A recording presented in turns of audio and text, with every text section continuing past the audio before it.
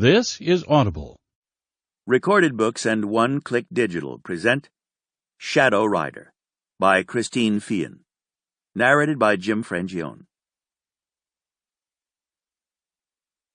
Chapter 1. Stefano Ferraro pulled on soft leather driving gloves, his dark blue eyes taking a long, slow scan around the neighborhood. His neighborhood. His family knew everything that happened there. It was a good place to live, the people loyal, a close-knit community. It was safe because his family kept it safe. Women could walk the streets alone at night. Children could play outside without parents fearing for them. He knew every shop owner, every homeowner by name. The Ferraro family territory started just on the edge of Little Italy. He knew every inch of Little Italy as well, and those residing and working there knew him and his family. Crime stopped at the edge of the Ferraro territory. That invisible line was known by even the most hardened of criminals, and no one dared to cross it because retaliation was always swift and brutal. He glanced at his watch, knowing he didn't have a lot of time. The jet was fueled and waiting for his arrival. He needed to get into his car and get the hell to the airport. But something held him there. Whatever it was, the feeling he had was disturbing. The compulsion to stay was strong, and any time that happened, every Ferraro knew there was trouble coming. He carefully and very quietly shut the door to his Maserati, rounding the hood and then retreating to the sidewalk. Urgency was always about work, and nothing ever interfered with the Ferraro family business. Nothing. He played hard when he played, but work was important and dangerous, and he kept his head in the game when it was time to get down to business. He needed to get his ass moving, but he still couldn't force himself, in spite of all the years of discipline, to get into his car and get to the airport. The compulsion in him was strong, not to be ignored, and he had no choice but to give in to it. A voice drifted to him above the normal sounds of the street, elusive, mysterious, musical. He turned his head as two women rounded the corner just at the very edge of his territory and began walking deeper into it. He recognized Joanna Masci immediately. Her uncle, Pietro Masci, was a long-time resident in Ferraro territory, born and raised there. He owned the local deli, a very popular place for residents to buy their produce and meats. A good man. Everyone in the neighborhood liked Pietro and respected him. Pietro had taken Joanna in when his brother died years earlier. It wasn't Joanna who caught his interest. The woman walking beside her was dressed totally inappropriately for the weather. No coat, no sweater. There were rips in her blue jeans, which clung lovingly to her body. And she had a figure. She wasn't thin like most girls preferred. She actually had curves. Her hair was wild, thick, very shiny. She wore part of it pulled back from her face in an intricate thick braid, but the rest tumbled down her back in waves. The color was rich, vibrant, a true black. He couldn't see her eyes from that distance, but she was shivering in the cold Chicago weather, and for some reason he had an entirely primal reaction to her constant shivering. His gut knotted, and a slow burn of rage began in his belly. It wasn't her looks that caught his interest or made him stand utterly still. It was her shadow. The sun was throwing light perfectly to create tall, full shadows. Hers leaked long tentacles, thin, like streaks reaching out toward the shadows around her. Everywhere there was a shadow, hers connected to it with the long feelers, with long tubes. His breath hitched, his lungs seized. She was the last thing he'd ever expected to happen because, frankly, a woman like her was so rare. He didn't know how to feel about it, but suddenly there was nothing else more important, not even Ferraro family business. He had his cell phone out and punched in numbers without taking his gaze off of her. "Franco, I'm going to need to take the helicopter this morning. I have business to attend to before I can leave. 30 minutes. Yeah. I'll meet you." He ended the call, still watching the two women and the strange shadow the stranger cast as he punched in another number. "Henry, I'm not going to use the car after all. Please return it to the garage for me." The Ferraro family had a temperature-controlled garage with a fleet of various cars and motorcycles. They all liked them fast. Henry took care of all the vehicles and kept them in top-running order. Stefano snapped the phone shut and stepped off the sidewalk to cross the street. He held up his hand imperiously, and of course the cars stopped for him. Everything stopped for him when he demanded it. Francesca Capello prayed she wouldn't pass out as she walked with Joanna toward the deli. She had never felt so weak in her life. She was hungry. She had made tomato soup using ketchup and water, but that was all she'd had to eat for the last 2 days. If she didn't get this job, she was going to have to do something desperate, like ask the homeless woman she'd given her coat to where the nearest soup kitchen was. Maybe it hadn't been such a great idea to give the woman her coat. Her clothes weren't the best for a job interview, but they were all she had.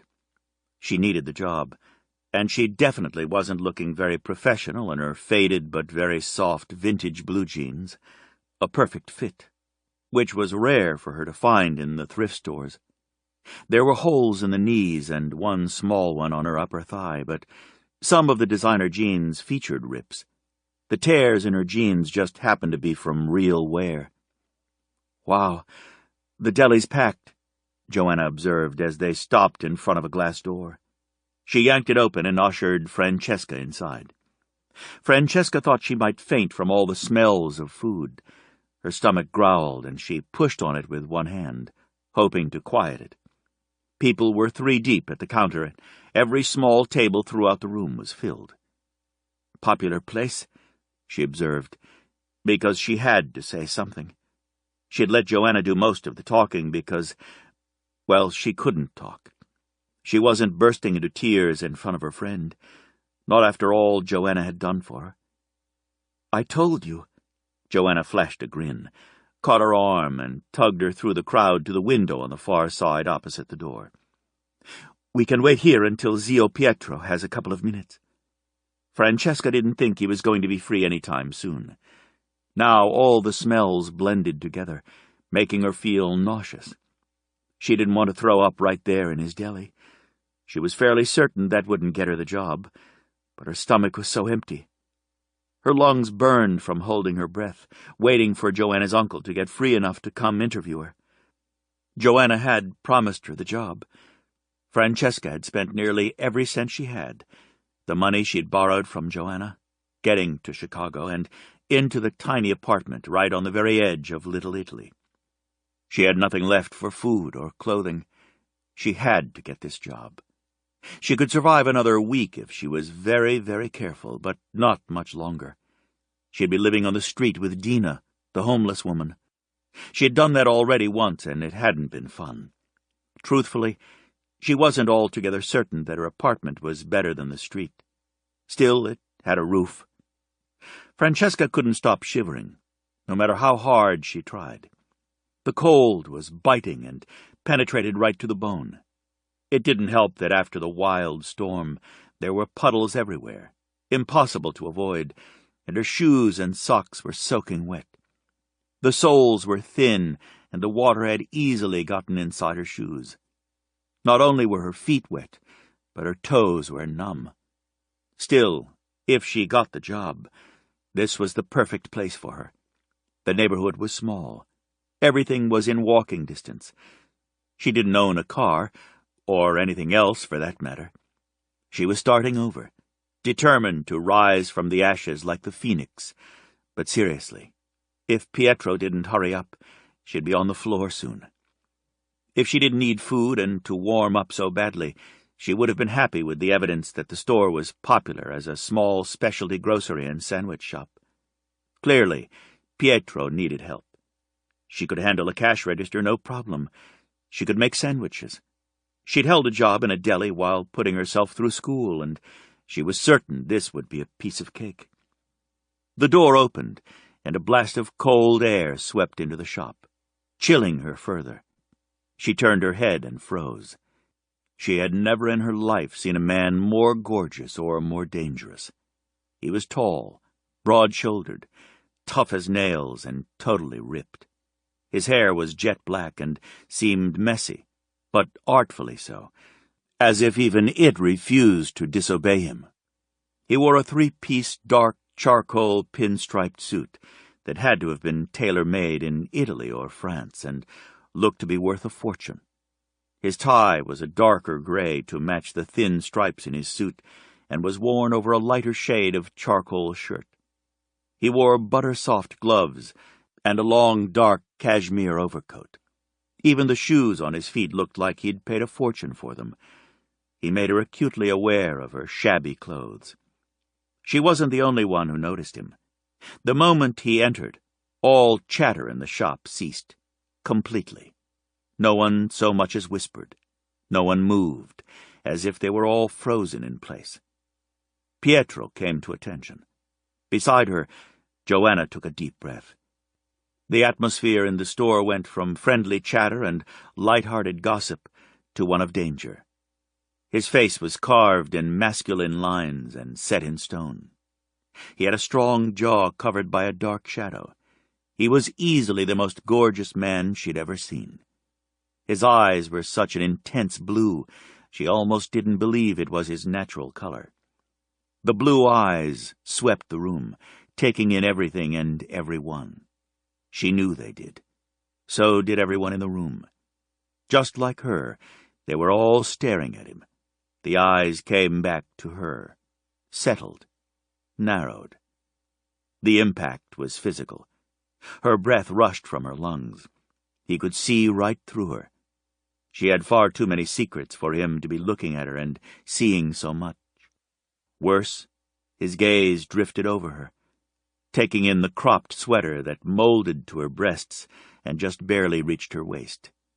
Her jeans rode a little lower than her waist, so she had to resist pulling at the hem of the sweater, although her fingers automatically curled around the hem to do just that. The sweater was one of the few things she owned that was warm. His gaze traveled down her holey jeans to her wet shoes and back up to her face. She wished the earth would open up and swallow her. The tension in the deli went up several more notches. Francesca knew why. Not only was this man gorgeous and dangerous, he was angry. A black wall of intense heat filled the room until no one seemed able to breathe. She could actually feel his anger shimmering in the air. The room vibrated with his fury. She found herself trembling and shrinking back under that brilliant blue stare. She didn't understand why he'd singled her out, but he had. His diamond-hard gaze was fixed on her, not on any of the other customers, just her. She took a deep breath and let it out, tugging self-consciously on the hem of her sweater. When she did, his scowl deepened. "Mr. Ferraro!" Pietro stepped around the counter. Pietro's shoulders were square, his face a mask of concern, his tone respectful. He looked as if he might faint any moment. Everyone did. Francesca didn't understand what was happening, but clearly Joanna was very aware. Her friend trembled and put one hand on Francesca's arm as if to steady herself. They were all afraid of him. Francesca could see why. He looked and felt dangerous, but every single person in the store? Afraid? Of this man? That was a little terrifying. She wished fervently he would stop looking at her. The man, Mr. Ferraro, stepped in her direction. He looked predatory. His gaze didn't waver, not for one moment. If she wasn't mistaken, he didn't blink either. The crowd instantly parted, just like the Red Sea, leaving open a path straight to her. She felt more vulnerable and exposed than ever. She couldn't even ask Joanna who he was and why everyone was afraid of him, or even how they all knew him, or why his anger would be directed at her. Everything in her stilled. Unless he knew. Oh, God, he couldn't know. She had nothing left, nowhere to go. If she didn't get this job, she'd be on the street again. Her face burned under his scrutiny. She knew he saw everything. Her thrift store clothes, her wet shoes, her lack of makeup. His suit easily cost thousands, as did his coat. His gloves probably cost more than her entire outfit when it had been brand new. What he spent on his watch could probably buy a car.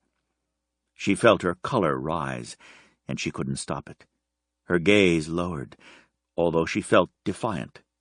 Just because he was wealthy, and he was more than wealthy, anyone with eyes could see that. He had no right to judge her.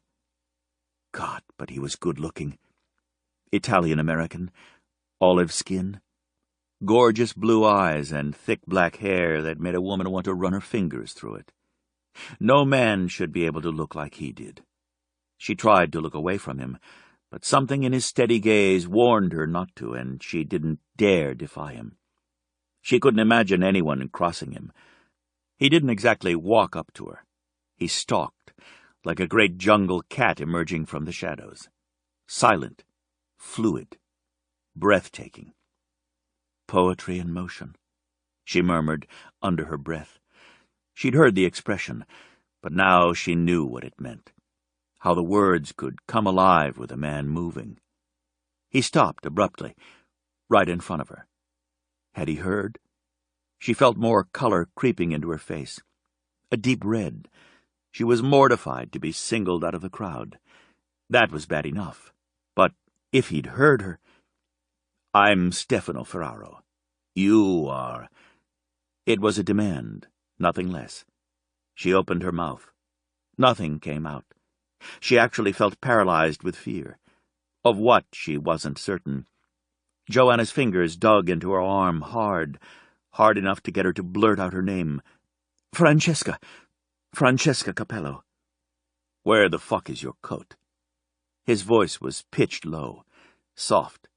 It sounded menacing, as if all his anger was directed at her because she didn't have on a coat. She winced at his language and the abruptness of his completely shocking question. She tipped her chin up, and instantly his eyes were on her face, following that gesture of defiance. "It isn't your business," she said, keeping her voice as equally low. A collective gasp went up in the store, reminding her they weren't alone. She felt alone, as if there were only the two of them. "It is my business," he returned.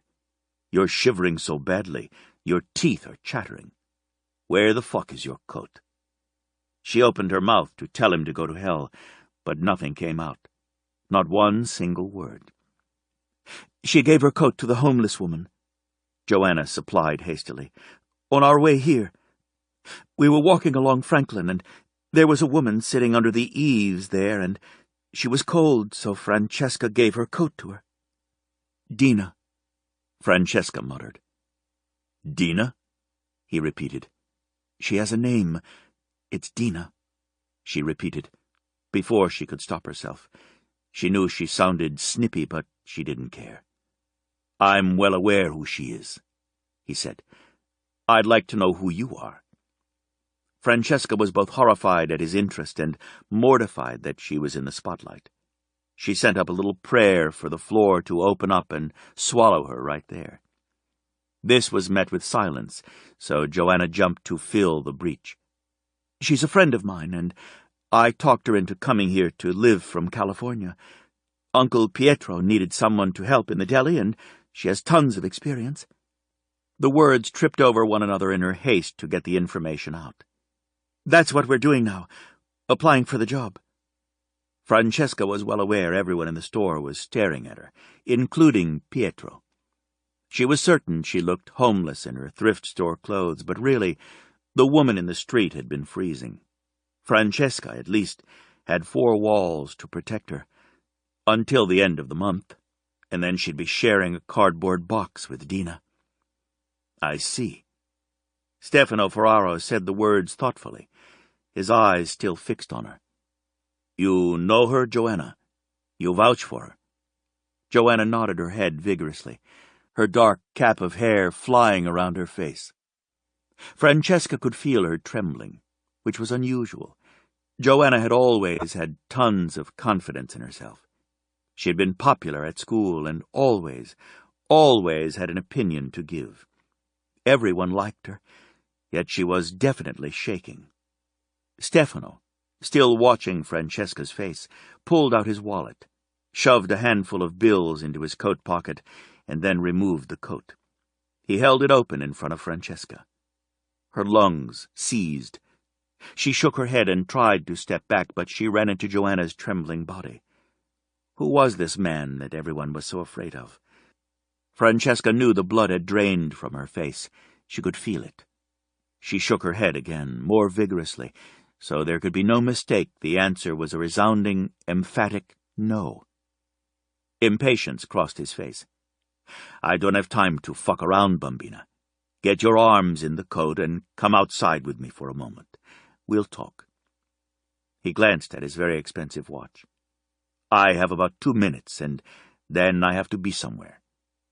She considered stalling for the 2 minutes, so he'd have to leave, but both Joanna and Pietro looked desperate. He had to be a criminal. Mafia.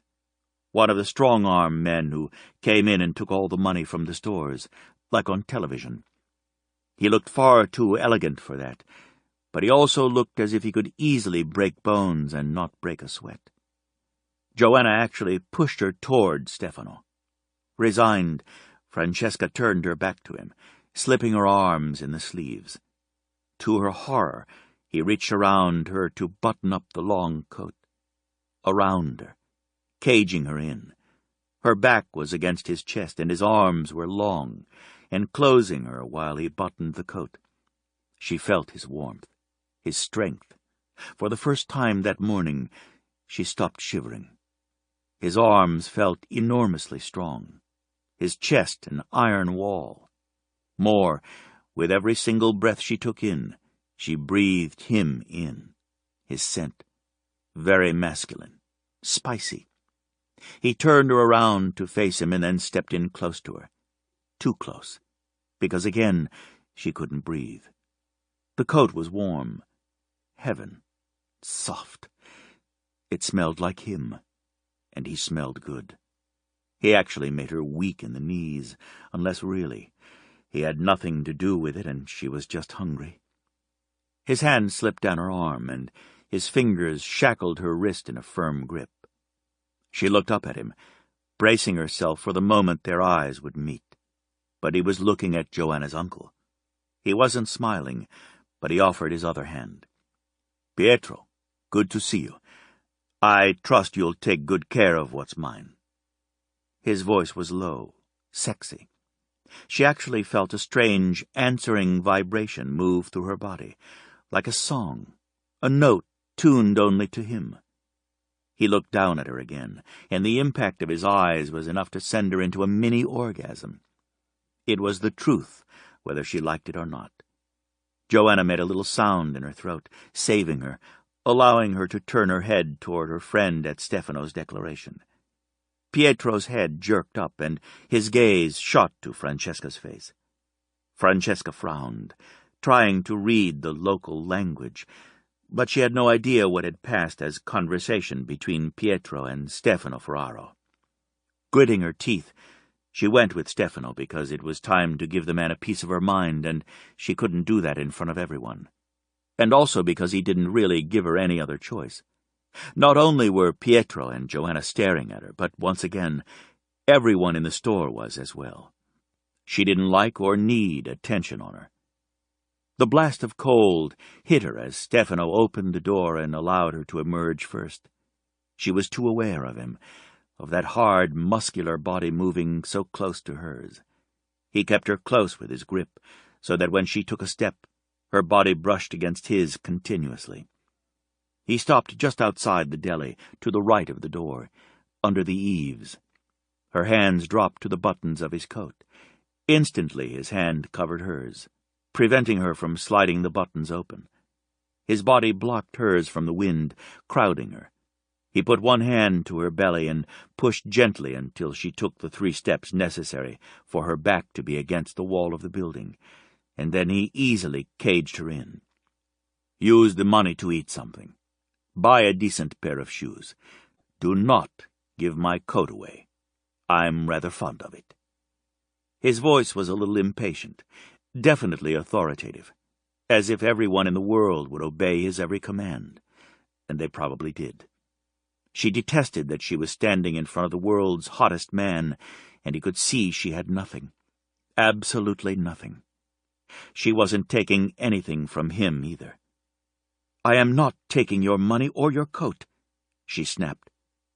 His hands kept hers trapped. His thumb slid over the back of her hand, and even through the soft, buttery leather of the glove, the gesture sent a tingle of awareness down her spine. "The coat is a loan, and the money—" He shrugged. "I'm not taking it," she reiterated. "Is there a reason why you're allowed to be kind, but I'm condemned for the same gesture?" he asked softly. Her eyes met his, and that was a mistake. A huge mistake. She felt as if she was falling into those hard, piercing eyes. She knew instantly he hadn't given her the coat because he was being kind. She just didn't know why he'd given it to her, or why he'd taken an interest in her at all. "Francesca," he prompted. She tried not to scowl at him. "No, of course not. It's just difficult to accept charity." She took a breath. "It isn't charity." That's what she'd been afraid of. Her gaze slid away from his. "I can't accept, that is, from you, because you're—" God, she couldn't even talk. He was too close, surrounding her with heat, too handsome, too dangerous, too everything she wasn't and would never be. His jaw hardened even more, if that was possible. She had her eyes fixed on his very sexy 5 o'clock shadow, so she saw very plainly his impatience. Her belly tightened into little, hard, apprehensive knots. She couldn't help herself. She pressed her hand deep to try to stop the tension coiling there. His gaze dropped to her hand and then came back up to her face. "It's because I have money." He made it a statement. His accusation stung, mostly because it was the truth. The color deepened in her face. He made her sound prejudiced. She hated that he called her on it, but the truth was, she would have been much more able to accept the coat from someone who had far less. She caught her lower lip between her teeth. Of course that wasn't the only reason, but she couldn't enumerate those reasons either. That he was gorgeous, super hot, or that he was dangerous and she thought he might be a member of organized crime. Francesca. Her stomach somersaulted. He said her name low, commanding. He was used to deference, obedience. She took a breath. "Look at me." She let her breath out slowly and forced her gaze up his handsome face until her eyes collided with his. Then the breath slammed out of her lungs, leaving her fighting for air. "Keep the fucking coat." He bit out each word. He scared the crap out of her. He wasn't touching her or threatening her, but she felt menace rolling off of him in waves. There was no use fighting him on it. He was going to get his way. Both of them knew it. "Thank you." The words tasted a little bitter, but she managed to choke them out. He nodded his head and glanced at his watch again. "Get something to eat," he added, turning away from her. "I'll be back for my coat." She cleared her throat. "Mr. Ferraro." He spun back, graceful, impatient. "Got things to do, Francesca." She didn't care. She had to know the truth. "Why is everyone afraid of you?" His blue eyes held hers captive for so long she heard her heart pound. "Because I'm not a man you ever fuck with." She blinked up at him, a little shocked at the honesty in his answer. She was fairly certain he was right. He brought an entire room full of people to a standstill. No one had moved. No one had spoken. He definitely looked like a man no one would dare fuck with, least of all her. She cleared her throat. "I don't like that sort of thing." He pressed one hand to her belly again, pushing her back against the wall, stepping in close to her until his heat and the scent of him surrounded her. What sort of thing? His gaze dropped to her mouth, held there. Her lips trembled, and a million butterflies took wing in her stomach. Her heart pounded. God, he was so close. Too close. He was taller than her by at least a head and a half. His shoulders blotted out the street behind him. He smelled delicious. She didn't know a man could smell that good. It was freezing cold outside, and he wasn't even shivering, though she had his coat. The F-word sort of thing. She blurted it out, saying the first thing that came into her mind without thinking. His eyebrows shot up. She hadn't thought that anyone really could do that. Shoot up one eyebrow. It was incredibly hot. At least on him. The F-word? He repeated. Dolce cuore. You can't even say fuck for fuck's sake. She felt the color creeping into her face, although she didn't know why. She wasn't the one spouting off inappropriate language to a complete stranger. She wasn't staring at his mouth, although she wanted to. She resisted, because that was what was polite. She wasn't pressing him against a wall and holding him there with a hand on his belly and another by his head. She wouldn't dare touch him. There was nothing to say to that, so she didn't say anything. She just stood there, waiting for him to release her. He glanced at his watch again. I really have to go. Eat. I mean it, Francesca. Don't give the money or the coat to anyone else. I'll know, and I won't like it. She made a face.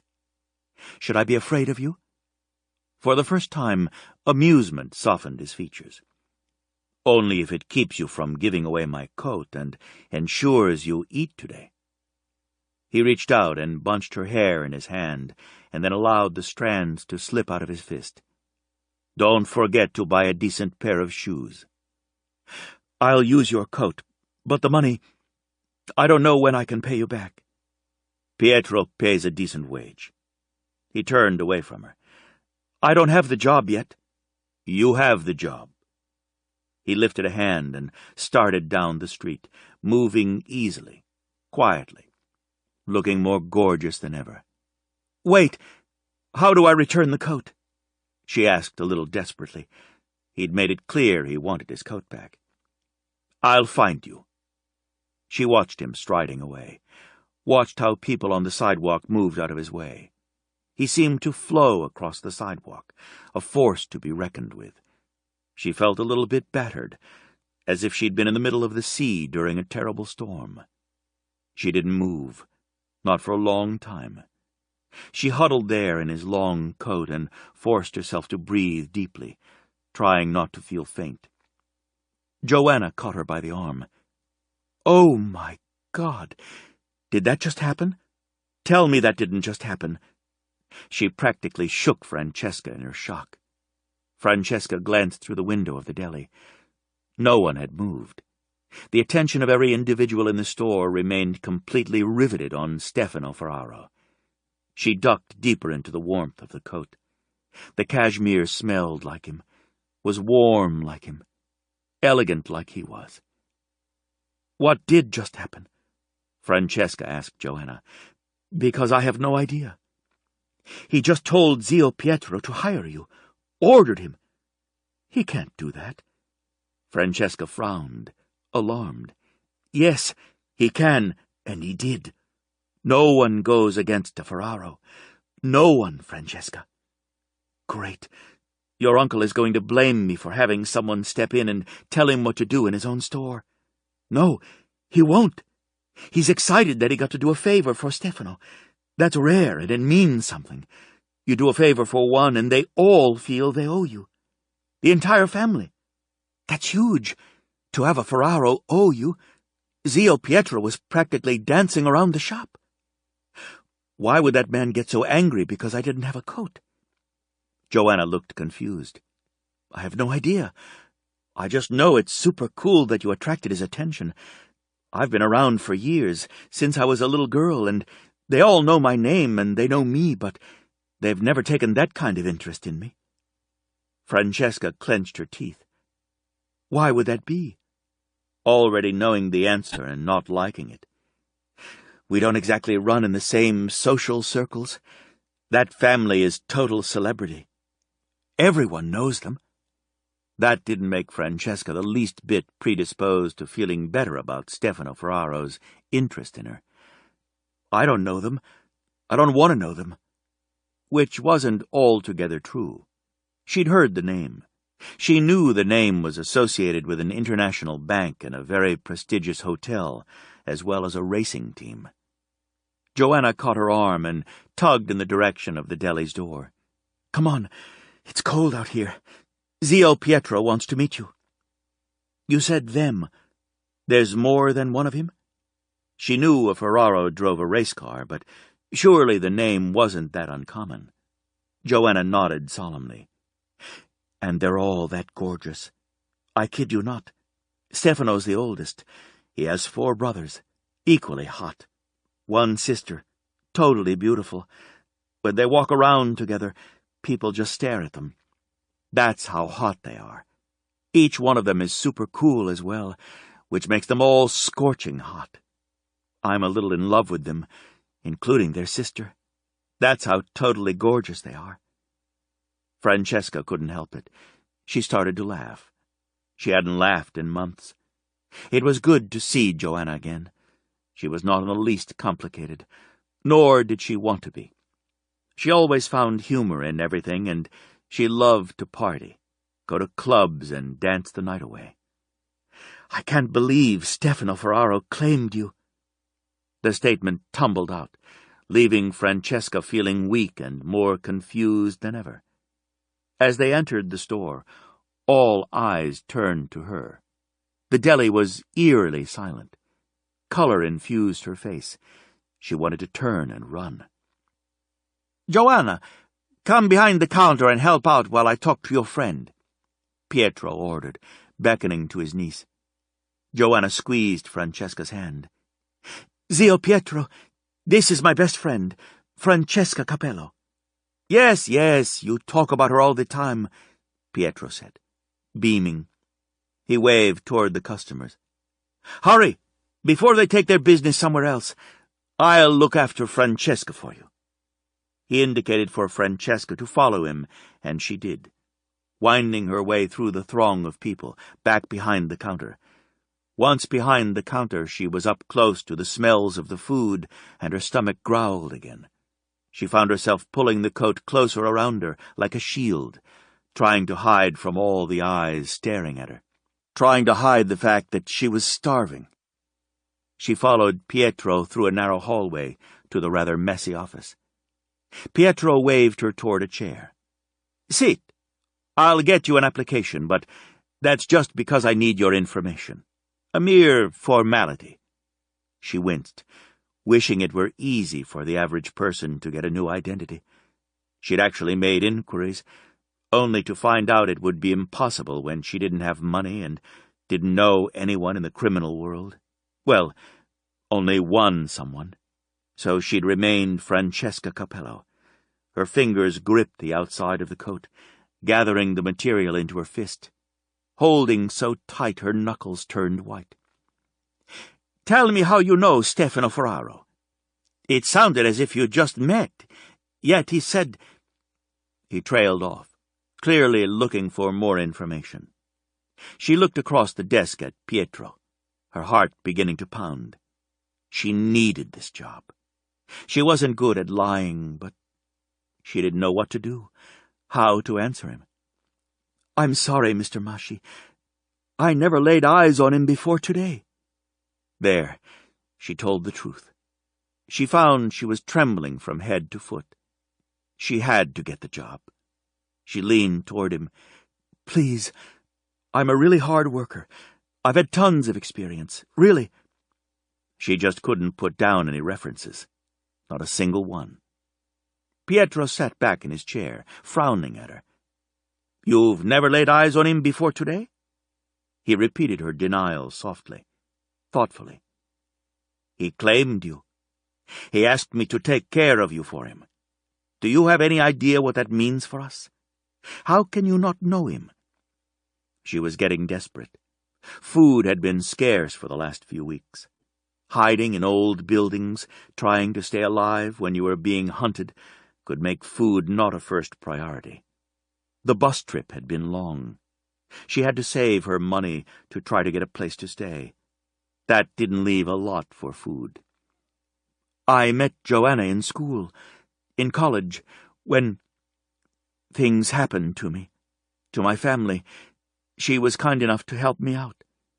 I took a bus out here from California because she thought I could work in your store and build a new life here."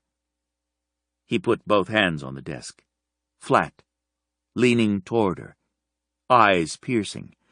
Her heart sank. "Are you running from the law?"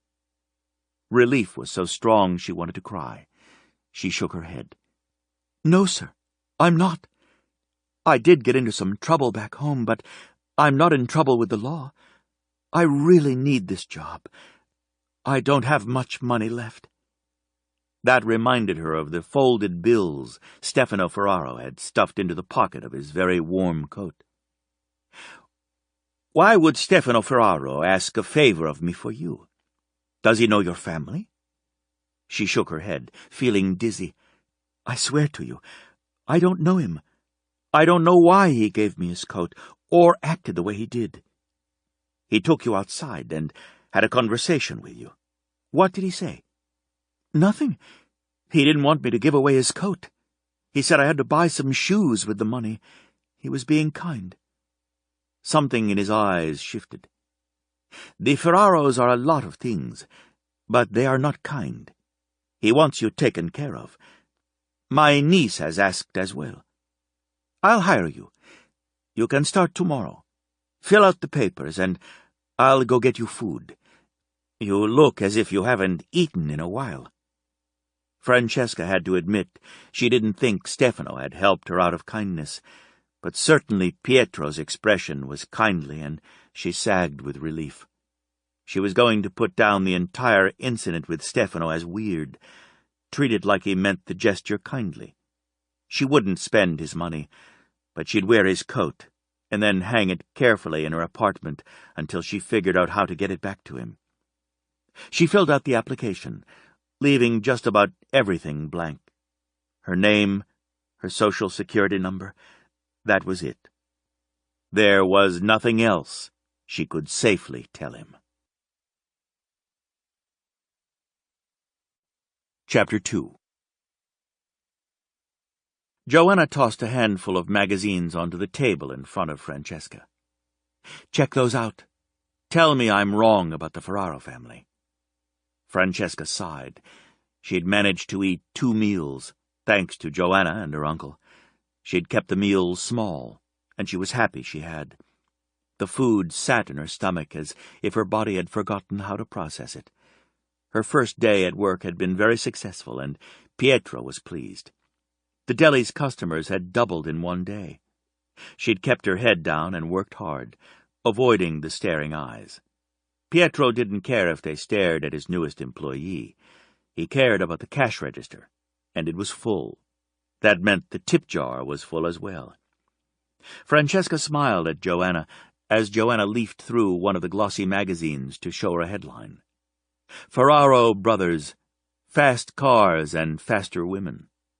There was a series of photographs of Stefano Ferraro standing by a race car with a huge smile and a large trophy, a woman in his arms, looking up at him. 4 very hot men and an exceptionally beautiful woman circled him, all beaming at him. Joanna was right. They were gorgeous. "Well, that lets me out. I don't own a car, and I couldn't be considered running in the fast lane no matter who was talking about me."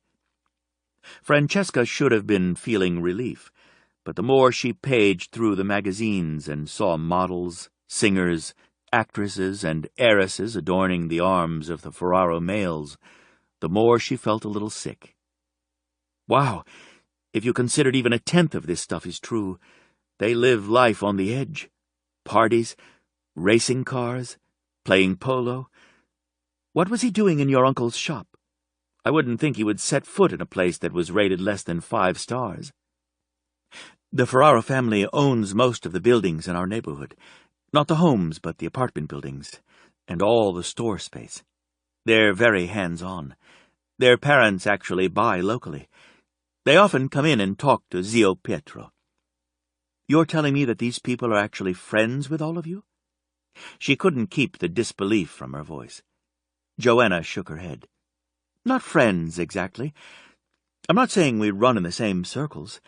It's more like they're royalty, and we all know them by sight. They keep an eye on things. Francesca looked at the pictures of the ridiculously handsome faces with women on their arms, women dripping with diamonds, and she just couldn't see them walking around the neighborhood and frequenting the local shops. Are they mafia? Joanna gasped and looked around her. Francesca! Sheesh! Are you nuts? You don't ask a question like that where anyone might hear you. Well, are they? She persisted. Joanna looked uncomfortable. They keep the neighborhood safe. Francesca looked down at the open pages of the magazines again. They looked like playboys, yet if she looked really close, if she studied their faces, she could see the danger lurking under all that beauty. The bell over the door announced a customer, and Francesca looked up as she stood. Her heart stuttered. Another Ferraro. Definitely. Not Stefano, but certainly one of his brothers. His sharp gaze moved around the store until it settled on her. Her stomach reacted, taking a little dive. She glanced at Joanna. Her friend sat frozen, her mouth open, her hand on the magazines. Francesca carefully closed the covers and prayed those sharp eyes already dissecting the two of them hadn't seen what they were looking at. She forced her body to move, going straight to and around the counter. That helped, putting a barrier between them. May I help you? Her voice came out a little strangled. She had secrets. Men like the Ferraros, jet-setters, men so rich they thought they owned everything in their world, could ruin her. She knew from experience that they wouldn't think twice about destroying anyone who got in their way. Hello, Joanna, the newcomer said, looking at Francesca, not Joanna. You want to introduce us? Joanna jumped up so fast she nearly knocked over her chair. This time of day the deli was relatively quiet. Clusters of customers came in sporadically until the next big rush. Still, the few customers that were there ceased speaking, just as they'd done when Stefano had walked in. Of course. Giovanni Ferraro, this is my friend Francesca Capello. Giovanni stuck out his hand. Francesca had no choice but to take it or seem rude. For all her declarations of the Ferraro family keeping the neighborhood safe, Joanna seemed anxious. Giovanni's hand closed around hers. You're new in our neighborhood. Giovanni made it a statement. Francesca nodded. Is there something I can get for you? Mamma would like me to bring her some of Pietro's tiramisu. She's been craving it and couldn't get into the store today. Would you box me up 6 pieces? Francesca nodded, relieved. He had a legitimate reason for coming to the store. What did she know? Joanna said the family frequented the store. Her weird encounter with Stefano made her nervous, that was all. She put together one of the carry boxes and lined it carefully, knowing Pietro would want the box to be extra special. How are you settling into the neighborhood? Giovanni asked. Everyone treating you right? Francesca felt the tension in the store rise a notch. She lifted her gaze slowly to meet his. This was no casual visit. She didn't know why the innocent question tipped her off, but the Ferraro family continued to take an interest in her. Alarm bells began shrieking at her. Maybe even Chicago wasn't safe for her. She tried not to look as if she was freaking out. Joanna was. Her face had gone pale, and she twisted her fingers together anxiously, waiting for Francesca's answer. The entire store seemed to be waiting. Everyone has been wonderful, she replied, and looked down at her workspace, carefully placing each piece into the box. "No complaints, then?" he prompted. Her heart jumped. She felt like she was walking on eggshells. One wrong move and something terrible would happen. She just didn't know what. "None." She put the box on the counter. Giovanni leaned close as he handed her the money for the tiramisu. "Buy some shoes." His voice was low, just between the two of them. Her gaze jumped to his. He refused to look away. She wasn't going to argue with him, but she wasn't spending Stefano's money. Not 1 cent. Not for anything. Pietro let her eat there at the deli, and she was careful not to abuse that privilege, but she wasn't going hungry anymore. So she didn't need Stefano's money. The Ferraro family seemed to be obsessed with her getting new shoes. "Don't piss him off," Giovanni advised. "Buy yourself the shoes. You can always pay him back. He'll be home soon, and you don't want to get him riled." "He sent you to check up on me?" she hissed. He grinned at her, completely unrepentant. He looked nearly as gorgeous as his brother, and as arrogant. "We're watching over you," he admitted. "He'd beat the holy hell out of us if we didn't. So buy the shoes and keep me from getting a broken nose. I like mine the way it is." She gave him the change. "Just wait right there. I've got his coat in the back, and you can—" Giovanni backed away from the counter. "Not going to happen, woman. You give him that coat in person. He'd kill me over that coat. Wear it. He'll be checking on that, too. Buy some shoes, and wear the fucking coat. Put him in a good mood for a change." What did that mean?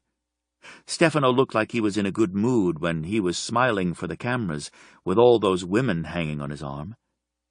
Giovanni turned away from Francesca, which was just as well, because she might have thrown something at him. "Joanna, you haven't been by the club for a while." Joanna had closed the rest of the magazines, stacked them and turned them all over so only the back covers showed. Francesca was fairly certain it was too late. Giovanni had seen what they were doing. There was no doubt in her mind that he would report that to his brother as well.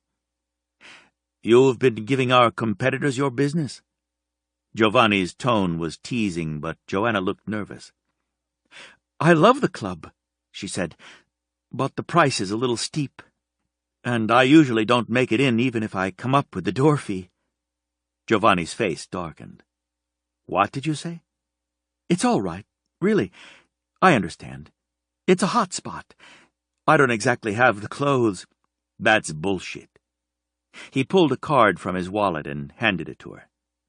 "Skip the fucking line and show that to the bouncer. They don't let you in. You call the number on that card and I'll handle it. You're one of ours. They let you in when you want in. Come this next weekend and bring Francesca. I'll be there, and so will Stefano. We've got a meeting. If there's any trouble, just call." Francesca was horrified. Shocked, too. Giovanni sounded really angry. Not because of her, but on Joanna's behalf, and that made Francesca like him a little better. He didn't like that Joanna had been refused entry into their club. Still, she was not going to some hot club. What was she going to wear? Her holy jeans? Not likely. They watched Giovanni leave, and then Francesca came out from behind the counter. "What in the world was that?" "I don't know, but clearly the family is watching over you," Joanna said. She held up the card. "Can you believe he gave me this? He was angry that they didn't let me in. He said to just jump the line, too. Can you imagine getting to do that? I've gotten into the club a couple of times, but usually they turn me away at the door. That's terrible. Snobs." "The Ferraros clearly aren't the ones being snobs," Joanna said, waving the card at her. "We can go dancing, Francesca." "I can't go," Francesca protested. "I wouldn't have the money to get in, let alone something to wear. Seriously, Joanna, go with your other friends or by yourself. No way am I going out to a club. especially one the Ferraros frequent. Own! They own it! They have several businesses, and that's just one. The main family business is international banking. They also have the hotel, which is the bomb. Movie stars stay there. In any case, you have to come with me. They'll expect it. Joanna pressed the card against her heart. I'll find you something to wear. No. Francesca threw herself into the seat beside Joanna. They're watching me. He as good as said so. Why would they do that? Do you think they found out about... She trailed off and reached for Joanna's hand. They run in the same circles. If they tell anyone I'm here, I'll have to run again, and I don't have enough money. Unbidden came the thought of the money Stefano had shoved into the pocket of his coat. It would be stealing to take it and disappear. She had the feeling if she did run, Stefano would find her. He would never allow her to steal from him and not hunt her down. She shivered at the thought. She didn't want him coming after her. He would be relentless, and she doubted if he had much mercy in him. Joanna shook her head. You're under Stefano's protection. That's what he meant when he said to my uncle to take care of what was his. Clearly, the Ferraro family is looking out for you. Francesca glanced around the room, took the stack of magazines, held them up, and lowered her voice even more. Are you crazy? I can't come under any scrutiny. You know that. No one can know anything about me. Having Stefano Ferraro showing me any interest, for whatever reason, even if he's just worried about my well-being, is dangerous. Joanna looked crushed. I love that club. Celebrities go there, movie stars, Francesca. It isn't like they notice me, but I get to see them up close. Some of the NASCAR drivers go there as well. The bartenders do amazing tricks, just like you see in the movies. The music is killer. Best dance place in Chicago. He said you could go any time, Francesca reminded gently. It didn't have anything at all to do with me. Joanna sighed and nodded. I guess you're right. What time do you get off? Your uncle said 5. It's nearly that now. Francesca didn't have to look at the clock to know it was close to the end of her shift. Her feet were killing her, toes numb with cold. She was afraid she was going to get frostbite. She wished for a bathtub to soak in. The tiny apartment had only a shower, and the water wasn't very hot. Still, she wasn't about to complain.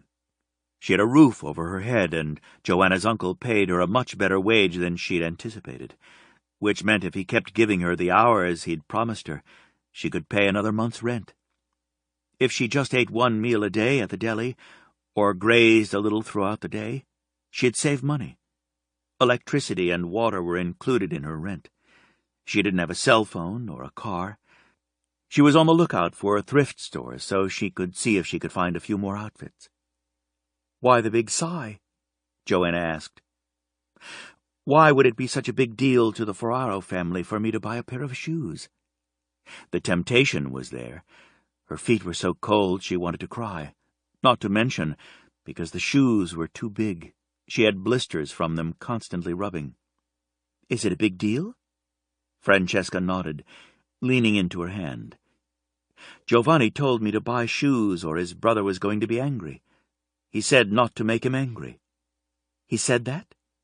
Joanna looked shocked. I don't understand why Stefano would care in the first place. It isn't his business.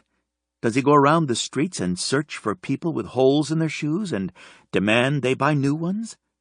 Does he have a shoe store that needs business? And why would he send his brother in here to make certain I actually buy the shoes? Wow. Joanna fanned herself.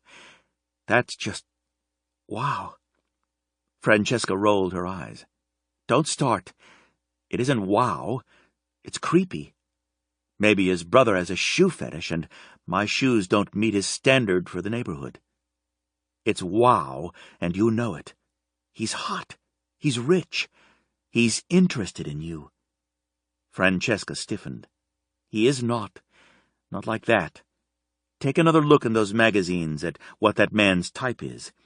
It isn't me. I'm no model. I'm short and have a lot of curves. All the running in the world isn't going to get rid of my—" she indicated her generous breasts, "or my butt. Not to mention, I didn't see one Italian-American woman in the entire harem." Joanna burst out laughing. "Maybe he's looking to add one." Francesca couldn't help but laugh with her. "I don't think so." "You are beautiful, Francesca," Joanna said, sobering. "Really, really beautiful. Your face is flawless. None of those models have anything on you. Your face, your hair." "My lovely figure," Francesca said sarcastically. "I'm not a size 0. You have a lovely figure. I've always been envious of that tiny waist." Joanna was tall and willow-thin. She easily could have been a model. She liked food and ate more than Francesca could imagine any woman eating without gaining weight. But she just didn't. Every one of their college friends envied her.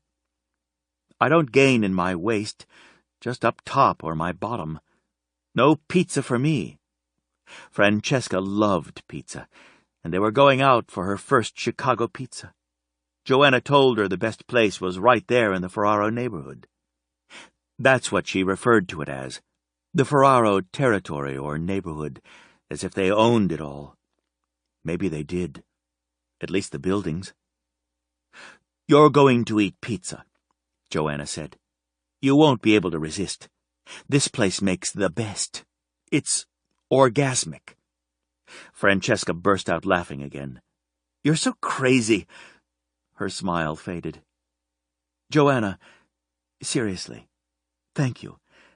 I don't know how I'm ever going to repay you. I felt so hopeless and I was terrified all the time." She was still terrified, but not so hopeless. And Joanna made her remember friendship, family, and laughter. "Don't be absurd. I'm so glad you've come. I have friends here, but not a bestie. You're my total bestie. In any case, you repaid me already. I have Giovanni Ferraro's card, and I can skip the line and get into the club or call him." Francesca smiled. "There you go. I'm good for getting you into clubs." She glanced at her watch. "I've got to get back to work. I'll wipe everything down and clean up for the next shift. Pietro should be back by then." Joanna waited for her, and they walked out together, Francesca wrapped in Stefano Ferraro's long cashmere coat. She'd considered leaving it in her apartment, but she didn't dare. Her apartment wasn't very safe. The lock was tricky and sometimes didn't actually lock. She'd told the owner and he'd promised to put a new lock in, but she wasn't leaving that coat where someone could walk in and steal it. Who knew that the responsibility of a coat would make her a little crazy? It seemed silly to carry the overcoat to work when it would keep her warm, so she wore it, inhaling Stefano's scent with every breath she took. She hung it carefully in Pietro's office rather than in the employee's little break room. Pietro didn't mind. In fact, he seemed happy that she was keeping the coat in his office. She plunged her hand in the pocket. The money was there. All of it. She hadn't counted it, but she had a feeling she might faint when she found out how much he'd left her. "Where are we going, Joanna? I thought you said the pizza place was the opposite way." They were heading away from Ferraro territory, and the pizza parlor was deeper into it. They'd gone 3 long blocks, all businesses.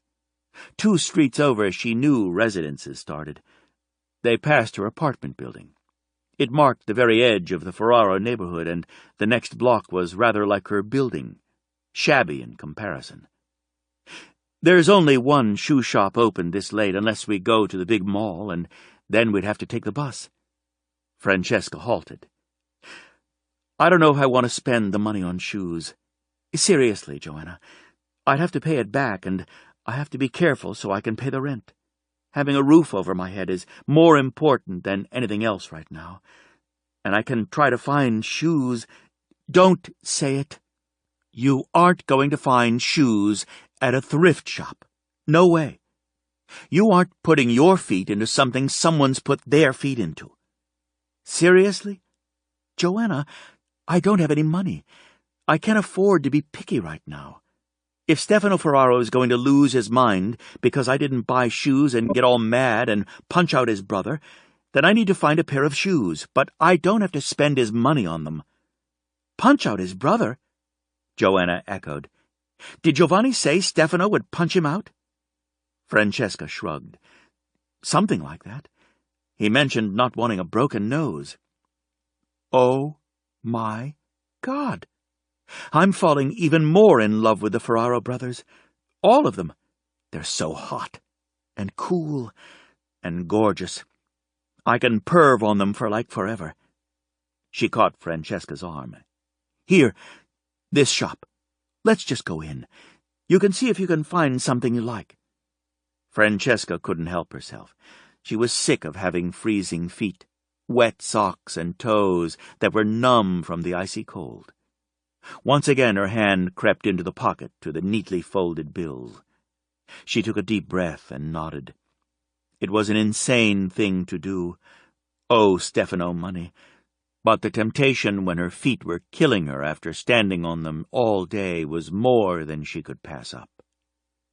It was embarrassing to try on shoes when hers were in such horrible condition.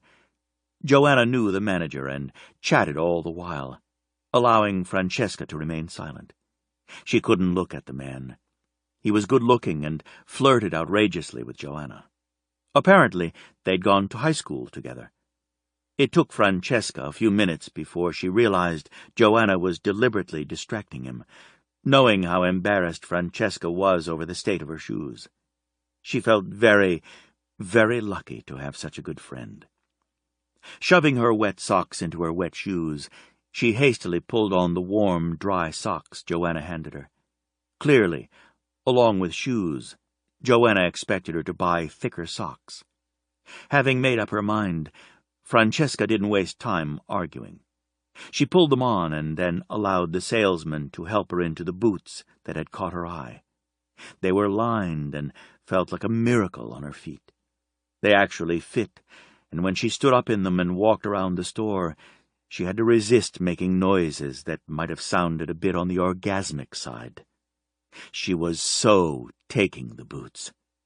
She didn't even care that they cost more than every article of clothing that she owned put together. I'm going to wear them out of the store, she announced. You can throw my old shoes away, socks and all. Joanna laughed. That's the spirit. A splurge is definitely in order. Francesca pulled the money from the pocket of the coat and walked with the salesman and Joanna to the counter. Every single step was heaven. Keeping her hands below the counter so the salesman wouldn't see, she counted out the bills. Most were hundreds. There were a few 20s and 2 10s. She knew the color left her face and her heart nearly stopped beating before it began pounding. She caught Joanna's arm and dragged her away from the counter.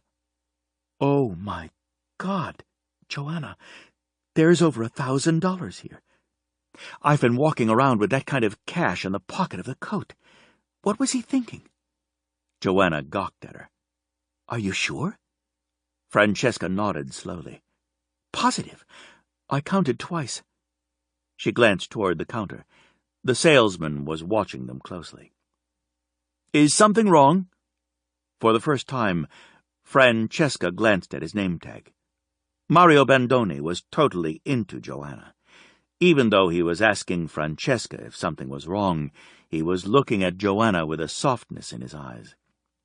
No, Joanna answered for them. She snatched 2 of the $100 bills from Francesca. We'll take a couple more pairs of socks as well. Joanna, Francesca protested. Joanna ignored her and handed the money to Mario. He flashed her a grin, disregarding Francesca's protest as well. You're going to write your phone number down? He asked Joanna. Francesca walked across the room to stare out into the gathering dusk. There were 2 men standing just off to one side of the store, talking together. A couple walked by, the man glancing over his shoulder warily several times at the 2 men still talking. Francesca realized she'd never seen a hint of nervousness when she had walked home from work the night before, or when she had walked to the deli in the morning. She wondered at a family who could protect their territory so well that the residents felt that safe, even in the middle of a city. Pulling Stefano's coat closer around her gave her a strange sense of security. It shouldn't. He was a terrifying man. She didn't understand why he would give her $1,000 so casually. He didn't know her. For all he knew, she would go on a shopping spree at his expense. She knew, now that Joanna was aware how much cash she had, that Joanna would try to talk her into buying decent clothes. She'd probably insist they go to the club. "Where are you two heading?" Mario asked. "Petrov's Pizzeria," Joanna said. "I plan on impressing Francesca with the best pizza in the world, although I didn't make reservations. I'm counting on Tito letting us in. He always finds me a table." "Best pizza ever." Mario flashed a grin at Joanna. "We're also thinking about hitting the Ferraro's club this weekend," Joanna said. "I've got a go-to-the-front-of-the-line pass. Do you like to dance?" He laughed at her. "Joanna, come on. Who was the king of dancing in school?" She wrote down her number. "Call me. We'll set something up." Waving her hand, she pulled open the door and they went back outside. She leaned into Francesca. "I'm so going to get lucky. I've always crushed on Mario. Always. He's so sweet. And I have to tell you, the man can dance like no one's business.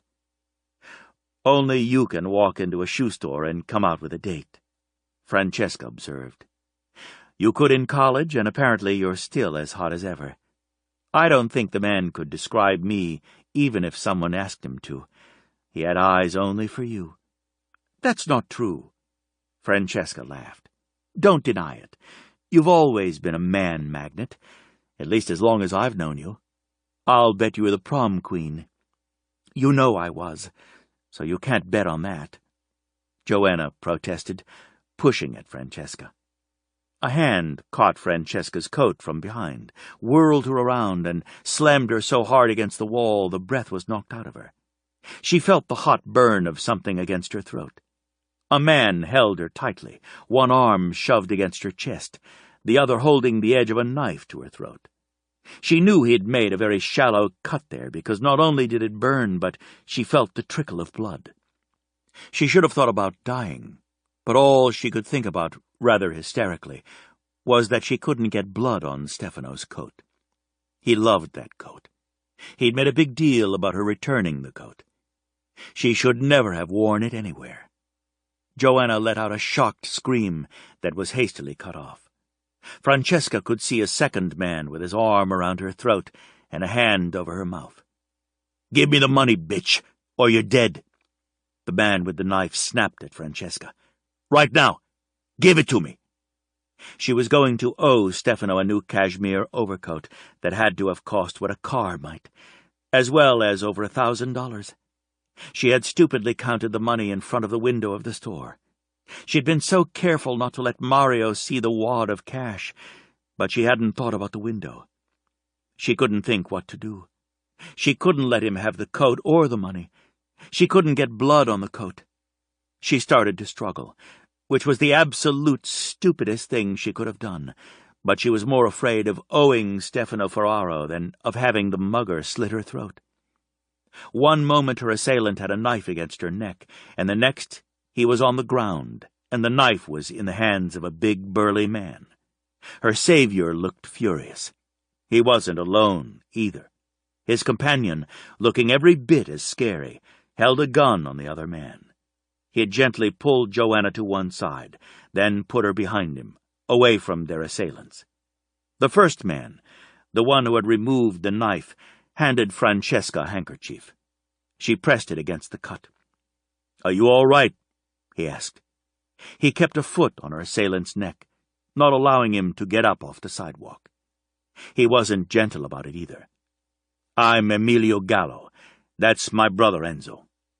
Francesca pressed back against the building. Very, very scared. No, terrified. This was her worst nightmare, to bring trouble to Joanna. "We work for the Ferraro family," Emilio continued, obviously trying to reassure her. "Cousins. First cousins." He kept trying to soothe her, not realizing he was making it worse. "What were they after?" The moment she heard who they worked for, Francesca tore the coat from her back and tried to shove it at Emilio. "Take it! Really, you have to take it! Take the coat to him!" Emilio didn't move. He stayed as still as a statue, one fist closed around the knife, the other hand down at his side. Both men stared at her, as if she'd lost her mind. Joanna moved cautiously around Enzo to put her arm around Francesca. "Honey, it was just a robbery, that's all. Put the coat back on. You're shaking like a leaf. Here, let me help you." She took the coat from Francesca and held it out for Francesca to slip her arms back in. "There, honey, that will keep you warm." Joanna smiled at their rescuers. "Do you want me to call 911 and report this?" "You go along. Another team will pick you up so you'll be safe. Mr. Ferraro will want to speak to these gentlemen in person." Emilio was soft-spoken, but Francesca wasn't fooled. The two men were in a lot more trouble than they would have been if the police were called. A dark town car pulled to the curb, and Enzo shoved one mugger inside before Emilio dragged the other one up off the ground and shoved him in. Francesca found it significant that neither of the muggers was tied up, yet they didn't attempt to fight. Instead, they looked very scared. Francesca's gaze clung to Joanna's, but she spoke to Emilio. "You aren't going to kill them, are you?" She couldn't keep the quaver from her voice. "Francesca," Joanna hissed. Francesca forced herself to look at Emilio. "Are you?" She tilted her chin. She didn't have a cell phone to call the police with, but Joanna did, and she'd use it if she had to. "I have no intentions of killing them," Emilio said. "Mr. Ferraro will want to talk to them." She didn't ask which Mr. Ferraro, because she was fairly certain she knew. Keeping the handkerchief pressed to the shallow wound in her throat, she let Joanna lead her away. "He said there was another team on us," Joanna whispered, "as in bodyguards. When Stefano said you were his to my uncle, I had no idea what he meant. He's serious. Bodyguards? More than one team of bodyguards? That and his brother coming into the store to talk to you? What is going on, Francesca? I have no idea. What did he say to you when he took you outside? Did he ask you out? No, of course not. He didn't show that kind of interest," Francesca denied. She ignored the intense chemistry that had arced between them. She'd felt it, but she wasn't positive Stefano had. "He just seemed worried that I didn't have a coat or shoes. He told me to get myself something to eat. He gave you all that money? You could buy some decent clothes with it. Clearly that's what he wanted you to do." Joanna snapped her fingers. "We could get you a killer dress for the club and heels to match. We nearly got robbed, and you're thinking of spending the money? I'm going to ask your uncle to put it in his safe along with this coat. I nearly died when that mugger made me bleed, and I thought I might get blood on Stefano's favorite overcoat." Joanna burst out laughing. "That's scary crazy, and so are you, Francesca. Held at knife point and even cut, but you aren't worried about being robbed. Just a coat." "Not just a coat," Francesca denied, with a small grin, finally finding humor in the situation. "Stefano Ferraro's favorite coat. And after that I was worried about them taking his money and trying to figure out how I'd pay that back. I was considering stripping for a living." Joanna's laughter went from forced to genuine. "Stripping? I had 4 years of pole dancing for exercise in college. I believe you did as well. We were pretty good." "You were pretty good," Joanna corrected. "You're great at dancing, too. You can move your body in a million different ways all at once. I forgot how envious I always got when you were on a dance floor. Muscle control and core strength. If you hadn't cut half the classes for a date, You would have managed the advanced classes. Joanna shrugged. I was studying anatomy. What can I say? I got pretty good at that. She took Francesca's arm. So what do you think? Should we go spend money at the mall? Get a killer dress and go out to the club this weekend? No way. I'm not spending one more penny. In fact, if I make enough money to pay the rent before he comes looking for his coat, I'll pay him back for the shoes, and he'll never know I used any of his money. Joanna's eyebrows nearly shot into her hairline. You are so stubborn, Francesca. If I had an opportunity like you have, protection from the Ferraro family, and $1,000 to spend, believe me, I'd be counting myself lucky, not resenting it. Francesca sighed. I guess I do sound resentful instead of thankful. It's just that... She trailed off, looking around her. They were back in Ferraro territory. Whatever Stefano and his brothers were, the neighborhood felt different. Safe. She couldn't imagine the attack happening on their ground. She couldn't deny that she could feel that difference. She hadn't felt safe in a very long time. Without thinking too much about the why, she snuggled deeper into Stefano's warm coat. He's so wealthy. Not a little bit well off. Everything about him screams money. I don't like that type. They live so differently than mere mortals like us. Joanna flashed a grin. You got that right. Jetting off around the world at a moment's notice. It's no wonder they forget what it's like to live from paycheck to paycheck. They don't forget, Francesca corrected. They've just never had to do it.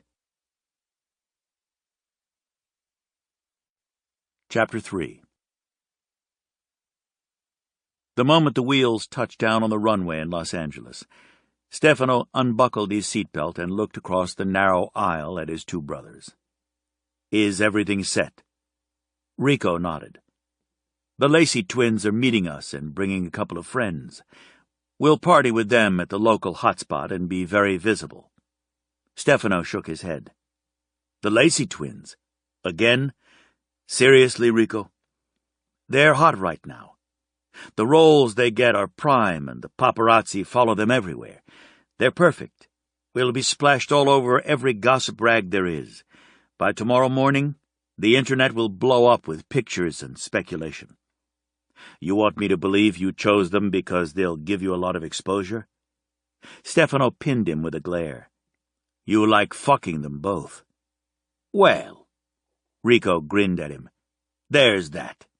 It also gives me a chance to practice the art of shibari. I like to keep my skills sharp. You like to fuck them after you tie them up, and that's going to come back to bite you in the ass, Stefano declared. His voice mild, but there was nothing mild about the look he gave his brother. It isn't like the gossip is going to go away when the pictures and articles are everywhere. You can't exactly deny it. You find your woman, and how are you going to convince her one woman will be enough for you when you're always with two? The smile faded from Rico's face, leaving it bleak, a stone mask. The chances of that happening are like 1 in a million. This woman coming into our territory is a fluke, Stefano. We all know that. More, you have a long road ahead of you. Nothing guarantees that she stays. Stefano went still inside. He knew Rico was right, and he was also wrong. Fate was strange, one moment giving no hope, and the next handing the world to a man. Not the world, a glimpse of what might be. He sighed. Who was he to lecture his brother? He'd done a few crazy things, but not publicly. Not so if he ever found a woman to call his own, he would be ashamed. Binding a woman to him, forcing her to accept his life, was going to be a difficult enough task. But he would do it. Now that he knew there was a possibility of having her, he would make it a reality. There was no other choice for him or for her. You have a point, he conceded in a low voice. It is your life, Rico, and what you choose to do is for you to decide. Just know that if your woman does walk into your life, asking her to live with our name, within the rules of our family, is a big enough curse. What else do you have to offer her?" Across from him, Vittorio stirred. "Are you certain this woman is one that you can bind to you?" Vittorio, always the peacemaker in the family. Stefano smiled at him. It wasn't an easy smile, because Stefano, even with his own family members, rarely felt like smiling, but it was there all the same because Vittorio was such a good man. Stefano was always proud of him. They needed to hear how the miracle had happened. They knew from watching other family members that finding a shadow rider outside the family was a rare phenomenon, and none of them had ever believed it would happen to them. Stefano knew his brothers needed hope, Rico especially. He was wild, sometimes out of control wild, not with the family business, of course. Then he was stone cold and all about business, but he took risks, too many. He was the best driver in the family, and they were all good, but Rico often needed the adrenaline rush of fast speeds just to keep him sane. In another family, Rico would have been an artist. In their family, creativity was only about the ability to find ways to carry out their work. Rico had turned to the erotic form of shibari to satisfy both his need for creating art as well as his sexual needs. He was darker than his brothers, and more prone to violence and chance-taking, yet his work was impeccable. Stefano sighed. His brothers needed to know there was hope. I felt an electrical charge in the air, and found it disturbing. I thought it was a bad thing, a premonition of something coming that our family would have to deal with. The need to stay there was so strong I couldn't leave. Even knowing we had to be on a flight for work didn't matter. Nothing else mattered enough to make me leave. Stefano didn't know why he admitted to his brothers how little control he had had when he should have gotten into his car and driven straight to the airport. But he knew he had to tell the truth, to be precise about the facts. It was important. I was standing by my car, out in the street by the driver's side door. If I had ignored that compulsion to stay, I would have gotten in, driven away, and I would have never seen her. That needed to be said. His brothers had to stay alert. Be aware. "There's a tradition in our family," Vittorio said. "When the first arrives, the others will follow." "It didn't happen for our cousins in London," Rico said. "None of them married or had children, nor did the ones in Sicily." Stefano kept going. He could give them this. A moment in his life he knew he would never forget. He would share what he considered a private, perfect, almost frightening moment. I heard her voice first. She responded to something Joanna Masci said to her. That note in her voice turned the key, unlocking something deep inside of me. I felt it like a terrible wrenching inside. Everything in me reached for her, for that note she left hanging in the air. I heard the music in me answer. He fell silent a moment, reliving that moment in time that had changed everything in his world. His heart had pounded in his chest. Hard. So hard it actually hurt. Physically hurt. He could go into a room full of enemies, and his heart rate never once elevated. Yet hearing that musical note in the air had acted like a key, unlocking a matching note in his body and throwing his iron composure. It wasn't snowing, but it was icy cold. The ground was wet and covered in puddles. Time seemed to slow down, but I was aware of everything, yet only her. I saw and recognized who and what she was by her shadow, by the tubes connecting her to everything. Every step she took, I could feel the channels opening everywhere until she took the one step that finally connected us. His fingers closed, one by one, into a tight fist, as if he could hold her to him. He'd had a primitive desire to throw her over his shoulder and carry her to a dungeon, one with a lock so she could never escape. He couldn't give them that moment, that connection when they joined. That was for him alone. That was private. The jolt was intense, sexual. His body had reacted, his cock hard and urgently full. Everything protective and primal in him had risen to meet her, to claim what he knew absolutely was his. She was freezing. I could feel how cold she was, how hungry. His throat closed on him. His heart had stuttered in his chest. His woman. The woman who would end the gnawing loneliness, end the hunger for a family of his own. He was a force to be reckoned with. The world he lived in was dark and violent, unrelenting and unforgiving. He protected the weak. He brought justice to those above justice. One word, one phone call, life or death. He protected everyone. Yet his woman was freezing, hungry, in the cold and wet of Chicago, alone, unprotected, and she was scared, in Ferraro territory. When their shadows had reached for each other, he felt that as well, her terrible fear. He swore under his breath, hating that moment, feeling a failure. He would have to leave her there, out in the cold, alone, afraid. He'd felt helpless for the first time in his life. He'd started training, like those before him, at the age of 2. He'd been trained to believe he was powerful, strong, intelligent. He moved where others couldn't, in a world of shadows, silent, deadly, invincible. His woman was cold and hungry. What good was his training? What good was he? I did what I could, but she's in trouble. Giovanni won't let anything happen to her, Rico soothed. He'll watch over her until this is done. She's yours, Stefano, but she's ours as well. She belongs to all of us. You put teams on her. Nothing will happen to her. Let's just get this done, and you can get back to her. Stefano looked at his brothers. I stood there, holding her against the wall, wrapping her up in my coat, the only thing I had to protect her with, to tell the world she was mine, and I would hunt down anyone who harmed or attempted to harm her. I looked down at her and knew she is everything I'm not.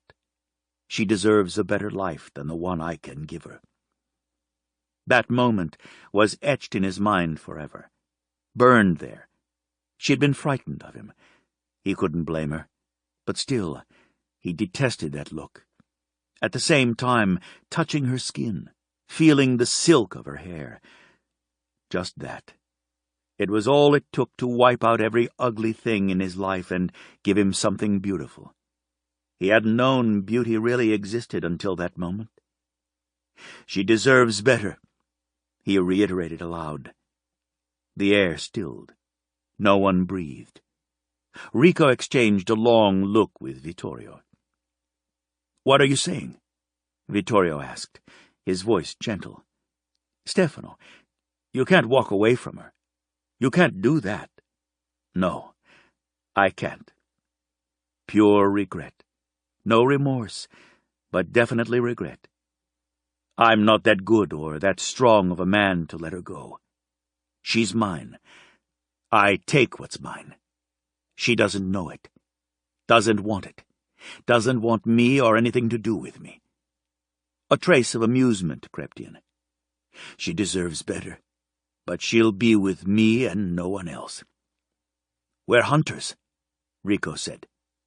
She doesn't stand a chance. No, she doesn't. Stefano agreed. Let's get this done. You two be visible. The light's right outside. Rico, go out first.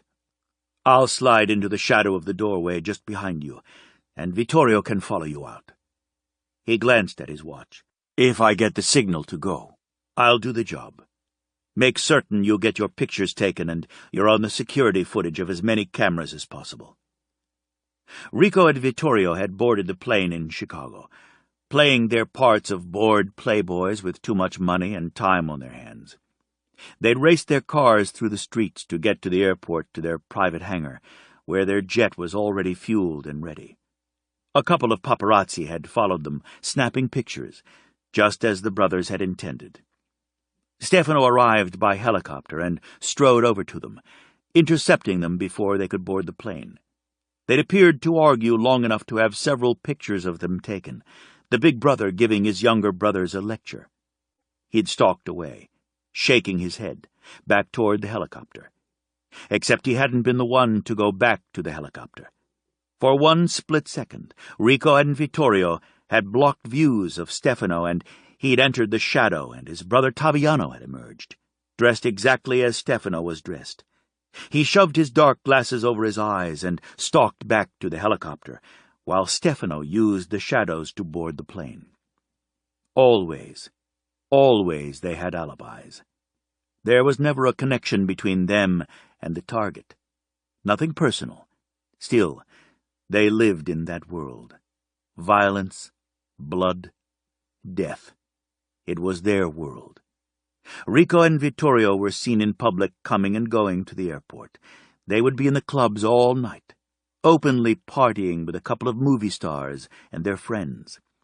As far as anyone knew, no one else had flown with them, and they were in Los Angeles to have fun. Stefano had to shut out all thoughts of Francesca Capello and get the job done. Rico stood, then Vittorio. Stefano last. Rico put his hand out. Vittorio put his on top, and Stefano covered both hands with his. They never said anything. There was nothing to say. They just touched, letting one another know without words they were a unit, a family. They had one another's backs. They loved. Rico went first, the door opening, throwing the shadows into stark relief. Stefano felt the pull of each of the shadow tubes. Openings he could slide through.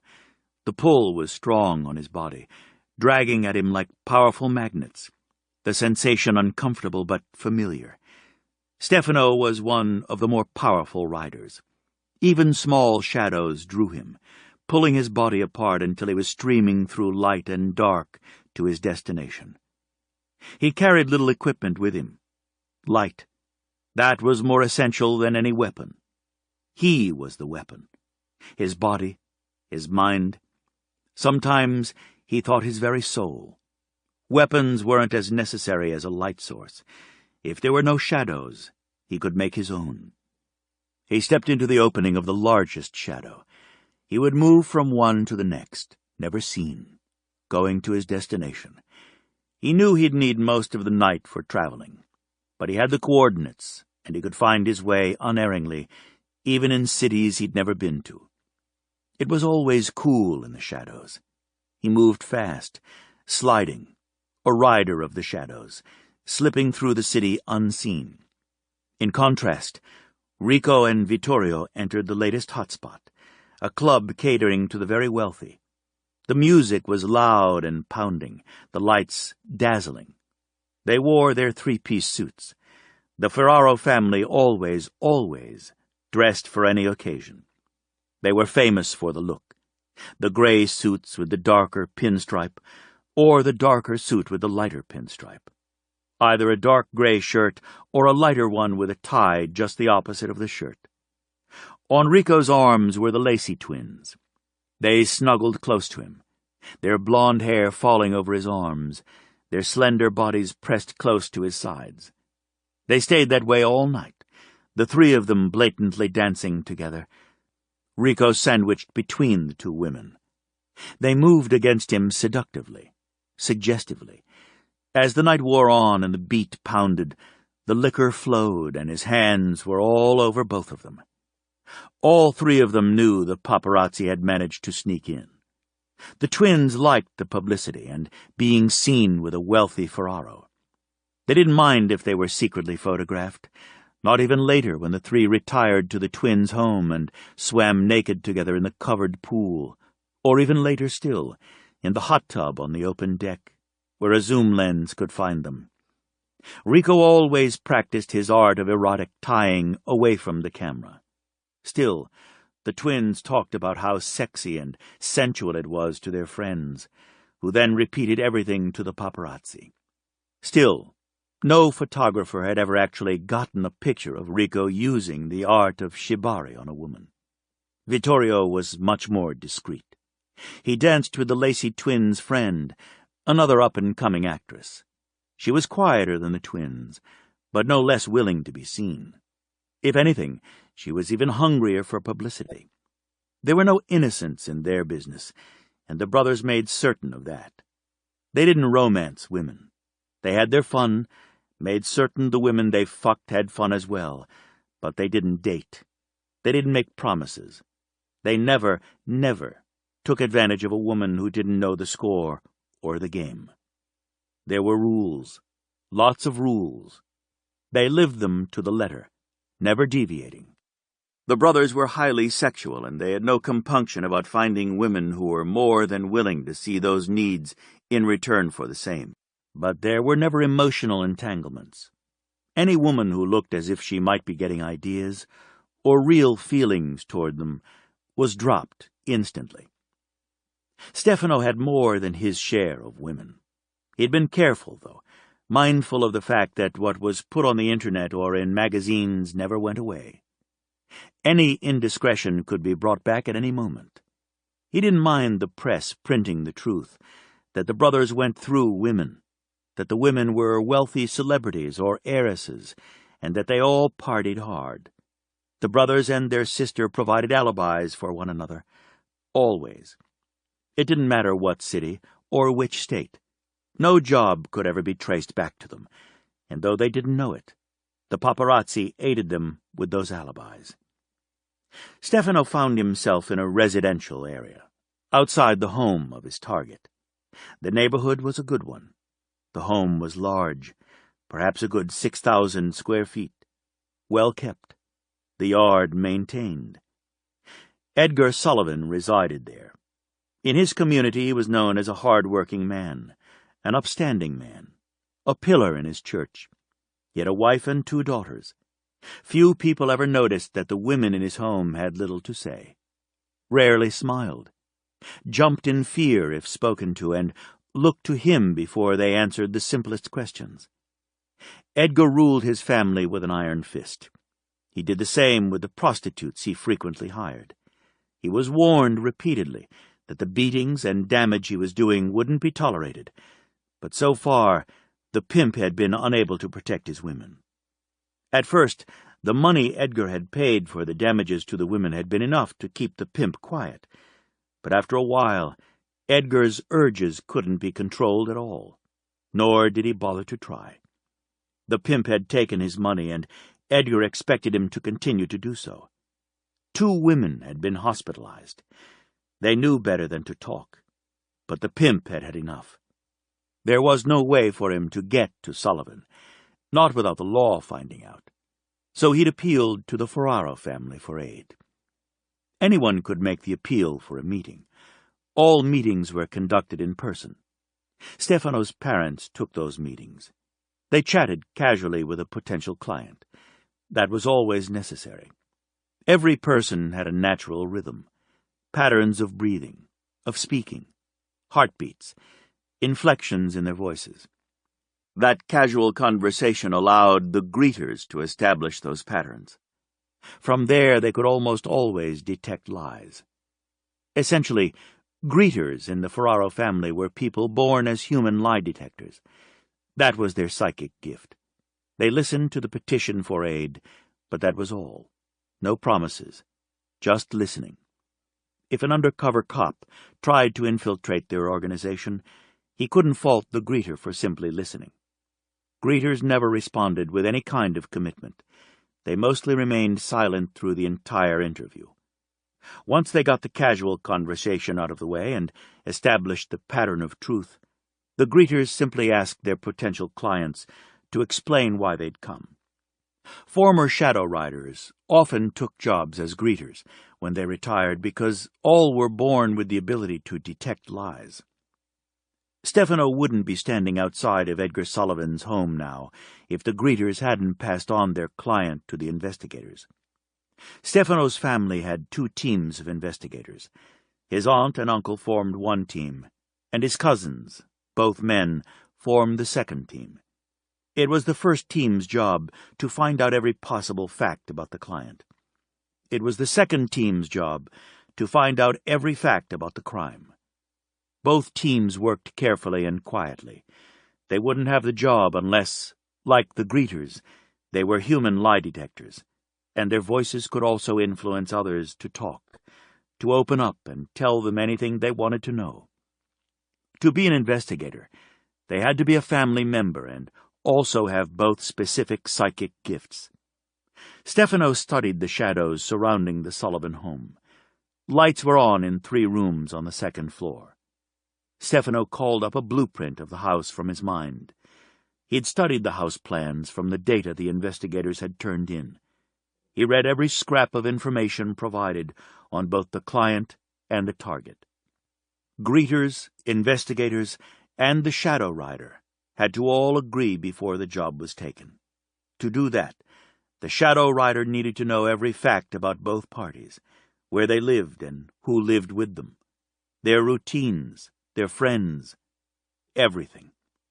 A Shadow Rider had to be able to slide through the portals, have a photographic memory and enough energy to disrupt electrical devices should there be need. Stefano slid his burner phone out of his pocket. This was one of the very few times he would be vulnerable. He had to be out of the Shadow's portal to make the call. That meant, if he didn't blend perfectly with the Shadow, anyone could spot him. Like his brothers, he wore the signature 3-piece suit, gray, pinstriped, the stripes giving the light and dark effect needed. At any given time, they were ready to enter a portal if necessary. The suit was synonymous with the Ferraro name, but it served a vital purpose.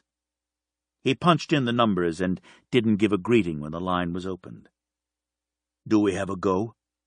"I'm in a ready position." It was necessary to triple-check everything.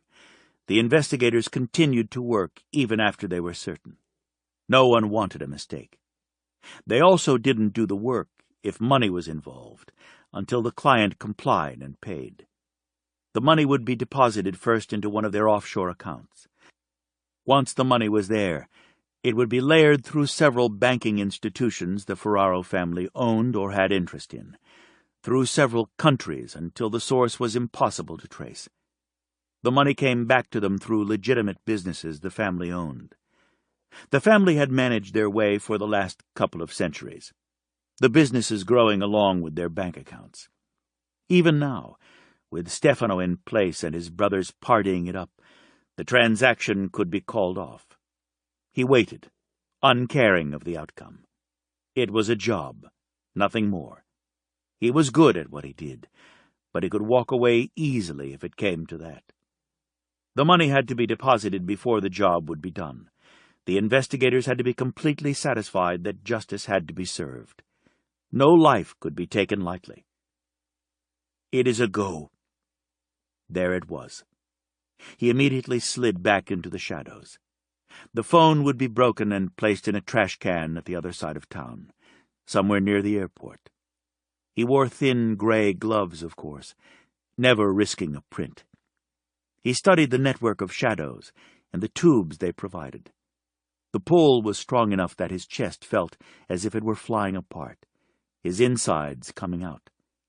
It was an uncomfortable sensation, and one that he'd never gotten used to, no matter how many times he'd done this over the years.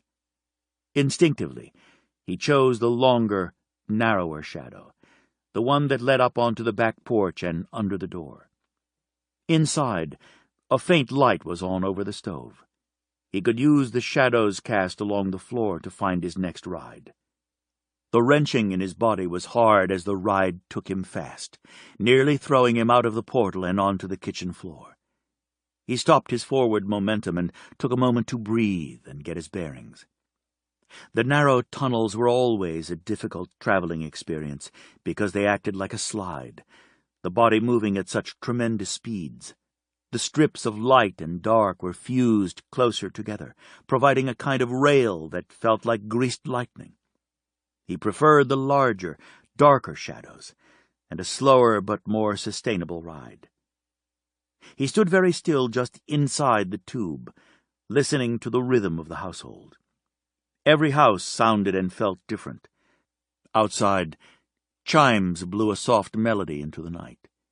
A few insects made their presence known. Inside the house, it was eerily silent. The two daughters were teenagers, and yet there was no television, no music, just silence. He kept listening. Eventually, someone would make a noise. It was late, but he knew from the lights in the 3 rooms that at least those rooms were occupied with someone awake. A board creaked overhead. That would be in the smallest room upstairs. That one had a soft glowing light, as if a lamp rather than an overhead fixture illuminated the space. The footsteps were very light. The girls, then. Not their bedroom, but the little room they used as a library. He studied the shadows spreading out from the pale light source over the stove.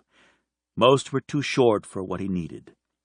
But 2 tubes went off in different directions. Stefano chose the one that reached toward the darkened hallway. It ended just by the stairs in the family room. Another portal took him up the stairs and beneath the door of the library, where Edgar's daughters were.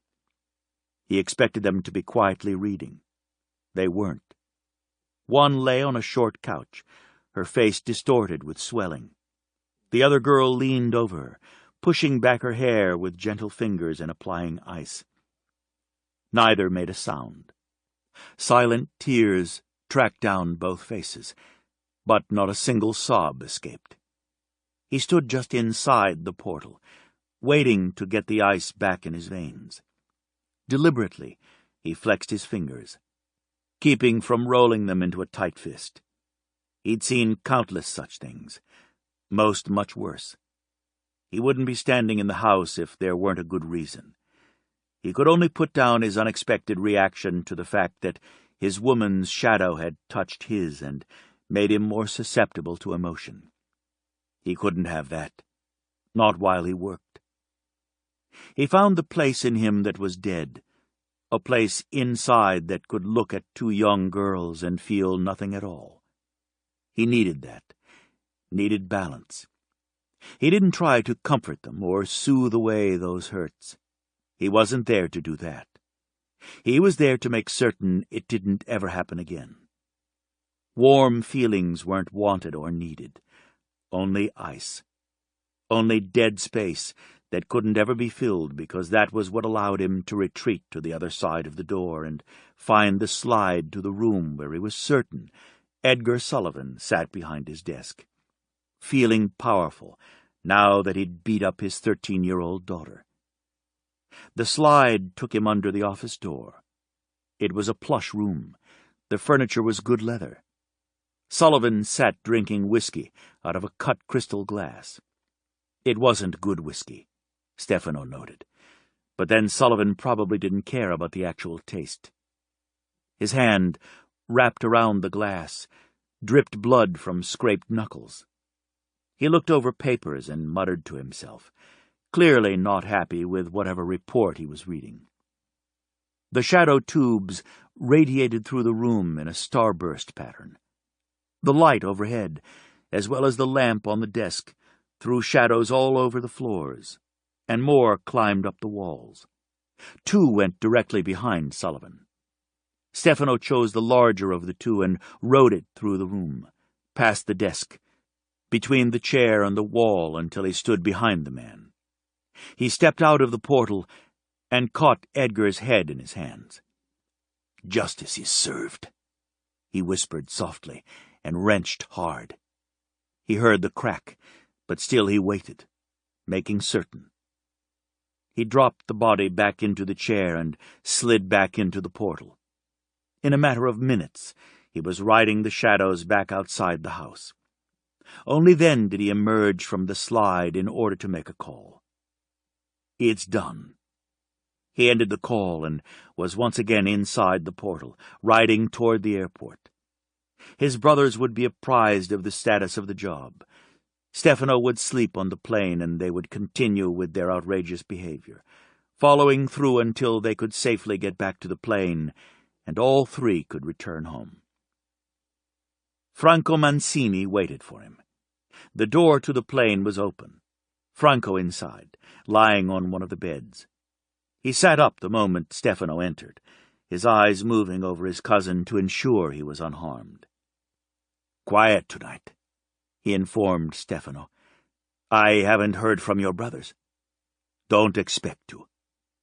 Vittorio might show up around 4 or 5, but Rico is with the Lacey twins again. He'll be wallowing in his rope art and sex." Stefano didn't bother to keep the worry out of his voice. Rico walked the edge of control lately, and nothing his brother had said to him seemed to rein him in. Franco was silent a moment as Stefano removed his shoes and sank down into a plush seat. Franco poured him a drink and handed it to him.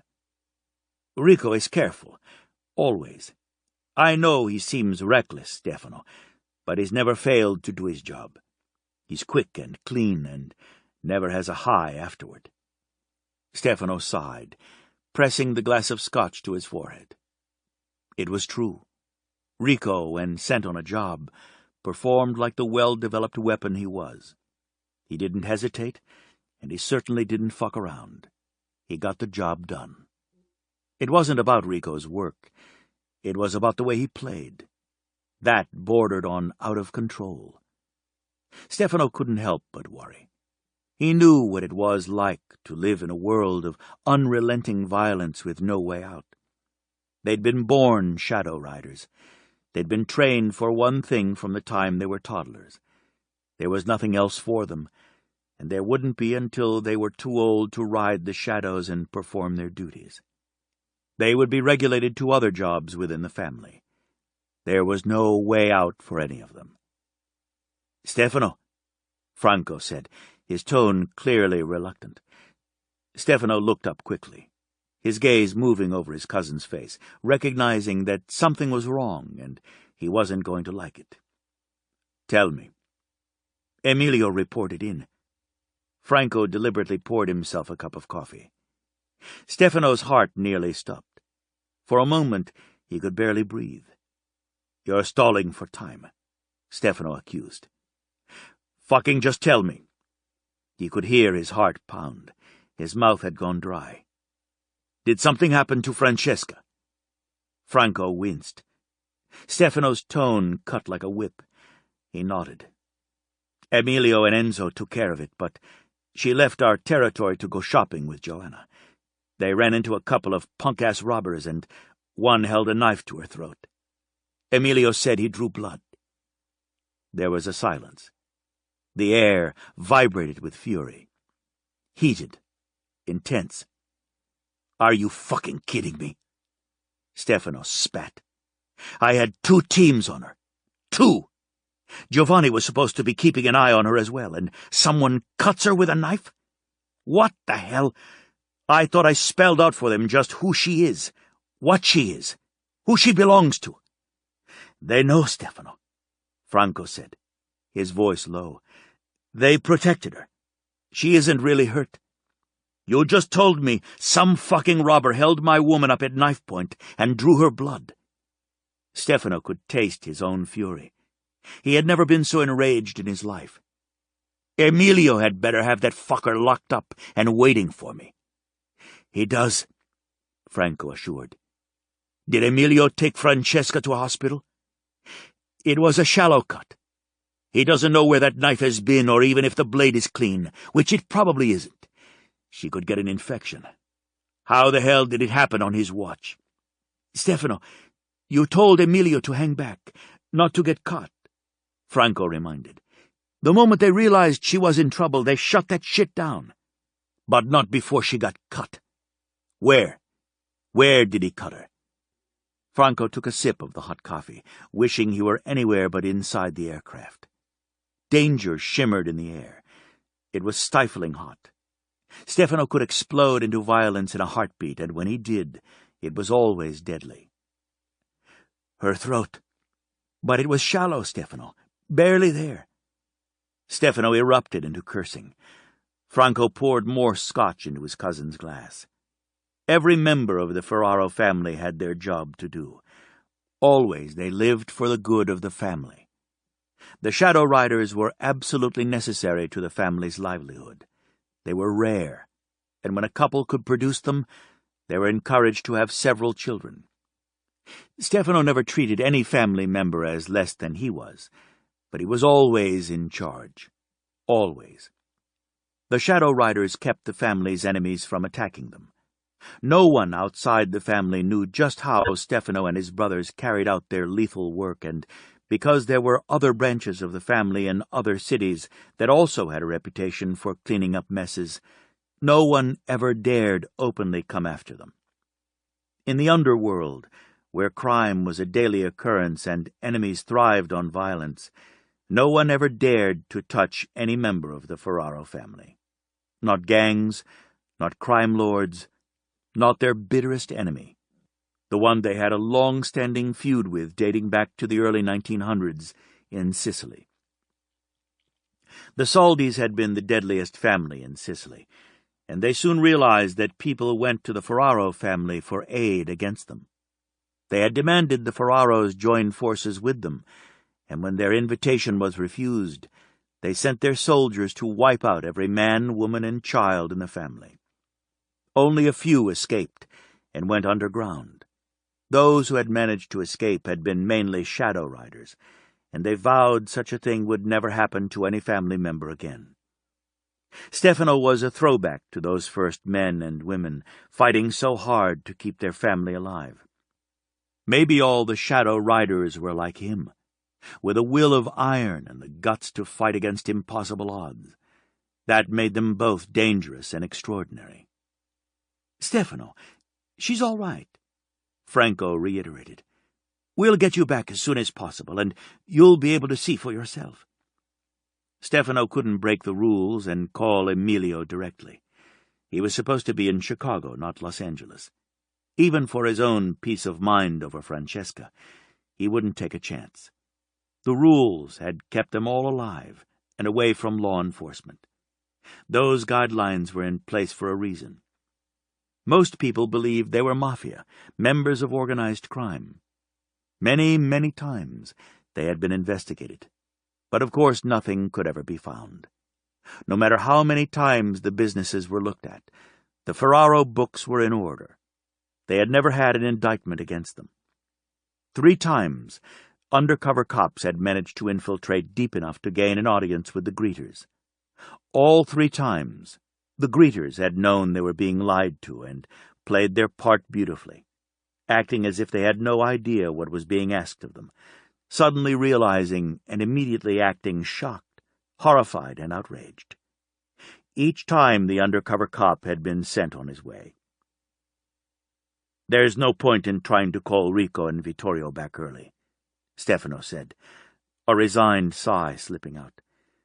"Francesca had better be all right, Franco, or Emilio and Enzo will be answering to me." Franco sent him a faint grin. "Emilio and Enzo already know they're going to be answering to you. They aren't looking forward to it, but they expect it." "I'm not that bad," Stefano lied. His eyes met his cousin's, and he found himself smiling ruefully. "Okay, maybe I am." He was silent a moment. Did Emilio say what she was shopping for?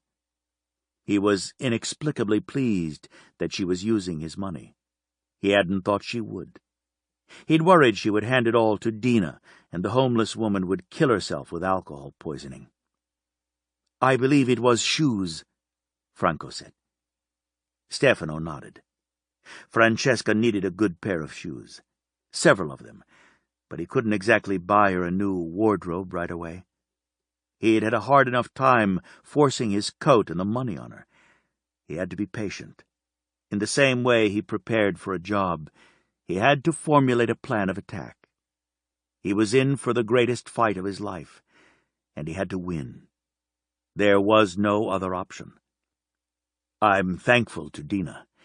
She had a coat last week, and you know how she is, Franco. She loses one every month. Grazie Dio. I love that Francesca gave Dina her coat." He took another sip of scotch. He especially loved knowing that Francesca was wrapped in his coat. Chapter 4 Stefano stood very still, looking into the window of Masci's. Francesca was at the counter, smiling at old man Lozzi. She looked beautiful and alive, real, not the fantasy he'd feared he'd made up in his mind. The tension, coiled so tightly in his gut, eased just a little. He had needed to see for himself that she was unharmed. The glass was tinted and he couldn't see details, but she moved easily. She was friendly, but she didn't actually engage in informative chatter. "Satisfied?" Giovanni asked. "Not yet."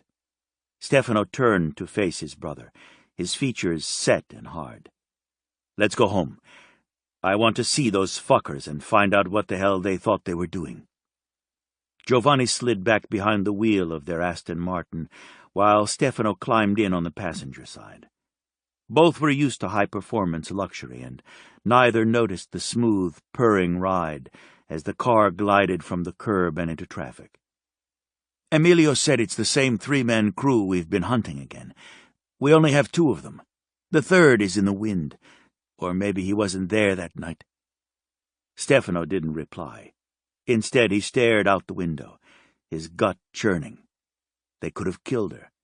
The three muggers were notorious for their violence, and it was escalating with every robbery they committed. Vittorio had talked with two of them once already, when they'd mugged a woman in their territory. He'd gotten her money back from them and made them pay for her injuries. He'd also extracted a promise that no member of the Ferraro community would ever be targeted. That was their one chance, the only chance. "Are we looking for the other one, G?" Stefano asked, still staring out the window at the passing buildings. He loved their small village within the city. He loved the people there. Some he'd known almost from the first breath he'd taken. Others had moved in later, but he considered them all his, under his protection. "We're looking, but so far nothing. They've been living off the grid, so there's no trail at all. The last place they stayed was an abandoned building about 3 miles outside of Little Italy. We think the third one drives for them and is named Scott Bowen. He wasn't in the abandoned building. He must have gotten the hell out when he realized it was our family that took his friends. He was either there the night they mugged Francesca, or he heard word on the street. But whatever the reason, he's gone." The gates opened, and the car slid up the private drive to their sprawling home. The moment they exited the car, Henry, their valet, was there to take the car keys. Both men moved away from the house, selected a shadow, and made the ride to the warehouse owned by their family in the very heart of the city, far from their territory. They didn't want a camera at a stoplight to accidentally catch their car moving through the city. Stefano jerked open the door and strode through the cavernous space. The smell of blood and fear hit him first. That didn't surprise him. Emilio and Enzo weren't known for their kindness to anyone who beat up women. They hadn't wanted Vittorio to allow the two muggers to walk away when they'd first encountered them. Technically, the two men hadn't crossed into Ferraro territory. But even if they had no idea Francesca belonged to Stefano, they had to know Joanna did, or they were just plain stupid, coming that close to Ferraro territory. Tom Billings and Fargo Johnson stared up at him through swollen, bloodshot eyes. Emilio had done a number on both of them. Terror entered their eyes when they saw who had walked in. Stefano stood in front of them, but didn't say a word. He merely reached for the file Enzo handed him.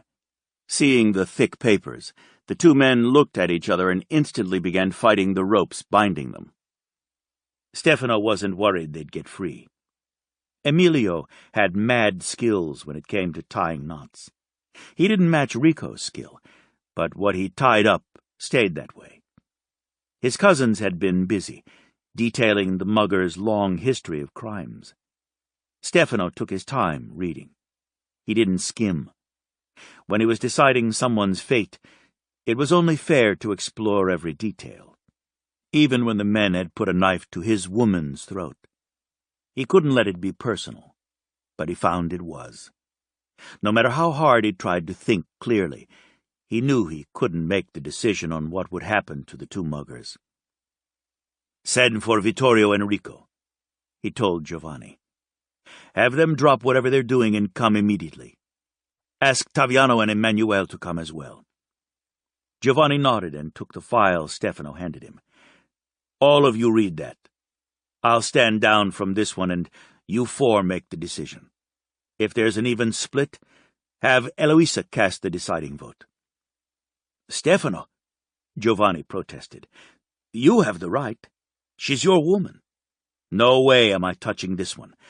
Not when I want to rip their dicks off and shove them down their throats." Both muggers froze. Billings swallowed hard, shaking his head. "We didn't know who she was, Mr. Ferraro." The knots in Stefano's belly only coiled tighter. His breath hissed out of him. There was no way to suppress the rage roaring through him. "It shouldn't matter who the fuck she is, you coward. You don't put a knife to any woman's throat. It was just your bad luck that you chose her. But had I heard you did this to any woman again, I would have come after you. Vittorio let you off with a warning, and you should have left the city, or at least gone to the other side of it and stayed as far from us as you could get."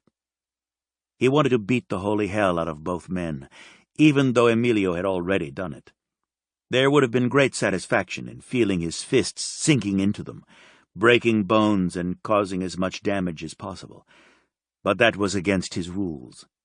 He lived in a violent world, and he had to have a code. He had to live by that code, no matter how personal this was to him. Not trusting himself, he stepped back, away from them. He would abide by the decision of his family.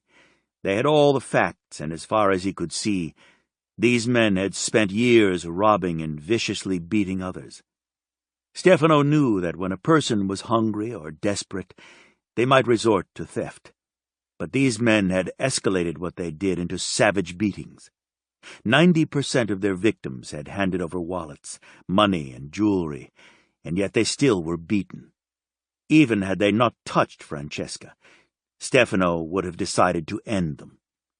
According to the files his investigators Romano and Renato Greco had compiled, the beatings had gotten steadily more vicious over the years, and the last few months the men had put several people in the hospital, 2 of them with severe knife wounds. Clearly, the violence was escalating, and Stefano believed sooner or later they would kill. The thrill was getting harder to get, so they upped the ante. He was certain once they killed, they would continue to do so. Rico, Giovanni, Taviano, and Emanuele walked over together and stood facing the 2 muggers after they'd consulted just inside the doors of the building. Vittorio came right up to stand beside Stefano. "This is my mistake, my mess. I let them off with a warning," he said softly. Billings shook his head hard. "We'll stay away. Leave town. Whatever you want us to do." Vittorio looked at him for a long while, the silence stretching out.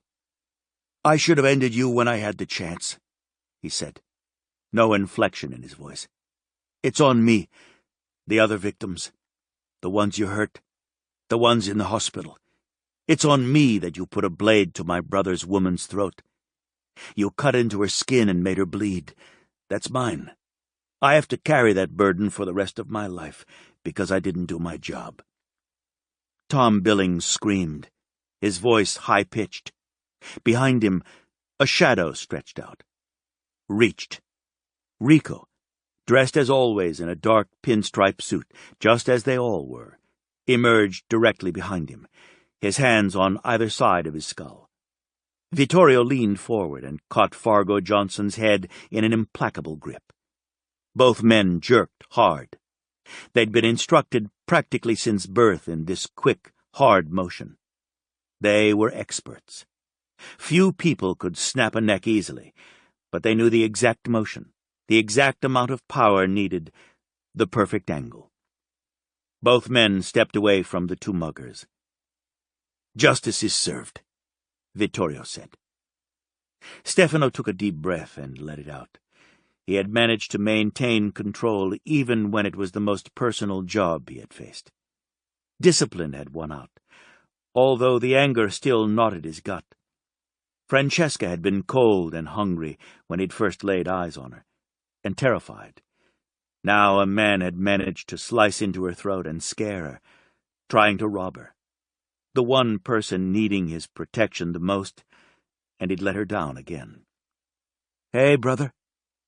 Emmanuel curled an arm around his waist, tucked herself in close against his side, and hugged him tightly the way she had from the time she was a toddler. "I'm so excited for you. We all are." She didn't even glance at the two dead men slumped in the chairs. Stefano didn't like her being there. He wrapped his arm around her and walked her back outside. From the beginning, when Emmanuel had been born, he had known she would be trained. She was a shadow rider as well. The telltale feelers fed out of her shadow, seeking the shadows of others. He hadn't liked it then, and he'd been a young boy, 9 years old when she'd been born. He had tried protesting, as had his other brothers, hoping to spare her their life. But there were so few of the riders anymore that the family insisted she be trained. Emmanuel knew what he was doing, taking her out of that place of death, but she didn't protest. All of her brothers preferred to protect her. They'd been raised to respect women, to treasure them, to protect them. They wanted her to have a life like all the other girls in the neighborhood, not one of violence and death. She had grown up with 4 big brothers, always hovering close, and she had never protested or gotten angry with them. Instead, she had developed a sense of humor and, much to their mortification, the ability to ignore them and do what she wanted anyway. "I want to meet her."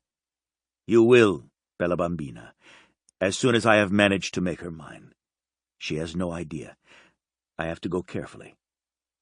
Her dark blue eyes moved over his face, the smile fading. "I want to help. I know this is going to be difficult for both of you, Stefano, but she will be my sister. She will make my brother very happy. She gives my other brothers and me hope. Surely, if she's new to our neighborhood, she needs a friend. I can do that." Stefano thought it over. Francesca only knew Joanna. He nodded slowly. Her friend, Joanna Masci, asked her to come here to work for her uncle. Francesca is in some kind of trouble. Emmanuel nodded. Renato and Romano are working on finding out everything they can about her. Zia Rachele and Zio Alfeo are helping. I think they even have Rosina and Regina helping. The entire Greco family. His aunt and uncle and their children were all investigators, and good ones, powerful ones. Rosina worked with Renato and Romano most of the time, using the computer as a rule, and Regina helped her parents doing the same thing. If they were looking into Francesca's past, he had no doubt they would uncover her every secret. For a moment, he actually thought to stop them. It was insane, but if she had something to hide, maybe it was best for him to find out before anyone else. She wouldn't like her privacy torn apart in front of his entire family. "Stefano," Emmanuel said softly, "we all want to help you. She's ours as well as yours. When she comes into La Familia, she becomes our sister, a daughter to our parents. She has to fully embrace our life, be one of us. You know that. Let us all help you in whatever capacity we can. Give us that. You always take care of us. We've always counted on your strength and guidance. This time, let us be there for you." He looked around him. His brothers faced him in a loose semicircle. Rico, Vittorio, Giovanni, and Taviano. His cousins Emilio and Enzo stood shoulder to shoulder with his brothers. La sua famiglia, his family. He put his hand over his heart, pressing his palm deep into his chest. Grazie. He meant it, sincerely, his heart aching and full. He tightened his arm around his sister. Perhaps you and the cousins could befriend Francesca and Joanna and do a few things with them. Put her at ease and make her feel as if she's putting down a few roots. My schedule's fairly heavy. If a couple of you could lighten my load—" He looked at his brothers. "I would greatly appreciate the time to try to work things out with her." "Of course," Rico answered immediately. "We'll divide your jobs between us for the next few weeks. And we'll keep our eyes on her," Emilio said. "This time, much closer. She already knows you put a couple of teams on her, so there's no use in hiding." "We could coach you," Emmanuel ventured, "in what not to do." He looked down at her upturned face. "I don't know if I want to ask you what the fuck that means." "It means you can't act all scary like you do. I'm used to it, so you don't intimidate me." She cleared her throat. "Much. But that's my point. You can't scare her off while we're all trying to work on her. You think I'm going to scare her off? Then your job is to make her see me as a good guy, the White Knight." Laughter broke out. His brothers first. He was fairly certain Rico started it. Emilio and Enzo joined in, and lastly, Emmanuel. The warm, fuzzy feeling in his heart disappeared, and he glared at them. "Seriously?" "No one is going to look at you that way," Vittorio said. "You were born with that face, and you came out of the womb as mean and bossy as a snake shedding his skin." He couldn't deny the charge because it was probably true. "Fuck off, all of you." He turned to Emilio. "Call Zio Sal and tell him we need his cleaning service immediately. Tell him to bring clothes and shoes for Enzo and you. You know the drill. Everything goes. Anything that can be traced back to you. Get rid of all of it. Give it to Zio Sal and let him and his boys do their thing. I want you showered and shaved, looking good and back out on the street where you're visible." Emilio nodded. "Will do. You all need to be away from here." His brothers and Emmanuel turned toward the shadows to make their way back home. Stefano was anxious to go to Francesca, but it took a while to make his report to his parents. Well, to his mother. His father never actually was there to hear a report, a necessary evil. He believed it was necessary just so Eloisa could look her child over and make certain no harm had come to him.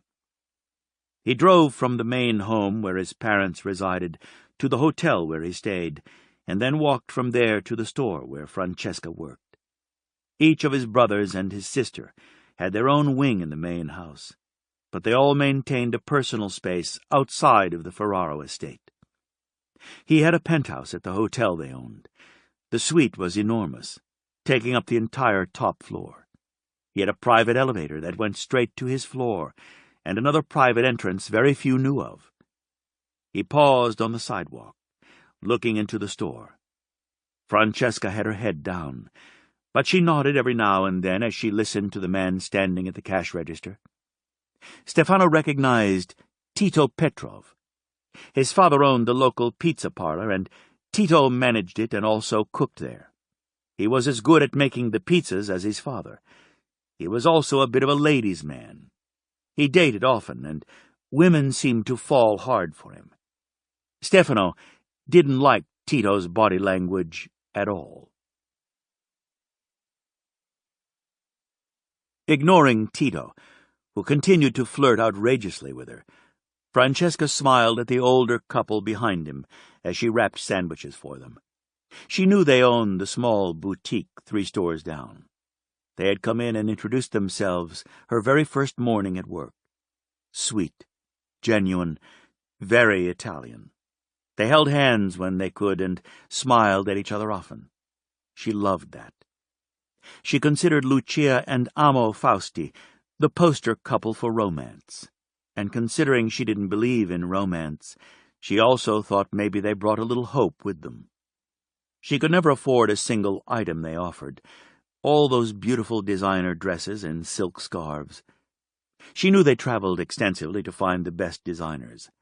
Joanna told her people traveled from all over the city to shop in the little boutique. "How are you this afternoon?" Lucia asked her. They came into Mashi's every evening after work hours for their evening meal. Joanna had also informed her, but then nearly everyone came into Mashi's at one time or another.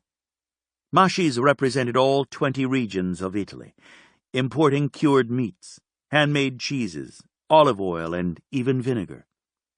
Francesca smiled at her as she took their money and put it into the cash register. "Fine. And you?" She had walked into their boutique because the clothes in the window had really appealed to her. It was a beautiful space, open, marble, decorated mainly with huge leafy plants, lacy ferns, and a few flowering plants. The clothes were from all over the world, designers from France, Italy, India, and even the local area. They carried beautiful but very different items, all unique. "It was a lovely day today," Lucia said. "Cold, but lovely." "We're going to eat here tonight," Amo said. "It's nice to visit after working all day." He beamed at Francesca. "I suppose it is." "You could visit with me," Tito encouraged. "Don't you have work to do?" Amo asked, winking at Francesca. He took his wife's hand and led her toward one of the small tables at the back of the shop. "I'd have plenty of work to do, Amo, if you'd eat at my place instead of here," Tito called to the backs of the couple. Amo laughed. "Prettier view in here." "Can't argue with that," Tito said, once more leaning on the counter, smiling at Francesca, his voice low and flirty. Stefano pushed open the door to the deli, and instantly all conversation ceased. He had his gaze on Francesca, but he scanned the room as he entered. As usual, the place was packed. He recognized most of the customers and lifted a hand toward a couple of them as he made his way toward the counter. The few people waiting in line instantly shifted to make room for him. Francesca looked up, and he saw her face go pale. She pressed her lips together, a hint of wariness creeping into her eyes. "You're back," she greeted. "Just a minute and I'll get your coat for you." "Not looking for my coat, dolce cuore," he said, and then shifted his gaze to the man slowly straightening from where he'd been leaning against the counter. "Tito, how's your father? I haven't seen him for a while." "He's good. Great." Tito looked from Stefano to Francesca. "She has your coat. I heard—" "It's true," Stefano said, cutting him off before he could finish his sentence. The last thing he wanted was for Francesca to deny his claim on her in front of the neighborhood, especially Tito Petrov. Pietro hurried out of his office. "Mr. Ferraro, good to see you. What can we do for you?" "Drop the Mr. Ferraro, and just call me Stefano." "Yes, of course, Stefano." Pietro nodded several times. He'd been invited more than once to be on a first-name basis with all of the brothers, but he never actually did it for long. "What can we do for you?" he repeated. "Lend me Francesca. I'm starving, and after seeing Tito, I'm hungry for one of his pies. I need a chance to talk to her, so I thought we could do both." He ignored Francesca's reaction. The quick, shocked deep breath. The shaking of her head. Stepping back from the counter, away from him. Pietro ignored it as well. "Of course. No problem. She worked extra hours yesterday." "I'll get back to the restaurant and get busy on your pie," Tito said. Stefano sent him a quick smile. "Thanks, Tito. I appreciate it. We'll be there in a few minutes. I have to talk to a couple of people first." He glanced at Francesca, who hadn't moved. "We won't need the coat. It's just down the block." Again, before she could protest, he walked away from the counter to the back of the room where the Faustis were seated. "Lucia, you're looking beautiful this evening." He leaned down and brushed a kiss at her temple. She immediately caught his head in her hands and kissed both sides of his jaw before letting him go. "Is Amo still treating you right? I'd run away with you if I thought I could get away with it." She laughed softly. "Amo is the best, but if he ever messes up, Stefano, You are the front-runner." His eyebrows shot up. "The front-runner?" he repeated. Switching his attention to Amo, he shook the man's hand. "How many men does she have waiting in line?" "Too many to count," Amo said with a heavy sigh. "Such is the life when a man marries a beautiful woman.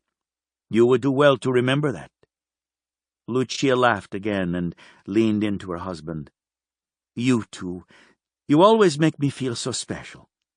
"Because you are," Stefano said, meaning it. "She's very beautiful," Amo said, indicating Francesca, keeping his voice low. "Very sweet to all the customers. Works hard, that one. She doesn't talk much, and she seems sad. Is she all right?" "She will be." "Anything we can do, Stefano? You're a good boy. You've always been good to us," Lucia said. "Ever since—" She choked, her eyes filling with tears, and she pressed a hand to her mouth, forcing a smile behind her palm. "Don't, Lucia," Stefano said, crouching down beside their table, sweeping his arm around the older woman. "You're here with the love of your life." He glanced at Amo. "Oh, and Amo, too." She laughed. It was a little forced, but still, she managed to make the sound merry. Her husband reached across the table and took her hand in his. "This man is always trying to steal you from me, Bella." He brought her hand to his mouth and kissed her knuckles. "This happens too often, woman." "You should be used to it by now, Amo," Stefano said, rising, brushing another kiss on top of Lucia's head. "I think my woman is ready to go." Clearly she wasn't, but Pietro had pushed her out from behind the counter. Francesca looked nervous and as if she might be working herself up to telling him to go to hell. He grabbed her hand as he came up beside her, tugging until she was next to him, and he could wrap one arm around her waist, drawing her into his side. "Later, Pietro," he said, and walked her right out the door while she was too shocked at finding her body locked tightly against his side. "Later, Mr. Ferraro," Pietro answered, laughter in his voice. Francesca placed a protesting palm flat against his chest, and then pulled it off of him as if his heat had burned her. "I'm not having a pizza with you." "You don't have to eat if you're not hungry," he said, covering the pavement in long strides, his arm sweeping her along, forcing her to keep up with him. He kept her moving, not wanting to give her the chance to protest. "Have you met Lucia and Amo Fausti? The couple sitting in the back? They own Lucia's Treasures. It's a little boutique a few stores down from the deli." She snuck a little peek at him from under her ridiculously long lashes. She didn't have mascara on, and still her lashes were thick and long and curled upward on the end. He was fascinated even with that little detail. Her eyes were beautiful. The thought came to him unbidden that he wanted to be looking into her eyes when he took her, when he made her come apart in his arms, when they were locked together, and he was moving in her, bringing her what no other man would ever give her again. "Yes, they're a lovely couple. You seem to be friends with them." She sounded a little shocked that he could have friends. That made him want to smile, but he resisted, continuing to walk, nodding toward a couple of people who stepped out of their shops to greet him. He kept moving because he didn't want them to engage him in conversation and give her the opportunity to break away. They lost their only son. Cencio was murdered coming out of a theater across town with his fiancée. Lucia was so devastated she nearly died. Amo wasn't himself for a couple of years either. I grew up with Cencio. He was a good man, always laughing, sweet like his parents. We served together in Marine Recon. He was someone you could count on. We'd only been out 2 months before he was murdered. Her face softened. The lashes swept down and back up, but the softness didn't leave her eyes. "I'm so sorry. That must have been terrible for all of you. He was their only child?" Stefano shook his head. "They had a little girl. She died of cancer when she was 3. Francesca stopped right there in the middle of the sidewalk, her free hand covering her mouth. She looked as if she might cry. "Those poor people! To lose both children like that! I can't imagine anything worse." He nodded, pulling her a little closer to him, keeping her under his shoulder. "They're both very brave. Sometimes tragedy tears people apart, but they seem to grow stronger together." He started them moving again. The entrance to the pizza parlor was only a few feet away. "They're actually my favorite customers," she admitted.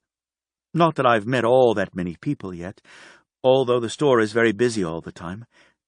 Was the murderer ever caught?" He glanced at her sharply. There was something in her voice that caught at him. She was looking at the ground, not at him, and not trying to see where they were going. She sounded skeptical, as if she didn't believe Cencio's killer would ever be brought to justice. She also sounded very, very sad. That tore him up inside. He didn't want her ever to be sad. He reached around her to open the door of the pizza parlor, automatically stepping back to allow her to precede him. At the last moment, he pulled her out of harm's way and then pushed her behind him as a little boy with dark, wavy hair barreled right into him with full force.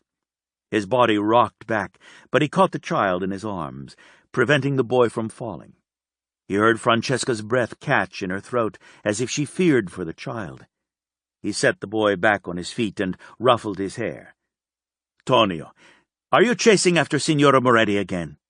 The boy nodded, holding up a pink handbag. "Good man. Get to it, then, but don't run into the street. Come by my table when you get back." Tonio grinned at him and took off running. Stefano held the door open for Francesca and waved her inside. "He's a good boy, that one," he observed. "Signora Moretti will eventually come into the deli.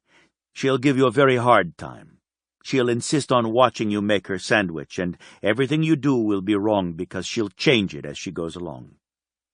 There was humor in his voice. Affection. He couldn't help it. "Agnese Moretti is a holy terror. Never call her anything but Signora Moretti, or you'll get your ears boxed." He rubbed his right ear, remembering the woman clobbering him when he'd called her by her first name. "She hit you?" Francesca's blue eyes went wide with shock and humor. "Signore Ferraro, we have your table," the girl at the desk said, menus in her hand. She sounded breathless, gazing up at him with a dazed, flirty look. He smiled at her. "Grazie, Berta." He put his hand on Francesca's lower back to guide her, to make certain everyone in the restaurant knew just who she belonged to. "How are your parents?" He had to acknowledge Berta before she tripped over her own feet. She wasn't watching where she was going, only watching him. "They're both good, Signore Ferraro. Tito said to put you at this table." Still staring at him, she indicated a booth at the back, in the corner where the low lights cast shadows and allowed for privacy. His family always requested that booth, and he was grateful that Tito remembered. "The antipasto and breadsticks will be right up. Wine? Beer?" she asked. Francesca slipped into the inside of the booth because he didn't give her much choice. He kept his attention on Berta, even as his body crowded Francesca's until she gave in and slid onto the cool leather bench seat. Stefano slid in right beside her. Close. His thigh pressed tight against hers. He inhaled her scent. She was beautiful, there in the shadows where he lived his life. So beautiful and innocent-looking. He was going to take that innocence away, and the thought made him sad. He resisted reaching for her hand, but he knew he would have to touch her soon. "What would you like, Bella? Wine? Beer? Something else?" Francesca hesitated, but then relaxed, some of the tension draining out of her. "Water is fine." "You don't drink wine?" He raised an eyebrow. She nodded. "It's been a while since I've had any alcohol. I don't know how I'd react." He liked her honesty. "I'll make certain you get home safe. One glass can't hurt." Before she could protest, he turned to Berta. "Red wine. You know my preference. Bring the bottle and 2 glasses." When Berta left, he turned his attention to Francesca. "My family owns a few vineyards and a winery in Italy. It's beginning to make a name, and fortunately, I enjoy the wine our family produces. I hope you do as well." She nodded a little shyly. "Thank you, I'm sure I will. Tell me about Agnese Moretti. Did she really box your ears?" He had never been more grateful for the older woman's difficult and very feisty personality. His story had piqued Francesca's interest enough that she was much more relaxed with him. She seemed to like the stories of the people around her. Good people. He liked his neighborhood and wanted her to see it through his eyes. It was where she would spend the majority of her life, accepting their way, accepting their rules, living with a yoke of violence around their necks for the good of those around them. A part of him detested himself for doing that to her, but there was no way he could give her up. Oh, yes, she not only boxed my ears, but twice she grabbed me by the earlobe and marched me out of a room. Of course, I was a lot younger when the earlobe thing happened. Deliberately he rubbed his earlobe as if he could still feel the pinch. Francesca laughed. She had a beautiful laugh, melodic, low, almost as if the laugh was intimate, just between the two of them. His heart beat in tune to her low laughter. He wanted to hear it for the rest of his life. The sound drowned out the voices in his head that refused to die when those who owned them did.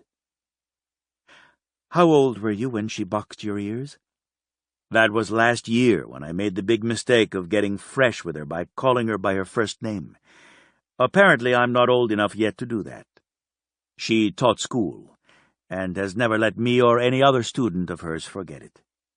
"She sounds like a character." "She is," Stefano said.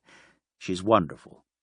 I can't tell you how many students she tutored outside the classroom to help them when they had difficulties with the subject. She never charged their parents. There were some kids who didn't have much, and she would buy them the supplies they needed. Lunches, jackets. She never let on that she did it, or made a big deal out of it, but they'd just find the supplies in their desk, or their jacket or lunchbox." "Wow." Francesca leaned her chin onto her hand, her gaze fixed on him. That sea-blue gaze that made him want to fall right into it. "She sounds incredible." "She's a character. She forgets her purse any place she eats and her glasses in most stores. Tonio always rushes after her if she's anywhere around. If not Tonio, then one of the other children. He's the youngest and the most enthusiastic, which means he's a little tornado, and you have to get out of his way when he's making his run." Berta was back with the antipasto, small plates, warm, fresh breadsticks, and the wine. She expertly juggled each dish and poured a small amount of wine in a glass for Stefano to taste. He liked that Francesca watched him so closely, that she seemed fascinated by the conversation and by him. He nodded his approval of the wine, waited until Berta poured both glasses, and left before he picked up Francesca's glass and handed it to her. Her fingers brushed his. Instantly a spark of electricity leapt from her to him. He felt their shadows connect, merge. The pull was strong, just like the narrow slider tubes that nearly pulled apart his body when he stood in front of them, a powerful magnet drawing him close. He heard her swift inhale. Her eyes darkened, lashes lowered. Her breasts rose and fell. She pulled her hand away, bringing the wineglass to her mouth. She definitely felt the chemistry between them just as strongly as he did. It was explosive. His body reacted, going as hard as a rock, something that just didn't happen to a man with his kind of discipline. He knew if he leaned into her and took her mouth, it'd ignite a firestorm. They both would. She was dangerous to both of them. He had to stay in control around her, and just being this close to her threatened that. He was the one shifting slightly to put distance between them. A mere inch, but even that little inch gave him a reprieve. Tonio ran up, his thick, curly hair wild, eyes shining. "I caught her, Signor Ferraro, just as she was getting into her car." "Good man, Tonio." He slipped his wallet out and handed the boy a bill. "I'm proud of you for looking after her. What do we do?" Tonio puffed out his chest. "We always look after our women." "That's right. Run along now and say hello to your parents for me." The boy took the money and slipped it into his pocket. "Grazie, grazie." He grinned at Stefano. "Is she one of our women?" He indicated Francesca. Stefano nodded solemnly. "Tonio, this is Francesca. Francesca, Tonio. If you should ever need assistance, he is a good man and will come to your aid. Yes, Tonio, she's very special to me. She's one of ours." He glanced at his woman. She didn't know he was claiming her publicly, but that innocent question was welcome. Tonio would tell his parents exactly what Stefano had said to him. The boy always did. Francesca looked pleased. He knew she would. She wouldn't be thinking about the underlying implication, only that the boy was cute. "Pleased to meet you, Tonio," she said. He nodded shyly. "Don't worry. I'll look out for you." "Thank you. I appreciate that." Tonio turned with a saucy grin and raced through the restaurant back to his parents' table. Stefano watched him go just to make certain he didn't knock over any of Tito's customers. "He's adorable." Francesca dipped a breadstick into the marinara sauce and took a bite. Her eyes closed. "Wow, this is delicious. No one makes pizza, antipasto, or a marinara like Tito's family.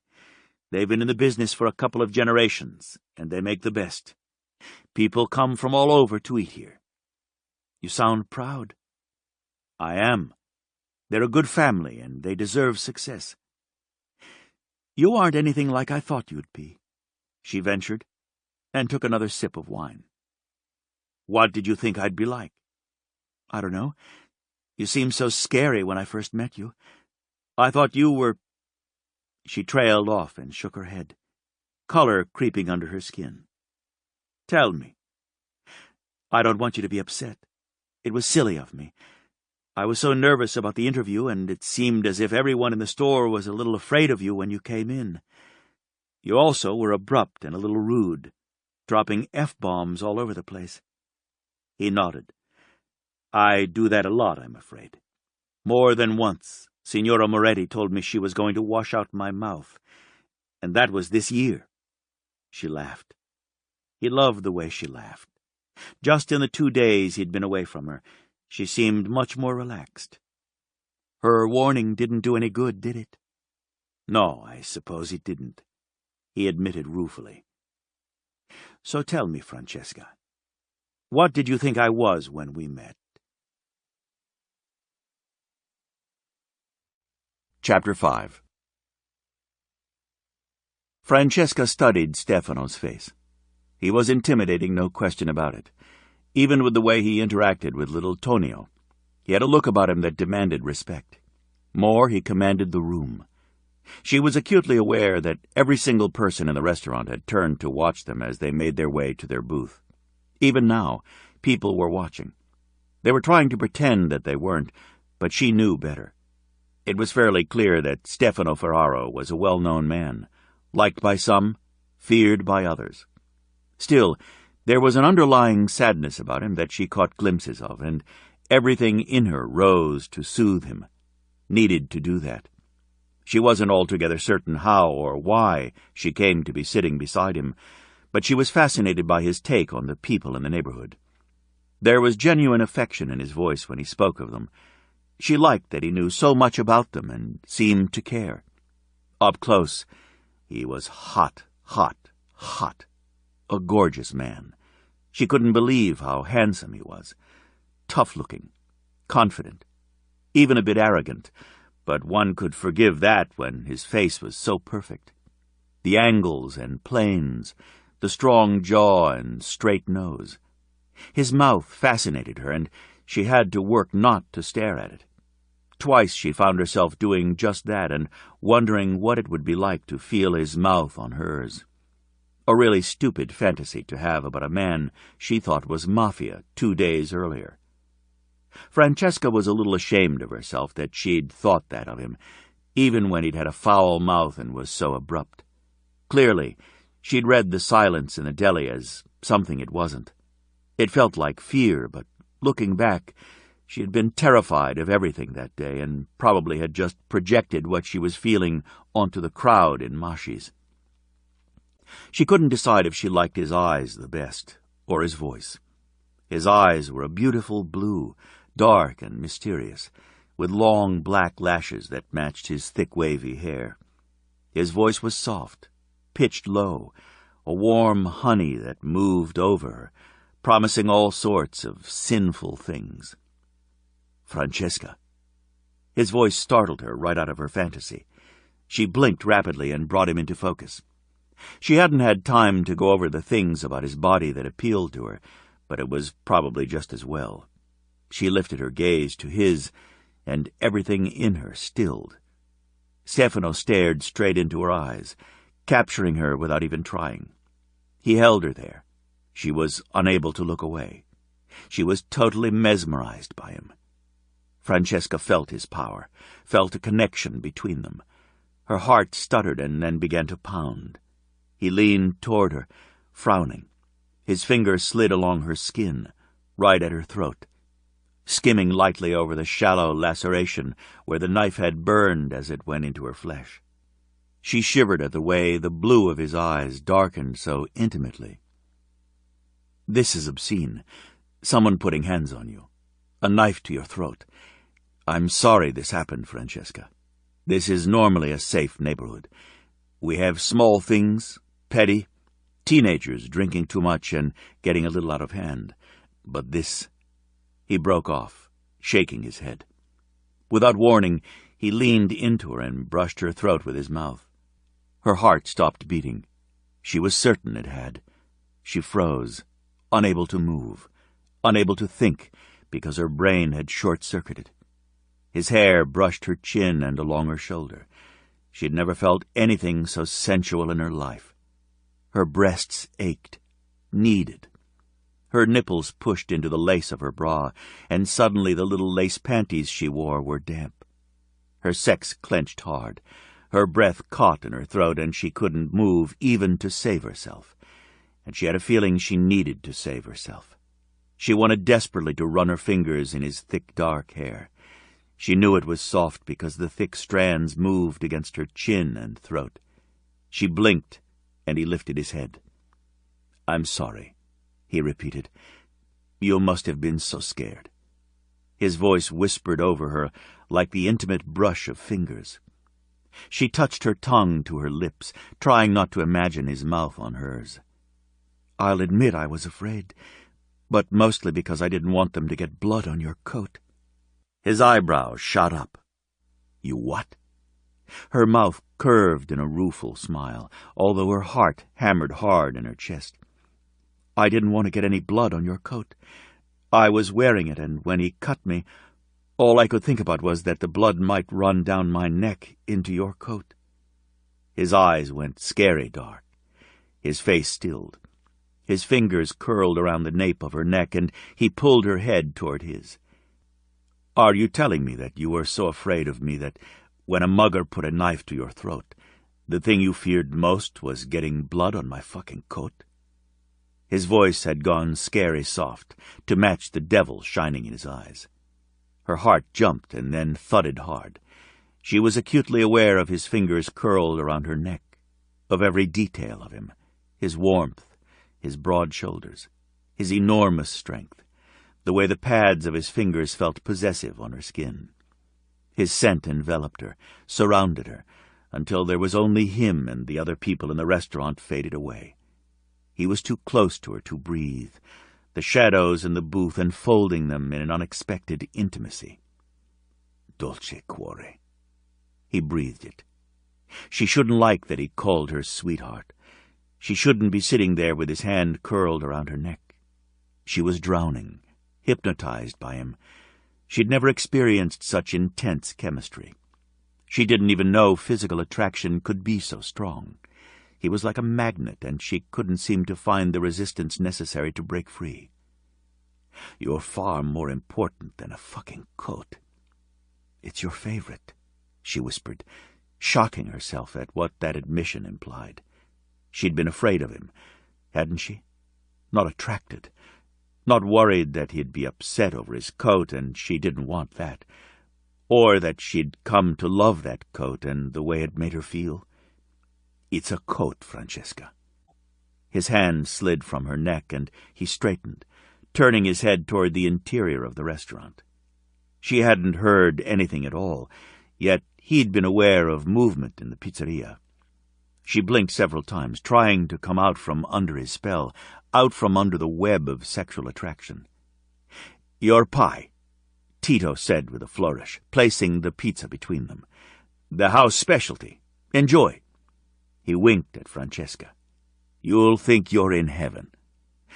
"Grazie, Tito," Stefano said, shifting his body subtly to put himself once more very close to Francesca, his posture possessive. Even Francesca saw the blatant warning. She smiled at Tito. "Thanks. It looks fantastic." Tito nodded, gave them both a small salute, and slipped away, leaving her once more alone with Stefano. Francesca knew she had to protest Stefano's proprietorial behavior. She wasn't in a position to have any kind of a relationship, and in any case, she didn't do casual. Stefano was way out of her league. She couldn't imagine that a man like him would want to date someone like her. She shopped at the thrift store. He'd be appalled if he saw where she lived. She was appalled whenever she went to her little apartment, but still, it was hers. She knew she'd faint if she ever saw where he lived. His coat cost more than 3 months' rent, maybe 4. Stefano put a slice of pizza on her plate. No one makes pizza like Tito or his father. Benito Petrov is impressive, big like Tito, but that's where the similarity ends. Tito smiles all the time. Benito is very sober. Tito's sweet, and Benito is gruff. How did Tito get to be so different? He takes after his mother. She was the sweetest woman alive. They lost her about 7 years ago to breast cancer. Benito had a difficult time getting over it. That's when Tito stepped up and really took over the restaurant. What else is different about them? Francesca was curious, but more, she loved to hear Stefano's voice. It was beautiful, perfectly pitched, low, sensual. She could listen to him talk all night. Benito is covered in tattoos, has 1 earring, is bald, and looks like he would rip your throat out for a buck. He laughed softly. He's a regular volunteer at the food bank and heads up the committee for fundraising to help supplement it. He started a community garden with the idea that anyone could eat when they were hungry.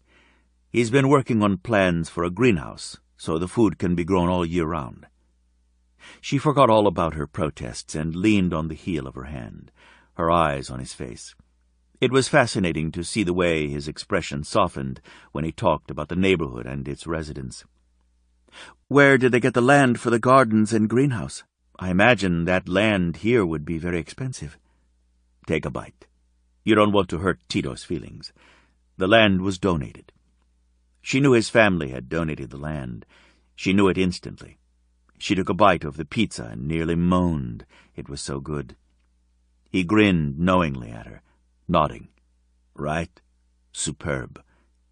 I had no idea anything could taste this good, let alone a pizza. I might be spending my paycheck here." On weekends, there's a line to get in.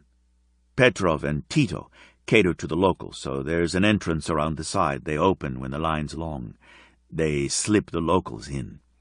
A few tables are held in reserve, so they can seat them as soon as possible. "This is a very tight-knit community, isn't it?" He nodded. "Good people." He touched the scratch along her throat with a gentle finger.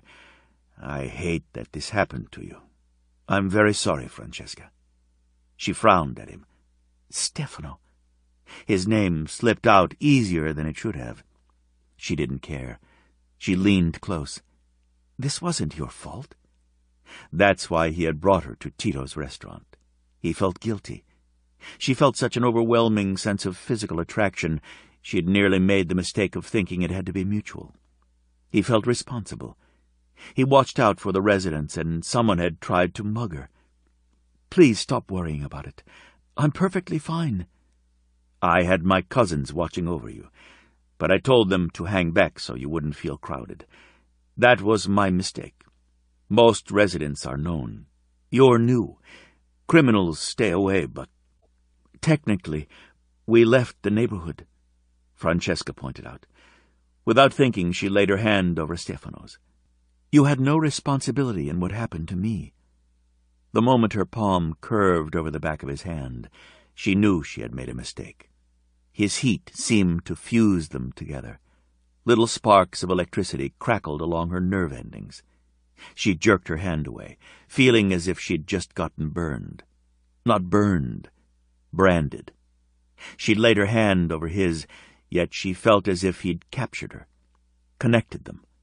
That connection seemed to grow stronger each time they physically touched. "Any resident of our neighborhood should be safe anywhere they go in the city," he said, his voice suddenly scary. "They blew half of Cencio's face off. His own mother couldn't even see him in the coffin one last time." He sounded fierce, guilty, as if somehow he was responsible for Cencio's death. He sounded grief-stricken. That was the worst. That a man like Stefano, so arrogant, so confident, strong, and absolutely a rock, could be so shaken. She couldn't help herself. She shook her head, her eyes meeting his. She had to take that pain from him. She didn't know why, but she had no choice. "I know what grief is, Stefano. To suffer the loss of a loved one through murder. To feel responsible when really there was nothing I could have done. You can't look out for every single person in your neighborhood. It's impossible. You aren't responsible for me or the attack on me." Her voice was soft, persuasive. She couldn't believe she'd given away what she had. She didn't talk about her past. She didn't dare. Still, she had to take the pain from his eyes. Her heart hurt just looking at the pain. His eyes changed, focused completely on her, saw too much, took her breath, made her heart flutter and her stomach do a slow roll. "Someone you loved was murdered?" She nodded. "I shouldn't have said anything. I just don't want you to think that you have to protect the entire world because your friend died. You can't, Stefano." "Not the entire world, Francesca." He picked up her hand and idly played with her fingers. She should have pulled her hand away, but she couldn't make herself be that mean, not when she was trying to make him see reason. It was just that, with his fingers moving through hers, brushing along and between them, her body reacted, making her all too aware of secret places and a growing hunger for him. "Just my neighborhood, just the people in my world. Someone has to look after them, and that's my job." She wanted to cry for him. It was no wonder that the first time he'd walked into Masci's, he'd seemed so alone, so remote. He had taken on an impossible task, even to the point of looking out for a total stranger. She shook her head and reached for the wine glass, needing to do something to counteract the empathy and awareness of him. "Where is your family?" he asked. She knew sooner or later he'd ask. It was a natural enough question. "I don't have any family. My parents died in a car wreck when I was 14. I didn't have any aunts or uncles or grandparents. You have a big family, but it was just my sister Sella and me. She was older by 9 years, so she raised me." There was a silence. He leaned back in the booth, his arm sliding along the back of the seat. "Are you telling me Sella was the one murdered?" There was an edge to his voice. "I don't like to talk about it." She took another sip of wine. "I shouldn't have brought it up. You were trying to make me feel better. That just pisses me off. Someone fucking murders my best friend, Cencio, as he walks out of a theater, and someone murders your only sister?" The vibe around them got a little scary, as if his anger was so oppressive it could weigh down the entire room. Was it random? A stranger? Like Cencio? he was asking. She shook her head before she could stop herself. How had she allowed such personal information to slip out? They'd been having a good conversation, and just like that she'd ruined the mood. Stefano was intense. His anger was intense. He'd gone from being sweet and easygoing to vulnerable and then dangerous in the space of a couple of minutes. "I'm sorry I spoiled the mood," she said, trying to backpedal. "You were relaxing, and I just—" She broke off when his fingers went to her neck, massaging the knots there, in an effort to ease the tension out of her. "You didn't kill the mood, Francesca. You were trying to help me, and I appreciate it. Very few people would have even seen that I'm still carrying that load around with me. I appreciate you sharing." His voice was very low, intimate. His eyes met hers, and her stomach did another somersault. He was just plain beautiful. "Signore Ferraro!" a voice called from across the room. She saw impatience cross his face, but it was swiftly masked. When Stefano turned to see the woman standing in the doorway, a good distance from them, he did so with a smile. The woman looked every day of 80. She was short and a little bent, her skin thin and her face still beautiful in spite of the few wrinkles proclaiming she'd lived her life. She wore a long black dress and matching shawl, and she wrung her hands together as she hurried through the restaurant toward them, weaving her way through the tables and ignoring Berta, who tried to stop her. Stefano raised his hand to Berta, and she skidded to a halt and then went back to her station. Stefano rose as the older woman made it to them. He towered over her, settling his arm around her shoulders with a gentleness that took Francesca's breath. No one would ever guess that he was the least bit impatient with the interruption. To Francesca's dismay, the woman had tears in her eyes, and her lips trembled. "Signora Vitale, you're upset. Please sit for a moment and join us. Have a glass of wine." There was nothing but solicitation in Stefano's voice. He held up his wineglass toward Berta, who clearly had been watching along with everyone else in the restaurant. She hurried toward them and placed another wineglass on the table, as Stefano helped the older woman into the seat across from Francesca. "Signora Vitale, may I present Francesca Capello. Francesca, this is Teresa Vitale, a dear friend of mine." Francesca loved how gentle his hands were when they touched the older woman, pushing the glass of wine into her hand and keeping contact with her. More, his voice was soft with affection. She murmured a greeting, knowing the woman barely registered her presence. Signora Vitale's entire attention was centered on Stefano. "Drink that, and then tell me what has upset you." Teresa took the wine in shaking hands and obediently took a sip.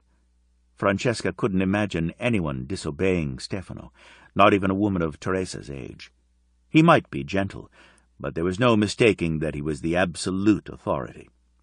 "Perhaps I should leave, give you privacy," Francesca ventured. Stefano's fingers slid around her wrist, shackling her to him. "No, stay, please." Her heart fluttered at the soft please.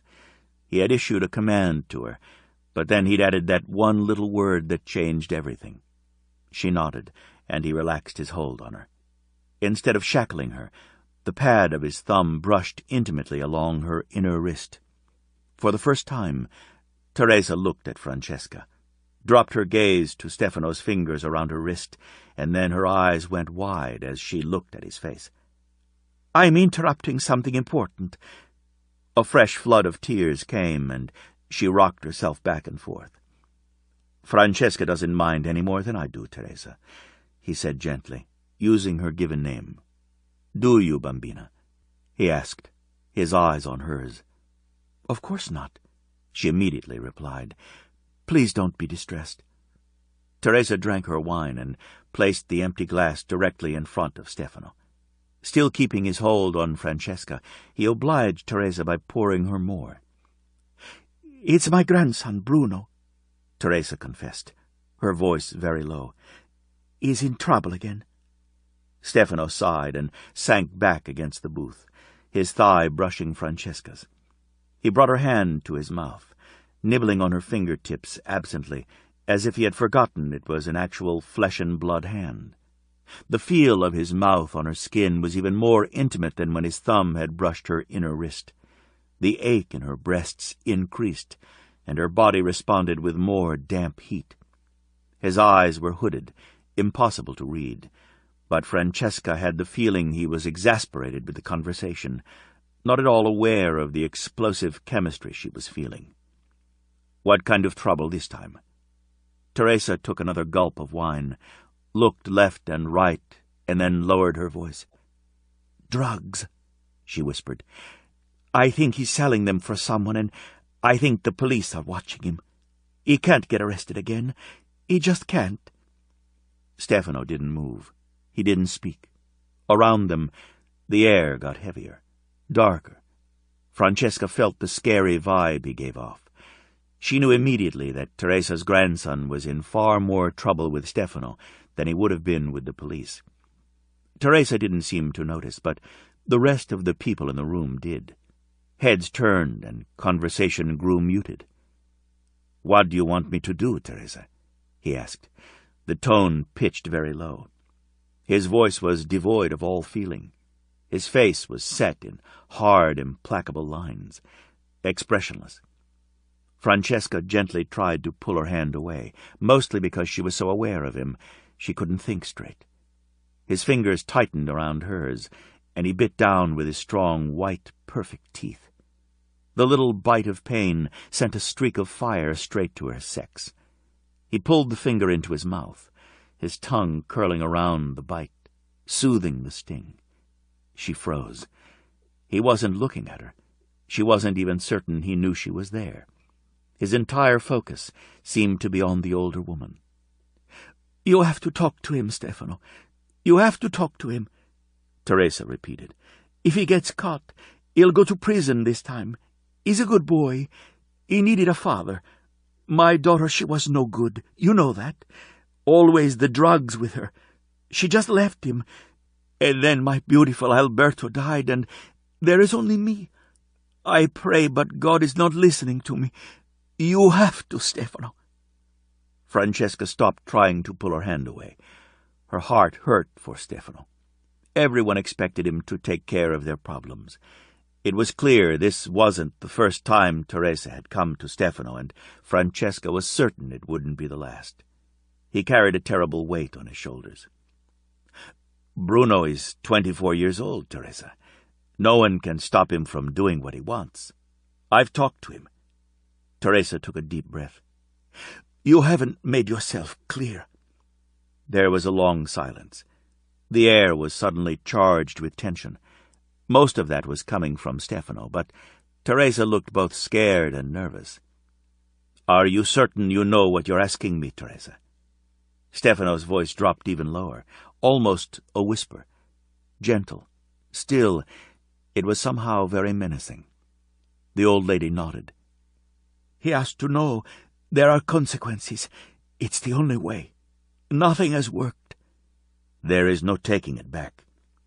"I understand." Francesca didn't. She was missing something big, huge. Whatever Signora Vitale was asking for, Stefano was reluctant to do. She moved closer to him, wanting to comfort him. She didn't understand why, especially since his scary persona was back.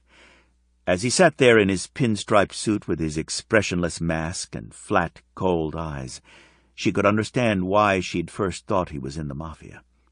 No Hollywood movie would ever find a better man to play the part. Teresa held his eyes for a long time.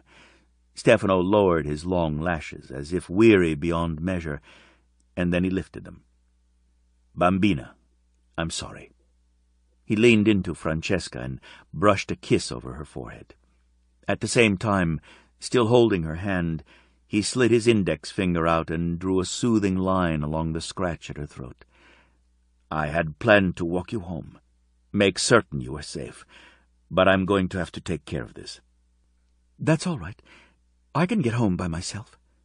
Francesca could see the reluctance to leave her in his eyes. He really didn't want to go, and that made some small part of her very satisfied, even though the bigger part of her knew she was being a little delusional and thinking his concern could be anything but fear for her safety. He shook his head as he lifted his hand to Berta, and she came running. "Put this on my tab," he said to the woman. He left 2 $20 bills on the table as he rose, a huge tip, and held out his hand to assist Teresa Vitale in rising. "My cousins will be waiting outside for you, Francesca. Please allow them to see you home." She smiled at him. "It's unnecessary." "I disagree." His tone told her not to argue. His eyes and the hard look on his face told her the same. He was a scary man to defy, but she might have argued just on principle if she hadn't seen him so vulnerable over his friend's death, if she hadn't figured out that he needed to protect everyone around him.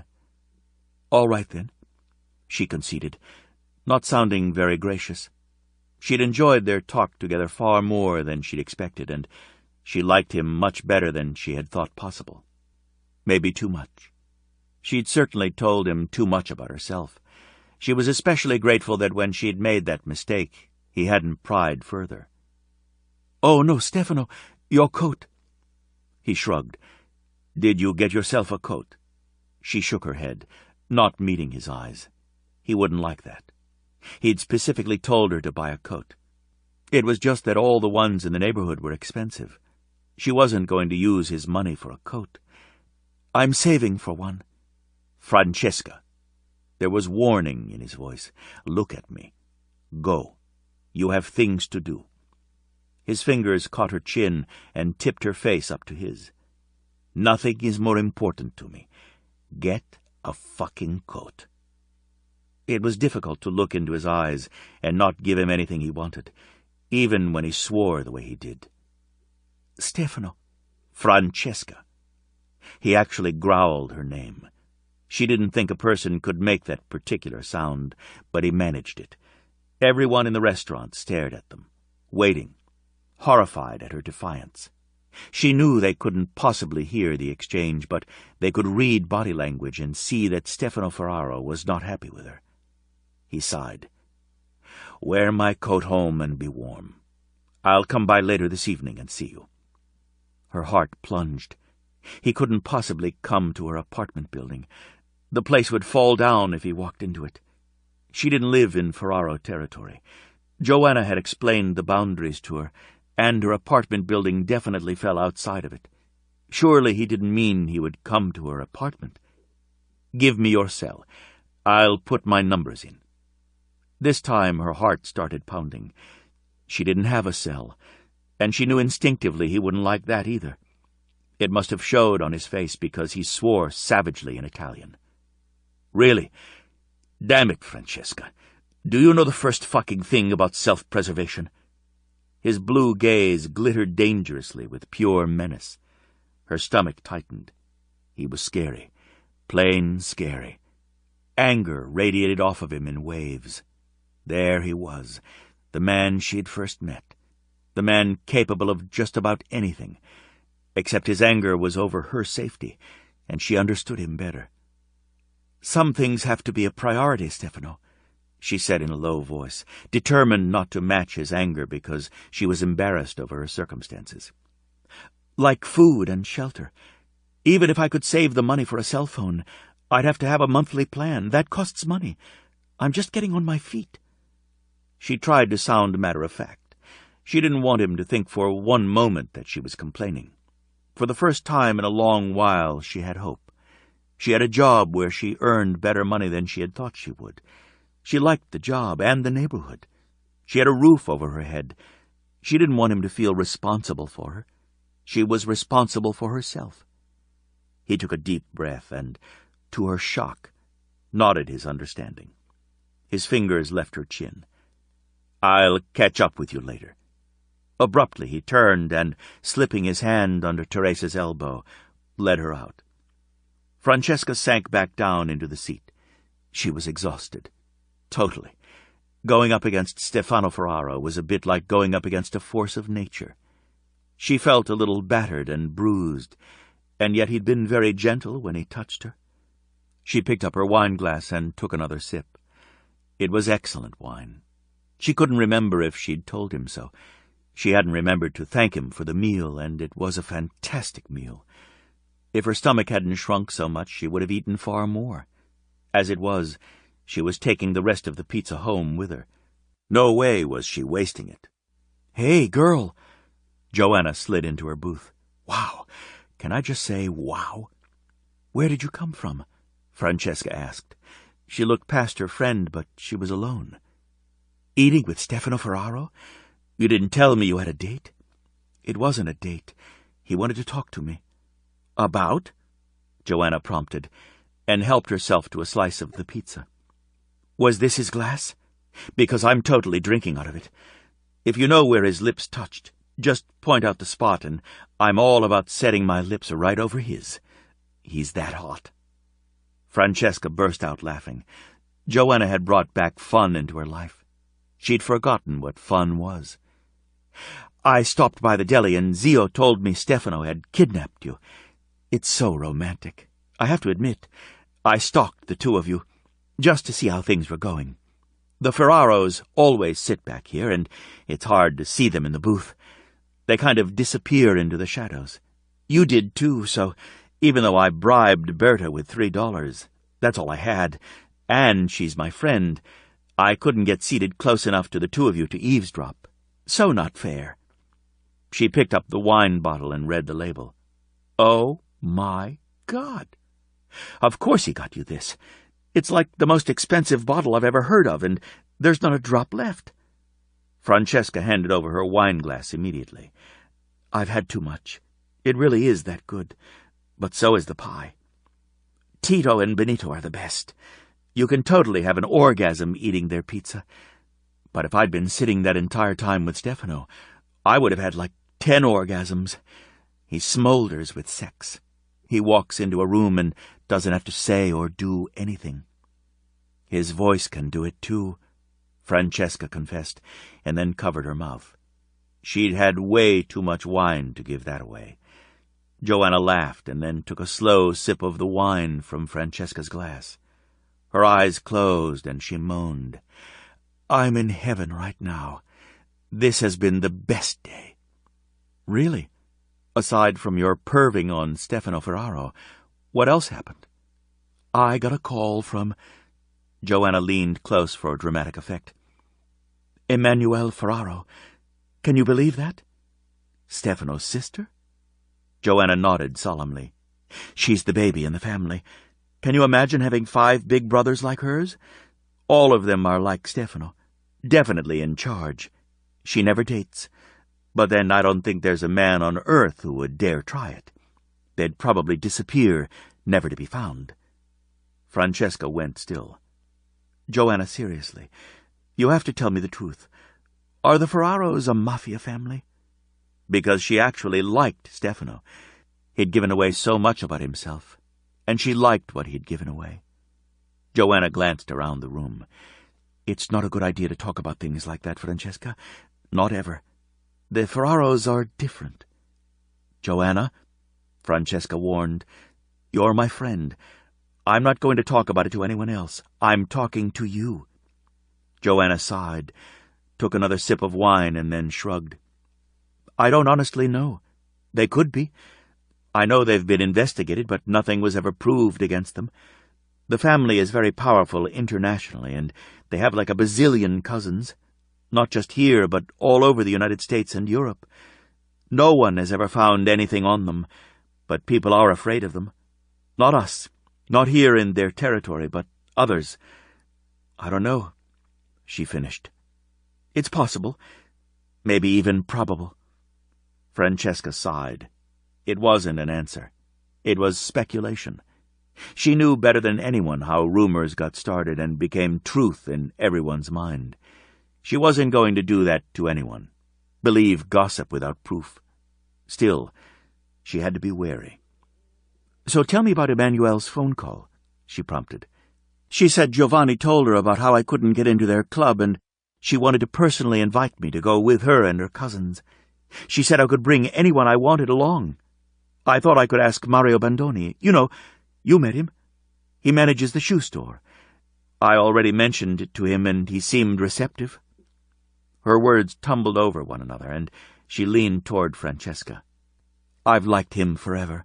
Even in elementary school. He was always so popular, and I could never make myself make a play for him because I really, really liked him. I thought you could go and it wouldn't seem like I was asking him on a real date. Just casual. You know, a big crowd. Joanna, if you're going with Emmanuelle and her cousins, that's already a crowd. Francesca didn't want to let her down, but she couldn't go to a hot nightclub in her holey jeans. But not my crowd. I don't run in her circles, and neither does Mario. We're acquaintances, but not real friends. They aren't just rich, Francesca. They're ultra-wealthy.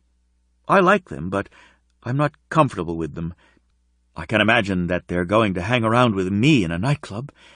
They'll be sitting in the VIP section, and I'll be down on the floor, trying not to be tongue-tied with Mario.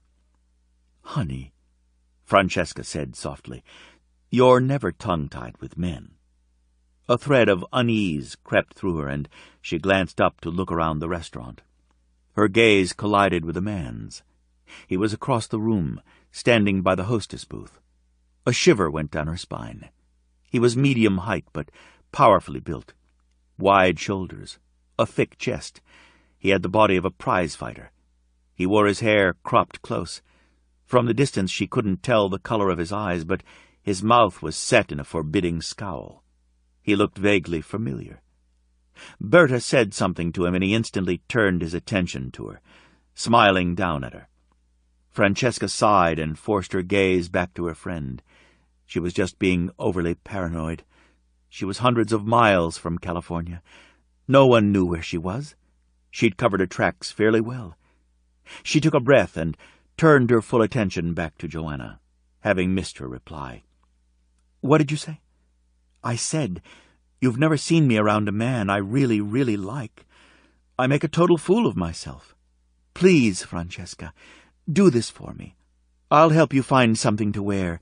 I can even help pay—" "Don't," Francesca cautioned. "You've done enough for me. You want me to go, I'll find a way." Hopefully she could find something decent at the thrift shop. If not, she might have to dip into the money Stefano had left with her, and that would be humiliating. She wanted to return the money along with the coat when she saw him next. "Thank you, Francesca. This means the world to me," Joanna said happily. "Are you ready? I have to retrieve Stefano's coat before your uncle closes up for the night." Joanna laughed again. "You and that coat? Right. It's the bane of my existence." Francesca followed Joanna from the pizza parlor. Joanna called a greeting to several people and waved toward the kitchen as they made their exit. The boxer, as Francesca thought of him, seemed to be waiting for a to-go order. She kept her eye on him just in case, but he didn't appear to pay any more attention to her. Emilio and Enzo lounged by the door, and it was all she could do not to roll her eyes at them. They both grinned and put away their cell phones when she emerged. "You cold?" Emilio asked.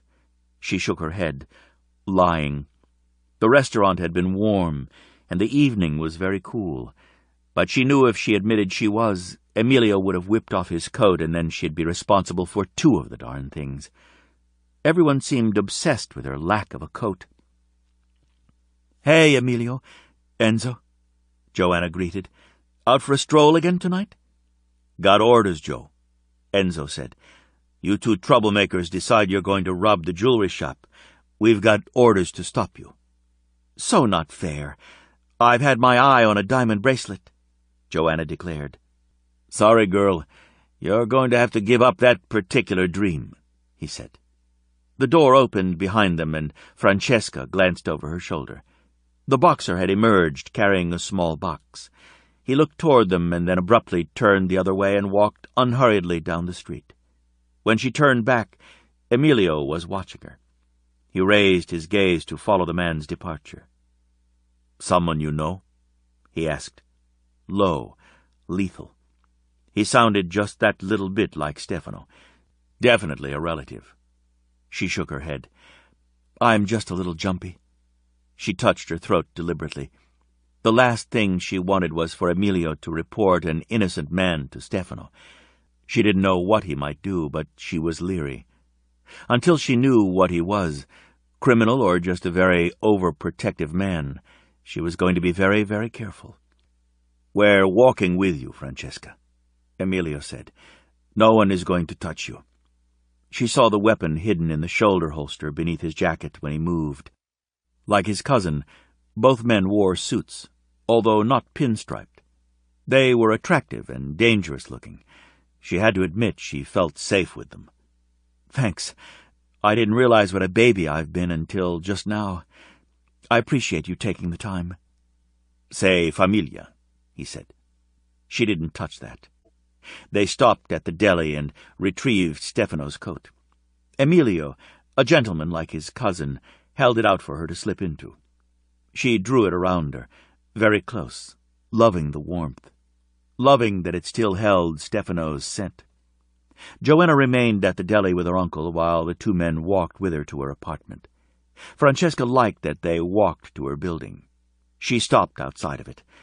Until that moment, she hadn't been aware of just how different her building was from the ones they'd just passed. In the Ferraro neighborhood, all along the street where the businesses were, the buildings were immaculate, as were the sidewalks. Her apartment building was old and crumbling. Litter and debris were scattered everywhere along the walkway, and, she knew, inside the building itself. Worse, it wasn't that difficult to spot a needle or two lying near the entrance to the alley that ran along the side of the building. "This is good," she said firmly, halting abruptly. "I can take it from here." "Got orders, Francesca," Enzo said. They even talked like Stefano, in clipped, abrupt sentences, when she knew they had the best education possible from private, very expensive schools, as well as tutors in the home. Joanna had given her the magazines to read, the ones that had tons of information regarding the Ferraro family, with their fast cars and faster women. "Take a risk. Live dangerously. Ignore them," she advised. Emilio reached above her head and pulled open the door. "That's not going to happen. You obviously don't know Stefano. He'd skin us alive if we took another chance with your safety. How come anyone can walk into this building?" She sighed. "If you insist on coming upstairs with me, try not to sound like him. It's annoying." Truthfully, she hated walking into her apartment building, especially walking past the owner's apartment. She was always afraid he'd open the door and he was disgusting. She didn't feel in the least bit safe, but it was a step above sleeping on the street, her only alternative. There was something very creepy about the apartments, oily and disgusting.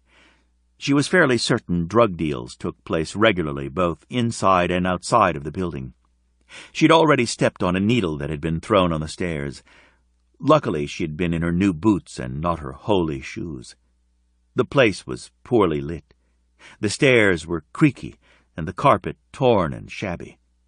The walls were dingy and smelled like smoke. Still, it was a roof. It was cheap. She needed both. Her apartment was on the 3rd floor. She unlocked it, and before she could say anything, Emilio gently set her aside and went in first.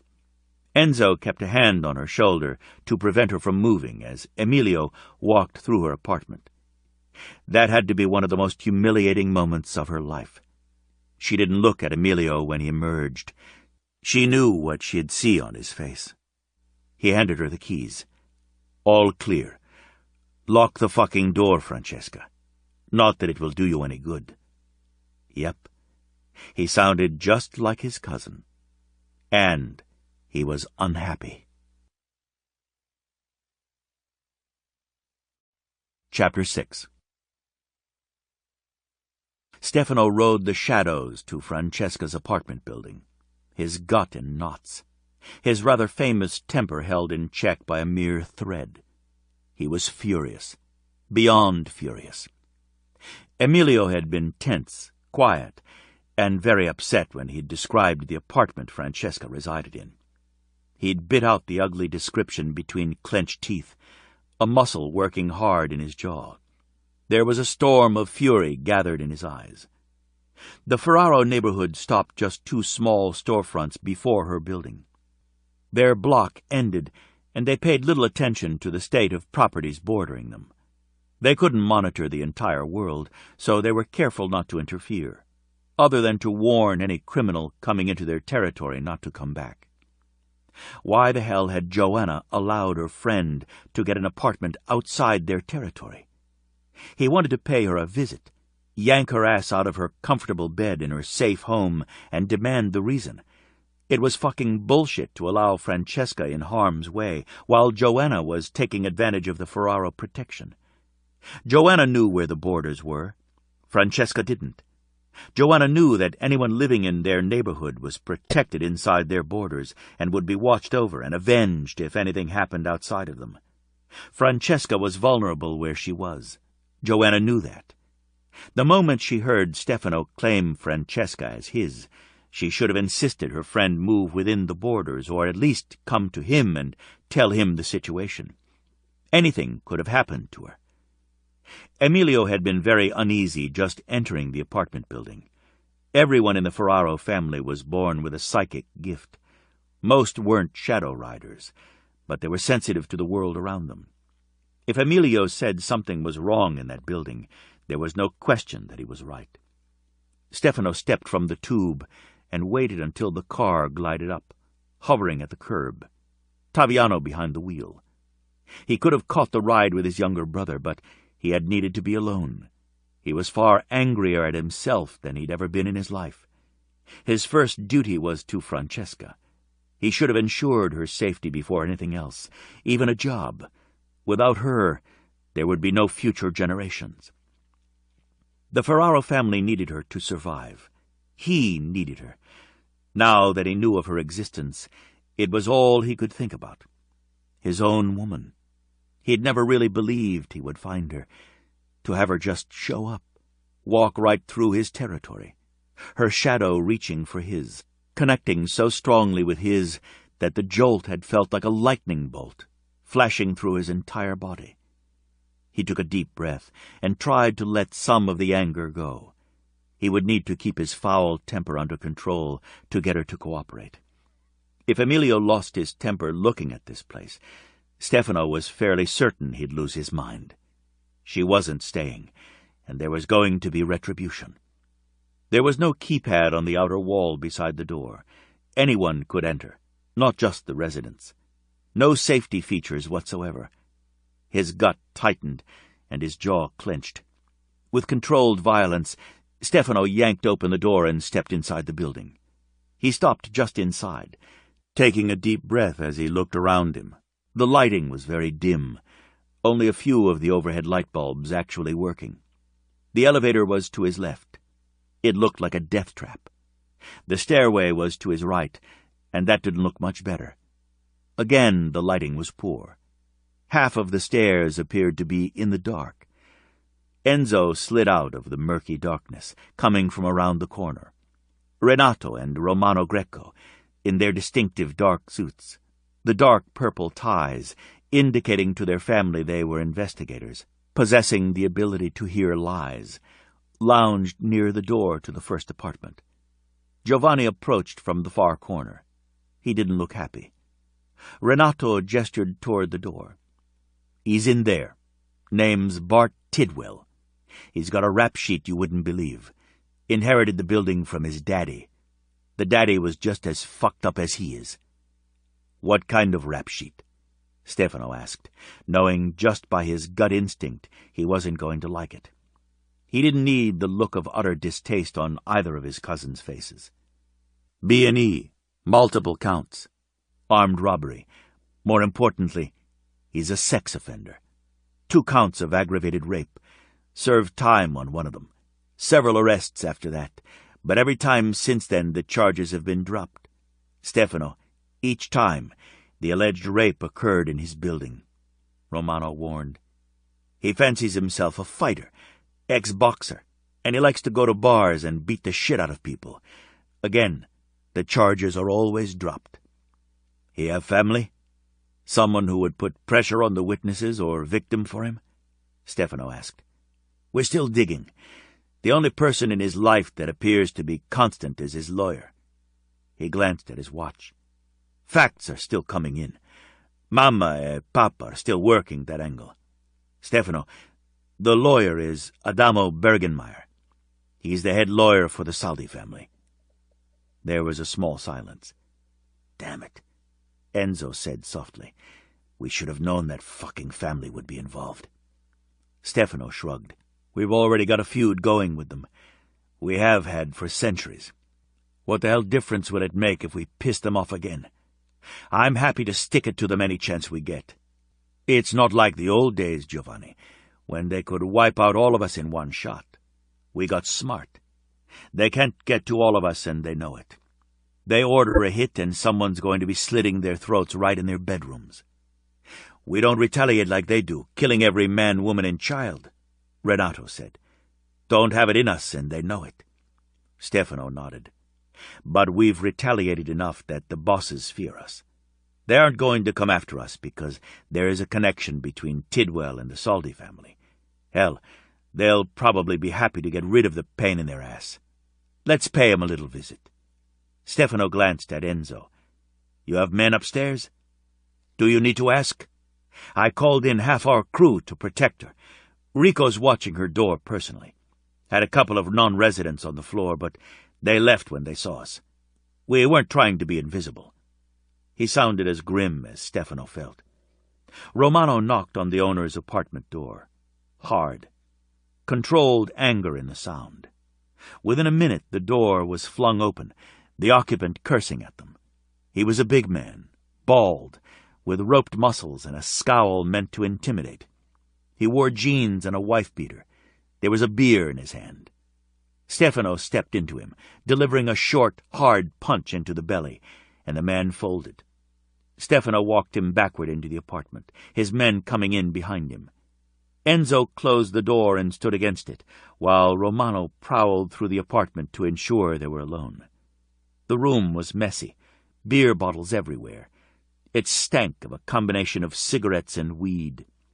"You're going to want to take a look at this, Stefano," Romano said, poking his head out of the room at the far end of the apartment. Stefano skirted around Tidwell and glanced into the bedroom. There was a bank of screens set up along one wall. Each screen showed an occupant's bedroom. A recorder displayed a green light beneath each screen, clearly spying on the women dressing, undressing, bringing in men and performing various sexual acts meant to be strictly private. Rows of labeled home-recorded DVDs were on the shelves. Stefano immediately suspected this was why the charges of rape had been dropped. Tidwell showed his victims tapes and threatened to put them on the internet. The third screen from the left showed Francesca asleep on a sleeping bag in the corner of the room, her long hair spread across a pillow. There was no furniture in the room at all. His coat hung on a single hanger above her head. In the opposite corner was a small bag. He presumed her clothes were in it. He ran his fingers along the DVDs, finding the latest ones, the recordings labeled Francesca. He shoved one in the player and watched as Francesca walked through her door. She turned and pressed the lock and looked around the empty room. She was in his coat. His stomach settled just a little, feeling as if she at least had that protection. Very carefully, she shrugged out of his coat and hung it on the only hanger. She stood in front of it, smoothing out imaginary wrinkles, her hands lingering. He liked that. Too much. His gut tightened. She looked vulnerable, sad. His heart clenched. She pulled her blouse over her head and very carefully folded it, standing in her bra and jeans. Rage ripped through him. Bart Tidwell had watched his woman undress and shower. He'd violated her privacy, invaded her home. Swearing, Stefano watched as she stepped into the shower to start the water. Her hands went to the back of her bra, and he switched the video off. Gathering up everything that said Francesca, including the one still recording, he caught up one more that he was certain depicted a rape, just in case he had no choice but to prove to Francesca he was telling the truth when he took her the hell out of there. He had a feeling she'd resist, and he wasn't about to let her stay. Stefano bit out several ugly words, ripped the cord from the wall, and slammed the screen to the floor. It shattered with a loud crash. I want all of these DVDs collected and destroyed. Every single one of them. Enzo nodded. What do you want done with him? Who inherits the building if he disappears? Tidwell let out a mewing noise and frantically shook his head. Stefano glanced at him. The man was on his knees, his mouth bleeding, his nose broken, and one cheek split open. Emilio had returned, and he was definitely nearly as angry as Stefano. No one, Romano reported. It will be a nightmare for the tenants. Renato checked in. He has an aunt, but she's not listed as his heir. But my guess is, when it's all straightened out, she'll be the one inheriting, and she's married to a Saldi. Fucking building should be condemned. Emilio snarled. He took out a gun and pressed the barrel to Tidwell's head. Pervert needs to die, Stefano. Give me the word. Not like that, Giovanni said. You're as bad as my brother. Get Vinci. We'll need his expertise. Nothing like having a lawyer in the family. Stefano, let us take care of this piece of shit, and you get your woman and get her the hell out of here. You take this building, Giovanni, Emilio said, and we're going to be bleeding money into it for a long time. To include it, we'll have to expand our borders. We need a vote on that. Stefano glared at him. Fuck the vote. Some of these women have been through enough. He filmed his own rapes. Did you look at those titles? We can renovate the building and give them a decent place to live. Tidwell tried to rise, and Stefano turned and hit him. Stefano was enormously strong, and the man went down as if he'd been hit with a baseball bat. Emilio shrugged. I guess I can't argue with that. He pulled his cell phone from his pocket. I'll call Vinci and have him get over here to straighten this out. Stefano pinned Tidwell with his eyes. Flat, cold, killer's eyes. You want to sell this piece of real estate, don't you, Tidwell? It's nothing but an albatross around your neck. You don't know who you're fucking with. Tidwell spat on the floor at Stefano's feet, a mixture of blood and saliva. Stefano raised his eyebrow. You mean your connection to the Saldi family? We know. You get into a lot of trouble, Bart. A lot. You make Adamo work for his money, don't you? They have to continually send their top lawyer in to get your ass out of trouble. Then there's the muscle to scare the crap out of your victims and the witnesses. You're more trouble than you're worth. My aunt thinks you're a piece of shit, and her husband knows you are. Selling this building would make them happy, don't you think? Stefano's voice was softer than ever. He pushed at the soft leather between his fingers, bringing Tidwell's attention to his thin gloves. Tidwell licked his lips and then shook his head. No, I don't want... Emilio crouched low and shoved his gun under Tidwell's chin. That's too bad. My cousin's woman is in this building, and you are violating her privacy. He's not a patient or forgiving man the way I am. I didn't know who she was. I swear I wasn't going to touch her. I've stopped doing that. Adamo said if I did it again, I'm cured. You want to sell, don't you, Tidwell? Stefano asked again, ignoring his confession and declaration. Tidwell looked around the apartment, his gaze going cunning. Yes, let me up. I'll sign any papers. Stefano smiled. It wasn't a nice smile, but then he wasn't feeling nice. Tidwell thought himself a fighter. He was big, and most bar fights he got into were with others not his size. They didn't have his skill. Let him up, he ordered softly. Emilio stepped back, and Tidwell exploded into action, rushing Stefano, trying to wrap him up with both arms. Stefano stepped to the side and slammed his fist deep into Tidwell's ribs. He felt the satisfying give beneath the devastating punch. Tidwell grunted, turned white. Stefano had trained from the time he was 2 years old. He had never stopped training. His 4 brothers and sister had all been put through the same regimen as he had. They were pitted against the best opponents the family could find until they moved like lightning, smooth and fast. Each punch or kick penetrating the body with such force it shook up the insides, broke bones, and damaged internal organs. They still trained every single day. His cousins, although not riders, were all proficient as well. They worked together for the good of the family. It was drilled into them from birth. There was no other way of life but that constant training of the body, turning it into a weapon, and the education of the mind. Stefano was fast, systematic, and relentless. Tidwell didn't land a single punch. The beating was both brutal and savage, deliberate, inflicting as much pain as possible. Lamps were smashed, furniture overturned, and beer bottles crushed as the boxer tried his best to get away from the punishing blows. Eventually, and way too soon as far as Stefano believed, Tidwell hit the floor hard. Stefano didn't end it there, but continued the vicious assault. "You're going to kill him," Giovanni pointed out. "He needs to sign over the building. He's already unconscious." Stefano stepped back immediately. In spite of his jacket, he hadn't worked up much of a sweat. "You know what to do when it's done, Giovanni," he said. "Make certain you drop a few $100,000 into his account so it's all legit.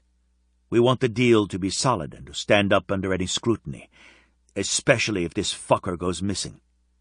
"Stefano," Giovanni cautioned. His tone was mild. The two brothers locked gazes, stared at each other while the temperature in the room seemed to go up and the air was so heavy with rage it felt impossible to breathe. "Damn it, G. I know. I feel the same way." Giovanni didn't look away. Stefano sighed and shook his head. "Where do I put this rage? Not here. You know that. Nothing close to us. Nothing personal. He has to be seen. We can beat the shit out of him, but that's all. We protect the family. Always. Fucking call New York. I want Gino in on this one." Stefano capitulated softly. His cousin Gino from New York would have to handle the problem of Bart Tidwell. He yanked out his cell phone and dialed a number. "Yeah, Soldi. Stefano Ferraro. I'm standing here in this piece of shit's apartment. I understand he belongs to you." There was silence. "Tidwell," Stefano confirmed. "He was after my woman. He's got hundreds of recordings the cops would like to get a hold of. Rapes he committed. Watching the women in his building. He's got it right in his bedroom. That's how stupid this dumb fuck is." The explosion of foul words on the other end of the phone was loud enough for everyone in the room to hear. "Out of courtesy, we're going to destroy that evidence," Stefano assured, his voice soothing. "We'll leave the fucker on your doorstep. He'll be a little worse for wear, but that might be beneficial. He might listen. If not, well, that's up to you." More silence when Stefano listened. "No, Saldi, that's not what's going to happen." Stefano's voice dropped even lower. "He fucking went after my woman. He's going to pay, and he's damn lucky I feel in the mood to extend courtesy to you. He's going to hand over the building, and he's going to get the beating of his life. He can count himself lucky that's all that's happening. He comes near what's mine again, I'll rip his fucking heart out. Got that? Are we clear? I hope we are, because if you really want to go to war over this piece of shit, I'm willing. That's how pissed I am right now." More silence, while the voice on the other end soothed him, assured him the deal was fine. Stefano snapped his cell phone shut, the cell phone that made his brothers and sister laugh at him. He had a bad habit of throwing the damn thing whenever it pissed him off, which was often. They thought he should have a smartphone, the way they all did, but he liked slamming the damn thing closed when he was annoyed with whoever was on the other end. He looked at his brother. "I want Vinci to make certain the real estate deal is airtight. Tell Gino this weekend when we're at the club. If Tidwell's in Saldi's home, all the better." "Sorry, Stefano. No." Emilio shook his head. "Not this one, cousin. This one's mine." Stefano's gaze jumped to his cousin. "I had another job in mind for you, Emilio. They didn't like any other family member other than a rider to get blood on their hands, if at all possible. Emilio had a kind heart, but he was a Ferraro through and through. He didn't like men who harmed women. What would that be? Stefano jerked his head toward the door. Reluctantly, Emilio followed him out into the hall. Call Vittorio and tell him you'll meet him at Joanna's house. I want her woken up tonight. Have him drag her ass out of bed and down to you. The two of you get answers. Those answers had better make sense to me. Stefano, Emilio cautioned, I know you have every right to be angry. No way did Joanna know that Francesca would be spied on by the owner of this dump. You and I both know Tidwell was setting up to fucking rape Francesca. Joanna sleeps good at night, and so does her family because of us. We give them that. The moment she knew Francesca was my woman, she should have gotten her out of this shithole. Tidwell saw Francesca undressing, showering. He looked at her without her consent. He's a fucking dead man. But Joanna needs to answer to La Familia. You tell Vittorio that I don't like the answers. It will be me conducting the interview, and I won't be polite. Stefano, Emilio cautioned, you like Joanna. You're friends with her family. So am I, but Emilio, right now, I don't trust myself. By now, Vittorio knows what is happening here. He'll be as pissed as I am. I need you to do this right. There was a long silence. Emilio sighed. You're not sending me away because... No. I need to make certain none of us do anything stupid tonight. If I was the one questioning her, I have no idea what I'd do. I need you to do this for me, Emilio. Go get your woman, Stefano, Emilio advised, capitulating. Everyone's going to feel a whole hell of a lot better when she's safe. Vinci has to make certain the deal is done a couple of days earlier. Can he get the papers filed with the correct dates? That's his department, and he's never let us down.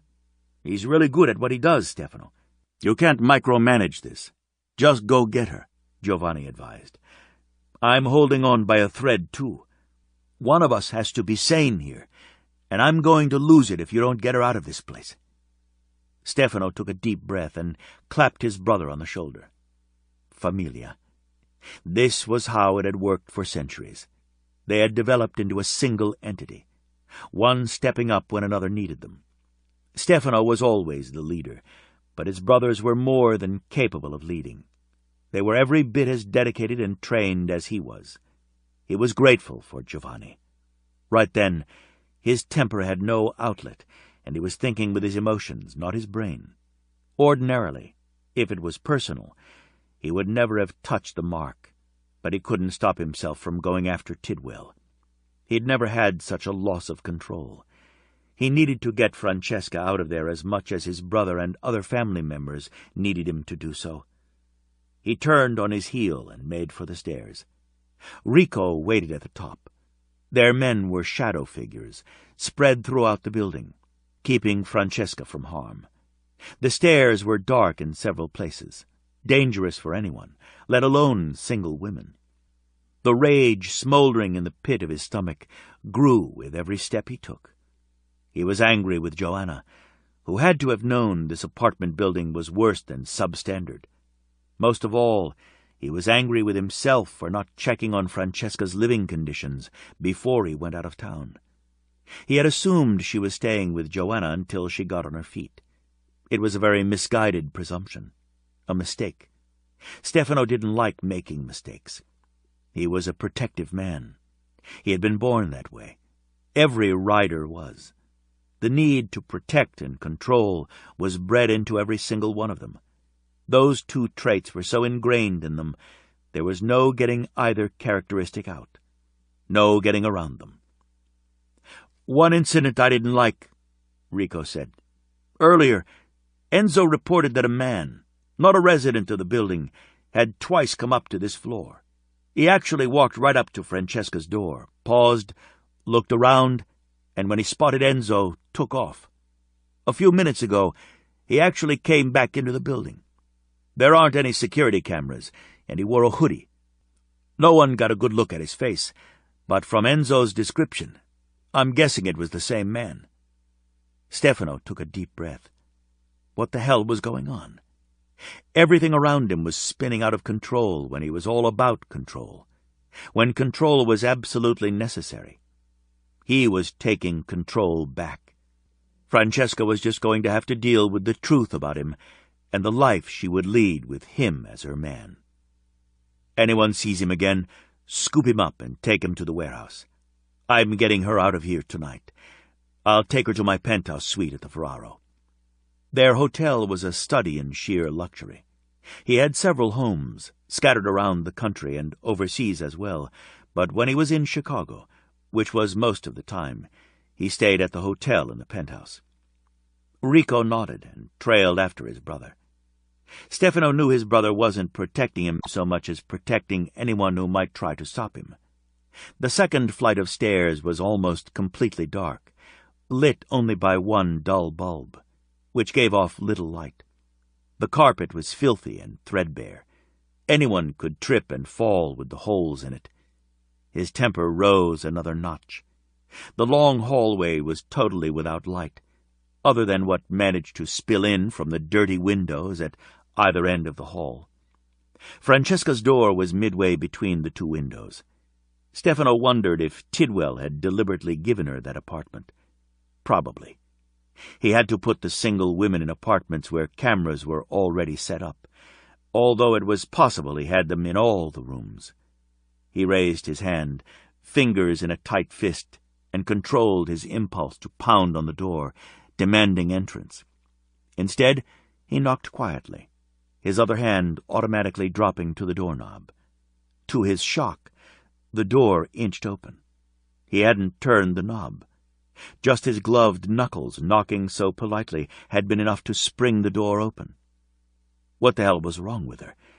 He glanced back at Rico's face. It was set in stone, just the way he was sure his was. Before he could jerk open the door and confront her, something made him crouch low and examine the lock.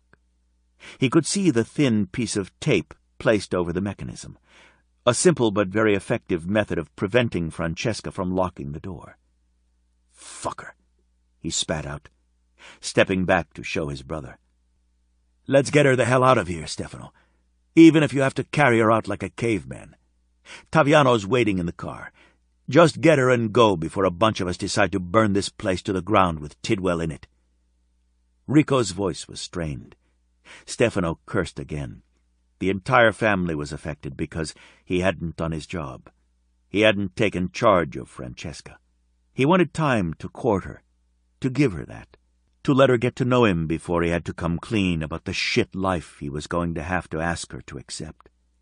He closed his eyes briefly. He knew it wasn't about asking her. He had to find a way to get her to accept not only him, but his life and his family, because there was no other choice. Worse, he wasn't just asking her to accept it for herself. She had to accept it for their children as well. He detested that. He stood slowly and pushed open the door. His heart stuttered in his chest. The door opened into a very small room, so small the closet in his master bedroom was larger. There wasn't a single stick of furniture. No chairs, no tables, nothing at all. The room included a miniature kitchen with a single stained sink and tiny refrigerator. He detested that Francesca, or any woman, would have to stay alone in a place like this. Why hadn't he checked before he left for his job? He walked into the next room to find her lying on a sleeping bag, her hair spread out over the pillow. The room was freezing. There was no heat coming from the old radiator, and she shivered continuously in her sleep. She would have done better to have his coat covering the sleeping bag, but instead it was hung carefully on a hanger a few feet from her head. She looked very small under the thin sleeping bag. Her face was turned toward him, and he thought she was the most beautiful thing he'd ever seen. Her lashes were exceptionally long and turned up on the ends, black like her hair. He crouched down beside her, close. "Bambina, wake up." He kept his voice low, soothing, not wanting to scare her. He should have taken better care of her. None of this was her fault. He had to remember that when he wanted to put his fist through a wall, or through Tidwell, and rage at the world in general. Her body jerked. The lashes fluttered, lifted. He found himself staring into sea-blue eyes, almost turquoise, beautiful. The sight hit him low, a wicked punch to his groin. He took a breath. Fear crept into the startled blue of her eyes. "Stefano." Francesca breathed the name. The room was dark, but enough light came through the curtainless window to illuminate Stefano Ferraro's very masculine features. His brooding eyes were on her face, and her stomach did a slow roll. Her heart pounded so hard it actually hurt. She couldn't just lie there with him staring down at her with his incredible eyes. Eyes that saw everything. Eyes that saw her shabby room with no furniture. Saw that she had nothing. Color crept into her face. She swept back her hair and struggled into a sitting position, holding the sleeping bag over her chest. She wore an old threadbare T-shirt and lacy boy-short underwear, the only thing she had bought new. "What are you doing in my bedroom?" She tried to make it a demand, but her voice wasn't working correctly. She winced at the word bedroom, wishing she had just said apartment. God, he was scary. He didn't move a muscle. He didn't blink. He was hot as Hades, and every single cell in her body responded to him, was aware of him. Her breasts felt swollen and achy, and she was very, very glad for the sleeping bag she had pulled up over her chest so he couldn't see her nipples getting hard. No one had ever made her body come to life like he did. Just looking at him, just smelling his cologne, it was humiliating. She knew she should be outraged that he was there in her apartment, but something was wrong. She could see it in his eyes. Her hand flew defensively to her throat. "Joanna," she whispered, "did something happen to her?" She would never forgive herself. Never. She shouldn't have come. She thought she'd covered her tracks, but money talked, and if someone was still looking for her, they'd eventually find her and anyone who helped her. "She's fine, Francesca. You need to get up and come with me now." She glanced beyond him to the door of her bedroom. Someone was in her front room. She couldn't make out who, but she saw a shadowy male figure. Shoving back her hair with one hand, she held tightly to her sleeping bag with the other. "Just tell me, Stefano." "You can't stay here." Her heart stuttered at his expression. Grim, implacable. His jaw tightened as though anticipating her argument, and she was going to argue. "Well, no. This is where I live." Something dangerous flickered in the depths of his eyes. He suddenly looked feral, predatory. In that moment, she could almost believe he was some sort of crime lord. He wasn't the kind of man to take no for an answer. "Bambina, you've got two choices. You can walk out of here dressed, or I'm carrying you out just the way you are. You fucking decide, because I've had it with this hellhole." She swallowed hard. He wasn't joking. She held up one hand to ward him off. "How did you get in here?" "Are you fucking kidding me? Your fucking door wasn't even locked, Francesca." He was really furious to throw so many F-bombs at her. "No, it was. I locked it." She narrowed her eyes at him. "I'm not stupid, Stefano. I locked the door. How did you get in here?" "I raised my hand to knock and the door opened on its own. There's a piece of tape over the mechanism to prevent it from locking." There was the ring of truth in his voice, and she felt panic rising. Her gaze skittered across the room toward her bedroom door. That door didn't lock. Only the main apartment door locked. Who would do that? That doesn't make sense. Fear made her heart pound and put a strange taste in her mouth. "Just tell me what's going on." "I'll tell you after I get you out of here and to somewhere I know you're safe. Come on, Dolce Cuore. Get up." His features softened. She moistened her lips. His eyes were so beautiful they took her breath away. She would do anything to see that look on his face. Anything at all for him. With the exception of getting up and allowing him to see the shirt she wore. She couldn't just go with him without an explanation. That wasn't even reasonable. She found it far worse that he could see how little she had. The last thing she wanted was for him to pity her. Sheesh. This was so humiliating. "I want you to leave. We can talk about this in the morning." She forced decisiveness into her voice. He couldn't really force her to go with him. No one would actually carry out such a ridiculous threat. His entire expression changed. His extremely masculine features went from soft to stone in the space of a single heartbeat. She knew immediately she was in trouble. He reached for her, hauling her into his arms, sleeping bag and all. "Rico, get my coat and her things. We'll be at the penthouse." Stefano tossed her easily over his shoulder and stood up as if she didn't weigh more than a sack of rice. She caught at his shirt, upside down, staring at his backside. Clutching his jacket, she struggled against the iron band across her thighs. He ignored her and strode right out of the bedroom, past Rico, who, when she lifted her head, smirked at her. Clearly, Rico was another brother. They all looked alike, smug and full of arrogance. "Put me down right this minute," she demanded, breathless. Her belly was over his shoulder, and he felt a little like an oak tree with no give. "Too late, Francesca. Be still." He stalked down the hall, and she caught glimpses of men falling into step behind him.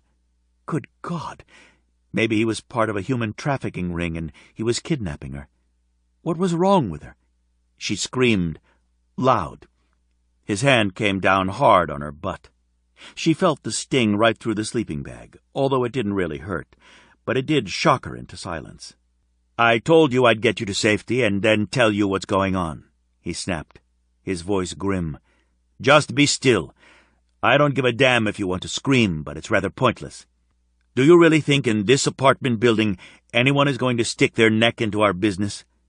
He was moving fast now, taking the stairs effortlessly. She felt a little dizzy, and she clutched at his jacket harder. "You're scaring me, Stefano," she admitted, hating that her voice trembled, but she was frightened. "I know, Bambina, but you'll be fine. I've got you now, and I'm going to keep you safe, which you weren't in this rat trap. Just trust me for a few more minutes, and then I'll explain everything. Can you give me that?" She laid her head against his back, feeling his muscles ripple as he moved into the foyer of the apartment building. It wasn't as if she had much choice. The door to the owner's apartment was open, and as they passed, she glimpsed men inside. The place was a wreck. Then they were out in the open air. He reached out and yanked open the door to the back seat of a town car. He was very gentle as he deposited her on the back seat, still cocooned in the sleeping bag. He slid in beside her, reaching to buckle her in. The driver turned and tossed a cocky grin over his shoulder at her. "I'm Taviano, Stefano's brother. Nice to meet you, Francesca." Chapter 7. "This is crazy. You're kidnapping me," Francesca managed to say, finally catching her breath.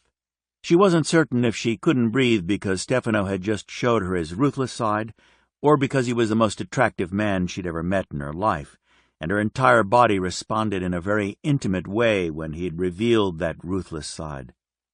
Why being thrown over his shoulder and carried through a building like a Viking captive should make her body damp and needy made no sense, but she couldn't deny that she felt intensely alive and wildly attracted to Stefano Ferraro. She caught at the safety belt to jerk it off her, but Stefano's hand closed over hers, preventing movement. "Calm the fuck down and stop fighting me.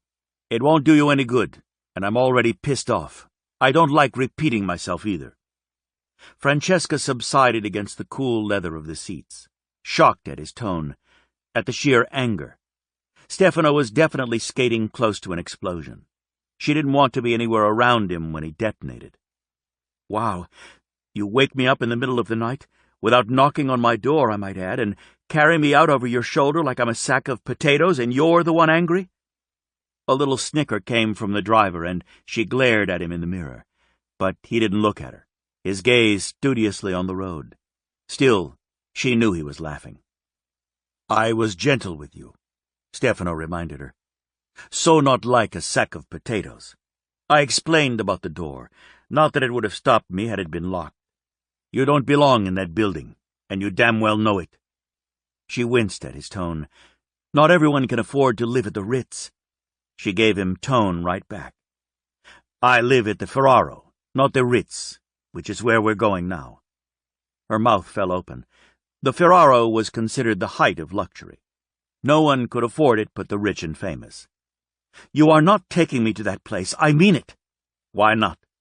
Her mouth opened several times, but no sound emerged for the longest time. Are you serious? I'm dressed in a sleeping bag.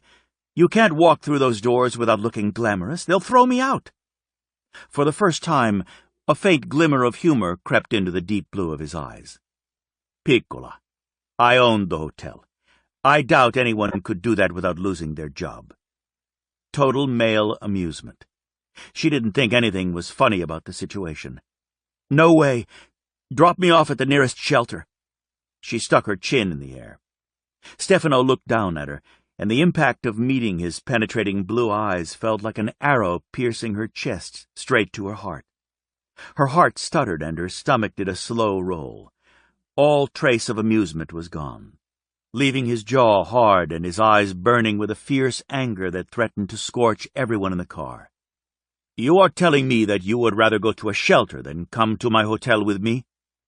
He bit out each word separately from behind perfect white clenched teeth. Would you like to explain why? No, she wouldn't like to explain why. First, if she told him it was because he was wealthy, that would make her sound prejudiced, which, if she were being entirely truthful, she was. Second, he was the hottest, sexiest man she'd ever come across in her entire life, and already, in the confines of the car, even upset at him, she couldn't stop her body's reaction to him. Do I have to have a reason? She stuck her chin in the air. Taviano snorted, and when she glared into the rearview mirror, he assumed an innocent mask. It wouldn't matter anyway, because your reason is as much bullshit as you staying in that fire trap of an apartment. The only reason the building hasn't been condemned is because Tidwell is related to the Saldis, and they're notorious for bribing officials or threatening them. Like you're doing to me? She challenged. I'm not bribing or threatening. Stefano denied flatly. You just don't have a choice. His voice was very low, velvet soft so that the tone played over her skin like fingers. She shivered and burrowed deeper into the threadbare sleeping bag. It's called kidnapping if I don't want to go with you. I don't give a damn what you call it, Dolce Cuore, just so long as you're safe. That was hard to argue with, especially since she was a little bit freaked out and unsure of what just happened. She was beginning to panic. Taviano, you tell him he can't do this. Nice of you to join us tonight, Taviano said, glancing back in the rearview mirror. I must say, my brother has good taste. The teasing note in his voice calmed her. Even my parents gave up trying to tell him what he could or couldn't do when he was around 10, Taviano added, with a quick grin thrown at her through the mirror. There was no help there, but then she'd been pretty certain Stefano's own brother wasn't going to get her out of this mess. Clearly, he found the situation amusing. She glanced at Stefano and then away, unable to meet his eyes. I don't have any clothes. The confession slipped out, low, under her breath. She kept her gaze firmly on the floor of the vehicle. Francesca, look at me. Her heart jumped and then began to pound again at his authoritative tone. She couldn't imagine anyone disobeying him. Her gaze jumped to his before she could stop it. It was a mistake. His eyes were glittering with a kind of menace she couldn't conceive. That, and something that made her stomach coil and the burn at the junction of her legs grow hotter. You're safe. Just settle. I'm pissed as hell, and you aren't doing yourself any favors by trying to defy me. She sucked in her breath sharply. Defy you? She forgot all about being afraid or intimidated by him. Like I'm some errant child you have to reprimand? You have got to be the most arrogant, annoying, bossy man I've ever encountered.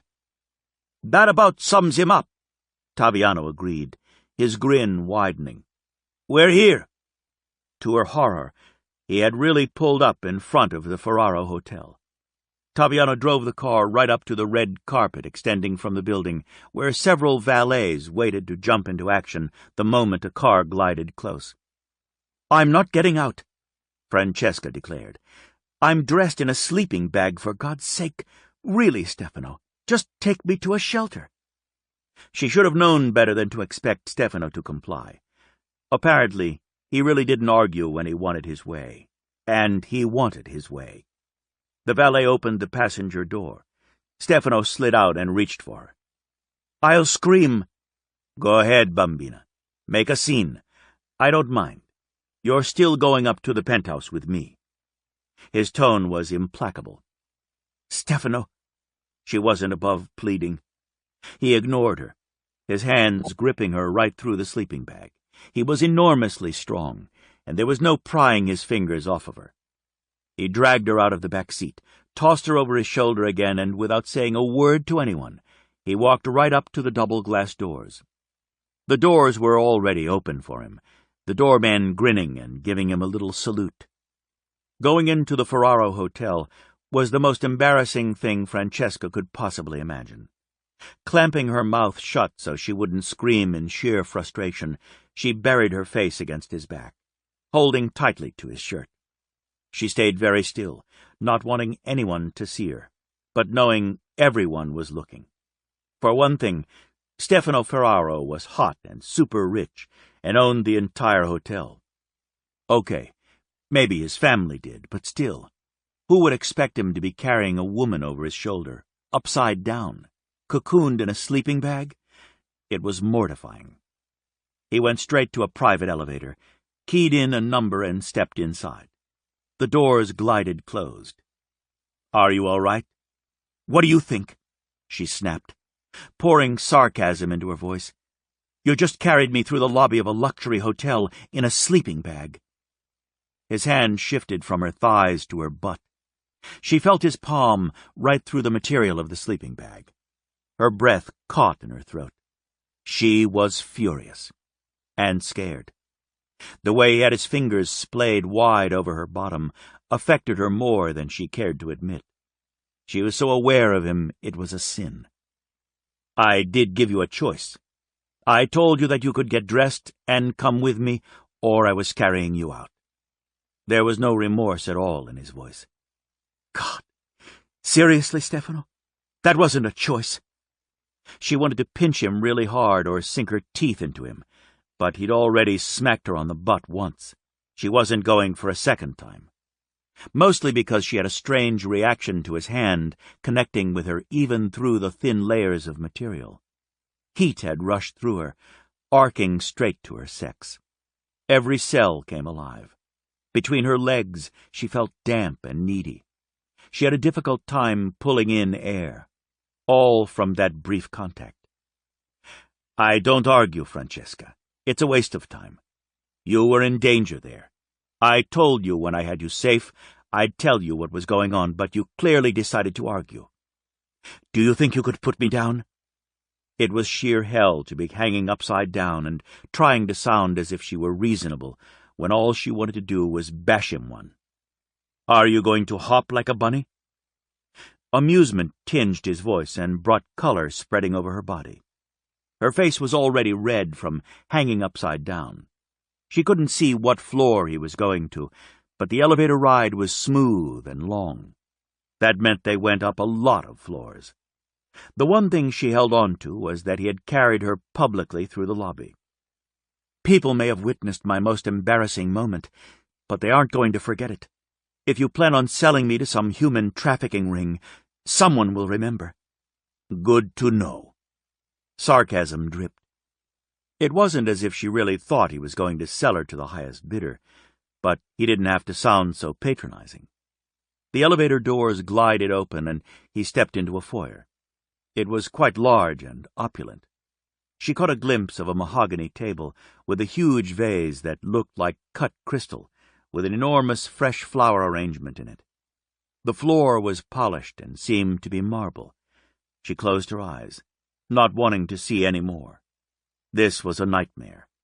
When Stefano put her on his black leather couch, he did so very gently. She swept back her hair with one hand, holding on to the sleeping bag with the other. Her hair was wild from sleeping without braiding it, but she had just been too tired. Mostly, she was exhausted from thinking about Stefano, having ridiculous, impossible, erotic thoughts about him that sent blood rushing hotly through her veins straight to her core. Her dreams had been worse, images she had no experience or knowledge of, but all with him. It was his fault she hadn't been able to fall asleep easily. His fault that her hair was a big mess, after sleeping on it and then being hung upside down. She glared at him, and if there was any justice in the world, he would have withered on the spot. Clearly there wasn't, because he paced across the room, completely unaffected, like a caged tiger, poured himself a couple of fingers of liquor from a crystal decanter, and threw it back as if it was water. Francesca licked her lips. Something about the set of his shoulders, the line of his jaw, and the fluid pacing took her breath. "Are you angry with me?" His blue gaze jumped to her face, slid over her, and went back up to hold hers. Oh, yeah, he was angry. "What the hell were you thinking, living in a place like that?" His voice was low, venomous, packed with menace. She winced and studied him from under her lashes, trying not to look as if she was staring. He was really, really good-looking, but she'd seen attractive men before, and her body had never responded quite so eagerly. He was totally confident in himself, bordering on arrogance, and that alone should have put her off of him. Not to mention he was filthy rich, and she totally detested that sort of person. A man with so much money that he clearly felt the rules didn't apply to him. With all of that, she couldn't stop her body from going into full-blown meltdown. "I don't see how that's your business." She wasn't going to tell him it was that horrible apartment or a cardboard box in an alley somewhere. Stefano opened his jacket, took out several DVDs, prowled across the floor, and held them out to her. She kept her gaze on his face. He was angry. Really angry. He smoldered with a kind of rage she couldn't begin to imagine. Very slowly she allowed her gaze to drop to the DVDs in his hand. They were homemade, recorded off a machine. She took them reluctantly and turned them over to look at the labels. Her name was scrawled across the front of 2 of them. The third had no name, and the 4th was labeled, "Vicky Wants It." "What is this?" "Your landlord is a fucking sex offender. He has cameras in the apartments, and he spies on women undressing, showering, and sleeping." Francesca felt the blood drain from her face. She knew she'd had a completely visceral reaction to Bart Tidwell from the moment she'd met him. He made her feel sick, but he owned the building, and she needed a roof over her head. "Are you sure?" Her voice was a thread of sound, a whisper. "Would you like to see the file we have on him?" Stefano poured himself another drink, downed it, and turned back to face her. His features were a mask of sheer anger. "He also creeps into apartments and rapes the women and then blackmails them. He's connected to a very powerful crime family, the Saldis, and they protect that piece of slime so witnesses never testify. He was marking you for his next target. I'm fairly certain he planned on visiting you tonight. There was tape over the lock on your door." She shook her head, her heart stuttering hard in her chest. Her mouth went dry. "That's not possible." But it was, of course. She could tell just by his anger that it was true. He was furious. "I didn't look at the recordings, but I suspect those are of you showering and stripping to get ready for bed." She couldn't prevent the wince at the word stripping, or the color creeping into her face all over again. Oh, my God. She forgot all about holding up the sleeping bag and covered her open mouth with her palm. Her hand shook. She didn't have anywhere else to go. Worse, her only clothes were in that apartment, and she wasn't certain she could ever bear walking in there again. "Are you sure?" She knew the answer, but she still had to ask. His eyes locked with hers. There was compassion there. Too much. She preferred his anger.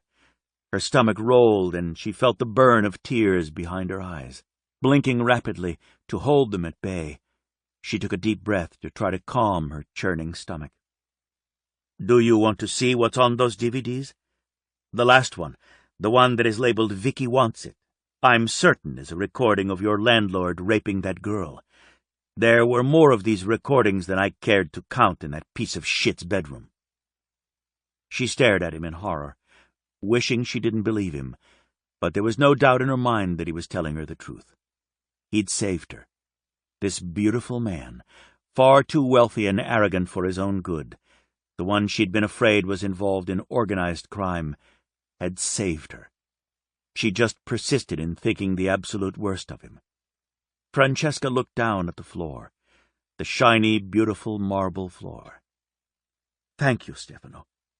I don't understand how this man could have gotten away with putting cameras in apartments, but I appreciate you making certain the recordings don't end up on the internet." She couldn't think about the possibility that Tidwell might have crept into her apartment and raped her. "How did you find out about this?" "My cousin," Stefano told her, studying her face. She looked so fragile, as if any minute she might burst into tears or just faint. He didn't know whether to hold her in his arms and comfort her, or shake her until her teeth rattled. "Emilio. He took you home, did a walkthrough of your apartment and didn't like the fact that it wasn't safe. He came to me, and I decided to talk to the owner about making certain his tenants were safe. My cousins Renato and Romano, as well as Zia Rachele and Zio Alfeo, immediately began gathering information on him. They're investigators. That's what they do, and they don't make mistakes. When I went to Tidwell's apartment, we discovered the screens up.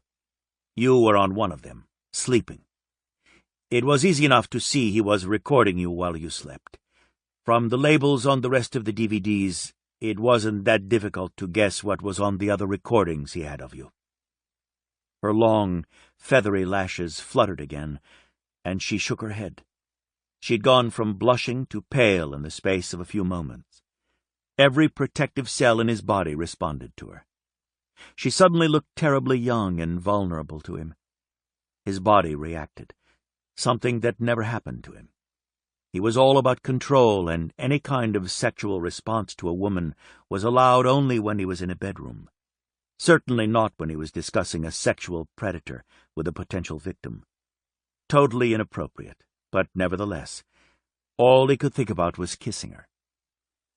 "I'll have to thank Emilio." She spoke in a small voice, barely a whisper. "Do you want a drink?" She pushed back the heavy fall of hair. Under the lights, the thick mass gleamed like silk, and he wanted to bury his fingers in that richness. Her lashes lifted, and she met his eyes.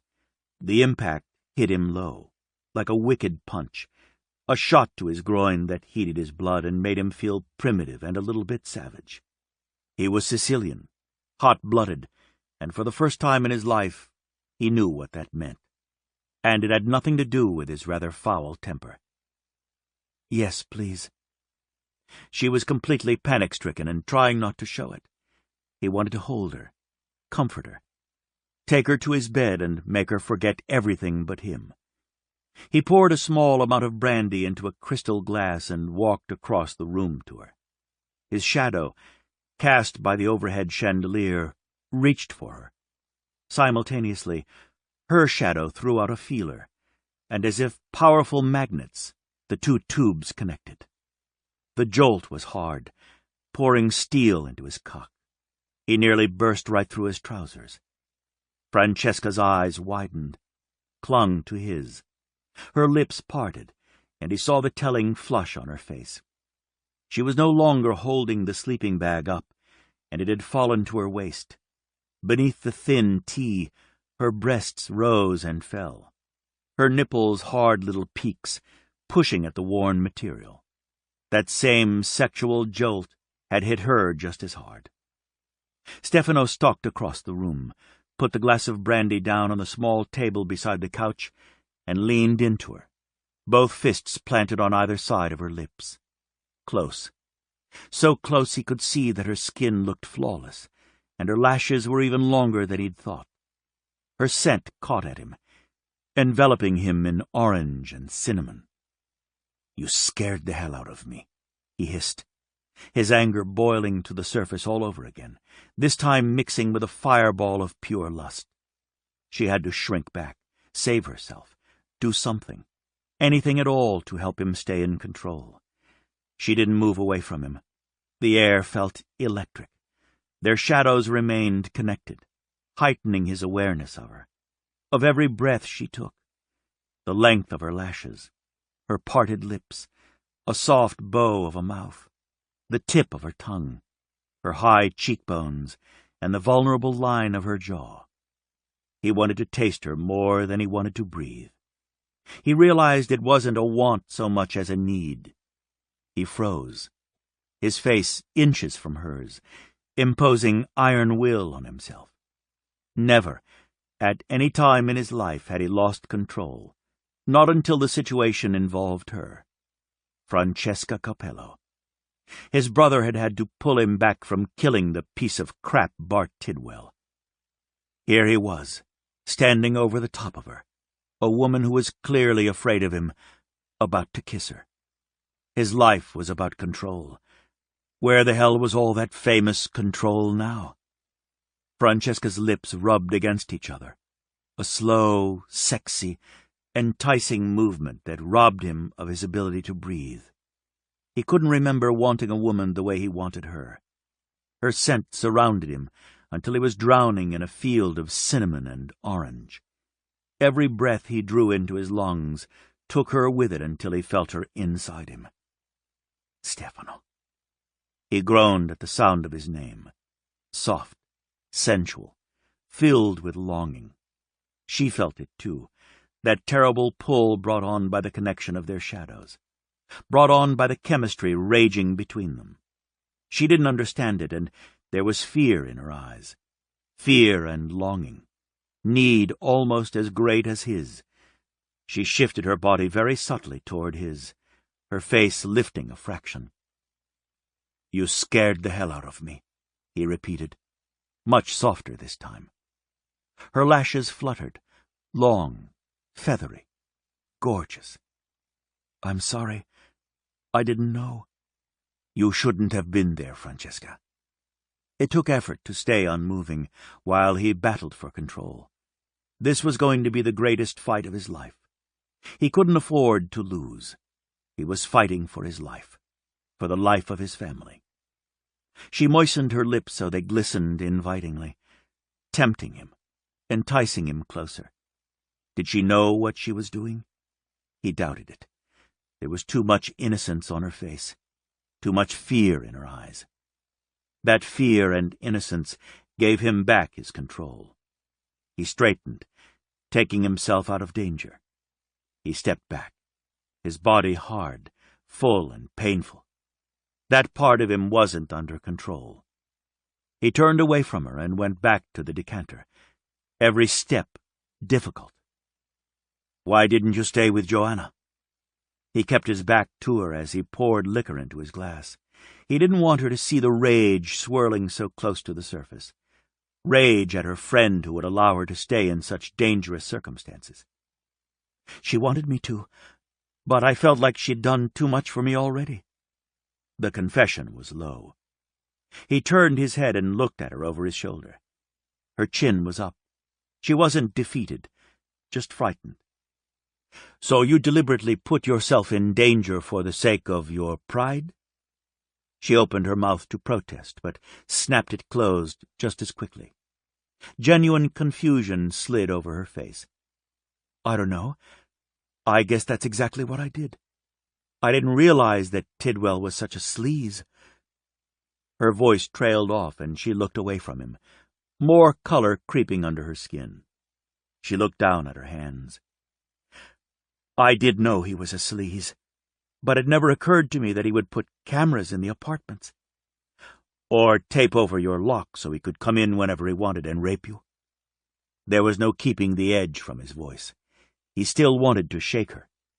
"You didn't try the door to make certain it was latched. You knew you were in a dangerous situation, and yet you didn't take precautions." There was a long silence. It stretched out between them. He knew how to use silence. He lived in silence. He worked in silence. Silence gained him the upper hand because he exercised control. He tossed back the bourbon and let the fire settle in his belly, warming him when he hadn't realized he'd been so cold. "I don't have any clothes." Her gaze came back to his. She'd told him the same thing in the car. Clearly she was concerned about it. She looked vulnerable, forlorn. That look tugged at his heartstrings. He turned back toward her and leaned one hip lazily against the table. "That's not a worry. We'll get you clothes. You had the money in the coat." Color swept up her neck into her face. He hadn't realized a woman could blush so much. "I didn't want to use your money. I didn't know when I could pay it back." She cleared her throat. "I didn't mean in general. I have clothes, just not here. Just not on." She put the tip of her thumb in her mouth and bit down, her gaze not meeting his, but settling on his jaw. "I see how that could be considered a problem." Humor crept into his gut, easing some of the worst knots. "I'll be right back." He left her, knowing she couldn't very well hop into the elevator and make her escape. In the master bedroom, he selected one of his favorite shirts. The material was soft and would drape on her body lovingly. Because of the difference in their sizes, she would be sufficiently covered, but she still couldn't run off when she fully realized she didn't have a place to go. When he returned to the room, her gaze jumped to his and then shifted away as he handed her the shirt. She took it, and the movement caused the sleeping bag to drop lower, pooling around her waist. She wore a thin T-shirt. There was a hole up by her right shoulder, allowing him to catch a glimpse of her soft skin. That little hint sent another rush of hot blood coursing through his veins. Her breasts rose and fell beneath the material. He could see the outline of her nipples, the way they pushed hard against the restraint. She was nearly as aroused as he was. For a moment, he couldn't breathe, couldn't speak. He could only look at her and savor the moment, knowing she belonged to him. "This will do until we get you some clothes." "I can't stay here." She made the declaration, obviously having worked herself up in the short time he was gone. "Just for tonight.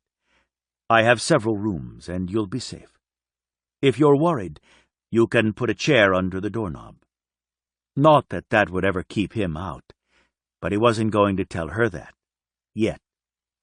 "You can get a good night's sleep, and we'll tackle the problems in the morning." She took a deep breath and, without realizing she was doing it, rubbed the fabric of her shirt against her cheek. He recognized it as a nervous gesture, but to him it was significant. She didn't realize it, but already she was turning to him for reassurance. "I don't see how this situation can be resolved," Francesca said. "I can't go back there, but I can't afford anything else." "A situation can always be resolved.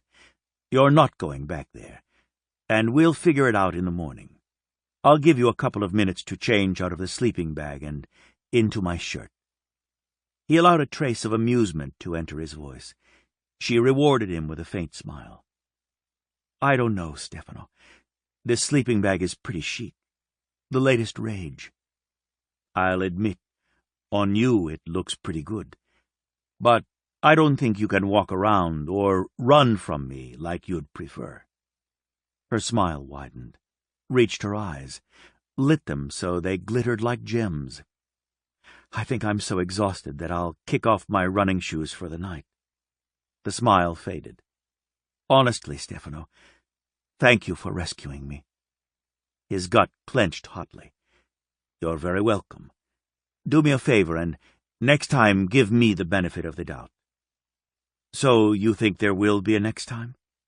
"Without a doubt."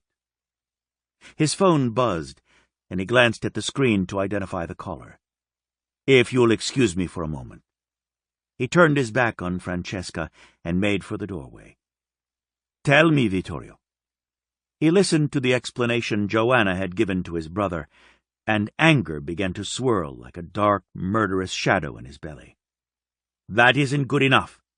You tell Joanna that excuse is bullshit. The minute she knew Francesca was living in that building and wouldn't listen to reason, she should have come to me. I don't give a flying fuck if I intimidate her.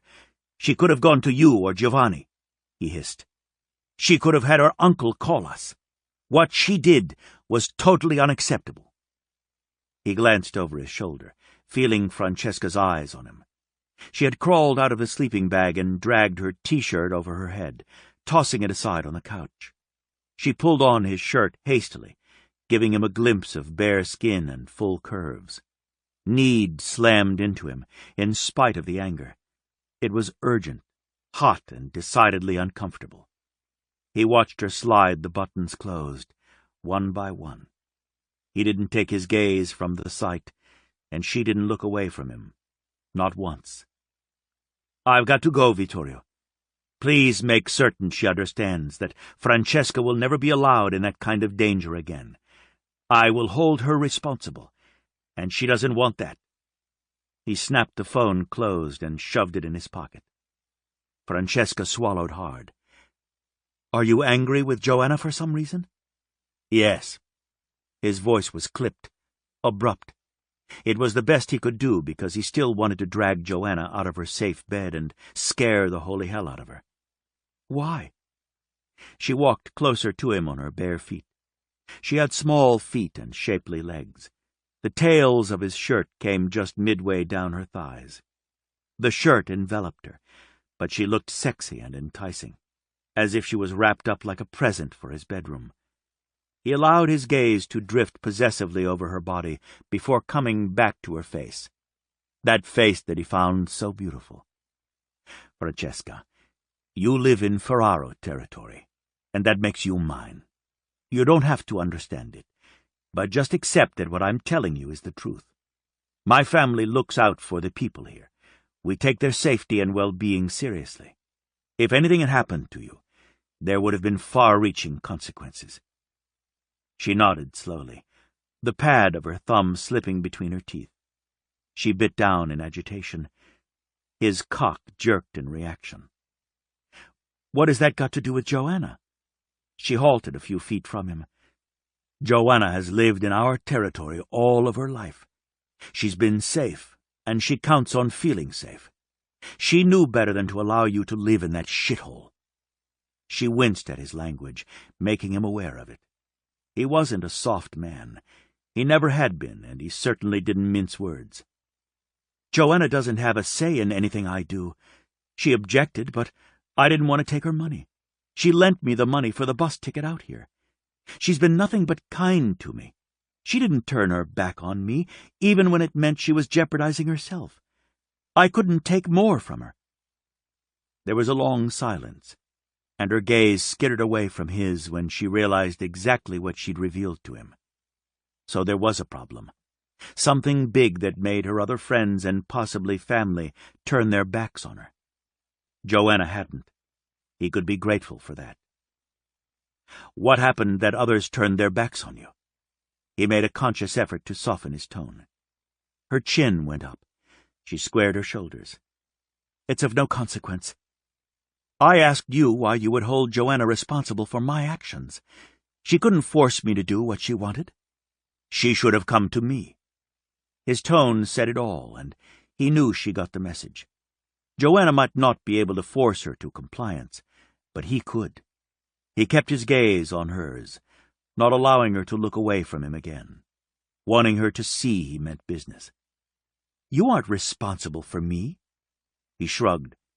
"You saying that doesn't make me feel any different. Stefano, I have to ask you this, and I don't want you to be angry with me. It's just that you're very scary at times, and I don't understand what's going on here." "What's going on here is that I'm attracted to you. Aside from that, you belong in my territory. That means I protect you, whether or not you like it, and whether or not you're always comfortable with how I go about protecting you." "Are you mafia? A part of organized crime?" He kept his eyes on hers, refusing to allow her to look away. If she had the audacity to ask such a question, she should have the courage to look him in the eye while she did it. "Does it matter to you what I do?" Of course it does. I don't like the idea of anyone selling drugs or running guns, doing anything so deplorable, protecting me.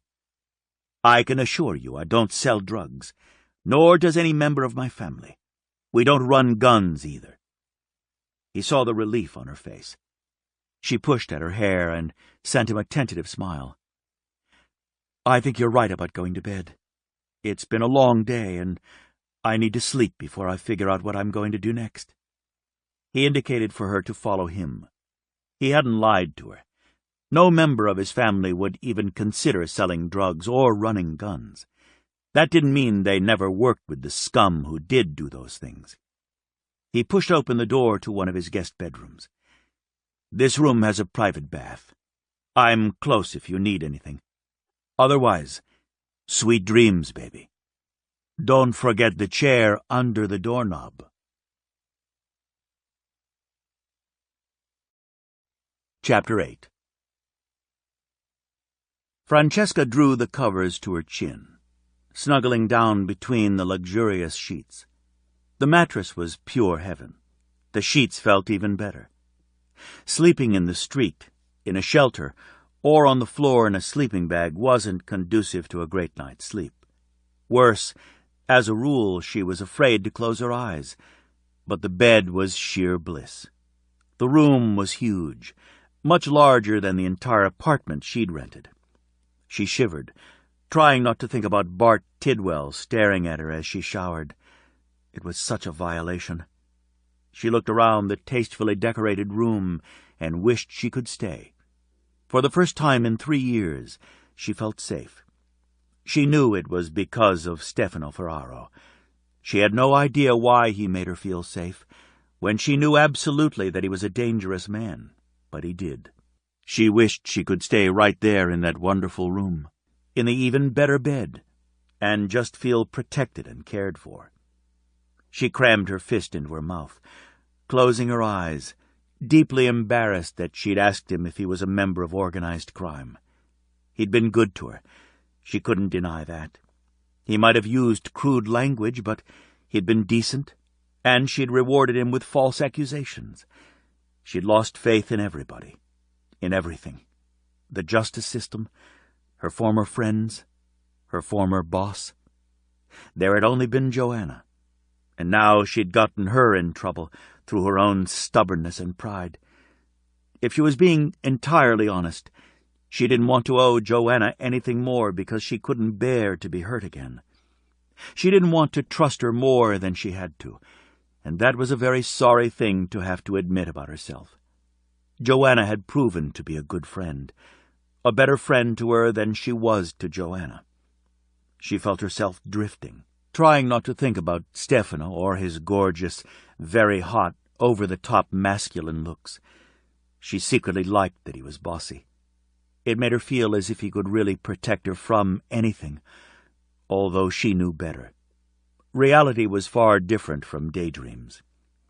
What woman in her right mind wouldn't fantasize about Stefano? She could give herself that. He was wealthy, handsome, confident, everything a woman could possibly want in a man. She knew he wasn't for her, so it wasn't a good idea to think about him while falling asleep, especially when she was in his home, in his bed. She allowed her eyes to close and conjured up an image of her beloved sister Sella.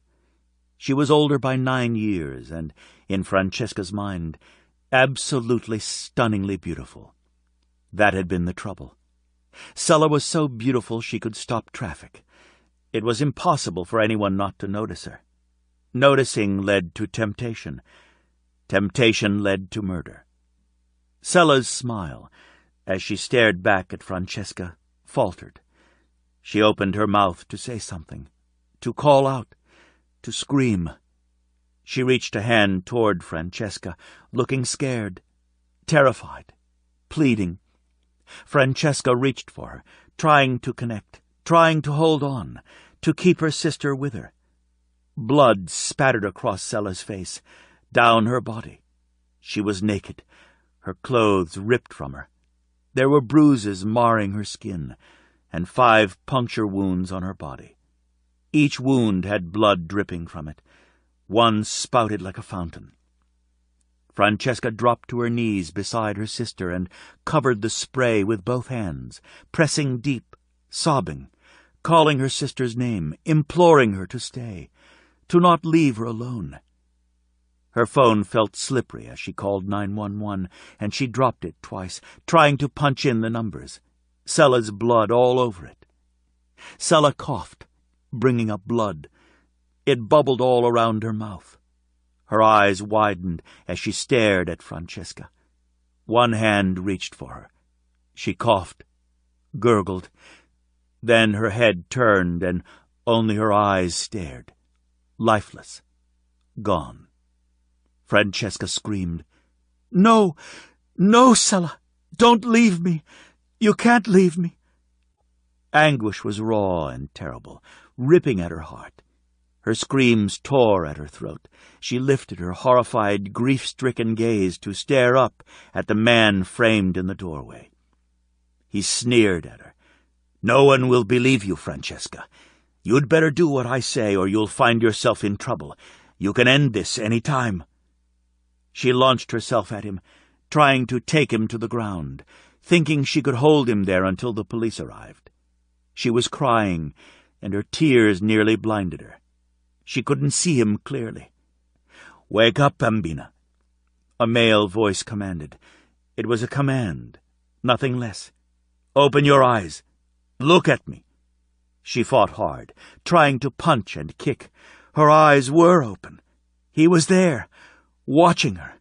He was always watching her, laughing when the police dismissed her claims, ignored all of the evidence because it was him.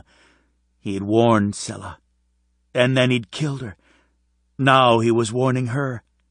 "Francesca, open your eyes. Look at me." Her wrists were pinned to the mattress on either side of her head. He was strong, enormously strong. There was no way to break free. A sob escaped. Panic choked her. If she opened her eyes and it was him, "Dolce cuore. You're killing me here. Look at me."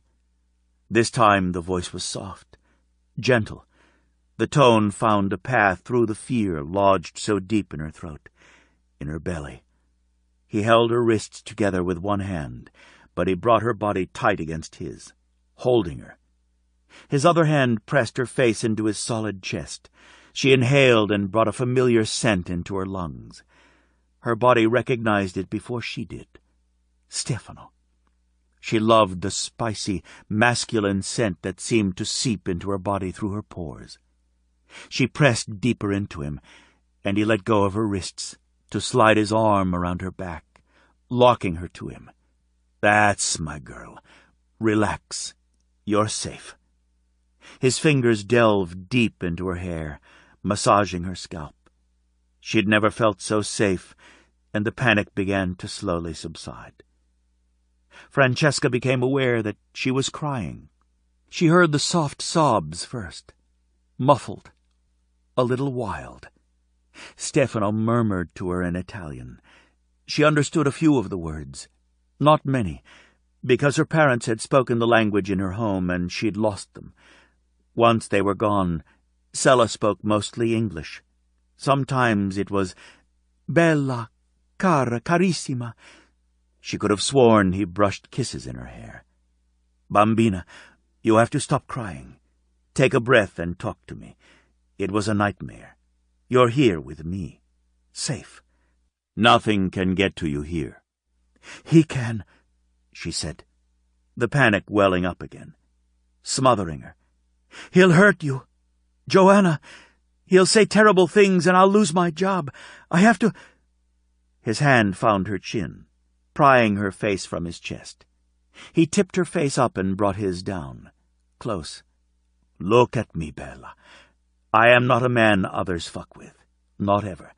You're here, with me. That means you're safe." There was an edge to his voice. She wanted to smile, and the choking fear and panic slipped further away. She forced her lashes to cooperate. The moment she opened her eyes, he was there. Stefano. His face was close. That hard jaw.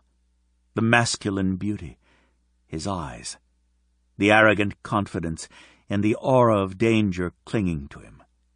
It was all there. She felt more protected than she'd felt for years. She wanted to stay right where she was, close to him, feeling how solid he was, all muscle. He had a steel core. Truthfully, he was the first and only man she believed might be able to keep her safe. It wasn't fair to him. To stay with him, knowing he felt he had to defend everyone around him, was wrong. She should find the strength to leave so she wouldn't endanger him. But there was nowhere to go. She had no money. She had nothing at all. "I'm sorry," she whispered, hating herself, knowing she was going to give him that burden, that danger, because she could no longer do this alone. She wasn't living. She was existing. Every second of every day she was terrified. One could only live with terror for so long. Not just terror. Anger. Guilt. Stefano Ferraro was an unexpected complication. Or savior. She had chemistry with him. Intense and scary. But it was there, and she had never felt it before. Not like that. He'd said he was attracted to her. It was obvious that, physically, he was. She knew if she let anything happen between them, he would be bossy and controlling. She didn't believe in relationships where one person was needy, and yet she was. She was exactly that person, but that wasn't the real her. It was circumstances. "You're back with me." Relief tinged his voice. His arm slid around her again, and he held her close, her ear over the steady beat of his heart. One hand stroked caresses in her hair. "Do you have nightmares often?" She had to give him the truth if she was going to give him the worst of her. "Yes, all the time. I don't sleep more than a few hours a night because they come often, every time I close my eyes." She didn't lift her head. She couldn't tell him while she looked at him because the guilt would overwhelm her. She knew how a man like Stefano would react to her disclosure. He'd asked, but still, she knew he was off the charts protective. If he were really interested in her as a woman, he'd be even more so. "I dream about Sella and the murder, nearly every night, again and again." There was silence, while his hand moved in her hair. She wanted to look up at him, but she couldn't bring herself to do it. Not yet. Not when she was throwing him into the pit where demons lived. She didn't know when it had happened. Maybe when he'd been so angry over the DVDs he'd handed her. The tone in his voice, his abhorrence that any man could act that way toward a woman. For one brief moment she'd let down her guard and he'd slipped in. His coat, the bane of her life, the money, the way he'd talked to the little boy, ruffled his hair. So sweet. The older woman, Teresa Vitale, who had cried and moved him to help her. The way he talked about the people in his neighborhood. There was genuine caring there. Unreal to her when she had never seen it or known it until then. He'd found a crack in her armor, and he'd slipped right in so that she trusted him when she barely knew him, when she didn't trust anyone. "I'm sorry, Dolce Cuore. When did this happen?" She couldn't believe he could sound so gentle. Stefano didn't strike her as a gentle man, yet he had been with Tonio, the little boy, and Teresa Vitale, the older woman, even with Lucia and Amo Fausti. She moistened her lips and forced herself to look up, into his piercing blue eyes. "A year ago, almost 18 months. "Like yesterday," he murmured, still stroking her hair. "I'm so sorry." She nodded, blinking back more tears. The aftermath of a nightmare always left her wrung out and exhausted emotionally, yet wide awake, afraid to go back to sleep. "Did they catch him?" She stiffened. She couldn't help herself. Her gaze started to slide from his, but he caught her chin in an unbreakable grip. "Answer me, Francesca. The truth." Someone confessed. That was strictly the truth. He didn't go to prison because he was terminally ill. He died 6 months ago. But, he coaxed gently, you don't believe he was guilty. She took a breath, wishing she could pull her gaze from his, but it was like being held captive. She was chained to him, body and soul, and she had no idea how, in the faint light from the open window, that had happened. There were shadows all over the room. Her shadow merged with his on the wall. That was how she felt when she was close to him like this. Merged, connected, one skin instead of two, wrapped in chains, so that they both were irrevocably tied together. No, it wasn't him. I came in after and I saw him. I knew him. He spoke to me, taunted me. His blue eyes darkened to pure steel. He threatened you. She nodded slowly. I told the police, but they didn't believe me. He took away my job and my home and everything I had. Twice in the middle of the night he came with some others and tore up my apartment, damaged the walls, ripped out the toilet, broke things, put horrible scratches in the floor. She broke off, her hand going to her throat because she feared she'd choke to death on the large lump blocking her airway. He could do that here, she added in a small, gasping voice. Take a breath, Francesca. Look around you. I own this hotel. There's security here. I'm here. He can't get to you, and neither can his friends. She drew in air and took the scent of him deep into her lungs. The nightmare was beginning to fade, and with clarity came horror at what she was doing. She wasn't the type of woman to manipulate anyone into doing something dangerous, such as standing in front of her, as she knew Stefano would, to protect her from the likes of the man who had murdered her sister. It was a despicable thing to do, and no matter how terrible her circumstances, she had no right to drag anyone else into her personal nightmare. She tried to shift subtly, to pull back, to give herself a chance to rethink what she was doing. His arm, locked across her back, held her in place. Stefano, he can get to anyone. He has money, power, politicians and cops in his pocket. He has lunch regularly with the governor of California and the local district attorney. He plays golf with the senator. He runs in your... She broke off, her gaze sliding from his. Circle, she finished lamely. She hesitated. This was what she wanted, but it wasn't right. She would be a terrible person for involving him more than she already had. Stefano, I'm sorry. I really shouldn't even be talking about this, especially to you. She couldn't look at him. Shame burned through her. I can't imagine your life, the way you have to live, always thinking you have to protect and take care of everyone around you. You make it easy to shift burdens your way. You don't protest. You don't ask for space. You just take control and no one has to worry but you. His thumb and finger gripped her chin, lifting her face so she once again had no choice but to meet his eyes. Bambina, I am that man. Don't make me out to be a saint, because I'm anything but. You aren't going to find me easy to live with, and I assure you, Francesca, we will be living together. I knew the moment I laid eyes on you what I wanted. You can turn over those burdens to me, and you won't ever have to worry. With that comes the price of belonging to me. Above all things, I want you safe. So tell me his name. Her breath caught in her lungs at his declaration. The idea of belonging to him was both terrifying and exhilarating. She couldn't look away from his eyes. She'd only just met him, yet she felt that she'd known him forever.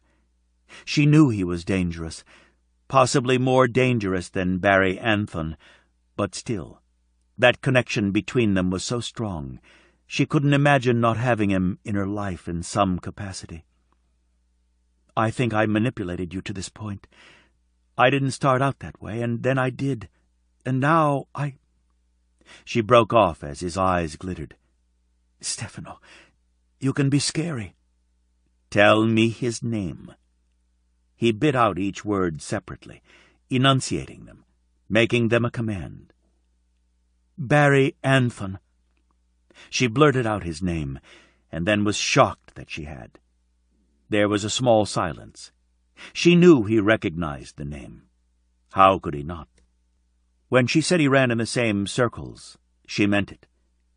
Anthon even had his own racing team, just as the Ferraro family did.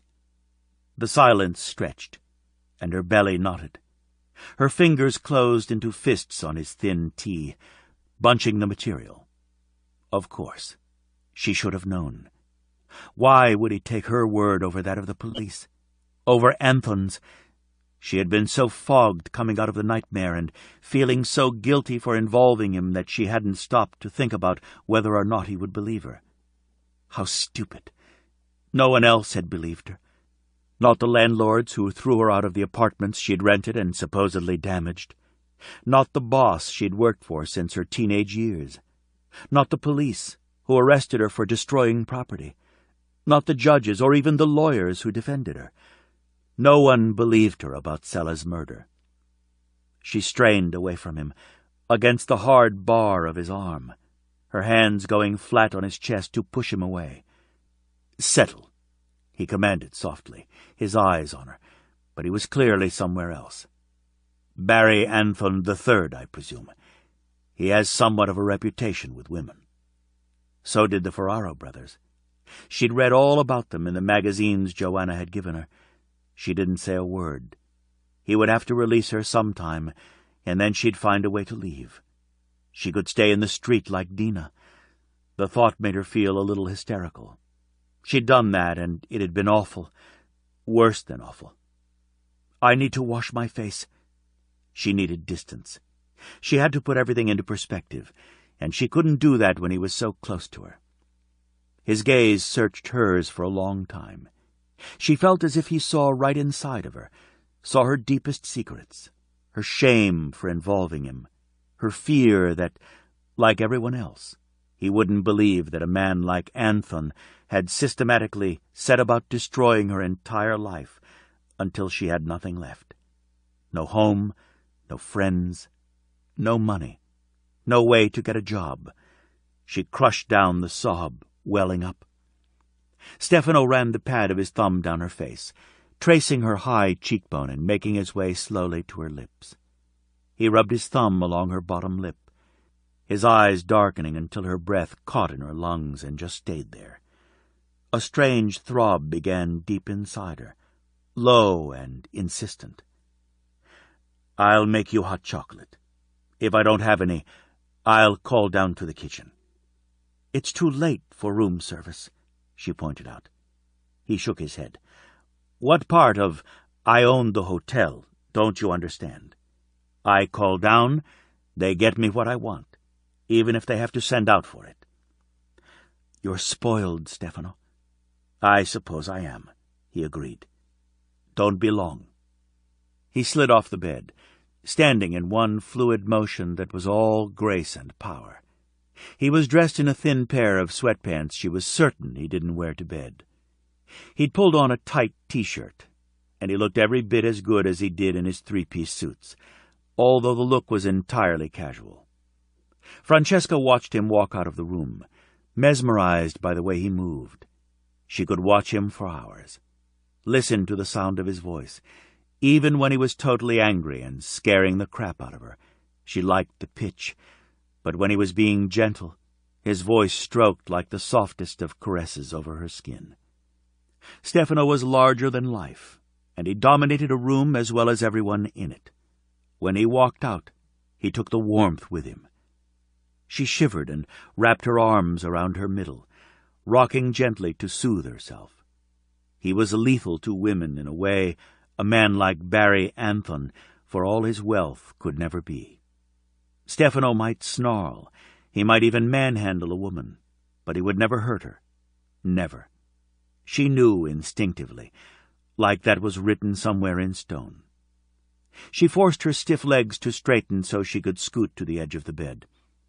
After her nightmares, her body was always painful, as if she'd run a race uphill, or gotten in a physical fight and lost. She had done something so wrong, manipulating a good man into feeling responsible for her and then blurting out the name of one of his colleagues.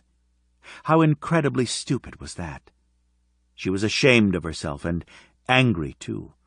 She knew better. She was a better person than that. Sella had raised her, and she would have been ashamed of her. Barefoot, she padded to the gleaming bathroom.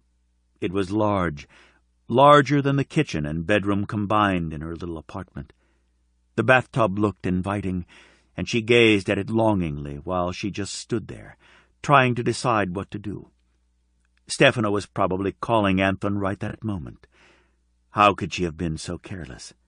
Even Joanna didn't know all the details, but Francesca had been so selfish, telling Stefano the truth, needing to feel safe, wanting to stay in Ferraro territory because she liked the neighborhood, and secretly she was so attracted to him.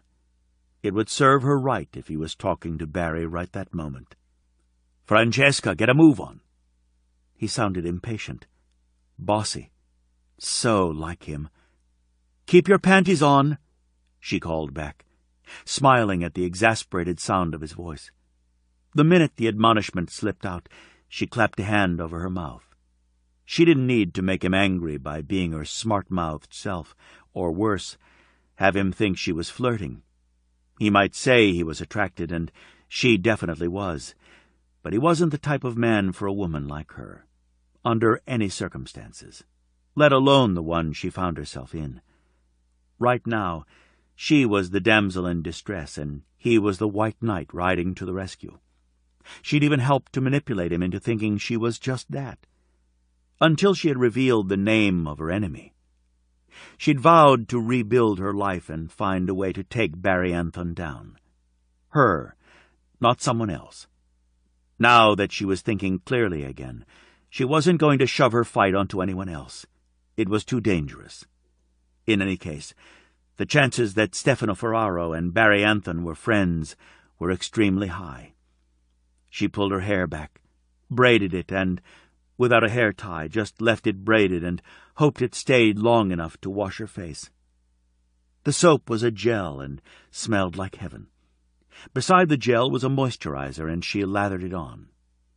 When she walked out of the bedroom, Stefano was right there, draped lazily against the hall wall, opposite her door.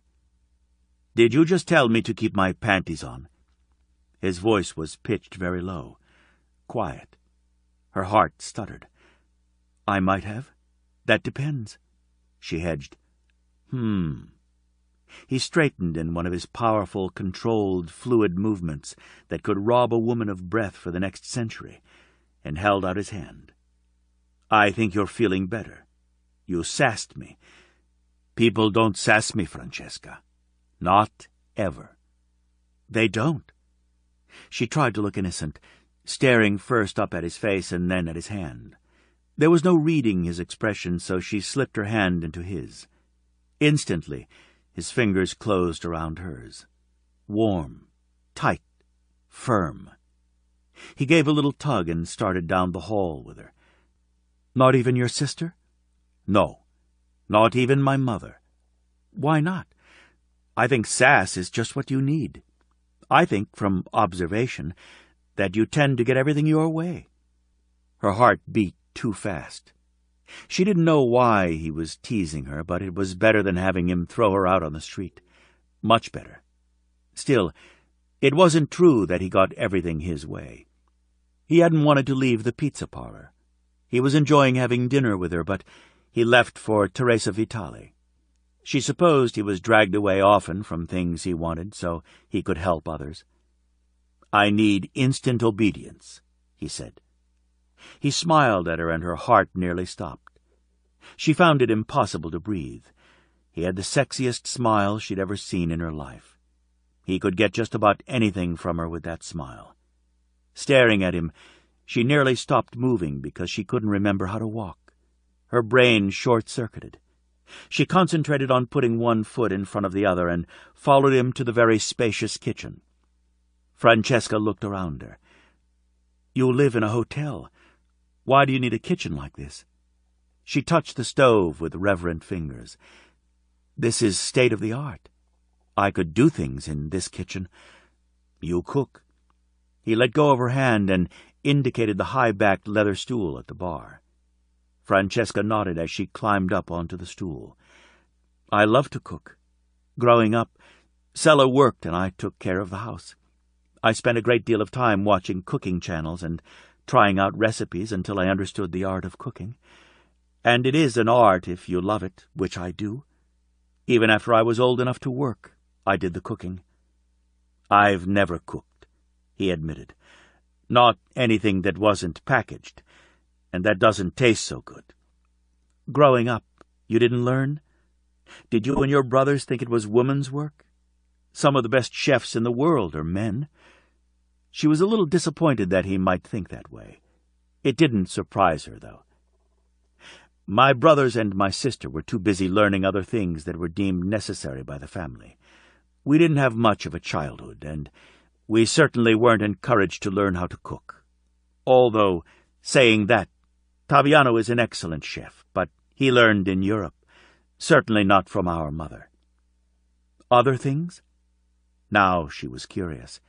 She couldn't tell from his strictly neutral tone whether or not he was altogether happy with his childhood. He poured chocolate from a pan on the stove, added whipped cream from a can, and put the steaming mug of chocolate in front of her. "We began training from the time we were toddlers.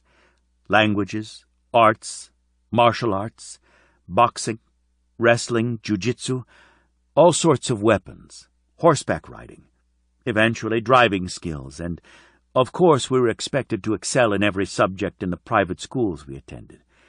It was top of the class or in trouble." She didn't know what to say to that. His revelation was unexpected.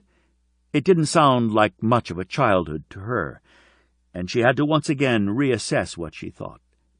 He might have all the money in the world, but her childhood had been just that, a childhood. "You thought we spent all our time playing polo and racing cars?" "Chasing women," she corrected, trying to make a joke. His gaze jumped to her face. She took a breath, let it out. She had to ask. Her stomach muscles were tied up in knots, and she knew she was a heartbeat away from panic. "Did you call him? Barry Anthon?" Her hands tightened around the warmth of the mug, lifting it, but not taking a drink. "Did you call him and tell him I was here?" His gaze drifted over her face. "You don't think much of me, do you?" She stilled. Her heart jerked hard. She put the mug of chocolate down on the bar and forced herself to meet his eyes. "That's not true." "Yes, it is. You think I'm like Barry Anthon, that I have too much money and I don't know what hard work is. You didn't want to take my coat because of my money. You didn't want to allow me to help you at all." His handsome features were stony, expressionless, his blue eyes glittering at her, but it was his tone that caught at her more than anything else. There was just the slightest hint of hurt there. If they hadn't been so weirdly connected, she knew she would have missed it, but the awareness of every little nuance was there, because she was so conscious of him. "You're nothing at all like Barry Anthon," she said. "Stefano, if I thought for one moment you were like him, I wouldn't be here in this apartment with you. I'll admit to some prejudice when I first met you, but that changed very quickly. You don't relax around me." "Well, that's because you're—" She trailed off with a little wave of her hand, color creeping into her face. He tilted his head to one side, a slow smile softening the hard edge of his mouth, giving him that sexy tilt that sent heat scattering through her veins. "I'm what?" She pressed her lips together hard to keep from blurting out the truth. That he was gorgeous, sexy, dangerous, hot. All those things. Everything she wasn't. He was so far out of her league it wasn't funny. He was nothing like Barry Anthon, but he ran in the same circles.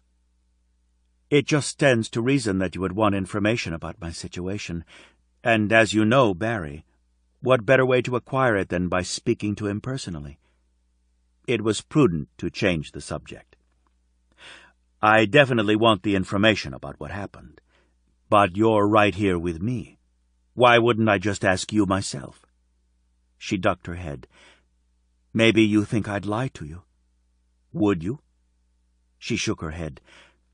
I might be tempted to leave things out, or just refuse to tell you.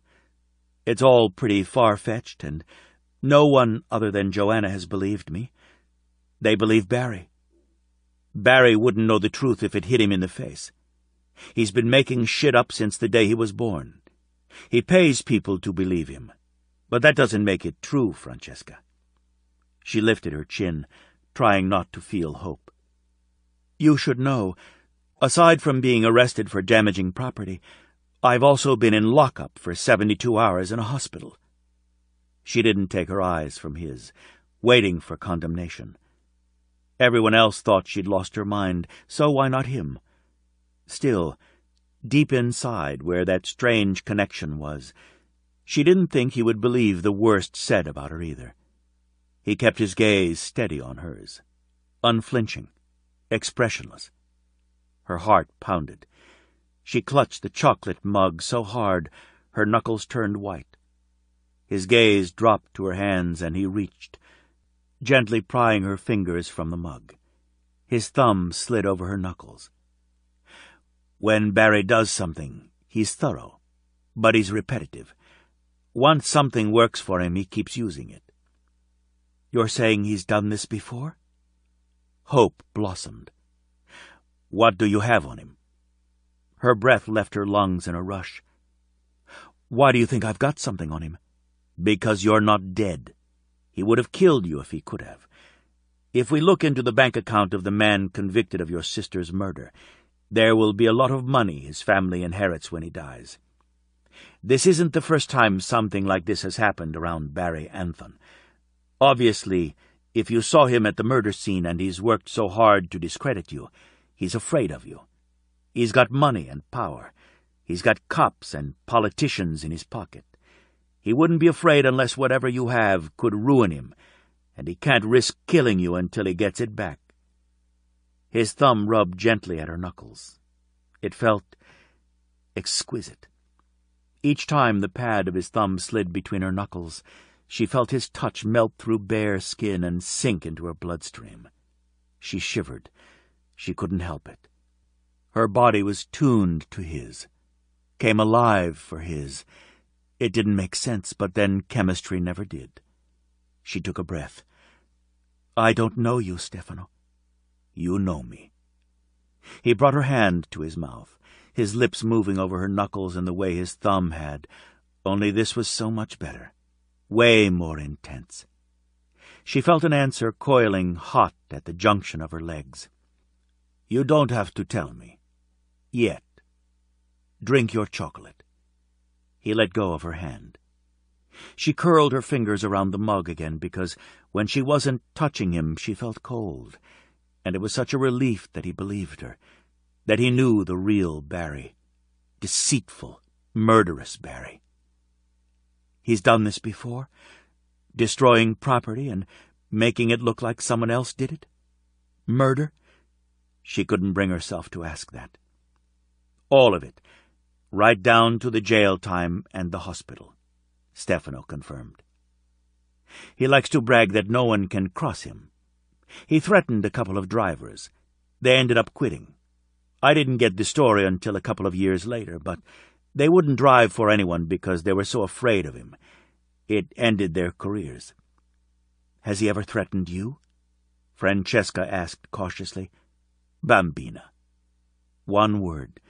That said it all. His tone, amused, arrogant, completely confident.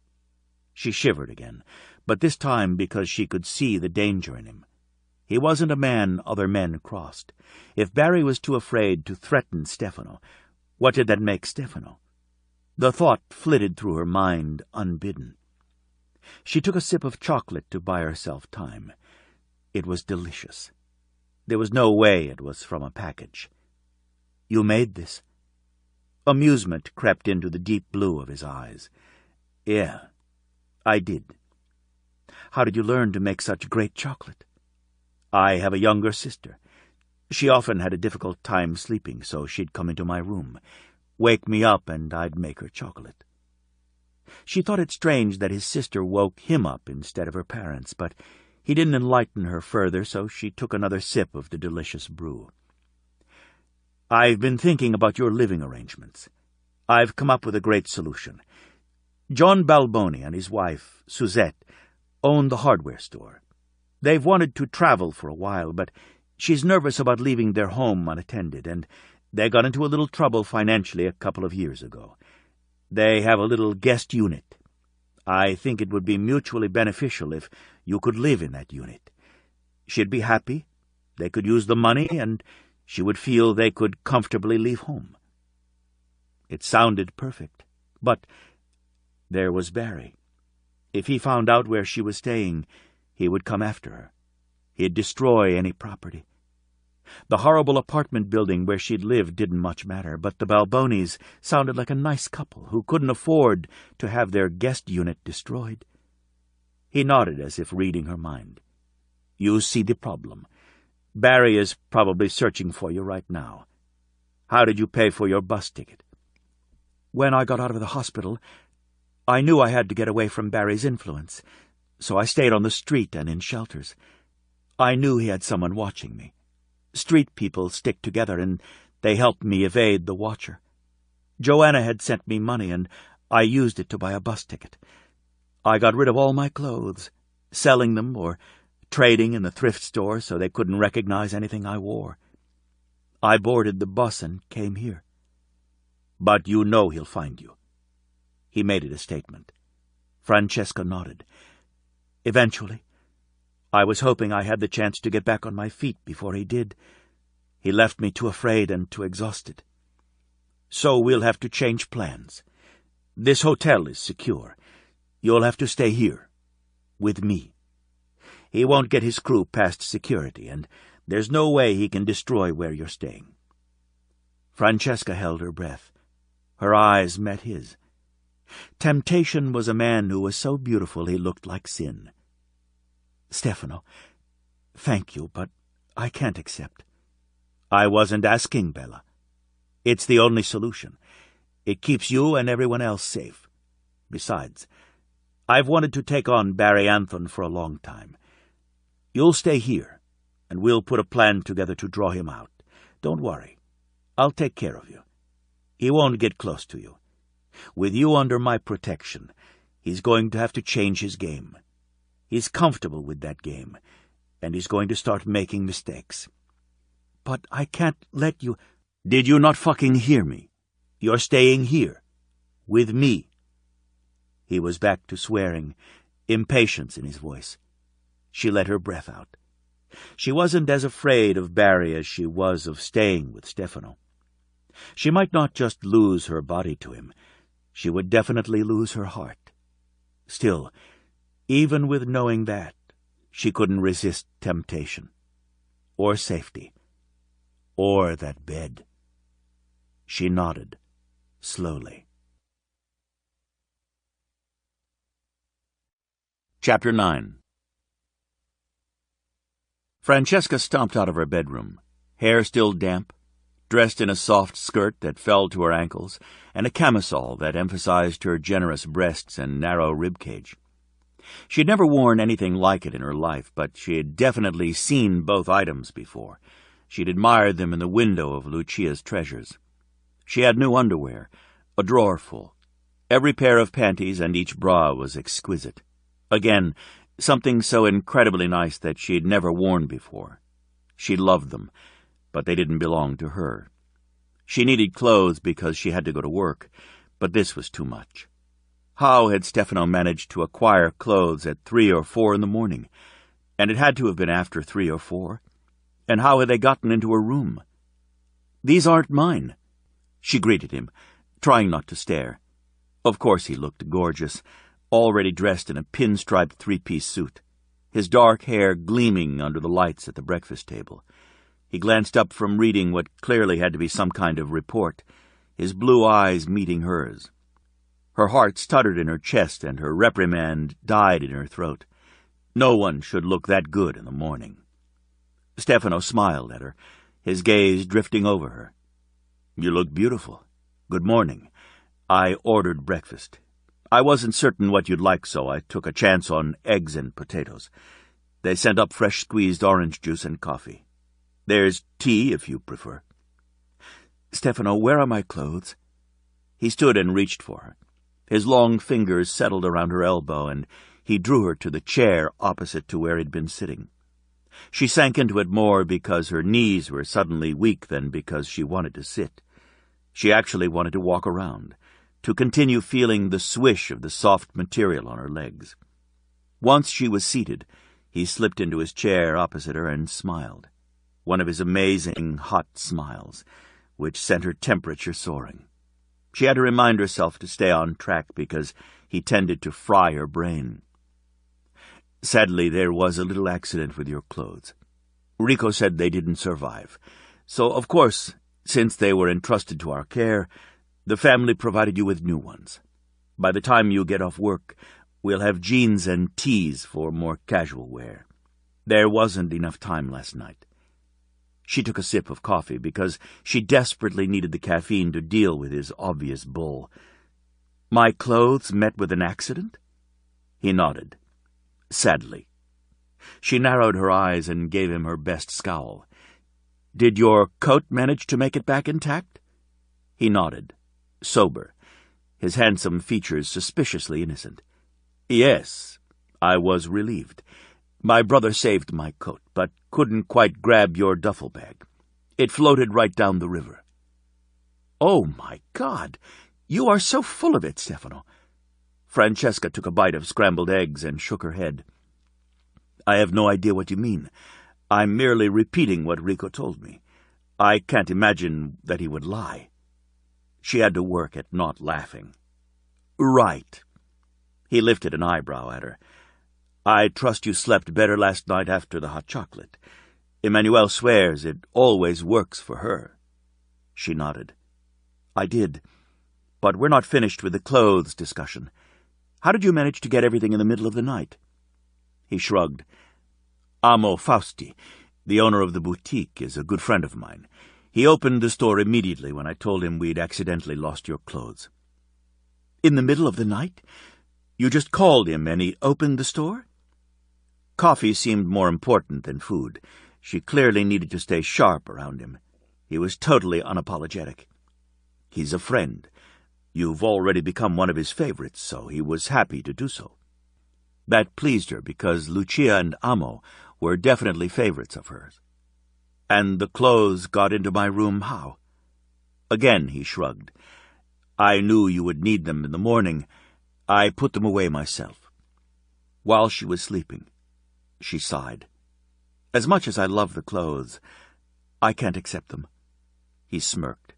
She would have resorted to violence, but even his smirk was sexy, and instead she just stared at him, astonished that a man could look as good as he did. It took a few moments for the Stefano spell to ease. She licked her lips and downed the orange juice. It was superb. Like his penthouse. Like the clothes. Like him. "I suppose you could just wear my shirt to work. I like the idea of you wearing my shirt all day, but Pietro might object. On the other hand, you look sexy in it, and that might draw in even more customers when word gets out. Although, if I'm being strictly honest, I'm not certain I want other men seeing you in just my shirt. I can see that sparring with you requires at least 2 cups of coffee. We're responsible for the loss of your clothes. Of course we'd replace them. Change the subject. Just like that. Bambina." The way he said that one little word, as if it was an endearment but reprimanded her, melted her insides. It was the tone of his voice. She liked that he called her baby or sweetheart and sometimes even beautiful. The way he focused so completely on her made her feel special. The appreciation in his eyes made her feel beautiful, She knew she wasn't going to win the argument. Her clothes were gone, and he'd bought her new ones. New, exquisite clothing that she never could have afforded on her own. Never. Not in her lifetime. And the makeup and other things in my bathroom? Everything was lost. He shrugged, dismissing the subject. I'll take you to work this morning. If you leave the store, text me. Stefano, why in the world would I do that? As if she could. She didn't have a cell phone. She'd already told him that. It wasn't like she had the money to rush out and get one, let alone pay for a plan. His eyes darkened to a stormy blue. Pinned her. The air in the room thickened with heat. His heat. Because I asked you to. She supposed that was a good enough answer when she was sitting in his penthouse, eating his food, wearing clothes he bought and under his protection. I can't. When his head jerked up and the room got even scarier, she held up her hand. I said can't, not won't. Remember? I don't own a cell phone. I told you I didn't have one. She could see him struggle for control. That was before I knew about Barry. He leaned toward her.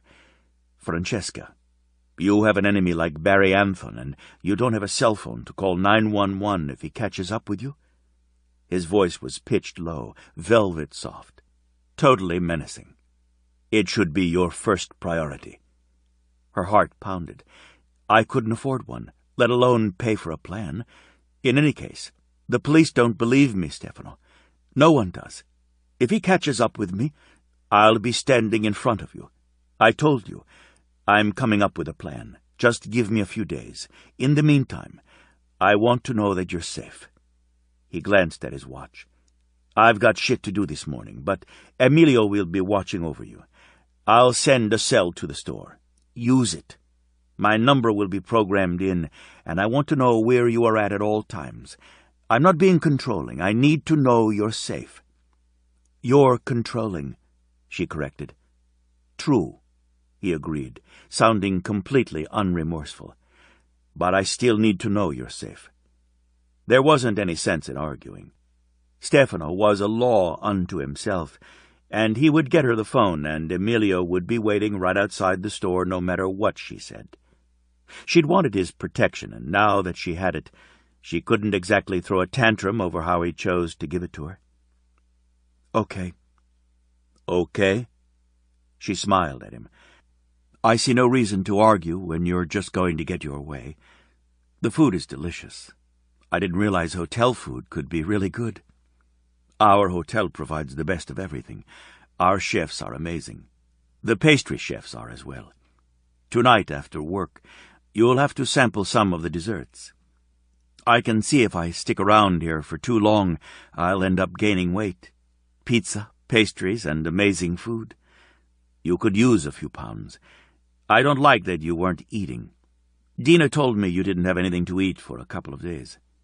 Dina? You talked to Dina? Why wouldn't I? She lives in our neighborhood. She's part of us. She prefers to live on the street, so we make her as comfortable as possible. She has a small wooden lean-to we built for her in the alley behind the hardware store, which she can go into at night. When the nights are too cold, she comes to the main house and sleeps in the garage. There is radiant heating through the floor. She has a bathroom there and warm blankets.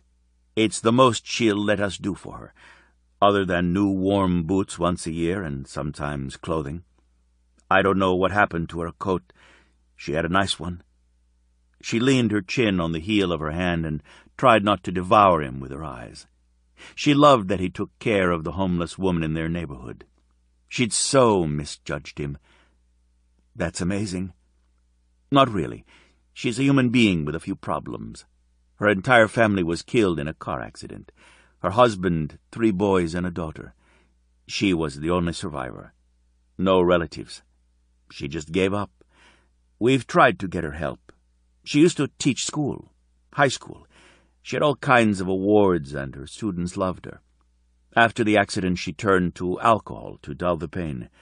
She left her home, just walked out of her house one day and drifted. She ended up here.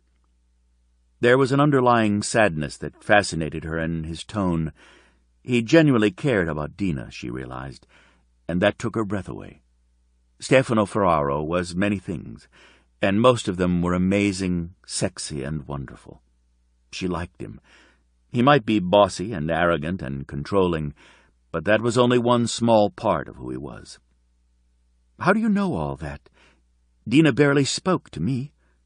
"I prefer to know everything there is to know about those in our neighborhood, especially a woman who is living alone on the streets. It's freezing here at times, and I certainly didn't want anything to happen to her. It took some persuading for her to use the garage, but she knows where the key is, and now she'll go there. We see to it that she's fed, but we have to be careful how we do that. She doesn't like too much attention." She noticed he used the term "we" a lot. She presumed he referred to his family. "You're very close to your family, aren't you?" "My siblings and cousins, yes. I suppose my aunts and uncles as well." He didn't name his parents. In fact, he had been very specific about those he was close to, and he'd left them out. She wanted to ask, but decided she'd better not. "Were you close to your sister?" His voice was pitched low, gentle. "Sella? Yes, I adored her. She raised me after our parents died. She didn't have to. She was very young herself, but she insisted it wasn't a burden. Of course it wasn't. There's no way your sister saw you as a burden." His voice was soft, persuasive, but certain, as if because family wasn't a burden to him, he couldn't conceive that it would be to anyone else. He mesmerized her, everything about him. She forced herself to look away and finish her coffee. She had managed to eat a little of the eggs and potatoes, but she'd gone without eating too often to have much room in her stomach to eat large portions. "After work, I'll show you around the penthouse. It has quite a few rooms. I have a training room for martial arts, weapons, and boxing. We also have a workout room with weights and various machines, such as treadmills. You're welcome to use either one, but we need to finish up if we're going to get you to work on time." "I'm finished." "You didn't eat much." She didn't reply. She was learning from his tactics. He didn't like to engage in arguments. Well, two could play that game. She smiled at him and rose, placing her folded napkin beside her plate. "Breakfast was wonderful, thank you. I'll go brush my teeth and be right out. Thanks for the toothbrush. It's very much appreciated." He rose with her and watched her go back to her bedroom. She knew that he did because she felt his gaze burning into her. He was so potent, virile, masculine. He took up the entire room with his broad shoulders and his presence. She found she couldn't take a breath without drawing him into her lungs. Francesca reminded herself that Stefano Ferraro was way out of her league in every way. He might be interested in her. She couldn't deny the chemistry was off the charts, but their union would never last. He'd grow bored with her very fast. He was a white knight riding to the rescue, and if she didn't need that any more, he would lose interest. When she met him in the foyer, Stefano was wearing his coat. She had been certain he would have had it cleaned first. He stood with another long cashmere coat in his hands, waiting for her. "You bought that as well?" "Come on, Bella. I told you. I can't be late for this meeting." He stepped close behind her, dipping the coat so she could slide her arm in one sleeve and then the other. He turned her around the moment the coat settled on her shoulders and slid the buttons into place. "I can do that. I know. I like to do it." He bent his head and brushed a kiss over her forehead. "The code for the private elevator allowing you into the penthouse will be in the phone I'm having sent to you. If you have a problem, text me right away. I'm already on the cell for you. You should have it within the hour." There was no point in protesting. She was being steamrolled, but she'd asked for it. Stefano was a force. One just got swept along when he decided something. They stepped onto the elevator together, Stefano crowding her closer than she believed necessary, although maybe it was the confined space that made her so acutely aware of him. Her heart beat too hard. Her breasts ached.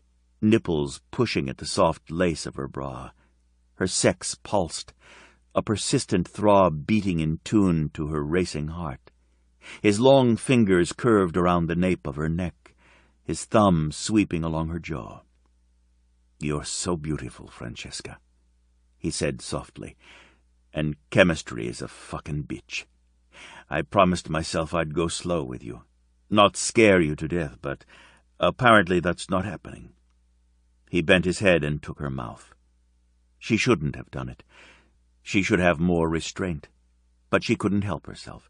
The moment his mouth brushed against hers, she parted her lips for him, allowed his tongue to sweep inside and take her over. He kissed like he did everything else, with total confidence, with expertise.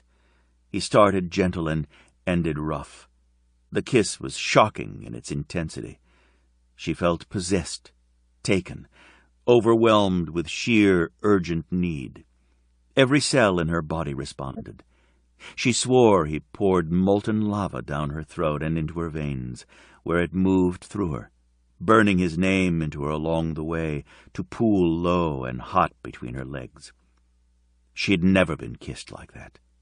She didn't know anyone could kiss like that.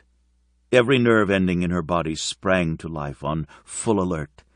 She couldn't stop her hands from running up his chest to circle his neck, or her fingers from finding his hair. She gave herself to him, holding nothing back.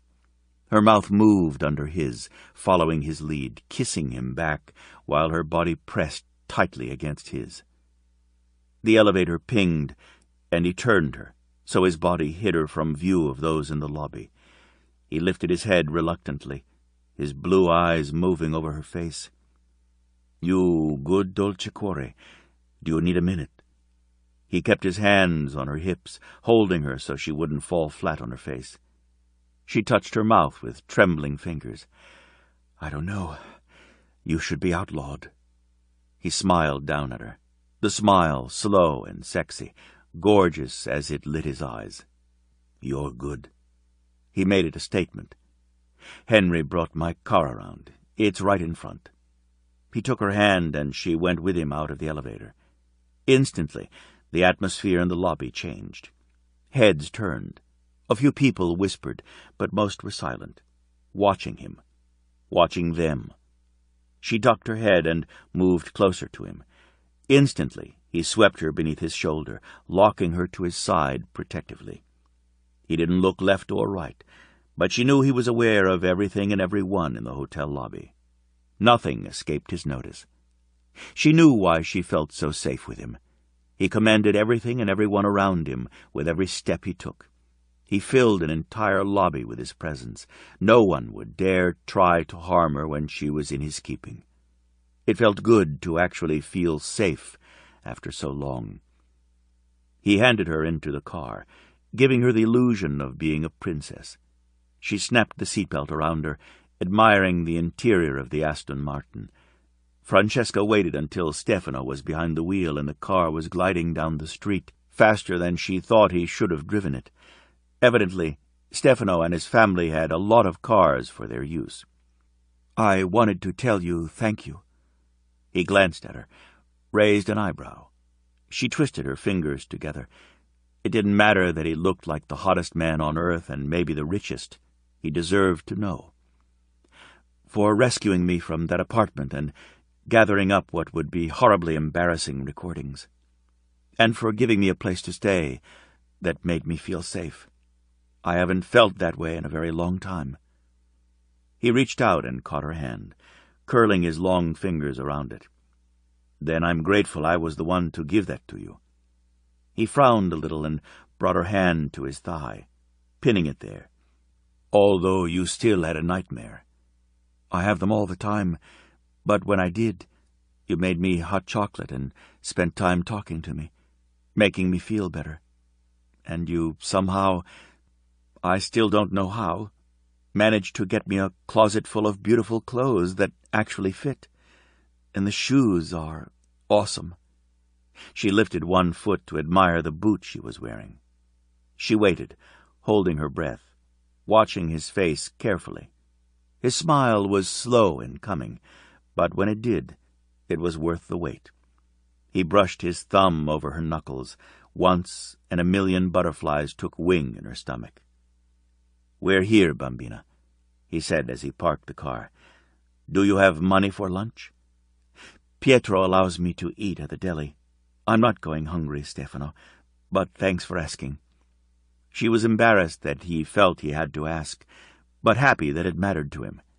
After hearing him talk about Dina in such a caring tone, she knew every single person in his neighborhood mattered to him.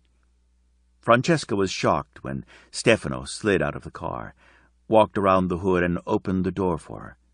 He held out his hand, and she had no choice but to allow his fingers to close around her hand, or make a scene. She was acutely aware of people stopping on the sidewalks to stare. Store owners stepped to the windows to peer out. She found herself blushing for no reason. It wasn't as if she was living with him. She was staying at his penthouse, not sleeping in his bed. She knew if people thought that, they'd think she was after his money. "I thought you had somewhere to go," she murmured, trying not to look at him. He kept possession of her hand as he escorted her into Masci's. To her surprise, Pietro was behind the counter, pacing back and forth. He spun around when they walked through the door, his expression wary. "Mr. Ferraro." "It's Stefano, Pietro," Stefano said in a low voice. He shouldn't have sounded menacing, but he did. The moment they entered the deli, Francesca knew something was wrong. Joanna sat at one of the tables. Her eyes were red-rimmed and her face splotchy, evidence that she had been crying for some time. Francesca made a move toward her, but Stefano's fingers tightened around hers. He tugged, and she found herself up against his body, her front to his side, his arm a bar, locking her in place. "There was some unpleasantness regarding Francesca's place of living last night. She was in danger. I am not happy about that. I left her in your hands, Joanna." He glanced at her over his shoulder, but then his gaze came back to rest on her uncle. "Joanna knew where she was staying. I imagine you did not." He made a statement but waited for Pietro to contradict him. Pietro glared at Joanna and then shook his head adamantly. Joanna sniffed and then stifled a sob. Francesca put one palm against Stefano's abs on the inside of his open coat and shoved, hard. Nothing happened. He didn't budge, nor did he look down at her. "Stefano," he glared down at her. "Enough. This is between Pietro, Joanna, and me."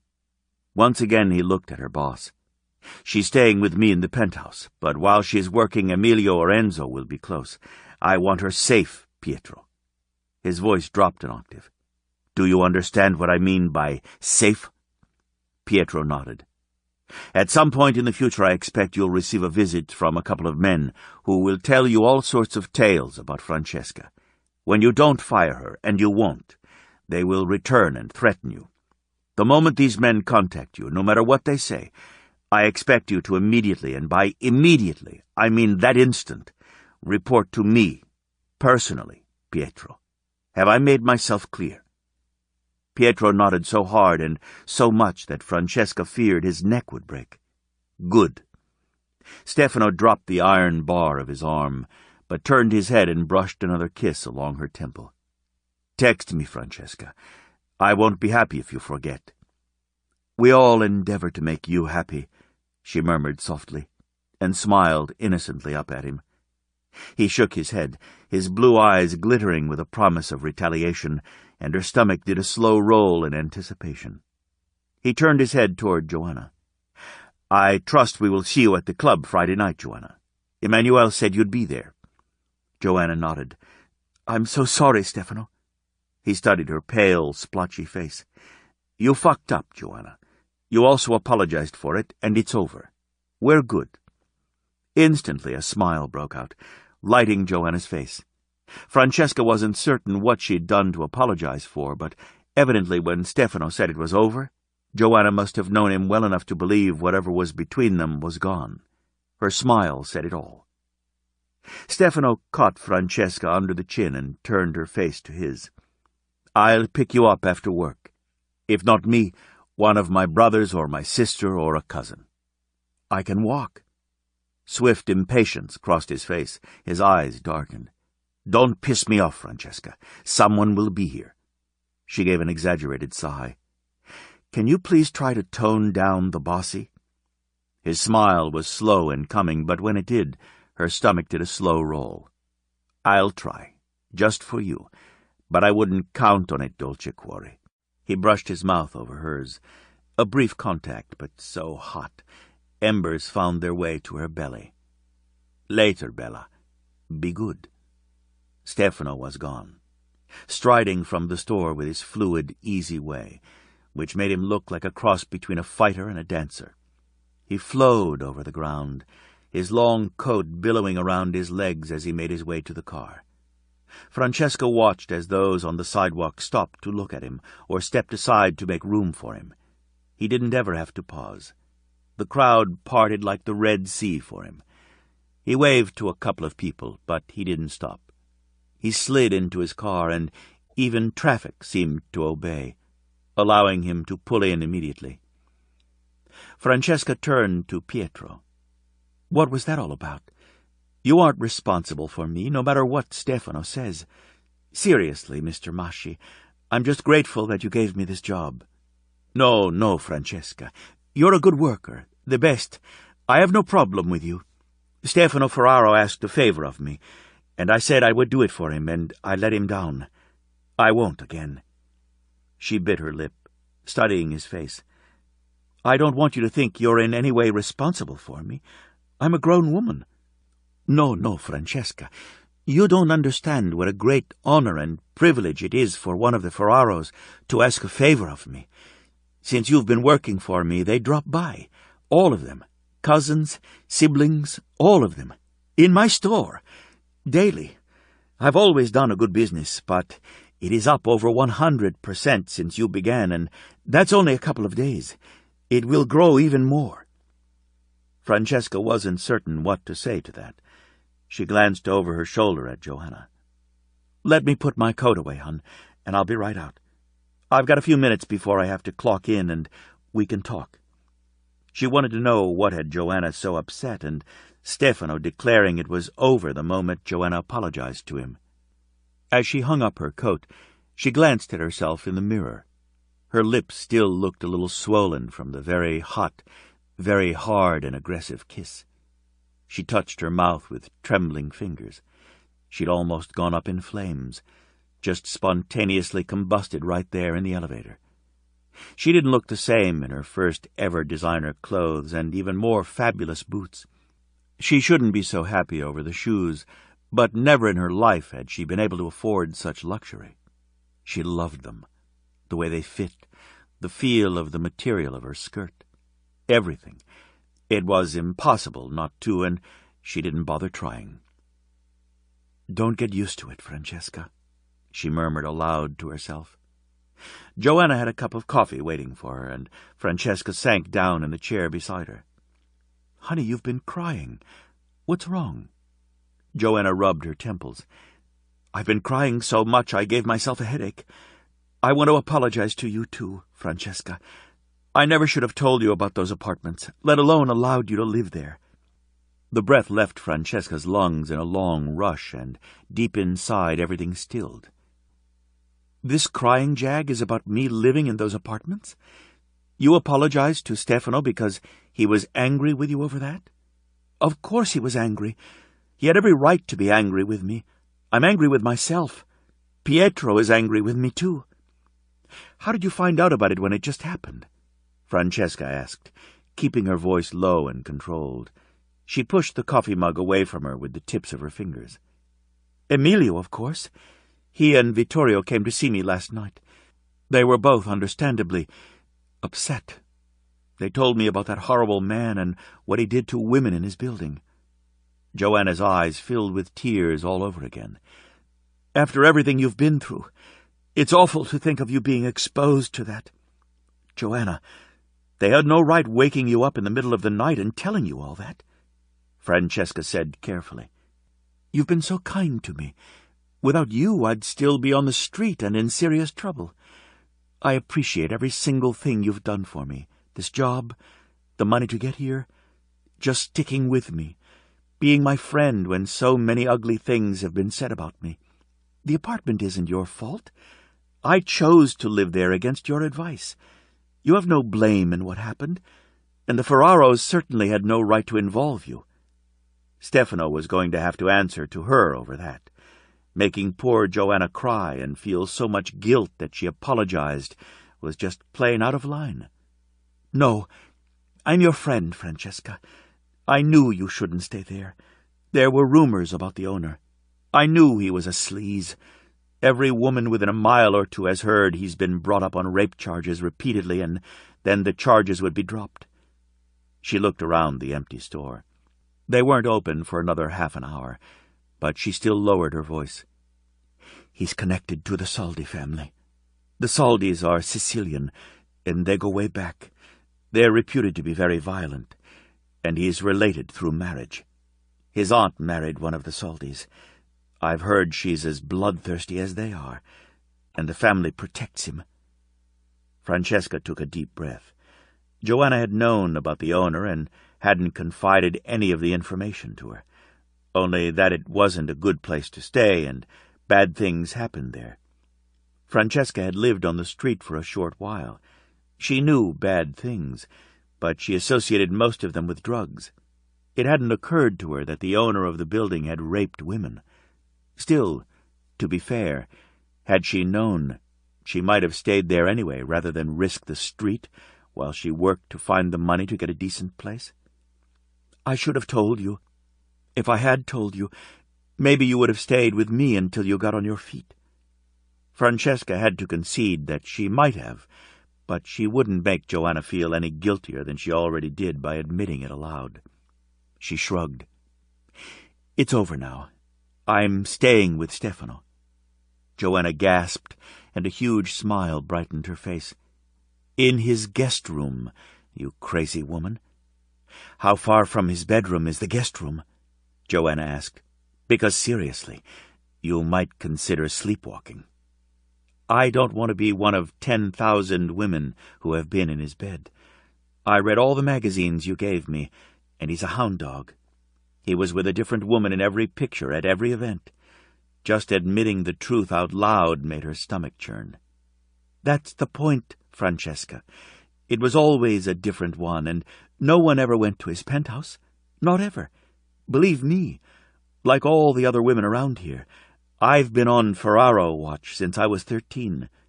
Stefano has never seriously dated anyone. If he was sleeping with them, he didn't do it in his own home." "Oh, he definitely had sex with them," Francesca confirmed. "Because his kisses need to be outlawed.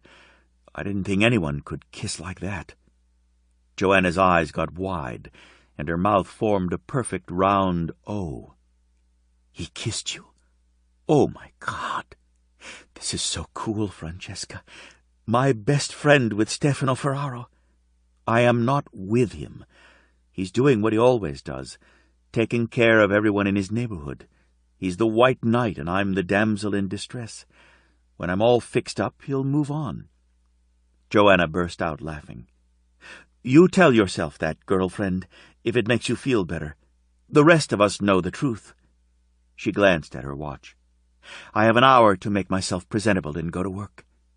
And I'd better get moving, too, before your uncle fires me." "There's zero chance of that happening," Joanna assured her and leapt up.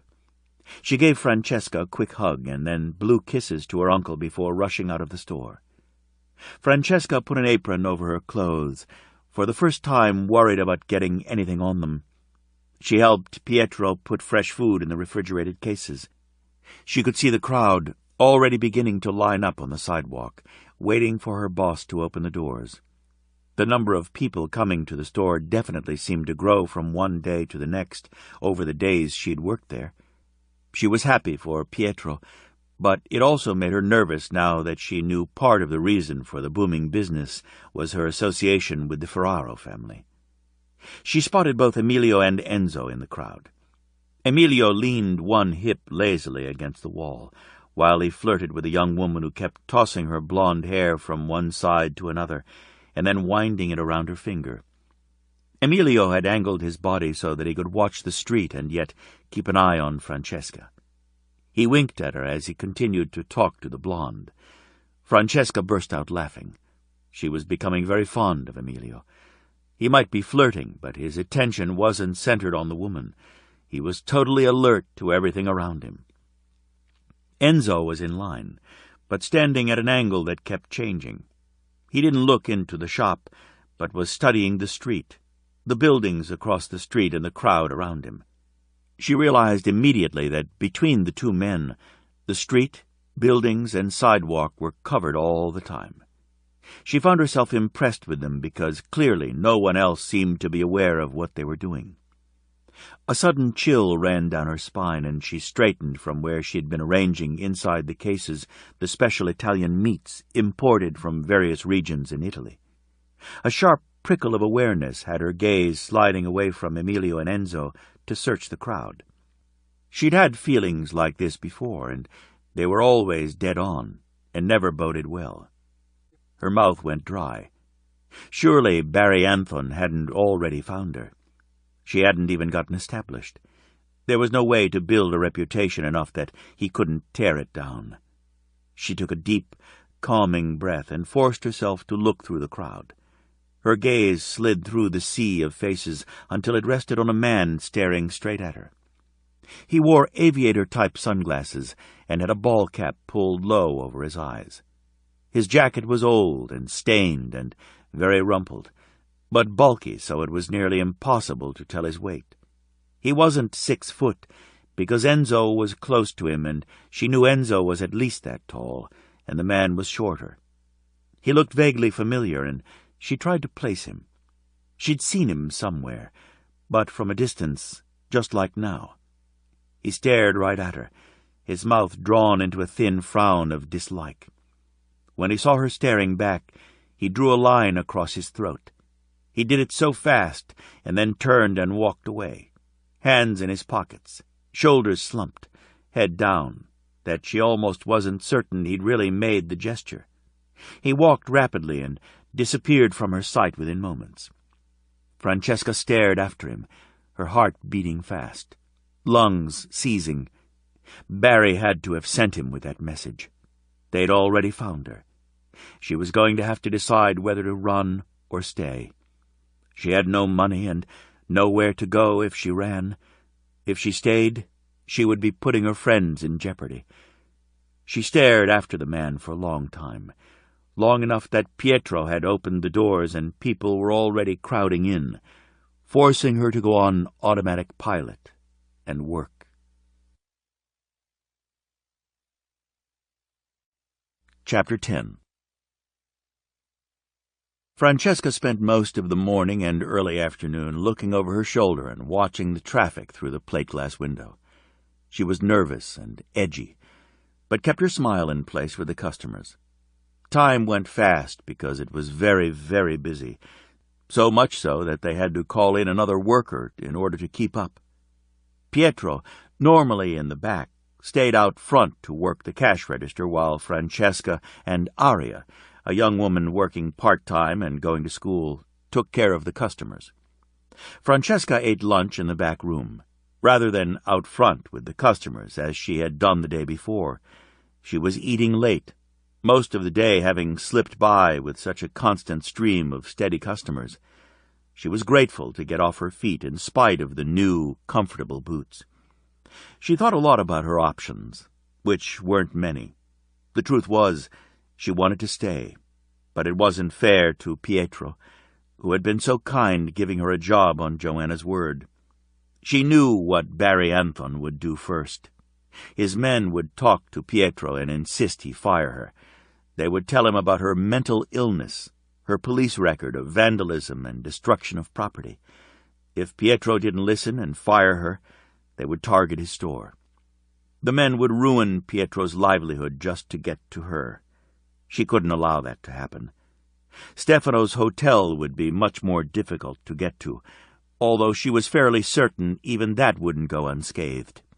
Barry's men had set fire to one of the apartments she resided in. She couldn't imagine having to face Stefano or his family if Anthon burned down their hotel. Barry Anthon's destruction was far-reaching. She closed her eyes and pushed her forehead into the heel of her hand. She was going to have to leave. It wasn't fair to put any of these people in Barry's path. "Francesca, are you all right?" Startled, she jumped out of her seat, knocking the chair over, rocking the table so that the soothing cup of coffee she'd just poured splashed over the rim. Stefano's brother, Taviano, the one who had driven the car from her apartment to the hotel, stood watching her closely. He looked uncannily like his brother. He certainly was as still and as menacing, his blue eyes every bit as assessing and sharp as Stefano's. "What's wrong?" he demanded. He even had the same abrupt, bossy tone. Heart racing, she stepped back. Taviano took up the room just as Stefano did. "Nothing. You just surprised me." Eyes on her, he reached down and picked up the overturned chair, gently setting it upright. "I brought your phone." He held it out to her. Francesca swallowed the sudden lump in her throat. Stefano, looking out for her. Her fingers closed around the item. She felt as if she was grabbing a lifeline. "You're very pale. Are you certain that you're all right? I can take you home if you need to go back to the hotel." She turned away from him with a shake of her head and a quick smile, afraid he saw too much. "I'm perfectly fine. Thank you for bringing me the phone. Your brother is very generous." She hoped he was even more so. The moment the phone was in her hand, a new plan came to her. "He'd like you to text him, just so he knows you've got the phone. He said to remind you to text him if you leave the store." Those eyes never stopped watching her. She drew in a breath. He did make that very clear. In fact, he was rather forceful about it. That got her a smile. "I can imagine. If you need anything, let one of us know. Our numbers are programmed into your phone, Emilio's and Enzo's as well." "Thank you. This is very kind of your family." He shrugged. "We take care of our own. Make no mistake, Francesca. You're one of us. If you have any kind of problem, you let us help." She nodded, trying to look reassuring. "I will." He started to turn away, but looked at her over his shoulder, a grin lighting up his face. "It's nice to see you dressed in something besides that sleeping bag. The look was good, but this one is much better. I suppose I'm not going to live that down." "You suppose right," he said, and was gone, moving down the narrow hallway with the grace peculiar to the Ferraro family. Francesca wiped up the spilled coffee and sank back down into the chair. The break room was small, much smaller than Pietro's office. She turned her chair so it was facing the door rather than the window. She'd wanted to see out, careful to keep watch for Barry's man, but it wasn't a smart idea to have her back to the door. Anyone could sneak up on her. She sat in silence for nearly her entire break, sipping her coffee and working up her courage. Finally, she sent Stefano the text. She needed a loan. She'd pay him back as soon as possible. The loan was significant, $3,000. Her stomach churned as she typed out the request. She hoped he wouldn't think she'd been stringing him along, biding her time, just waiting for an opportunity to get money from him. She bit down hard on her lip as she hit send before she changed her mind. She could find more clothes at a thrift store, not take anything else from Stefano, but the money would get her out of the city and she could go somewhere completely different. She knew how to get lost on the street. She'd done it before, losing Barry's man so he wouldn't know when she boarded a bus. She couldn't go without money. She had to get a loan from Stefano. Once she was on her feet, she'd send him the money. She could work. She was a hard worker. She didn't know how Barry had found her so fast, but she would get better at hiding. She had to get better. He was already breathing down her neck, and she hadn't been in the city that long. Her phone rang. She stared down at it as if it were alive. She knew who it was. She flipped it open and put it to her ear. Don't you dare fucking leave that store, Francesca. I mean it. Whatever is going on, you tell me. You don't plan to run off. I'll be there in a few minutes." He hung up abruptly, not giving her a chance to respond. There was no greeting and no nice ending to the conversation. Stefano was not happy. She took a deep breath. He would be there soon, and he would talk her out of leaving. She knew he could persuade her because she didn't actually want to leave. She had to protect Pietro, Joanna, and even Stefano. He might look at it as running, but she knew firsthand that Barry Anthon was capable of murder, and he wouldn't hesitate if anyone got in his way. She couldn't go out the front door. Emilio and Enzo were out there. She whirled around and started down the hall, heading toward the rear of the building. She had to leave now, before she was ready. She could have asked for her pay. Pietro would have given her cash, but she didn't dare wait one more minute. She yanked open the door and nearly ran right into Enzo. He grinned at her. "Going somewhere, Francesca?" He blocked the exit with his body. He was solid, impossible to move. He leaned one hip lazily against the door jamb. "I have to tell you, sweetheart, that man of yours is in rare form. He blew up my phone with orders and promises of all kinds of pain and torture if you managed to evade me. Which you wouldn't be so mean as to try to do, right? I mean, you know Stefano. He wouldn't be in the least understanding if you slipped past me." Francesca stepped back, because she had no choice as Enzo stepped forward. She put a defensive hand to her throat. "I'm trying to do the right thing, Enzo. I'm protecting him. You have no idea of the enemies I have. I have to get out of here."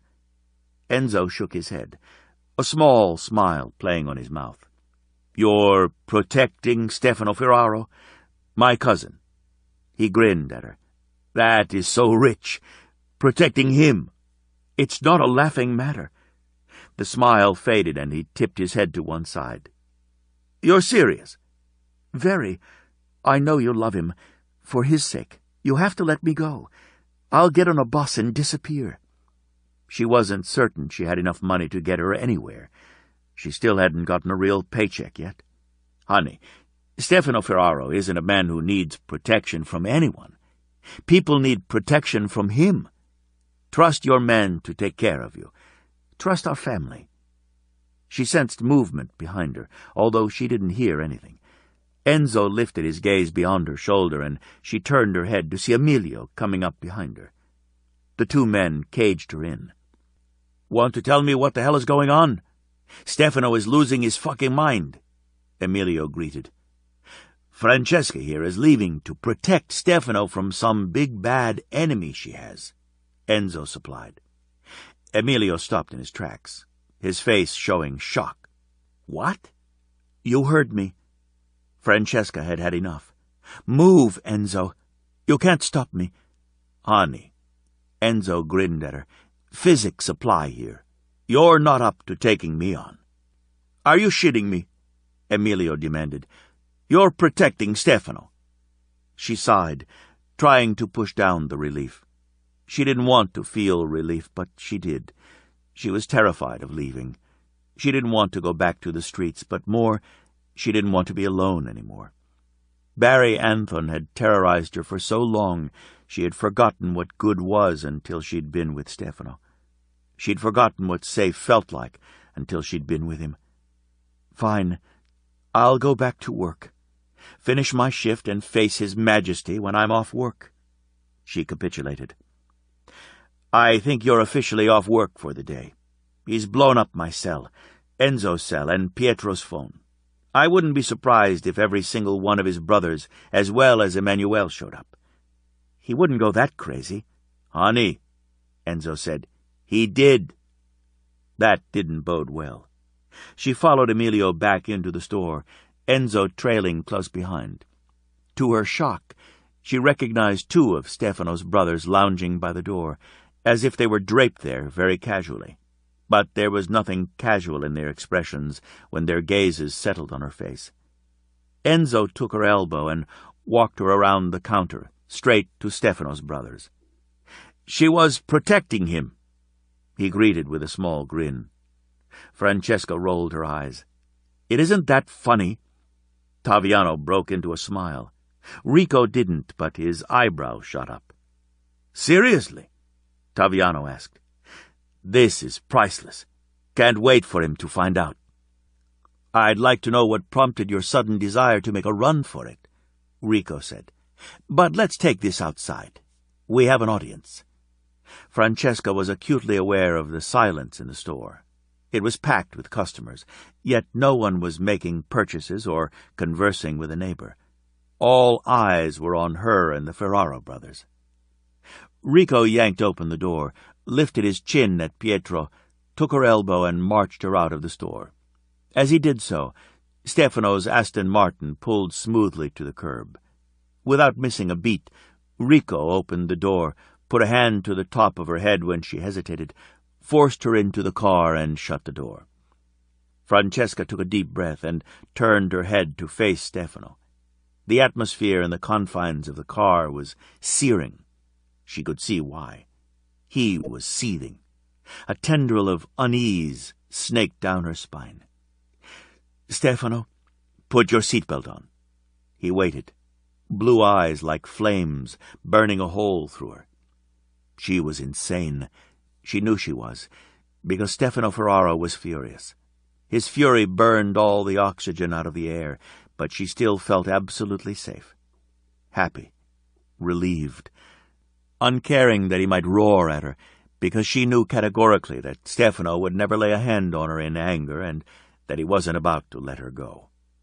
She snapped the belt into place. "I'm sorry you felt you had to leave work. It might be best if you didn't talk while I'm driving." She was fine with that. She knew it was a small reprieve, but she didn't care. The interior of the car was warm, and Stefano's wide shoulders and rock-hard body gave her the illusion of complete well-being. For the first time since she'd seen Barry's man draw his finger across his throat, she breathed easier. She sat in silence, admiring the way Stefano drove, with speed but very controlled. He drove right up to the front doors of the hotel, got out, tossed his keys to the valet, and reached in for her. His grip was strong, a vice around her upper arm. "You forgot your coat," he observed. His voice clipped, still angry. "I'm beginning to think you might be a little obsessed with coats, Stefano," she said, trying to lighten the mood. "You should see someone for that." He didn't smile or loosen his grip.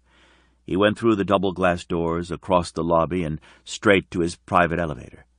The minute they stepped inside, he put a hand to her belly and pushed her against the wall.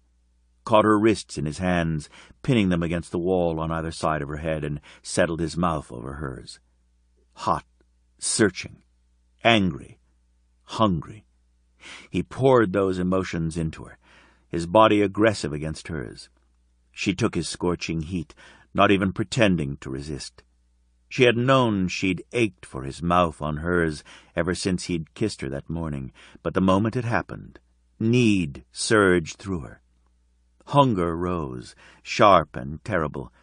Electrical sparks seemed to jump from his skin to hers.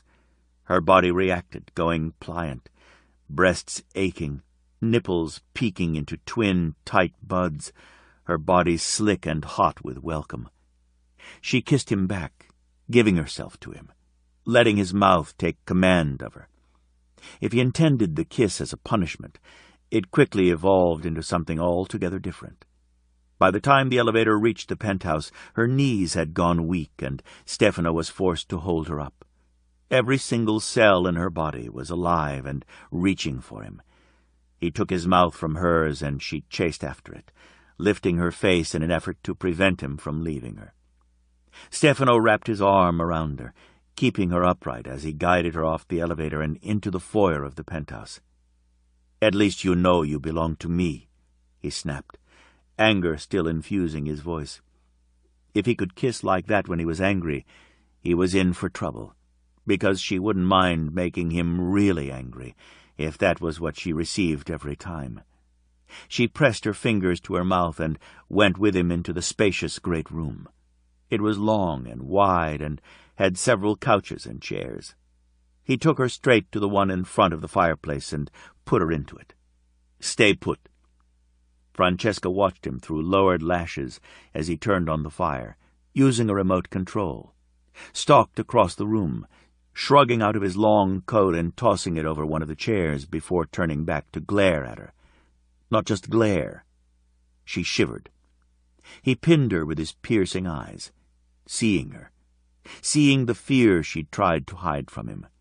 His jaw tensed, a muscle ticking there.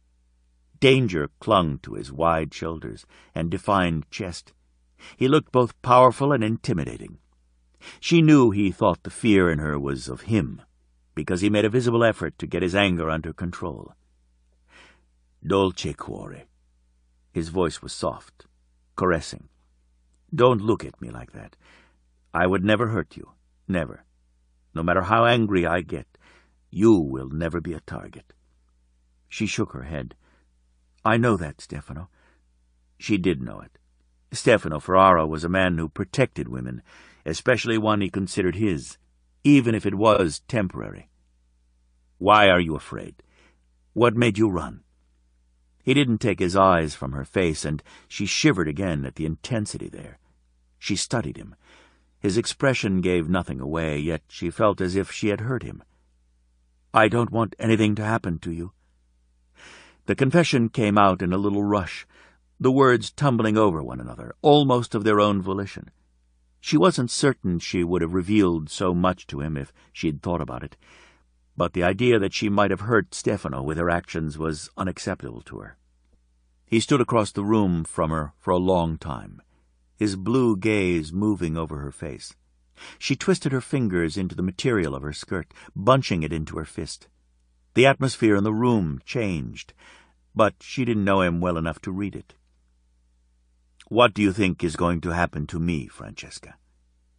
She didn't understand how he could speak so low, so quietly, and still convey so much intensity. She realized he was still angry, but the emotion was no longer focused completely on her. He held himself still, not making a move toward her. Her heart beat fast and hard, mostly because it felt a little like being in the same room with a lion. Any moment he could choose to bring down his prey, but he held himself aloof, waiting, making her wait. Francesca moistened her lips with the tip of her tongue. "Stefano, don't be angry. You would try to—" He was across the room in 4 long strides, cutting her off, mostly because she couldn't breathe. He still reminded her of a lion, a large jungle cat, fluid and beautiful, graceful as it rushed its prey. He leaned down, his knuckles on either side of her hips. Close, so close she could feel his fingers through the thin material of her skirt. "Stop talking bullshit." His face was even closer than his hands, his mouth against hers. Every movement brushed her lips with his. His eyes bore into hers, stripping her bare, seeing her when she didn't think it was safe. She couldn't hide the fact that she wanted him, and there in his penthouse, with his anger pulsing in the air, that wasn't a good thing at all. "Stefano," she thought to soothe him. "We're past this. We talked about it, and we both agreed. We're not going backward, so tell me what the fuck happened to make you want to run from me." It was a demand, nothing less. Francesca took a deep breath, desperate for air, but drew him into her lungs instead. She felt his lips against hers, soft but firm. His lips might be the only soft part of him. Every other square inch seemed to be made from pure steel. She couldn't resist the temptation, not when he surrounded her with his scent, not when his anger pulsed in the air, feeding the sexual tension until she was squirming with need, with a terrible hunger she barely understood. Francesca slid her arms around Stefano's neck and pressed her mouth closer against his, moving her lips along his in little kisses, using the tip of her tongue to trace and shape the curve of his mouth. His breath stilled in his throat. His blue eyes darkened. His lashes fluttered. He had beautiful lashes, full and long and very black. His arms slid along her back, and he dragged her to her feet, pulling her body into his, locking her there. His mouth took over hers, and it was nothing less than a takeover. His kiss was hard and hot and delicious. She tasted his anger. It was there, adding even more heat. She gave herself up to his scorching temper and his intense hunger, to the dark passion that swept her up like a tidal wave. She wanted this. She wanted him. She didn't care about consequences. She only knew that when she was with him, she felt alive. She felt as if she was home, where she belonged. More, her body felt sensual and beautiful. That was Stefano. He made her feel those things when she never had. Electricity arced between them, sizzled over her skin and sank into her bones. Her bloodstream turned molten, so hot she felt each separate connection running through her body. His mouth was possessive, demanding, on fire, taking rather than asking.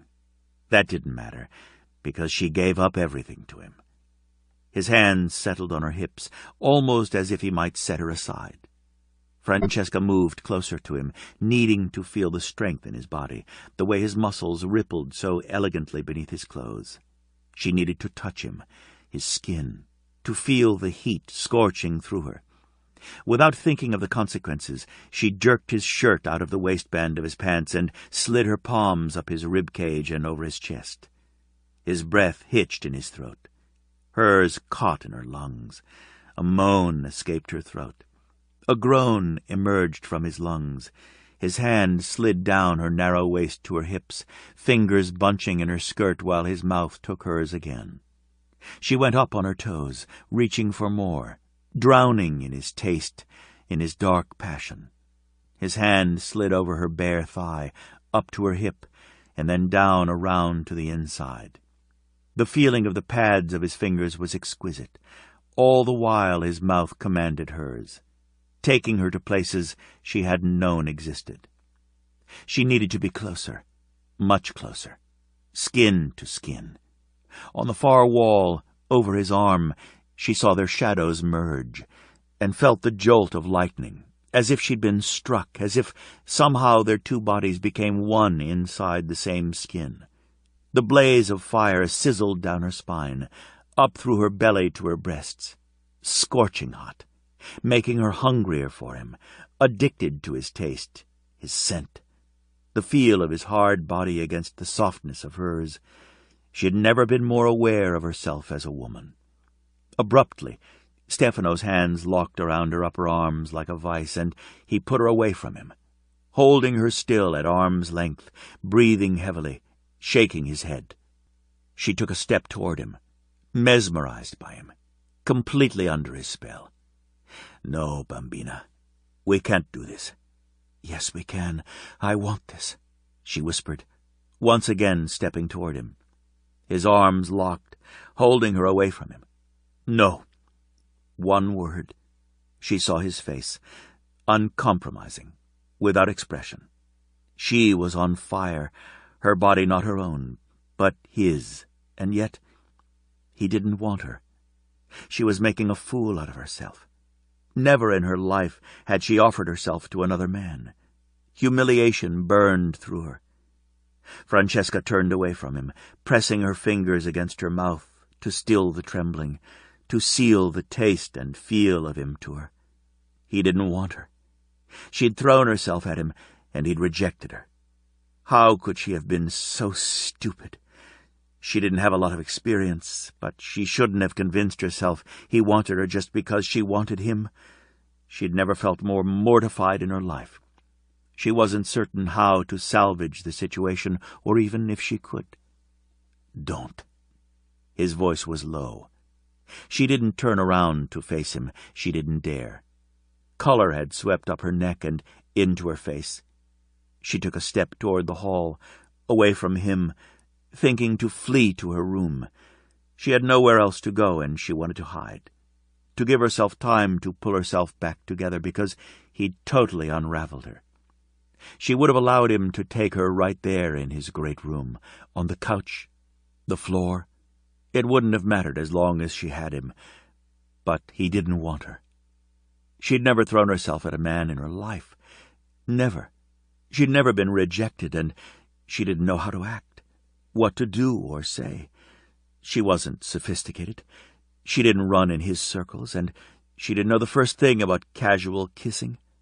To her, those kisses had been anything but casual.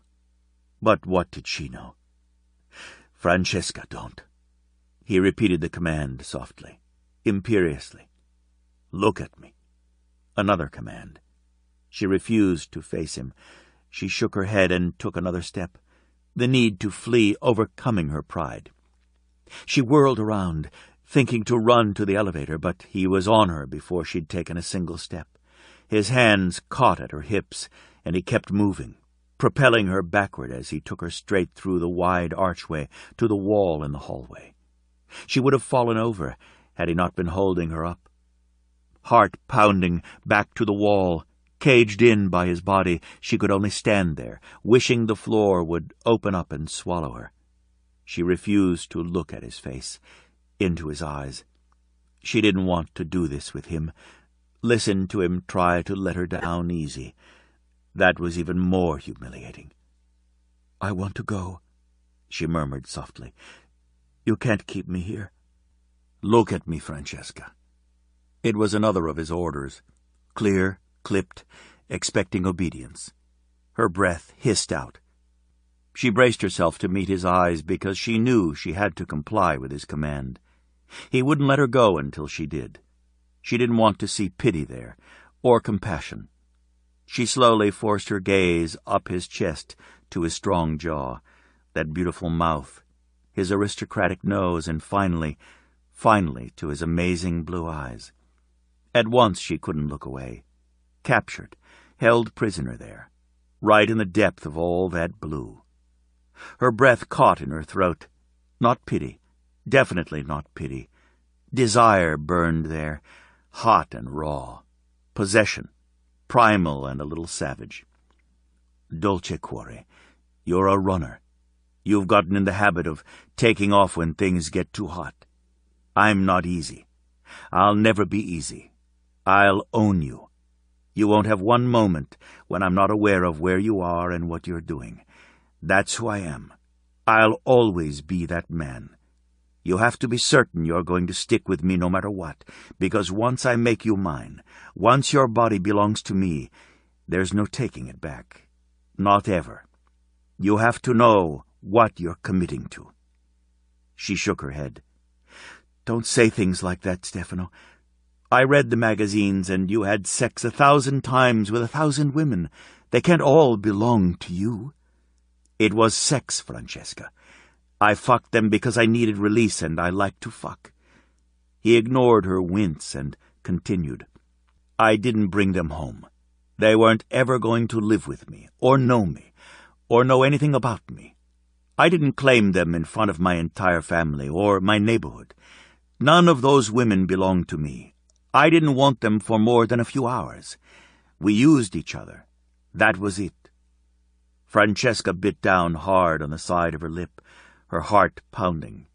She could barely believe what she was hearing. Somehow, she was different to him from all those other beautiful, sophisticated women. More to him than models, heiresses, actresses, the rich and beautiful. "My life is fucked up, Francesca. It was from the moment I was born. I have no choice in what I do. I was born into a family business, trained for it, and have people depending on me. My life has never been my own. I've got all the money in the world and nothing that I want. Until you. I want you. You're what I want for myself." She curled her fingers tighter around his biceps, afraid if she didn't hold on she would fall. The things he said made her weak with desire. There was stark honesty in his voice, raw emotion on his face. "I'm not a nice man, Bambina. I'm never going to be that nice man. If you give yourself to me, you're entering into a world that will scare you. You'll have to trust me implicitly. Trust that always, before any other, I will have your back. I'll keep you safe. I'll make you happy and give you the world. It isn't going to be casual sex, Francesca. You give me your body and that's it. I won't let you take it back." "You're scaring me." He was. The part about his life, entering his world and coming right out and saying his world would scare her. She was afraid of what that meant. He wasn't being dramatic or embellishing. He was stating facts. She could tell. "You should be scared. I want you to see me, Francesca. The real me. The man you will be spending your life with. No illusions. I'm ruthless and implacable. I get the job done with whatever means necessary. I keep what's mine. I want children, a family, a woman who will love those children and get up with them in the middle of the night and comfort them when they're upset.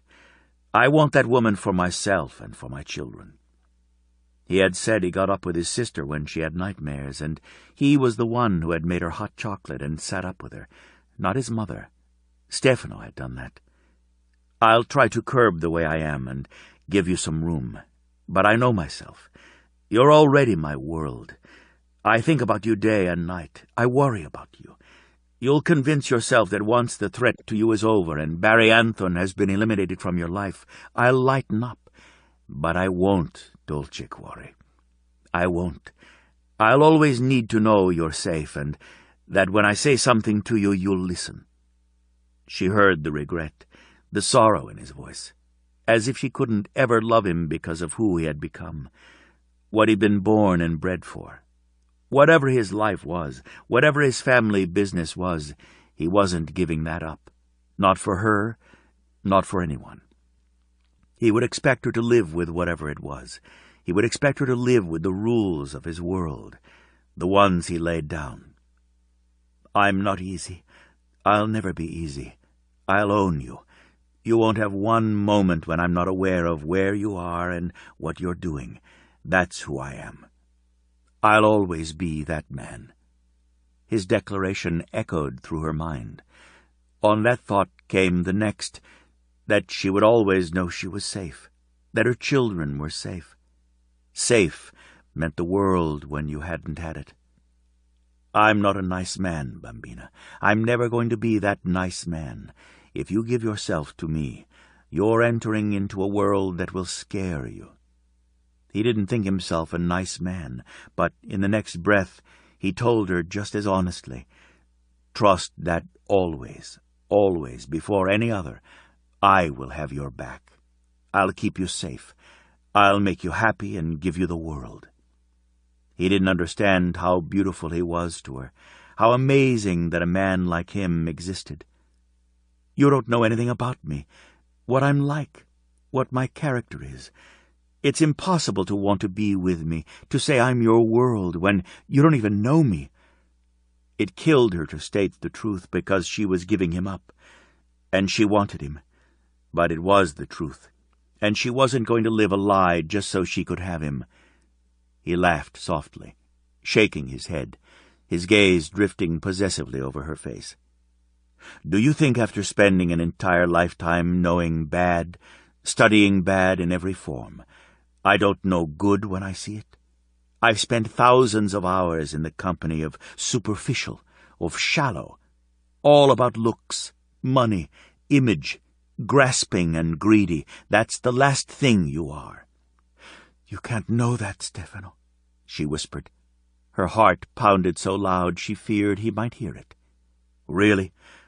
Bambina." His fingers curled around the nape of her neck. "You gave your coat to a stranger, a woman in the street, when you needed it desperately. Joanna has money, a family, a warm house to live in. She was with you. She didn't offer her coat. Neither did anyone else walking down that street seeing Dina shivering and cold. They saw a homeless woman, if they saw her at all. You saw a human being. But I gave you my coat, Francesca, with well over $1,000 in the pocket. How many women or men, for that matter, would have left that money there?" "I bought boots." Her voice was small, and color crept up her neck. Her gaze slid from his. She was ashamed at having to admit she'd taken his money and still couldn't pay it back. His thumb slid along her jaw and then traveled to her bottom lip. He traced the soft curve, sending little shivers down her spine. "Bella, I sent my brother into the store to make certain you bought yourself shoes. That was important to me. And you took extra care of my coat, hanging it in Pietro's office, away from anyone else. You were freezing in that horrible apartment, yet instead of using the coat to keep warm, you hung it carefully."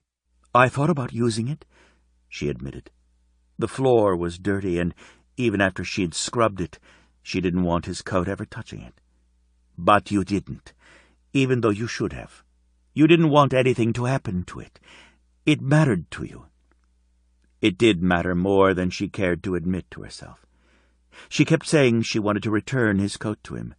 It seemed so much of a responsibility, but if she was being strictly honest with herself, she knew the truth was she wanted to wrap herself in his scent. He made her feel safe. Having his coat was a little like having a part of him. She moistened her lips, the tip of her tongue tasting the pad of his thumb.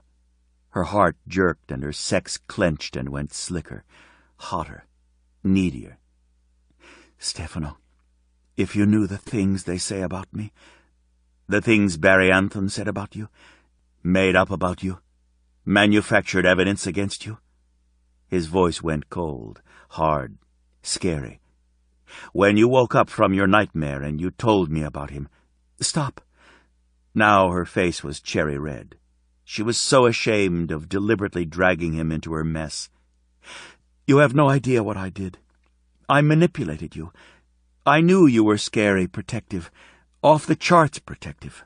I told you about Barry, because you were half awake and scared out of your mind. You think holding you in my arms I couldn't feel that? We're connected. I know you feel that too. The moment you were awake enough, you backtracked." She had. "Still, I did drag you into my nightmare. It doesn't count that I regretted it afterward. That is a terrible character flaw. To use someone because I felt so alone and tired and—" She broke off. "Scared. You were scared and you needed someone. Not just anyone." She had to give him that much. Give him truth. "You made me feel safe for the first time in what seems forever. Since my parents died. Since my sister was murdered," Francesca confessed in a little whisper. "I want you to feel safe when you're with me, Dolce Cuore. Most importantly, when you thought Anthon had found you, you decided to run to protect me. In my lifetime, I can't remember another human being protecting me. I was raised to be a shield standing between harm and everyone else. I learned that from age 2. You have no idea what it meant to me, knowing that you were terrified. No money, nothing at all. Yet you would leave in order to protect me." She shook her head. "Stefano, you're making me sound far better than I am. I knew what kind of woman I wanted in my life, for the mother of my children. And when I saw all those things in you, I knew it was you. Not to mention, the chemistry between us is off the charts. I think I mentioned to you that I like to fuck. I do. A lot. I came off a job and needed a woman desperately. I couldn't get relief because suddenly no other woman would do but you. There's only you for me. You're the woman I want under my body. You're the woman I want to see coming apart when I take you. I want to be with you in every way a man can be with his woman." "I don't know what I'm doing." "A little trust, Bambina." There was a hint of amusement in his voice. "I know what I'm doing, and I'll make certain it's always good for you." "What about being good for you? That's important to me, Stefano," she confessed. He went still, his blue eyes darkening, intense, moving over her face with that raw possession and something else she couldn't quite name. "There it is," he said softly. "The reason I want you with every fucking breath I take." Chapter 11. Stefano's fingers tightened on the nape of Francesca's neck, and he bent his head slowly toward hers. He needed her mouth, the taste of her. No matter what she said, No matter that he'd acted as if he was giving her a chance to get away from him, he knew better. He knew she was already lost. His. He'd never thought he'd really have a chance at finding a woman of his own, one he could love and center his world around, one who would accept him and his fucked-up life. But now that she'd stepped into his world, he knew he wasn't about to let her go. She should have pulled away from him. He'd told her the truth about himself and hinted at his world. He'd let her know exactly what she had to look forward to with him. She should have tried again to make her escape, but instead she lifted her face to his, offered herself. Her eyelids drifted down, covering that sexy, slumbrous look that sent scorching arrows igniting the blood in his veins. He took her mouth, ruthless, merciless, a little savage even, hungrier than he'd ever been in his life. Her lips were soft, parting for him instantly on his demand, and his tongue slipped into her mouth. Her sweet, sweet mouth. Instantly, his blood rushed hotly through his veins to pool low. Brutal. He devoured her, taking everything he could get from her and demanding more. He would never get enough of the way she kissed him, giving to him, giving him everything. She didn't know what she was offering him. Trust, absolute trust. Her body went boneless, melting into his, her mouth moving under the assault of his. It didn't matter that he was wild, rough, that he was allowing the kiss to spin out of control. She just gave and gave to him. That got to him as nothing else could have. She didn't think she had anything to offer him. He got that. She had no money, no family, nothing at all in her eyes. Yet she gave him everything because she gave him this magnificent gift, her and her trust, when she had no reason to trust anyone, least of all him. He had never had a woman who didn't want something from him. He knew the score, and he was all right with that. Francesca was extraordinary, a gift, a miracle. She just gave herself to him. He was connected to her through their shadows, and he knew how she felt. Frightened, bordering on terror. Still, he mattered to her. She saw him, not the Stefano the rest of the world saw, but the man inside who needed, who didn't want to stand alone. She gave herself to that man, and God help him, he wasn't ever going to let her go. So he had to do this right. He had to give the best he could, certainly not ripping her clothes off and taking her the way his body demanded.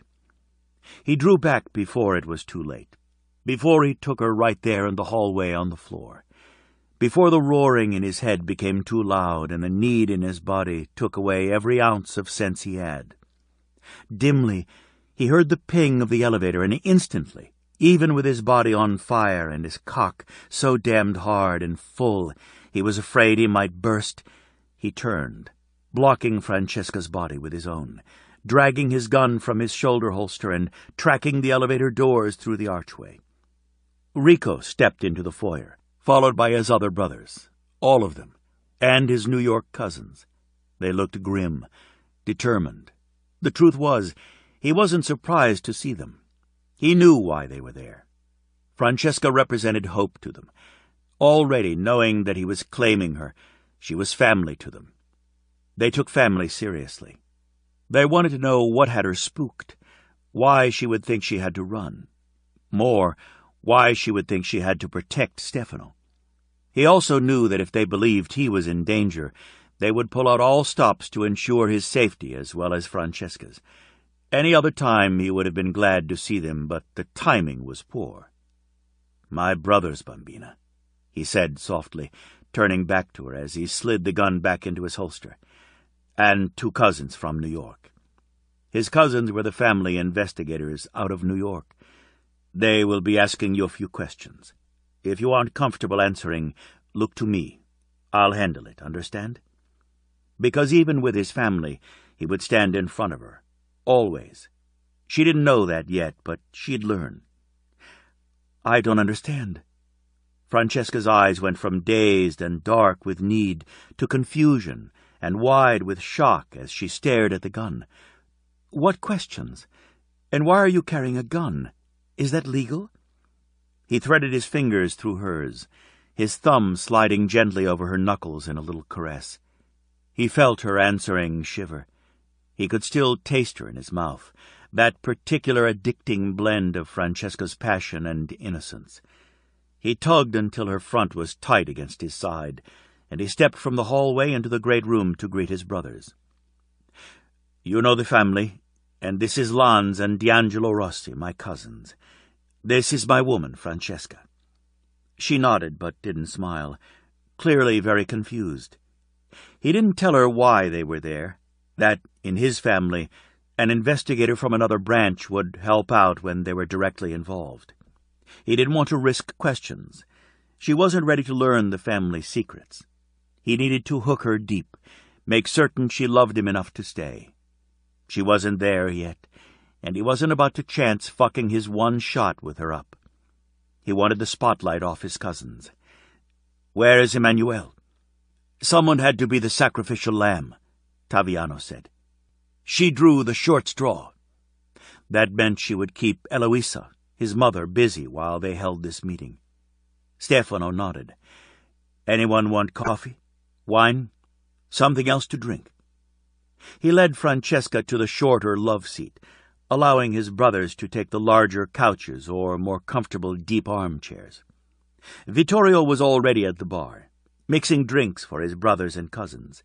He served his cousins first and then flashed Francesca one of his winning smiles. "What can I get you?" She looked up at Stefano. "Am I going to need a drink for this?" "It might be best, Dolce Cuore," Stefano said. He ran his hand over the fall of soft hair tumbling around her face. "We have some questions that need answering." Her face instantly shut down. She shook her head, her hand slipping from his. She dropped her hands to her lap, lacing her fingers together tightly. "Stefano?" "It has to be done, Francesca. We need to know what we're facing. I've got my cousins looking into what happened and also into Anthon's past, but we need to hear the truth from you." She shook her head again, glancing nervously at his cousins. They remained steadfastly silent. "How are you going to know whether or not I'm telling the truth? I told the police, the judge, my boss at the deli where I'd worked since I was 16, the landlords of 2 apartments, and in the end, no one believed me except Joanna. Your brothers barely know me, and your cousins don't know me at all. Why would they even consider I'd be telling the truth over him?" She made a move to stand, getting ready to flee. "I've done this too many times. I don't want to do it again." He stood solidly in front of her, refusing to give ground, making it impossible for her to move. She subsided back onto the love seat, and he sat beside her, his arm sliding along the back of the couch, fingers settling on her neck. "Red wine, or would you like something stronger? Vittorio makes a killer margarita." She moistened her lips. He felt her body shiver, and instinctively he moved closer to her until she was locked against him, thigh to thigh, her body beneath his shoulder. "You have to trust me to take care of you through this," he said. "I know it's upsetting, but you have us now. You're not alone. Anthon may think that, and he'll make his move, but you won't be alone ever again, Bella. You're mine. I take care of what's mine." "Ours," Rico corrected. "Familia." The others nodded in a show of solidarity. Francesca's hands trembled, and Stefano put his over them, tugging until she let him pull one open palm onto his thigh. He covered her hand completely with his, pressing her palm into his muscles, holding it tight against him. She looked up at him for a long time, her gaze searching his. He knew what she saw. He wasn't a man to lie. He was hard, cold even, tenacious, ruthless, and when he had an enemy, without mercy. He knew if it was just him asking the questions, she would answer without hesitation, but her gaze continually strayed to his brothers. She was uncomfortable with them there. "We're here to help you," Rico reiterated. "You belong to Stefano, so that makes you belong to all of us, even our cousins. We're all family. That means something to us. Don't be afraid. We'll know the truth. Don't you, when you hear it? Haven't you always been able to tell when someone is lying to you?" Francesca nodded. "Yes." Her voice was very low and filled with reluctance as she made the admission, as if they would think she was crazy. "Our entire family has that ability," Rico said. "Our cousins and our parents, an aunt and uncle as well. It's a gift we deliberately chose to develop in our family, for generations, not just us. We'll know the truth when you give it to us." Francesca's palm pressed deeper into Stefano's thigh. She knew Rico had given both reassurance as well as warning, but she nodded, and Stefano felt some of the tension ease out of her. "I'll have a glass of red wine. I didn't eat dinner, and I've noticed even a small amount of wine seems to affect me. I'm a lightweight, but I do enjoy the occasional glass with dinner." "You don't eat enough," Stefano said, his voice gruff, a bit bossy and disapproving. That earned him a flash of amusement from her vivid blue eyes, and then it was gone as she accepted the glass of wine from Vittorio. Stefano felt something move deep inside him at that intimate look. He knew it was meant for him alone. He had never had that, not once in his life. A woman who was exclusively his. Francesca wasn't aware of it, but she looked at him with far more trust in her eyes than he deserved. She looked at him as if the sun rose and set with him.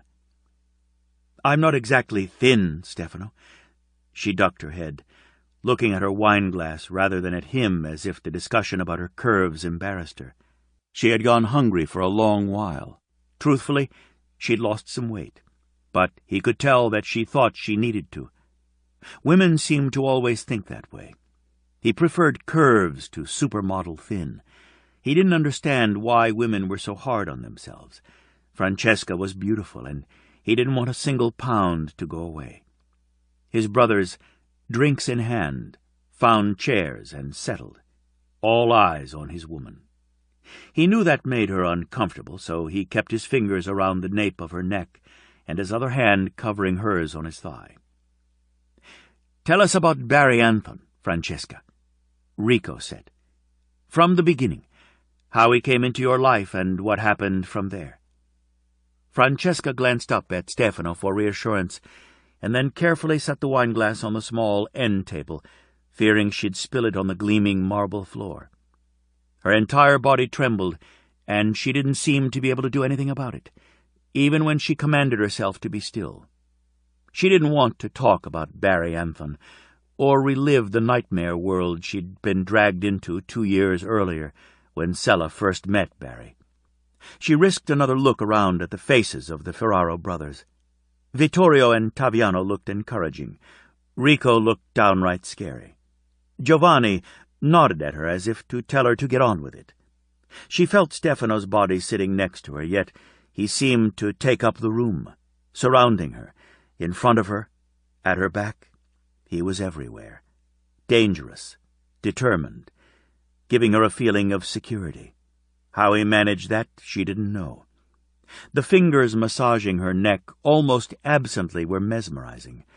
Without consciously thinking about it, she eased back into them, seeking more, seeking his touch while she gave them what they wanted.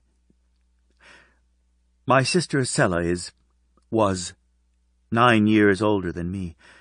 When our parents were killed in an automobile accident, she decided to raise me herself. She didn't have to do it. She wanted to. She never once made me feel like a burden to her, even though it was difficult. We didn't ever have a lot of money, and we lived in a tiny apartment, but I was really happy. No one rushed her to get to the place where she met Barry, and she appreciated their patience in allowing her to tell it in her own time and way. I was working at a deli and going to school. Sella worked at a beauty salon as a hairdresser. She did nails as well. Her shop was downtown, in a good location, which meant they had a lot of high-end clients. She made decent money, and her clientele really built. Next to her salon was a very busy and popular coffee shop. One day she was rushing back to work, and another customer at the coffee shop ran right into her. His coffee spilled all over her. It was hot and she got burned. She dropped her purse. Everything went flying and he knelt down and picked everything up for her. Immediately took her to a boutique to buy her new clothes for her workday and asked her out. That man was Barry Anthon. The brothers exchanged a long look and she hesitated, and then glanced up at Stefano. What? He does that. He sees someone beautiful that he wants and arranges an accident where he can play the mortified white knight and asks the woman out, sweeps her off her feet and gets her hooked before his true colors come out. You know that about him? Rico took a drink of amber liquid from the tumbler in his hand and nodded. He uses it when he's at parties. I've witnessed it a time or two. A little shudder went through Francesca. Unconsciously she pressed closer to Stefano. Instantly his hand went from her neck to her shoulders, and he shifted her right against him before his fingers slid back beneath her hair to caress her nape. That's what he did. Sella would come home laughing and talking about him like he was Prince Charming. I was happy for her. She was certain she was falling in love.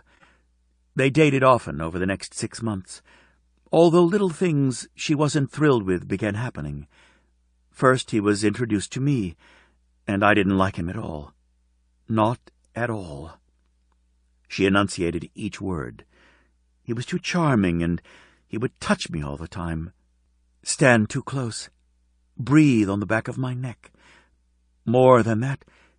She broke off, frowning. How could she tell them without sounding insane? She was already going to have to combat insanity charges when she told them the entire story. Francesca. Vittorio leaned toward her, evidently reading her reluctance. Cara, we're all family here. Say whatever it is and let us decide. We hear truth. We told you that. We meant it quite literally. So whatever you say can't be much more bizarre than that. Absently, beneath Stefano's palm, her fingers bunched the material of his immaculate pinstriped trousers into her fist, holding on for support. I know how this sounds, but sometimes, when I'm standing a certain way and the light is just right, my shadow will connect with someone else's shadow. We're not physically touching, just our shadows on the wall or floor, wherever. She bit at her lip and then took a slow sip of wine, taking her time putting the glass down. She'd started. Now she had to finish. They were really going to think she was insane. Bambina, Stefano murmured, his mouth against her temple, lips brushing her skin, breath teasing her hair. No one is going to think you're lying. She sighed and forced her shoulders straight. I don't know if that has anything to do with it, the part about shadows, but I just noticed that they were always touching when I would get this sensation. I could feel what the other person felt. The brothers exchanged another long look, and she hastened to try to make her explanation sound better. I can't explain it, only that sometimes I just know what a person feels. He would have slept with me, but he didn't feel anything for either of us. Not me, not Sella. Not in the way Sella thought.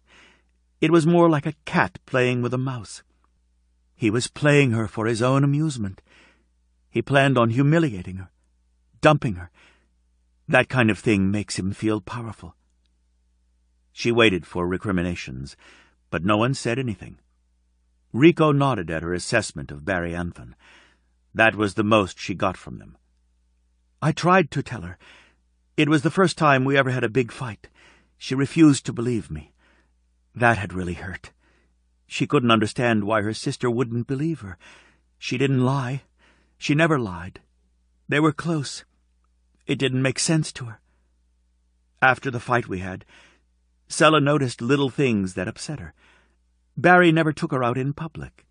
He would attend fundraisers and go to huge events where the media was all over, and he would take an actress or some celebrity. He'd tell Sella he had to, because it was important to get the maximum amount of coverage for the event as possible, but Even at ball games he'd be photographed with other women. He would make little remarks to her, sneering at her clothes or shoes, or laugh because she didn't know which fork to use at his club. She made excuses for him, saying that she probably was looking for something to be upset about because of the way I felt about him. Rico shook his head. I've heard him do that. Put his date down, make fun of her, say things to take away her self-esteem. He does it to just about all of the women he dates. Giovanni nodded. I heard him talk to a friend of his once about how you put a woman in her place, and she'd do anything to be with you because she knew you were better than she was, and she was damned lucky to have you. He believes that shit. Fucking asshole. Taviano muttered under his breath, and abruptly jumped up and paced across the floor to the bar to pour himself another drink. I despise that fucker. She nearly smiled, more because she realized all the brothers were alike, even down to their colorful language. And they seemed to believe her. At least they knew Anthon and had observed his behavior, so what she was telling them wasn't so far out of line they wouldn't hear the way the police and judge had been with her. You aren't alone, she told Taviano, because, in spite of the language, if there was a person on earth who could be described with that one word, it would be Barry Anthon. Keep going, Stefano instructed. She took a deep breath, trying to keep the door in her mind from cracking open, the one where she relived finding her sister dying on the blood-slick floor of their apartment. She spent the night with Barry at his condo, and she called me very late. She was upset because she said that he had talked to her about this multi-million-dollar fight that was huge, televised, a title fight that had been in the making for a couple of years. She wasn't into the fights at all, and she was a little bored that he went on and on about it. That evening he bragged about how much money he made betting on the fight. He kept repeating how he knew how to pick them. The Hennessy and Morrison fight, Giovanni guessed. Francesca nodded. Those were the names. He was called to the door, and he went outside with a couple of his men, who seemed to be upset. He'd left the door to his office cracked open. Usually it was locked. That was the one room in his home she'd never been in, so she peeked in to see what it was like. Sella told me she wandered around a little bit, and then, as she was going to leave, she was behind his desk, and she saw a book open with names and numbers, and she recognized the name of the fighter who lost, the one Barry said everyone expected to win. It looked to her as if he had paid the fighters to lose. In case, she took pictures of the pages with her phone, and then a video of the entries, and there were hundreds of them. The book was just lying open on his desk? Rico asked, his voice disbelieving. She bit her lip hard before she realized he wasn't disbelieving what she was telling him, more that Barry was an idiot for leaving such a thing out, maybe for even keeping records, although she suspected it was for blackmail purposes. Sella said that he was in his office working late. He was interrupted by a commotion at the door, and several of his men took him out where she couldn't hear. She had been in the kitchen cooking for him. He liked her to cook whenever she came over. Sella wasn't the best cook. She worked all the time, but because I usually did the cooking for us at the apartment, she took the opportunity at his condo. She went into the bedroom and called me and told me she wasn't going to spend the night, that she wanted me to call in a few minutes and say I was sick. Her voice faltered, and she put her hand to her throat defensively. Already a lump was forming. Tears burned behind her eyes. She took another deep breath to keep from going to pieces. I should have gone straight home right then. I needed to study, and I was already at the library. It was so silly, really, how important I thought it was to do research for a paper I was writing. She shook her head and had to swallow several times. Her chest hurt, her lungs burning for air. Just tell us the rest, Dolce Cuore. Say it fast and get it over with, Stefano murmured, his mouth once again against her temple. I called about 10 minutes later and told her I was sick with the flu. She made lots of sympathetic noises and made her excuses to Barry. She didn't realize he had a camera in his office, and everything she did was recorded. When he found the door open, he looked at the feed and apparently saw her looking at the book. He went after her. She tried desperately to separate herself from the rest of it, to be unemotional and recite the events as if they'd happened to someone else, but she couldn't. Her voice shook, betraying her. She sounded strangled, close to tears, and no matter how many times she took a breath, she couldn't get enough air into her lungs. I came home late and the apartment was dark. The moment I tried to get in, I knew something was wrong because the door was cracked open. I could smell blood and I heard a mewing noise, like a wounded animal in terrible pain. The lamp was closest and I turned it on. Blood was everywhere, all over the walls, the furniture and the floor. Sella lay close to the couch, in a pool of dark red, her clothes red. Her hair was matted with blood. I ran to her, dropped to my knees beside her and tried to stem the blood and at the same time call 911. "All right, Bambina," Stefano said softly. "You're safe with us now. He isn't going to get away with this." He was there. Barry was there. He had blood all over him. He didn't try to deny that he killed her. He wanted me to know. He told me that she'd been stupid and that I'd better give him what he wanted. I could hear the sirens, and he just walked out, as if it didn't matter who saw him. In the end, it didn't. I told the police it was him, and they said he had an airtight alibi. Her voice shook, turned bitter. The two cousins leaned forward, almost in unison, instantly drawing her attention. She had forgotten they were there. For some reason, she didn't mind Stefano's brothers hearing her story, but the cousins didn't seem as sympathetic. They were much more unemotional, although, she had to admit, not unkind. The moment the cousins shifted forward in their chairs, their gazes fixed steadily on her face, every one of Stefano's brothers reacted, hitching forward as well, but protectively. She felt that instant shield go around her. She looked around and saw that every shadow was connected. She was feeling the emotions the brothers were, and they were definitely protective of her. Stefano's hand on her shoulder was suddenly different as well. His fingers dug into her arm, and she knew he was fighting anger. His brothers hadn't come here to hear her story. They had come to show solidarity. The knowledge hit her instantly and made her want to cry. They believed her on her word alone. It was the cousins she had to convince.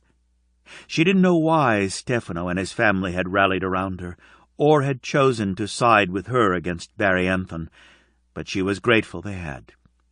Surprisingly, it was Stefano's anger that settled her churning stomach. She didn't want him upset at his cousins when clearly he had asked them there to listen to her story. "He didn't find her phone then," Lanz said, making it a statement. She shook her head. "But at the time, I had no idea what he was talking about. I didn't for a while." "Continue," D'Angelo encouraged. Her heart began to beat harder and a little faster. She turned her hand, the one on Stefano's thigh, threading her fingers through his, needing his reassurance. He instantly bent his head, his lips pressed to her ear, right through the thick mass of hair tumbling around her. "Francesca, if you need a break or this is too upsetting, we can continue later. We don't have to do this now." She wanted to take that out. The rest of her story was a roller coaster of emotions. She had managed to tamp down the horror of her sister's murder, the terror of the man she knew had savagely killed her. She was tempted to take the out he gave her, but looking around the room at his brothers waiting so patiently for her decision, knowing all of them would back her up, gave her the necessary courage to continue. Francesca shook her head. "It's better to do this all at once.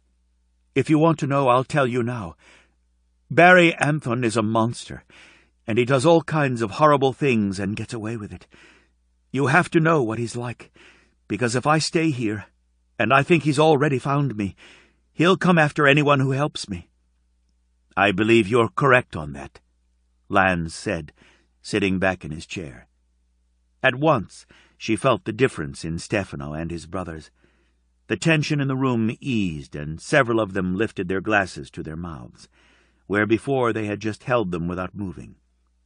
They wanted Lanz and D'Angelo to believe her. That meant the two cousins had the same gift of hearing truth when others spoke. They believed her. She hoped they would continue to believe her because no one else had. An older man was arrested for the crime. He walked into the police department and turned himself in. He had the knife, and his fingerprints were all over it. He said he'd been drinking and followed her home. He had brain cancer, and sometimes he would fly into a rage. He was remorseful, crying. He pleaded guilty and died before he ever served time. I believe he did it in order to get the money for his family. Before he died, he couldn't even look me in the eye. "His name," D'Angelo said abruptly. "Harold Benson. His daughter, Carla O'Brien, was with him. She works for Barry Anthon and has, apparently, for several years." D'Angelo nodded. "That's easy enough. It does seem like everything leads back to him. But there's more, isn't there?" Francesca nodded, tightening her fingers around Stefano's. "Barry came by about a dozen times. He'd just show up in my house. It didn't seem to matter what locks I used. He'd be in there with a couple of his men. They pushed me around a lot and threatened to—" She swallowed and lowered her voice, unable to look at any of them, the humiliation and fear crowding too close. "Rape me," she finished. "They would shove me down and rip my clothes, always demanding I give them what Barry wanted. They never said what it was, but I knew they hadn't found her cell phone." The tension in the room was back, and with it, oppressive, scary heat. The room vibrated with rage, not just Stefano's, but all of his brothers collectively. That was a lot of anger to fill even that large space. Only their two cousins seemed unaffected. "But you didn't have it," Rico prompted. "I had no idea where it was. I couldn't have given it to them if I wanted to, which I didn't. I knew they'd kill me if I handed it over to them. I moved, and they tore up my place one night. Acted like a party had been held there. It looked like it. Holes in the wall, burns in the carpets, mirrors broken. I was at the library, but my landlord didn't believe me. The more I went to the cops, the more insane I appeared to them.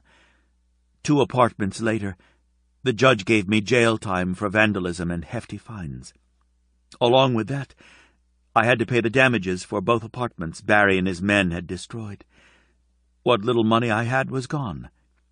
Then my job. At that point, another arrest, and a judge ordered me put in lockup for 72 hours in a hospital." "That fucking bastard," Taviano burst out. "Was he there? In the courtroom?" She nodded, the terrible knots in her belly unraveling at the reaction of the brothers and Stefano. They believed her. When no one else would, they believed her. Not her neighbors, not her boss, fellow students, teachers, all the people she'd known for most of her life. Not one had believed her. Until Joanna. Until the Ferraros. Tears burned, and she had to look away from the rage on their faces none of them bothered to hide. Rage on her behalf. For her. She didn't deserve it. Not after thinking they were an organized crime family. They were standing up for her. All of them. She turned toward Stefano and buried her face against his jacket. Immediately his arms enclosed her, hiding her tear-wet face from the others. "Are we about done here?" he growled. His voice actually rumbled, a deep, disturbing, and definite warning. It was an order more than a question. "She hasn't told us what happened to the cell phone," Lanz pointed out, not in the least intimidated by Stefano, although Francesca thought he should have been. She was intimidated. Stefano could sound very scary when he chose to. The moment the words were out of Lanz's mouth, the hostility in the room rose by volumes.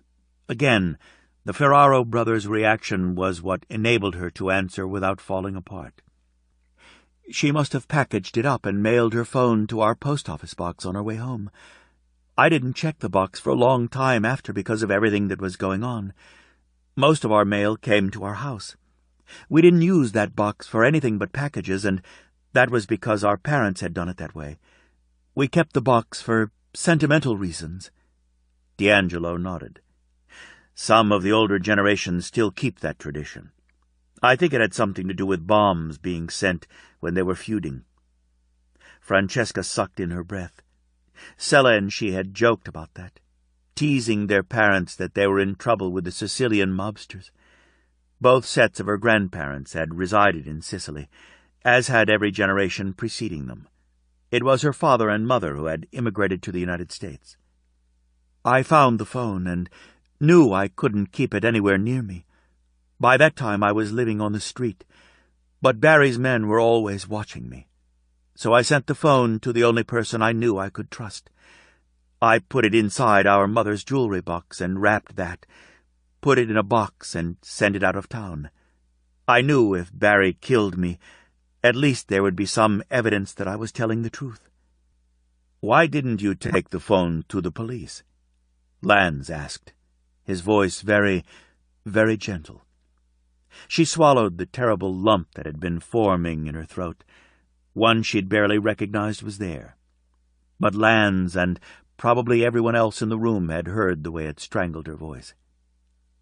They believed I was insane, or they were on his payroll. It didn't matter which it was. I knew they would find a way to throw out the evidence, and he would get away with his crimes like always. "We could take it to the police," D'Angelo suggested. She shook her head. "No. Now, it's the only reason I'm still alive. The moment that phone surfaces, he's going to have his men kill me. He can get away with murder. I doubt if a little thing like a police station would keep him from destroying any evidence against him." "So you'd prefer him to walk?" Lanz persisted. "No, I'd prefer him in hell," she answered adamantly. "But men with the kind of money and power Barry Anthon has are untouchable. I've tried to tell Stefano that he's dangerous, and everyone around me will be in danger, but he isn't listening." She looked around the room. "All of you could get hurt. It really is best if I just leave." Stefano tipped up her face and slammed his mouth down over hers, effectively cutting off what she would have said to him. The moment he took possession and his tongue demanded entrance, she was lost, the way she seemed to be always when he touched her. She felt him, his urgency, his hunger rising stark and brutal, edging the kiss with danger. It was hot, wet, deliberately dominant. She loved his kisses and gave herself up to him, pouring herself back into him, into his mouth, her arms creeping up to shyly circle his neck. She forgot about their audience. She even forgot who and what they were asking about because the world around her dropped away until there was only Stefano, his arms, his body, his awesome, perfect mouth. The taste of him she knew she'd never get enough of. When he kissed her, her body heated. Blood rushed hot. Need pounded in her sex and thundered in her ears. There was no one like him, and there never would be. Again, it was Stefano, who slowly, reluctantly broke the kiss. She was grateful he was reluctant, but she clung to him, wanting more. She stared up at him for a long time, lost in the vibrant blue of his eyes. "You aren't going anywhere, Francesca," he stated, his voice low but absolutely firm. "Not ever. You're going to stay with me. Do you understand?"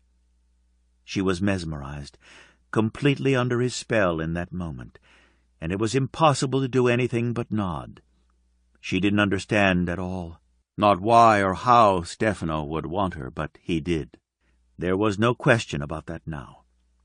When she managed to look around her, Stefano's brothers were grinning at her, not in the least giving them privacy or pretending to look the other way. Even the cousins were smirking, the tension gone, replaced by their smiles. Rico's eyebrows shot up. "I'd say, little sister, you're staying right here with us, where you belong." Chapter 12. Francesca stared at herself in the mirror, feeling a little as if she was a princess in a fairy tale. She smoothed her hand down her dress, the dress Stefano had bought her for tonight. He was casual about it, coming to her room, knocking once and opening the door. He walked straight to her, a large box in his hand, bent his head and brushed a kiss across her mouth.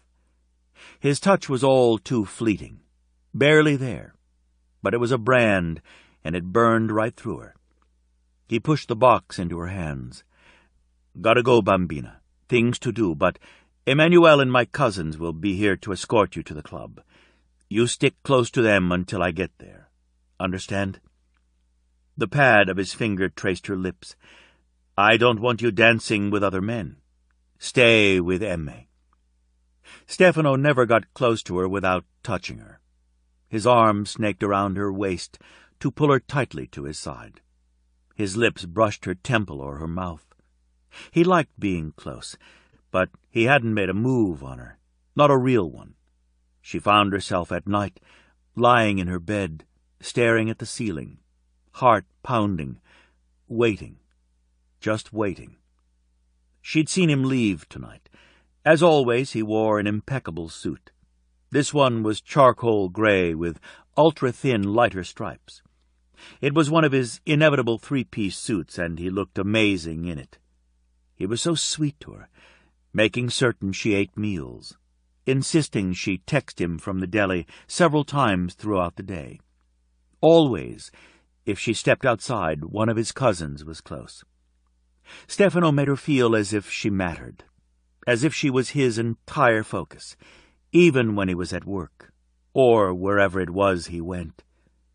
Her eyes went back to the mirror, and she raised her hand to her throat. She never asked him what he did. She thought about it and prepared herself to ask him, but he always distracted her before she did. He was just so intimidating and darkly sensual, filling the room with his presence until she could barely think straight. She inspected herself very carefully. The dress was beautiful, the most beautiful thing she'd ever seen, let alone worn. The material clung to her like a second skin, leaving little to the imagination, and yet revealing only hints of actual skin. The dress followed every curve to her small waist, before dropping away over her hips. It was short but elegant, sexy but not cheap. She stared at herself, unable to believe that it was actually Francesca Capello looking back at her in the mirror. She didn't look like that. Hot, beautiful even, with her hair left loose to tumble around her face and down her back. She couldn't wear a bra with the dress, but it had a lining that gave some support because the material hugged her so tightly. In the box along with the dress was a tiny black lace thong. There was a bow on the back of the waistband, if you could call it a band. Mostly it was tiny black strips of material. The thong rode low on her hips, barely there, so no lines showed beneath the clinging material of her dress. She had put on her makeup with an edge toward drama, but still barely there. She liked the color of her lipstick, a nice deep red that showed off her full lips and good skin tone. Her shoes were perfect black heels with complicated straps that edged up her ankles and looked super hot. The shoes had to have cost as much or more than the dress. She loved the entire look. The elevator pinged, warning her, and she caught up her clutch and hurried out to greet Joanna and Mario Bandoni, Joanna's date, as they stepped into the foyer. Joanna looked awesome in her hot red dress. Both she and Mario were staring around the huge room, taking in everything so she had a chance to walk right up to them. Francesca couldn't blame them. When Stefano was there in his apartment with her, she felt at home and safe, but the moment he was gone, she felt like a fraud, an intruder. She didn't belong in his extremely wealthy world. She was very uncomfortable there. Joanna's eyes widened in shock when she caught sight of Francesca. Her mouth dropped open, and she stared openly. Mario made a low sound of approval. "You look so good, Francesca," Joanna said. "Beautiful, really beautiful. I'm not certain you should go out in that dress. Has Stefano seen you?" Francesca laughed. Joanna and Mario had boosted her confidence level immensely just by their reactions. "Not yet, but Emmanuel and the others should be here in a few minutes. Stefano and his brothers are already at the club. They had a meeting or something. His family is crazy large. Cousins have arrived from New York, and they're showing them around. I've never seen so many cousins as Stefano has." "Most of them are male," Mario pointed out. "He's got Rosina and Regina, Romano and Renato's sisters. They're pretty nice, although I've never said more than hello to them." "I nod," Joanna said. "Females can be really bitchy, and I never wanted to be put in my place, so I was careful around them." "They put people in their place?" Francesca asked. She knew she looked good, but it was the dress. She didn't run in Stefano's circles. If his cousins decided to be mean to her, she'd much rather stay home. She really wanted to go out wearing the dress and shoes, but not if it meant feeling awful about herself when some woman made her feel like she didn't belong. "No, they've never done that," Joanna hastened to say. "Get that look off your face, honey. You're with Stefano. No one would dare to be mean to you." She looked around the large room with its high ceilings and open floor plan. "Show us around. I've always wanted to see where Stefano lived. This is amazing." Francesca's stomach knotted. This was Stefano's home, his private sanctuary. Instinctively, she knew he wouldn't want anyone peeking into his private world. Joanna looked eager, nearly rubbing her hands together with glee. Mario was happy to go along with her, but Francesca just couldn't do it. Showing them Stefano's home felt too much like a betrayal. She shook her head. "I can't do that. This isn't my home, Joanna." She kept her voice very firm. Joanna pouted. "Seriously, Francesca? Come on," she wheedled. "I won't say anything. It's not like he'd know. I really want to see where he sleeps. At least show me his bedroom. I can imagine it's all sexy. Big bed, satin sheets, very hot." Mario laughed. "You're giving me ideas, Joanna." "Keep getting them, Mario," Joanna flirted. Francesca wrapped her arms around her middle and held tight. There was no way she was going to show Joanna anything at all. She hated the idea of anyone fantasizing about Stefano's bed and sheets, let alone about him. Stefano had shown her around the enormous suite, and it was enormous. He had his own workout room, complete with every machine imaginable. There was another room that he used for training in several types of martial arts and boxing, as well as street fighting. His brothers and sister, and sometimes his cousins, trained with him there. She'd peeked into the large rectangular room and had been in awe of the equipment there as well as the mats and floor. There were racks of swords and knives and other weapons, some wooden, some not, on the far wall. Stefano's hand had been on the nape of her neck, or fingers threaded through hers, arm sometimes around her waist, as he'd taken her through his home. The tour had felt intimate, Stefano showing her his private world. She wasn't about to share that, not even with her best friend. She felt the need to guard him, to protect him. This was where he came to relax, and no one was going to invade his privacy, not even her friend. Francesca had seen him every night throughout the week, and knew his life was difficult, whether he was aware of it or not. The phone rang constantly with demands for his time. His cell went off as much or more than the house phone. No one left him in peace. More than once she'd been tempted to give his neck a massage while he impatiently and, dropping F-bombs literally, listened to pleas for his help, most of which he answered positively. "You can just forget all about seeing his bedroom, Joanna," She glanced up at the clock, hoping it was time to go, knowing she had to change the subject. Joanna often was like a wrecking ball when she wanted something. "You look good in that dress. Red is definitely your color. And Mario, that suit is amazing." Mario's hand went to his tie a little self-consciously. "I can't be the only one not looking sharp tonight. Look at my girl." He sounded proud, his eyes on Joanna. Joanna forgot all about pouting and beamed as she slipped her hand onto his arm. "You look very handsome. Thanks for coming with me tonight. I think it will be fun." The elevator pinged, and the doors opened. Emmanuelle emerged, and Francesca's breath caught in her throat.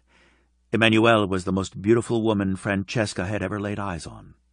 Although short, no supermodel could hold a candle to her.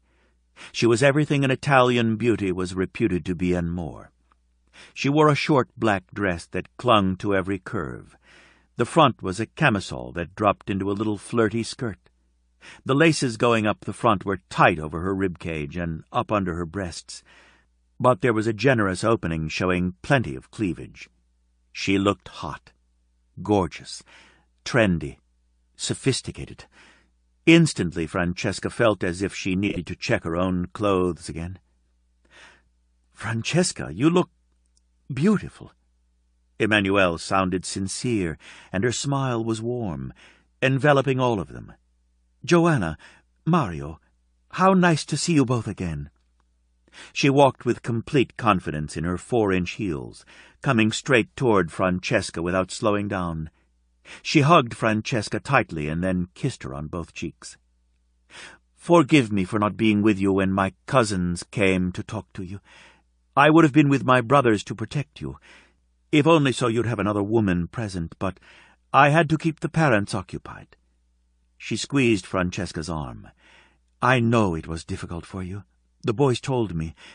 I want you to know how much I respect and admire you. Thank you for worrying about my brother and for making him so happy." Whoa! That was the last thing Francesca expected from Stefano's sister. She made it sound as if Francesca really did belong to Stefano, that it was a done deal, and somehow she was totally accepted into their family. Things moved very fast around the Ferraro siblings. Francesca felt uneasy, a fraud even. She wasn't as certain as they were that her relationship with Stefano had progressed to the point of his entire family claiming her. She wanted a family. She loved that the Ferraros were so tight-knit, but she barely knew them. She didn't even really know what Stefano did for a living. There was just a little bit of fear when she was around them all. Power clung to them. They wore their wealth so easily, like a second skin. More than that, they wore a cloak of pure danger. When any of the Ferraros walked into a room, there was a stunned silence, a collective gasp from any other occupants of the room. "Are you ready for a night out?" Emmanuelle turned to include Joanna and Mario in her query. Joanna was staring at Francesca, wide-eyed, a grin on her face. She turned toward Emmanuelle immediately. "I've been looking forward to this all week. Regina and Rosina are downstairs in the limo." Emmanuelle laughed, her voice low and melodious. "I figured we'd better have a driver if we're all going to party tonight." She slipped her arm through Francesca's companionably. "Has Stefano seen that dress?" Francesca smoothed one hand down the dress, wondering why both Joanna and Emmanuelle had asked that. She nodded, color stealing into her face at having to make the confession. "He brought the dress to me." Emmanuelle's smile widened. "But he hasn't actually seen you in the dress, has he?" Her eyes met Joanna's, and they both burst out laughing. Francesca wasn't certain what the joke was. "Is something wrong with the way I look?" She couldn't keep the anxiety out of her voice. She wanted to look good for Stefano, or she wouldn't have accepted the dress from him. It cost more than her weekly wages, and it had been a little disconcerting to have him go out and buy her the club dress. She didn't know why that seemed worse than pretending to believe he or his brother was responsible for losing her clothes and replacing them with much more expensive ones. "No, Francesca. Emmanuel assured. "Nothing at all is wrong with the way you look. You're absolutely beautiful, and my brother is going to think so, too. It's just that he can be possessive of what is his." Francesca felt a jab to her stomach, hard enough that she hunched a little. The thought of Stefano being possessive toward other women really bothered her. She knew he had a history with women, beautiful women, but he'd told her that she was special to him. She really wished her self-esteem hadn't taken such a beating and she didn't constantly feel inadequate, worrying about Stefano and the beautiful women who had been in his life prior to her. A limo awaited them, right in front of the hotel, the long, sleek lines making Joanna squeal in glee. Francesca felt it was a little on the ostentatious side. She would never get used to the casual display of wealth and privilege. She slid into the vehicle after Joanna and Mario and discovered that 2 other women already occupied the leather seats. They were drinking red wine from elegant glasses. Both smiled at her, their gazes running over her dress and shoes automatically, as if they did a sweep of everyone they saw. "Regina and Rosina Greco, my cousins," Emmanuel introduced. "They are sisters of Renato and Romano. I think you've met their brothers." If she had, Francesca knew she wouldn't be able to place them. She'd been introduced to too many people, and some when she was being carried upside down in a sleeping bag through a murky apartment building. She smiled and nodded. The women looked like Ferraros. They carried themselves with that same enviable confidence. "Wow, Francesca," Regina said. "I love your dress. It's beautiful. It's a Sophia original, isn't it?" Francesca had heard of the designer Sophia. She was renowned for her gowns and clubwear. Her originals were fought over by her exclusive clientele. Francesca ran her hand down her dress, smoothing imaginary wrinkles, all the while her heart pounding. If this was really a Sophia original, it was worth 3 months or more of her salary. She should never have accepted it. "It's gorgeous," Rosina added. "You look beautiful. I can't wait to get inside the club and have Stefano catch his first sight of you in that dress. He's going to go ballistic." Francesca frowned. "Why do you all keep saying that? Stefano wanted me to wear this dress. The last thing I want to do is embarrass him because it doesn't look good on me. You have to tell me." Her worried gaze found Joanna, her one real friend. If the others were making subtle fun of her, she was certain Joanna wouldn't do that. She'd never allow her to go out in public and be humiliated. Emmanuel reached over and took her hand, squeezing it in reassurance. Joanna frowned and shook her head. Rosina looked upset. "Francesca, you look absolutely beautiful in that dress," Joanna said staunchly. "Gorgeous. Right, Mario?" Francesca thought Joanna incredibly generous to have her boyfriend, the man she was really interested in, give Francesca compliments. "I have to agree," Mario said. "Beautiful." Emmanuel nodded. "My brother has escorted countless women to clubs, and he couldn't care less what they looked like. Elegant or slut clothes didn't much matter to him because if he was with a woman, it was for publicity purposes, like a charity event or a hookup. He claims you for his own, for his woman. He's made it clear to the family and to those in our neighborhood. He'll make it clear to the world very soon. That's why we're all laughing a little.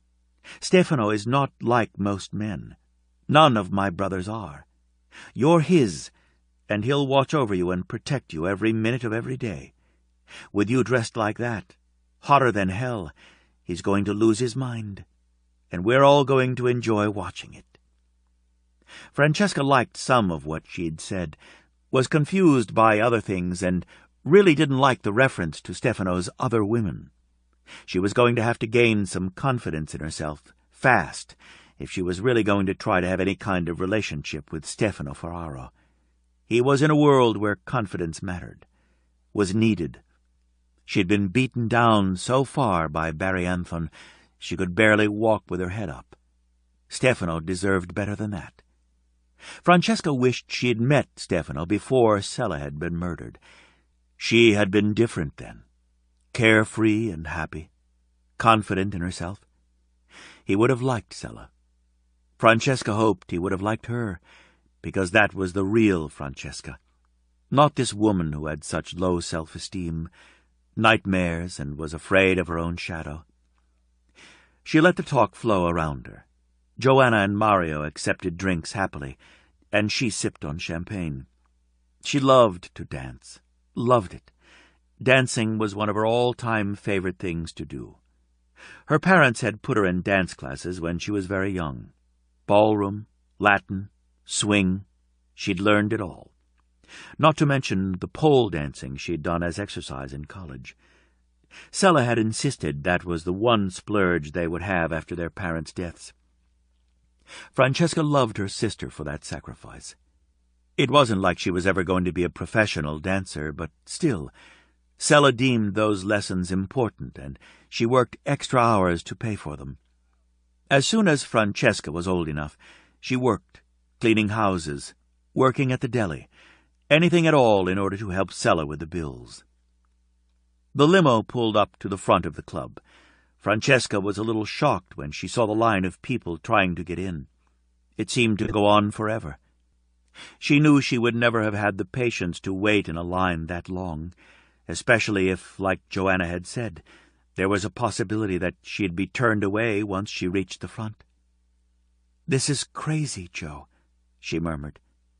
Joanna squeezed her arm tightly as they all got out of the limo. "I can't believe this. I feel like a princess arriving at the ball. Everyone's staring, trying to catch a glimpse of us. They think we're celebrities, Francesca." Emmanuelle suddenly moved, flowing across the short distance, separating her from Francesca. She was elegant even in her body's movement, like a ballet dancer. As she got to Francesca, she took her arm, turning her around toward the club. Emmanuelle's body provided a shield as a dozen flashes went off. "Keep walking. Stay between us all, in the middle," Emmanuelle ordered, her voice low. Emmanuelle's hand was steady on Francesca's back, pushing her gently toward the entrance. As they moved past the front of the line to the entrance, the bouncers unhooked the velvet ropes to allow them in. Francesca noticed that Emilio and Enzo fell in behind them. She had no idea where they came from, but suddenly they were walking with the small group of women, as if they'd always been with them. The moment the doors to the club opened, Francesca could hear the pounding beat of the music. It was loud, impossible not to want to dance to, and very trendy. The DJ was extremely popular, one who commanded all sorts of money, and yet stayed there in Chicago rather than moving to New York, where he would be given star status. There were several bars, each glowing a different color. Muted blues, reds, purples, and greens pulsed to the music from the lights secreted in the bars. The bartenders were moving fast, bottles spinning in the air as they quickly made drinks for the customers, pressing around the curved bars. Francesca could feel the beat of the music already heating up her blood. They moved through the lower section in a tight group, Emilio and Enzo ensuring the crowd parted for them as they wound their way through the floor. Up a few stairs was the VIP section, where tables and booths guaranteed privacy. Even farther up were the very secluded tables and booths. Those were reserved for family and friends. Emmanuelle led the way with absolute confidence. She clearly was the queen of the club. Deference was paid to her everywhere one looked. Nods, smiles, waves. She kept moving even when a few scantily clad women called out her name and stepped toward her. She was gracious, always replying, but she made it clear she was heading toward her own table. A waitress followed them, ready to take their drink orders. There would be no queuing up to the bar for them. Francesca surveyed the room below her. It was exciting, the music already finding her pulse and beating there, calling her. Joanna was already swaying to the persistent call of the drum. Emmanuelle sank into one of the plush seats, indicating the chair beside her to Francesca. I have to join my brothers for a meeting in a few minutes, but I've got time for a drink. We've got cousins from New York here. 4 of them. I noticed them on the dance floor when we walked in. They've already got women hanging on them. See that blonde down there?" She indicated a woman in a very short leather dress with cutouts on either side. The openings ran from her hips to under her arms. Her platinum hair was short and spiked. "I see her." Francesca frowned. The woman looked very familiar. "Where have I seen her before?" "She's a starlet. Plays in a drama on television and thinks every man in all the states wants to sleep with her. She's totally after my cousin." "We call her the Barracuda," Rosina supplied. Joanna giggled as she craned her neck, trying to peer into the dark crowd of moving bodies. "She's got on 5-inch heels. Wow! I don't know if I could actually dance in 5-inch heels."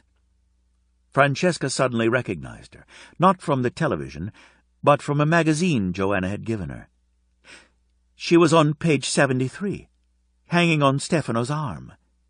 She whispered it before she realized just what that admission gave away. Color moved up into her face. The waitress was back, putting their drinks in front of them, confirming that the Ferraros didn't have to wait for anything, not even their drinks. Francesca reached for hers and took a long drink as the woman hurried away. The Moscow Mule went down smoothly. She needed the alcohol to fortify her. Emmanuelle leaned forward and put her hand over Francesca's, stilling the fingers that had been drumming on the table. Francesca hadn't even been aware she was so restless. Nervous, jealous. Sheesh, how embarrassing in front of his sister and cousins.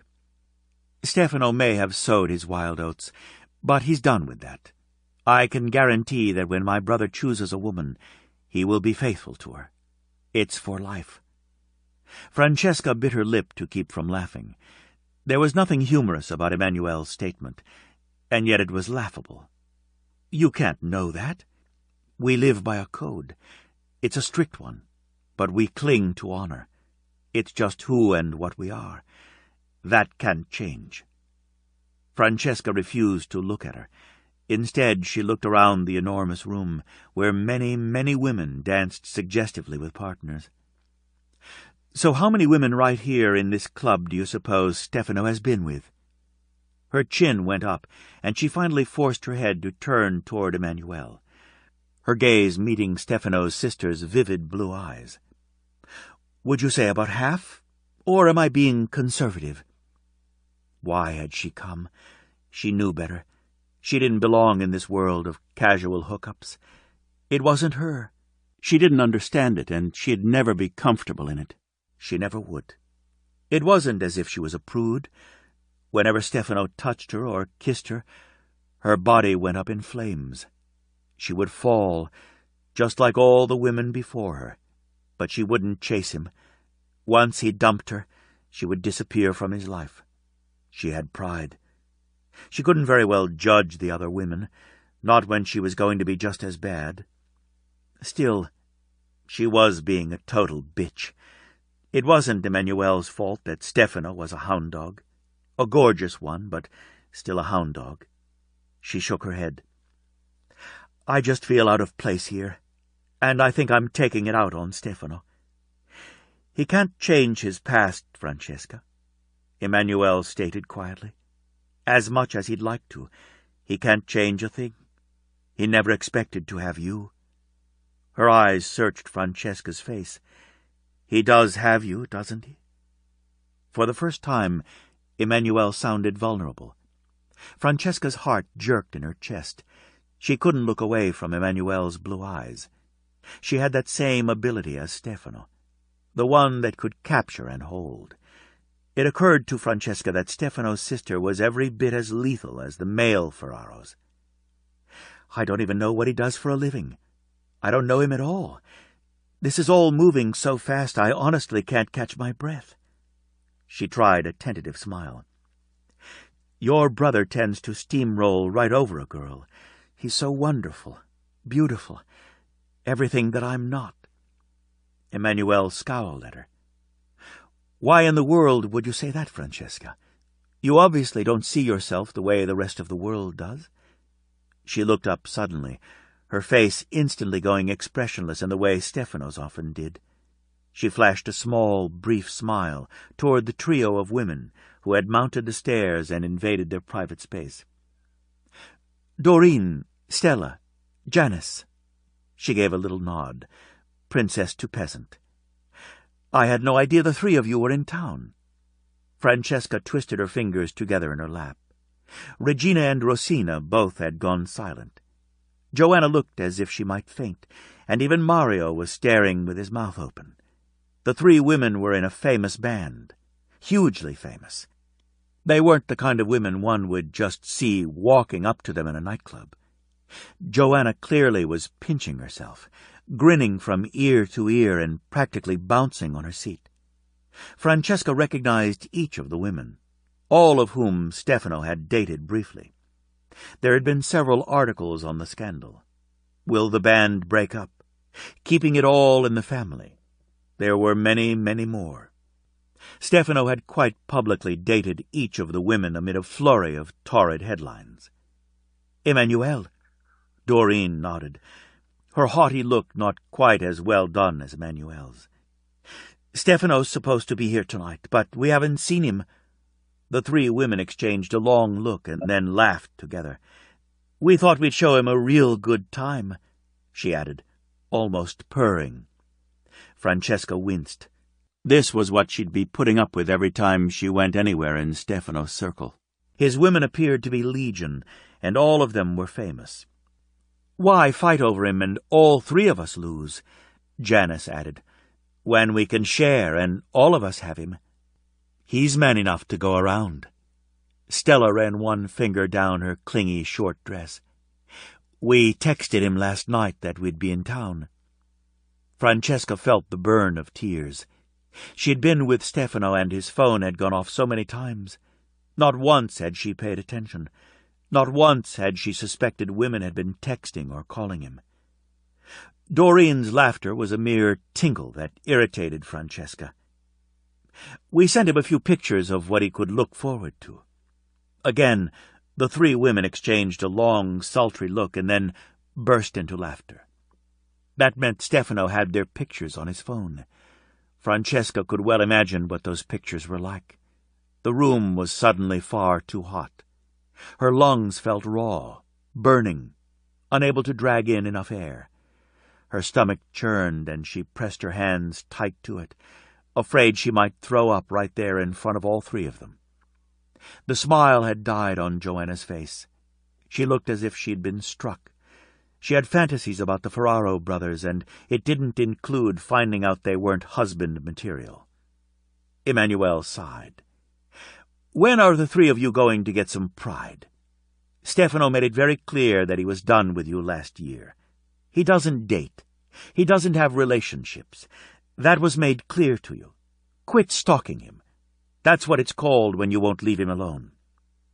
"How do you know we haven't seen him in a year?" Stella sneered. "He wouldn't want to tell his little sister what he's been getting all this time." Francesca wanted to cover her ears. Could the evening get any worse? She didn't think so. She needed to get out of there. Now. She looked around, trying to find a way to escape. Why had she believed she had a chance with Stefano? Could she have been any more ridiculous? She'd wanted to cling to him because he made her feel safe, beautiful, sexy, wanted. Lord, but he could make her feel wanted. "That's so disgusting. He doesn't want you, any of you, and certainly not the three of you together." Emmanuel poured contempt into her voice. She took a sip of her drink, looking more elegant than ever. Suddenly the three women didn't look nearly as beautiful and sophisticated as Francesca had first thought. They looked skanky. "You have no idea of his needs in the bedroom," Doreen spat out, pure venom in her eyes. "You think you're so high and mighty, Emmanuel. You always have. We know what Stefano likes, and we give it to him." Joanna's gasp was audible. Doreen swung on her. "That's right, Miss Mouse. Stefano is an adult, all male, pure male. You could never hope to understand a man like that. None of you." She turned, whipping her hair around, and stormed down the steps, her two bandmates following. Emmanuelle let out her breath in a little hiss of anger. Well, that was unpleasant. She leaned toward Francesca again. "You can't believe the things they're saying about my brother. They just aren't true." "Of course they're true," Francesca said. "I saw his picture with each of them. He was with them. He had sex with them. There's no taking that back. And last night when I was with Stefano, his phone kept going off. He would look at it, sometimes text, and other times he'd shove it in his pocket. I thought he was getting requests for his help like he always does, but instead he was getting naked sex pictures." She was ashamed of the little sob in her voice. "I have to get out of here." Emmanuelle put her hand on Francesca's arm, staying her mad dash for freedom. "Don't. At least talk to Stefano before you run. He deserves that much, doesn't he?" Francesca took a deep breath, her every instinct telling her to run while she could. Once Stefano was close to her, every brain cell she had seemed to short-circuit. She shook her head and picked up her drink again. "I've got to attend a quick meeting," Emmanuelle said with a little scowl. "I'll send Stefano to you as fast as I can. I'll tell them meetings need to be conducted outside the club," she added, trying to interject humor into the situation. "Inside is for fun, drink and dance. You know, those fun things. I don't think my brothers understand the concept." Emmanuelle shook her head and drifted away. Regina threw her head back and laughed. "They think the only form of fun is a hot, willing babe." Francesca couldn't stop her reaction to Regina's casual, but obviously true remark. She stiffened, her fingers curling around the glass she held. "Francesca?" Rosina's voice was gentle, with an undercurrent of anxiety. "My sister didn't mean anything by that. I hope you weren't offended." Francesca threw her a casual smile that she knew didn't reach her eyes. She took a longer drink. The combination of the ingredients always warmed her stomach and made her blood sing. She let the feeling sweep through her, wanting to get away from Stefano's cousins and the implication in Regina's statement. They could try to take away the sting all they wanted, but she'd read the tabloids. She'd seen all the pictures of his women, so many of them. Tall, beautiful. The thought of Stefano with them made her feel sick. Now she'd met them, and that made her even sicker, thinking of the things the three women were implying. She wasn't experienced or sophisticated. She didn't belong in his crowd, or with his family. She turned to Joanna with a bright, false smile. "You ready to dance? The music's calling." Joanna had barely touched her drink and looked up, clearly to protest, but she took one look at Francesca's face and immediately stood up. "Can't wait." She flashed her brilliant smile at Mario. "You coming, or you want to drink a little first?" "I came to dance, woman. I'm with you all the way," Mario said, endearing him to Francesca. He was so the right man for Joanna. "Francesca," Regina protested. Francesca drank the rest of the Moscow Mule, and this time her smile bordered on desperate, but she couldn't help it. "No worries. I'm great. I love to dance, and the music is calling. If the waitress comes back, will you order me another drink, please?" Still smiling brightly, she led the way down the steps to the crowded dance floor. She didn't want to think about anything at all. She found the rhythm of the music and let it transport her like it always had to another place. The alcohol pounded through her veins, heating her from the inside out. There was only her body and the music, nothing else, no one else. No Stefano with his gorgeous body and smoldering sensuality that made her so incredibly hungry for him she couldn't think straight when she was around him. 2 songs later, she became aware of a man joining them. He seemed to know both Joanna and Mario, slapping him on the back and greeting Joanna with a kiss. He looked toward Francesca expectantly. "My friend Dominic," Mario said loudly, trying to be heard above the music. "Dominic, our friend Francesca." Dominic grinned at her, his body moving in close, matching the rhythm of hers with ease. She recognized a trained dancer when she saw one, probably in Latin and ballroom as she'd been. He leaned toward her, one hand sliding onto her hip, just barely there but connecting them. "You know how to dance." She was pleased that someone actually recognized that she could. She nodded, barely able to hear him over the pounding music. He immediately reached for her hand and took her through a series of salsa steps. The music was fast, but the beat was perfect for a salsa. She matched him no problem, and he instantly took her close to his body, moving her into more intricate and very sexy steps. She lost herself like she always did, the music flowing through her, her body giving itself up to the beat. Dominic's lead was confident and strong, just the kind she preferred in a partner, and she moved with him, even when the music slowed and he drew her close into a tight frame. He was a couple of inches taller than she was, and he bent his head close to speak directly in her ear. "You're very good. I haven't had a dance partner like you ever. Where in the world did Mario and Joanna find you?" She tried not to stiffen. She didn't like personal questions. "Joanna and I went to school together." His hand slid down her waist to the curve of her hip. She felt that slide, and it sent alarm bells ringing as he tightened his hold on her. "My lucky night," he observed, his hand sliding lower until it rested right on the cheek of her butt. She dropped her own hand and moved his. "You don't know me that well." He laughed softly. "Not yet, but I intend to." Emilio loomed over his shoulder, looking grim, huge, unhappy. He tapped Dominic on the shoulder and jerked his thumb off to the side. Dominic instantly looked angry, but he stepped away from Emilio. Francesca turned into Emilio's arms, smiling up at him, relieved in spite of the fact that she knew why he was there. He moved his foot and stepped right onto hers. She bit back a sharp little cry of pain and made a face at him until he realized what he'd done and lifted his big foot away. He didn't dance, just swayed. It was a far cry from the man who had so perfectly matched steps with her. "Is there a reason you interrupted my perfectly wonderful dance with that gentleman? Or did you just want to step all over my feet?" She had to look up at him and raise her voice over the music. The rhythm was slower and a little mellower, but it was still loud. Emilio leaned down, very close, putting his mouth against her ear. He actually hissed his disapproval. "For fuck's sake, Francesca, are you trying to get someone killed? What are you thinking? Dancing with another man?"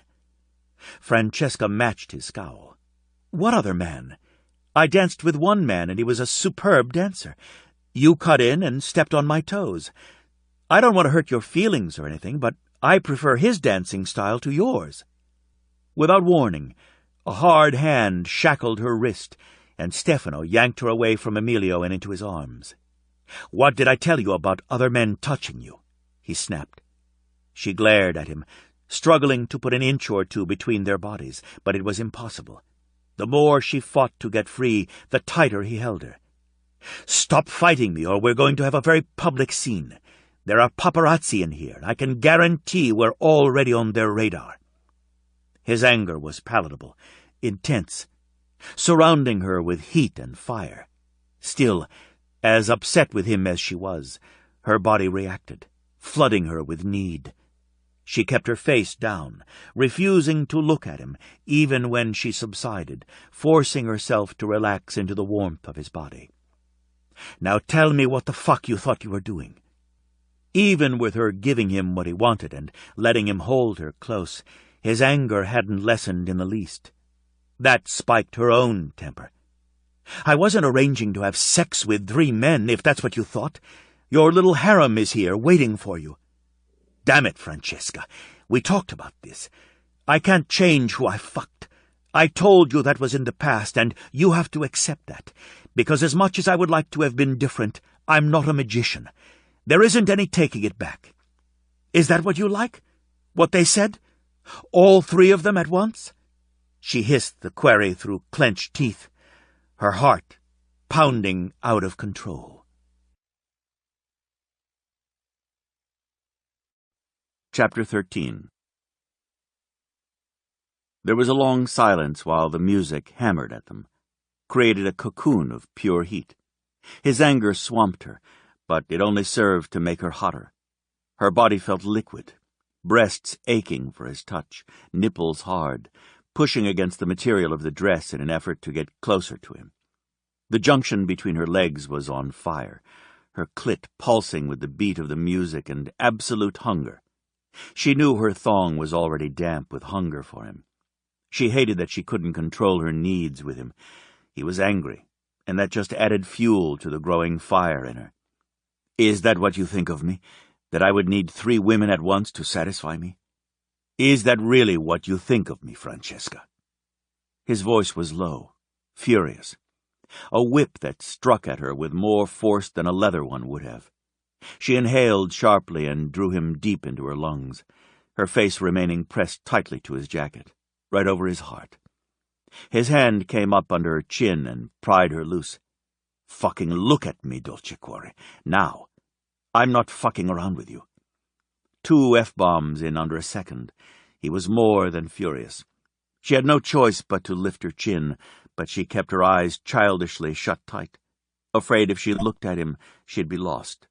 She was more hurt than she'd realized, hating that the other women had had him before her.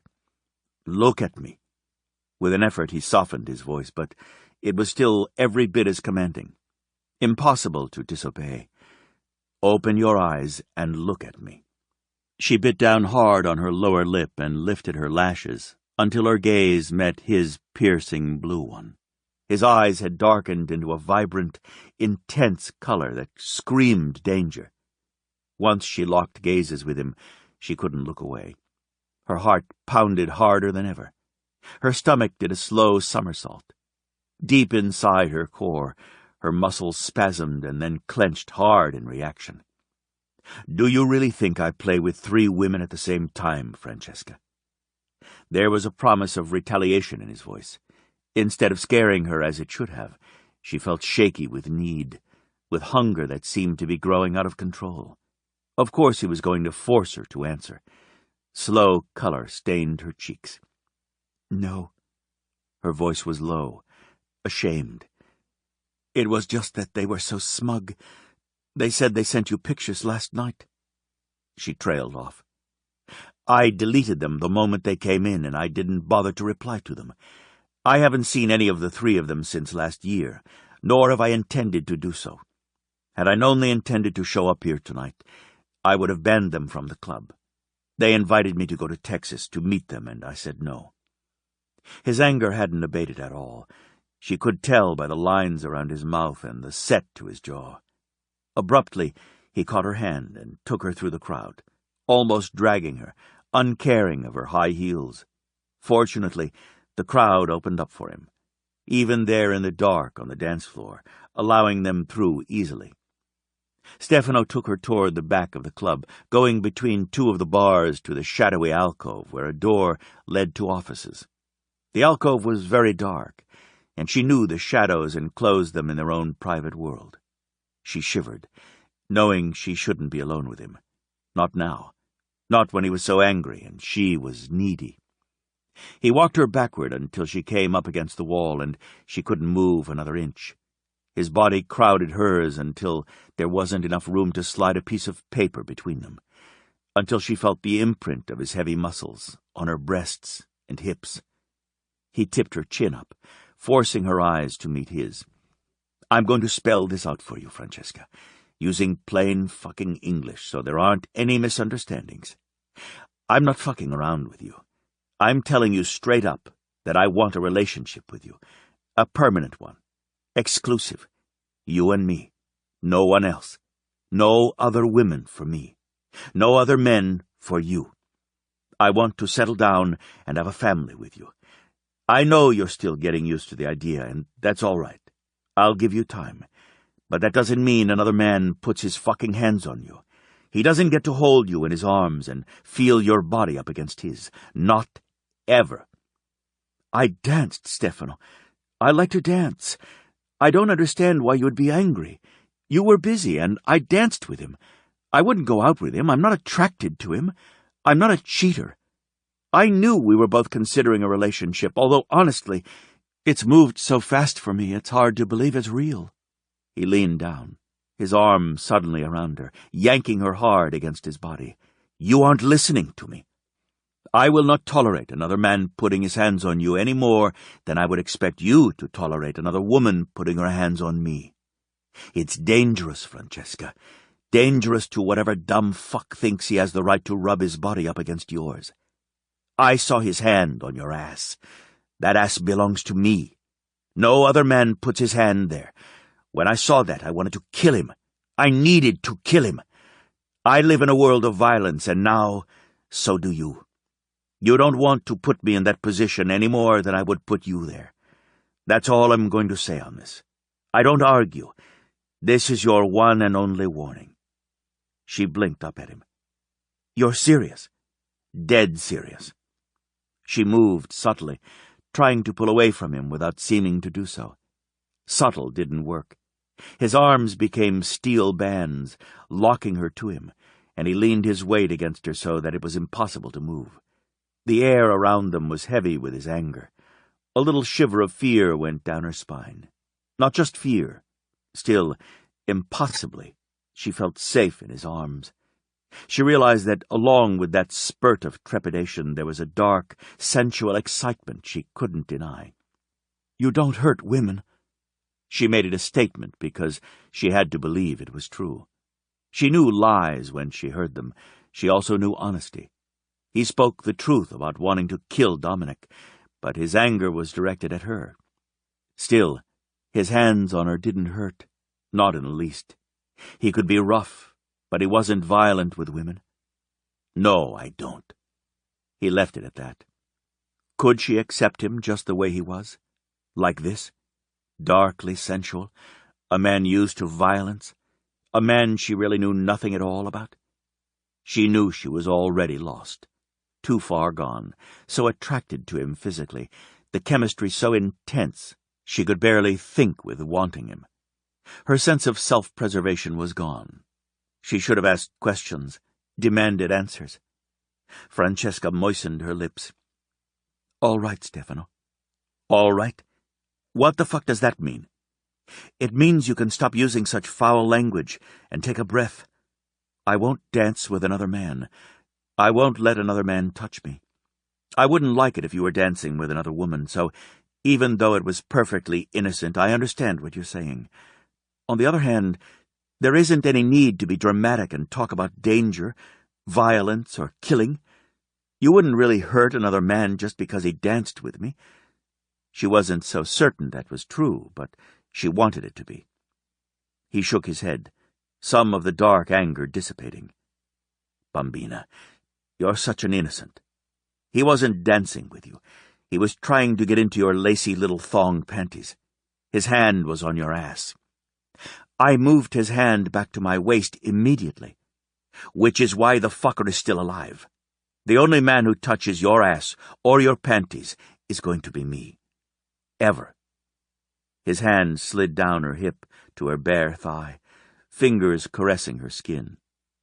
This dress doesn't look the same on you as it did on that mannequin. His fingers began making little circles up her thigh, barely there, burning, branding her. It felt as if he touched her with fire. She shuddered, leaning her weight into the wall, hoping it would keep her upright. I suppose the mannequin was bored straight, and you've got all these sexy curves. His other hand found her right breast, drifting over the soft curve until his fingertips were directly over her nipple. I should have taken that into consideration. The fingers inched up her thigh, right under the hem of her dress, moving upward with soft, deliberate strokes. She put her hand on his wrist to stop him, her gaze moving around the club. It was dark, and Stefano had taken her well back into the shadows for their little talk, but still, in another minute she knew she'd be too far gone to care what he did to her. She wanted his hands on her, his mouth on her. She had to have his touch more than she needed to breathe. With her breath burning in her lungs and need driving her, she ran one palm up his chest to his shoulder. It was a tight fit because he refused to move back, his much larger body directly in front of her. Should anyone come up on them, they wouldn't be able to see her the way he'd positioned himself. She realized that even when he was angry with her, he had made certain to protect her. "So you don't like the dress?" Her voice came out sultry, a whisper of pure sin. A soft groan escaped. "Dolce cuore, you can't use that tone when we're out in public." His fingers dug into her inner thigh for a brief moment and then relaxed, gently caressing her skin over the sting. "I've never wanted a woman more in my entire life. There are 6 offices close by I could take you into and fuck you until neither one of us could move. But that's not what I want for your first time with me. I want to at least try to be gentle with you. Right now, I'm not certain I could be. Help me out a little, okay, Bella?" His fingers, sliding over her bare inner thigh, drove her crazy. She needed him right now, and the offices sounded good to her. His knuckles brushed her sex, and deep inside, muscles contracted deliciously. She gasped, and he immediately bent his head, his teeth finding her earlobe and biting down. "Stefano." His name came out as a moan. "You're already wet for me," he whispered. "So ready. For me, Bambina. That's mine. All for me." She nodded helplessly, clutching at his wide shoulders to keep from falling at his feet. Her mind felt chaotic, her brain refusing to work. She couldn't think of anything else but Stefano. She wanted his hands on her, his mouth. She needed that. "Please," she pleaded softly, asking for something, but what she didn't know. His expression changed immediately, gentled, softened. Even his eyes changed color, darkening intently. His voice stroked caresses over her skin, making her shiver. "Kiss me. Right now. I need your mouth." She would have given him anything he asked for. She lifted her face up toward his, an offering, both hands at his shoulders, holding on for life. Stefano's mouth instantly took command of hers, took all control like a runaway train. The moment his tongue swept inside, he spread flames through her. Exquisite, perfect fire. Heat rushed through her veins straight to her sex, fanning the fireball that had lodged there. His arms went around her, dragging her away from the wall and into his body so that she had no doubt she was imprinted on his bones, and he on hers. "I want you," he confessed, dragging his mouth from hers, resting his forehead against hers while they both tried to pull air into laboring lungs. Her lashes swept down, and faint color stole into her cheeks. "I want you too," she whispered. "So much, Stefano." "Say you're mine." There was steel in his voice. She took a breath, let it out. He was commanding more than that simple sentence. They both knew it. He was asking for commitment, not just a night, a week, a month. He was asking her to say she belonged to him forever. She heard the blood roaring in her ears. Her body was in flames, in terrible need, wanting him. Could she give herself to him? She knew 2 things about him. He was a man with a strict code of honor, and he was a very dangerous man capable of swift violence. "Give yourself to me," he whispered, his voice an intimate caress, sliding over her skin like the touch of fingers. His mouth was so close, she could feel every breath he took. "Trust me with your life, Francesca, and I swear you'll never have to worry about another thing. I can keep you safe. I will make you happy." He was the devil tempting her, so gorgeous, an incredible man. She knew he paid attention to details, the smallest ones.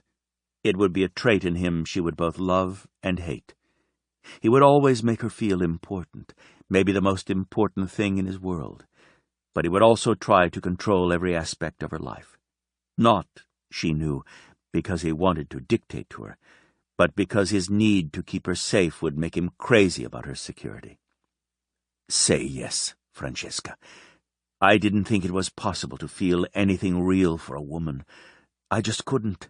I tried, but nothing was there. I knew I was capable of loving because I love my sister and my brothers fiercely, with everything in me, but what a man feels for a woman, the woman, eluded me until I saw you. He melted her resolve with every word he said. There was no shoring up her defenses, no getting away from the raw honesty in his voice. I know you don't believe in love at first sight because I always thought it was impossible. I tried to tell myself it wasn't real. It was just chemistry between us. And that chemistry is so explosive. I knew I had a chance of being right. But then I watched you. I listened to you. I saw the way you were with others, and I felt everything a man is supposed to feel for a woman and more. When I love, Francesca, it's with everything in me. I'm loyal, and I'm a fighter, which means I'll fight with my last breath to make certain my woman is happy. I expect those in my life to be the same way. Her hands, of their own accord, crept around his neck, fingers lacing. The heat of his skin was scorching, but that only added to the fire permanently burning deep inside her for him. I didn't care about any other woman, Francesca, not a single one of them. I used them. They used me. I have a strong sex drive. I'm always hard. Always.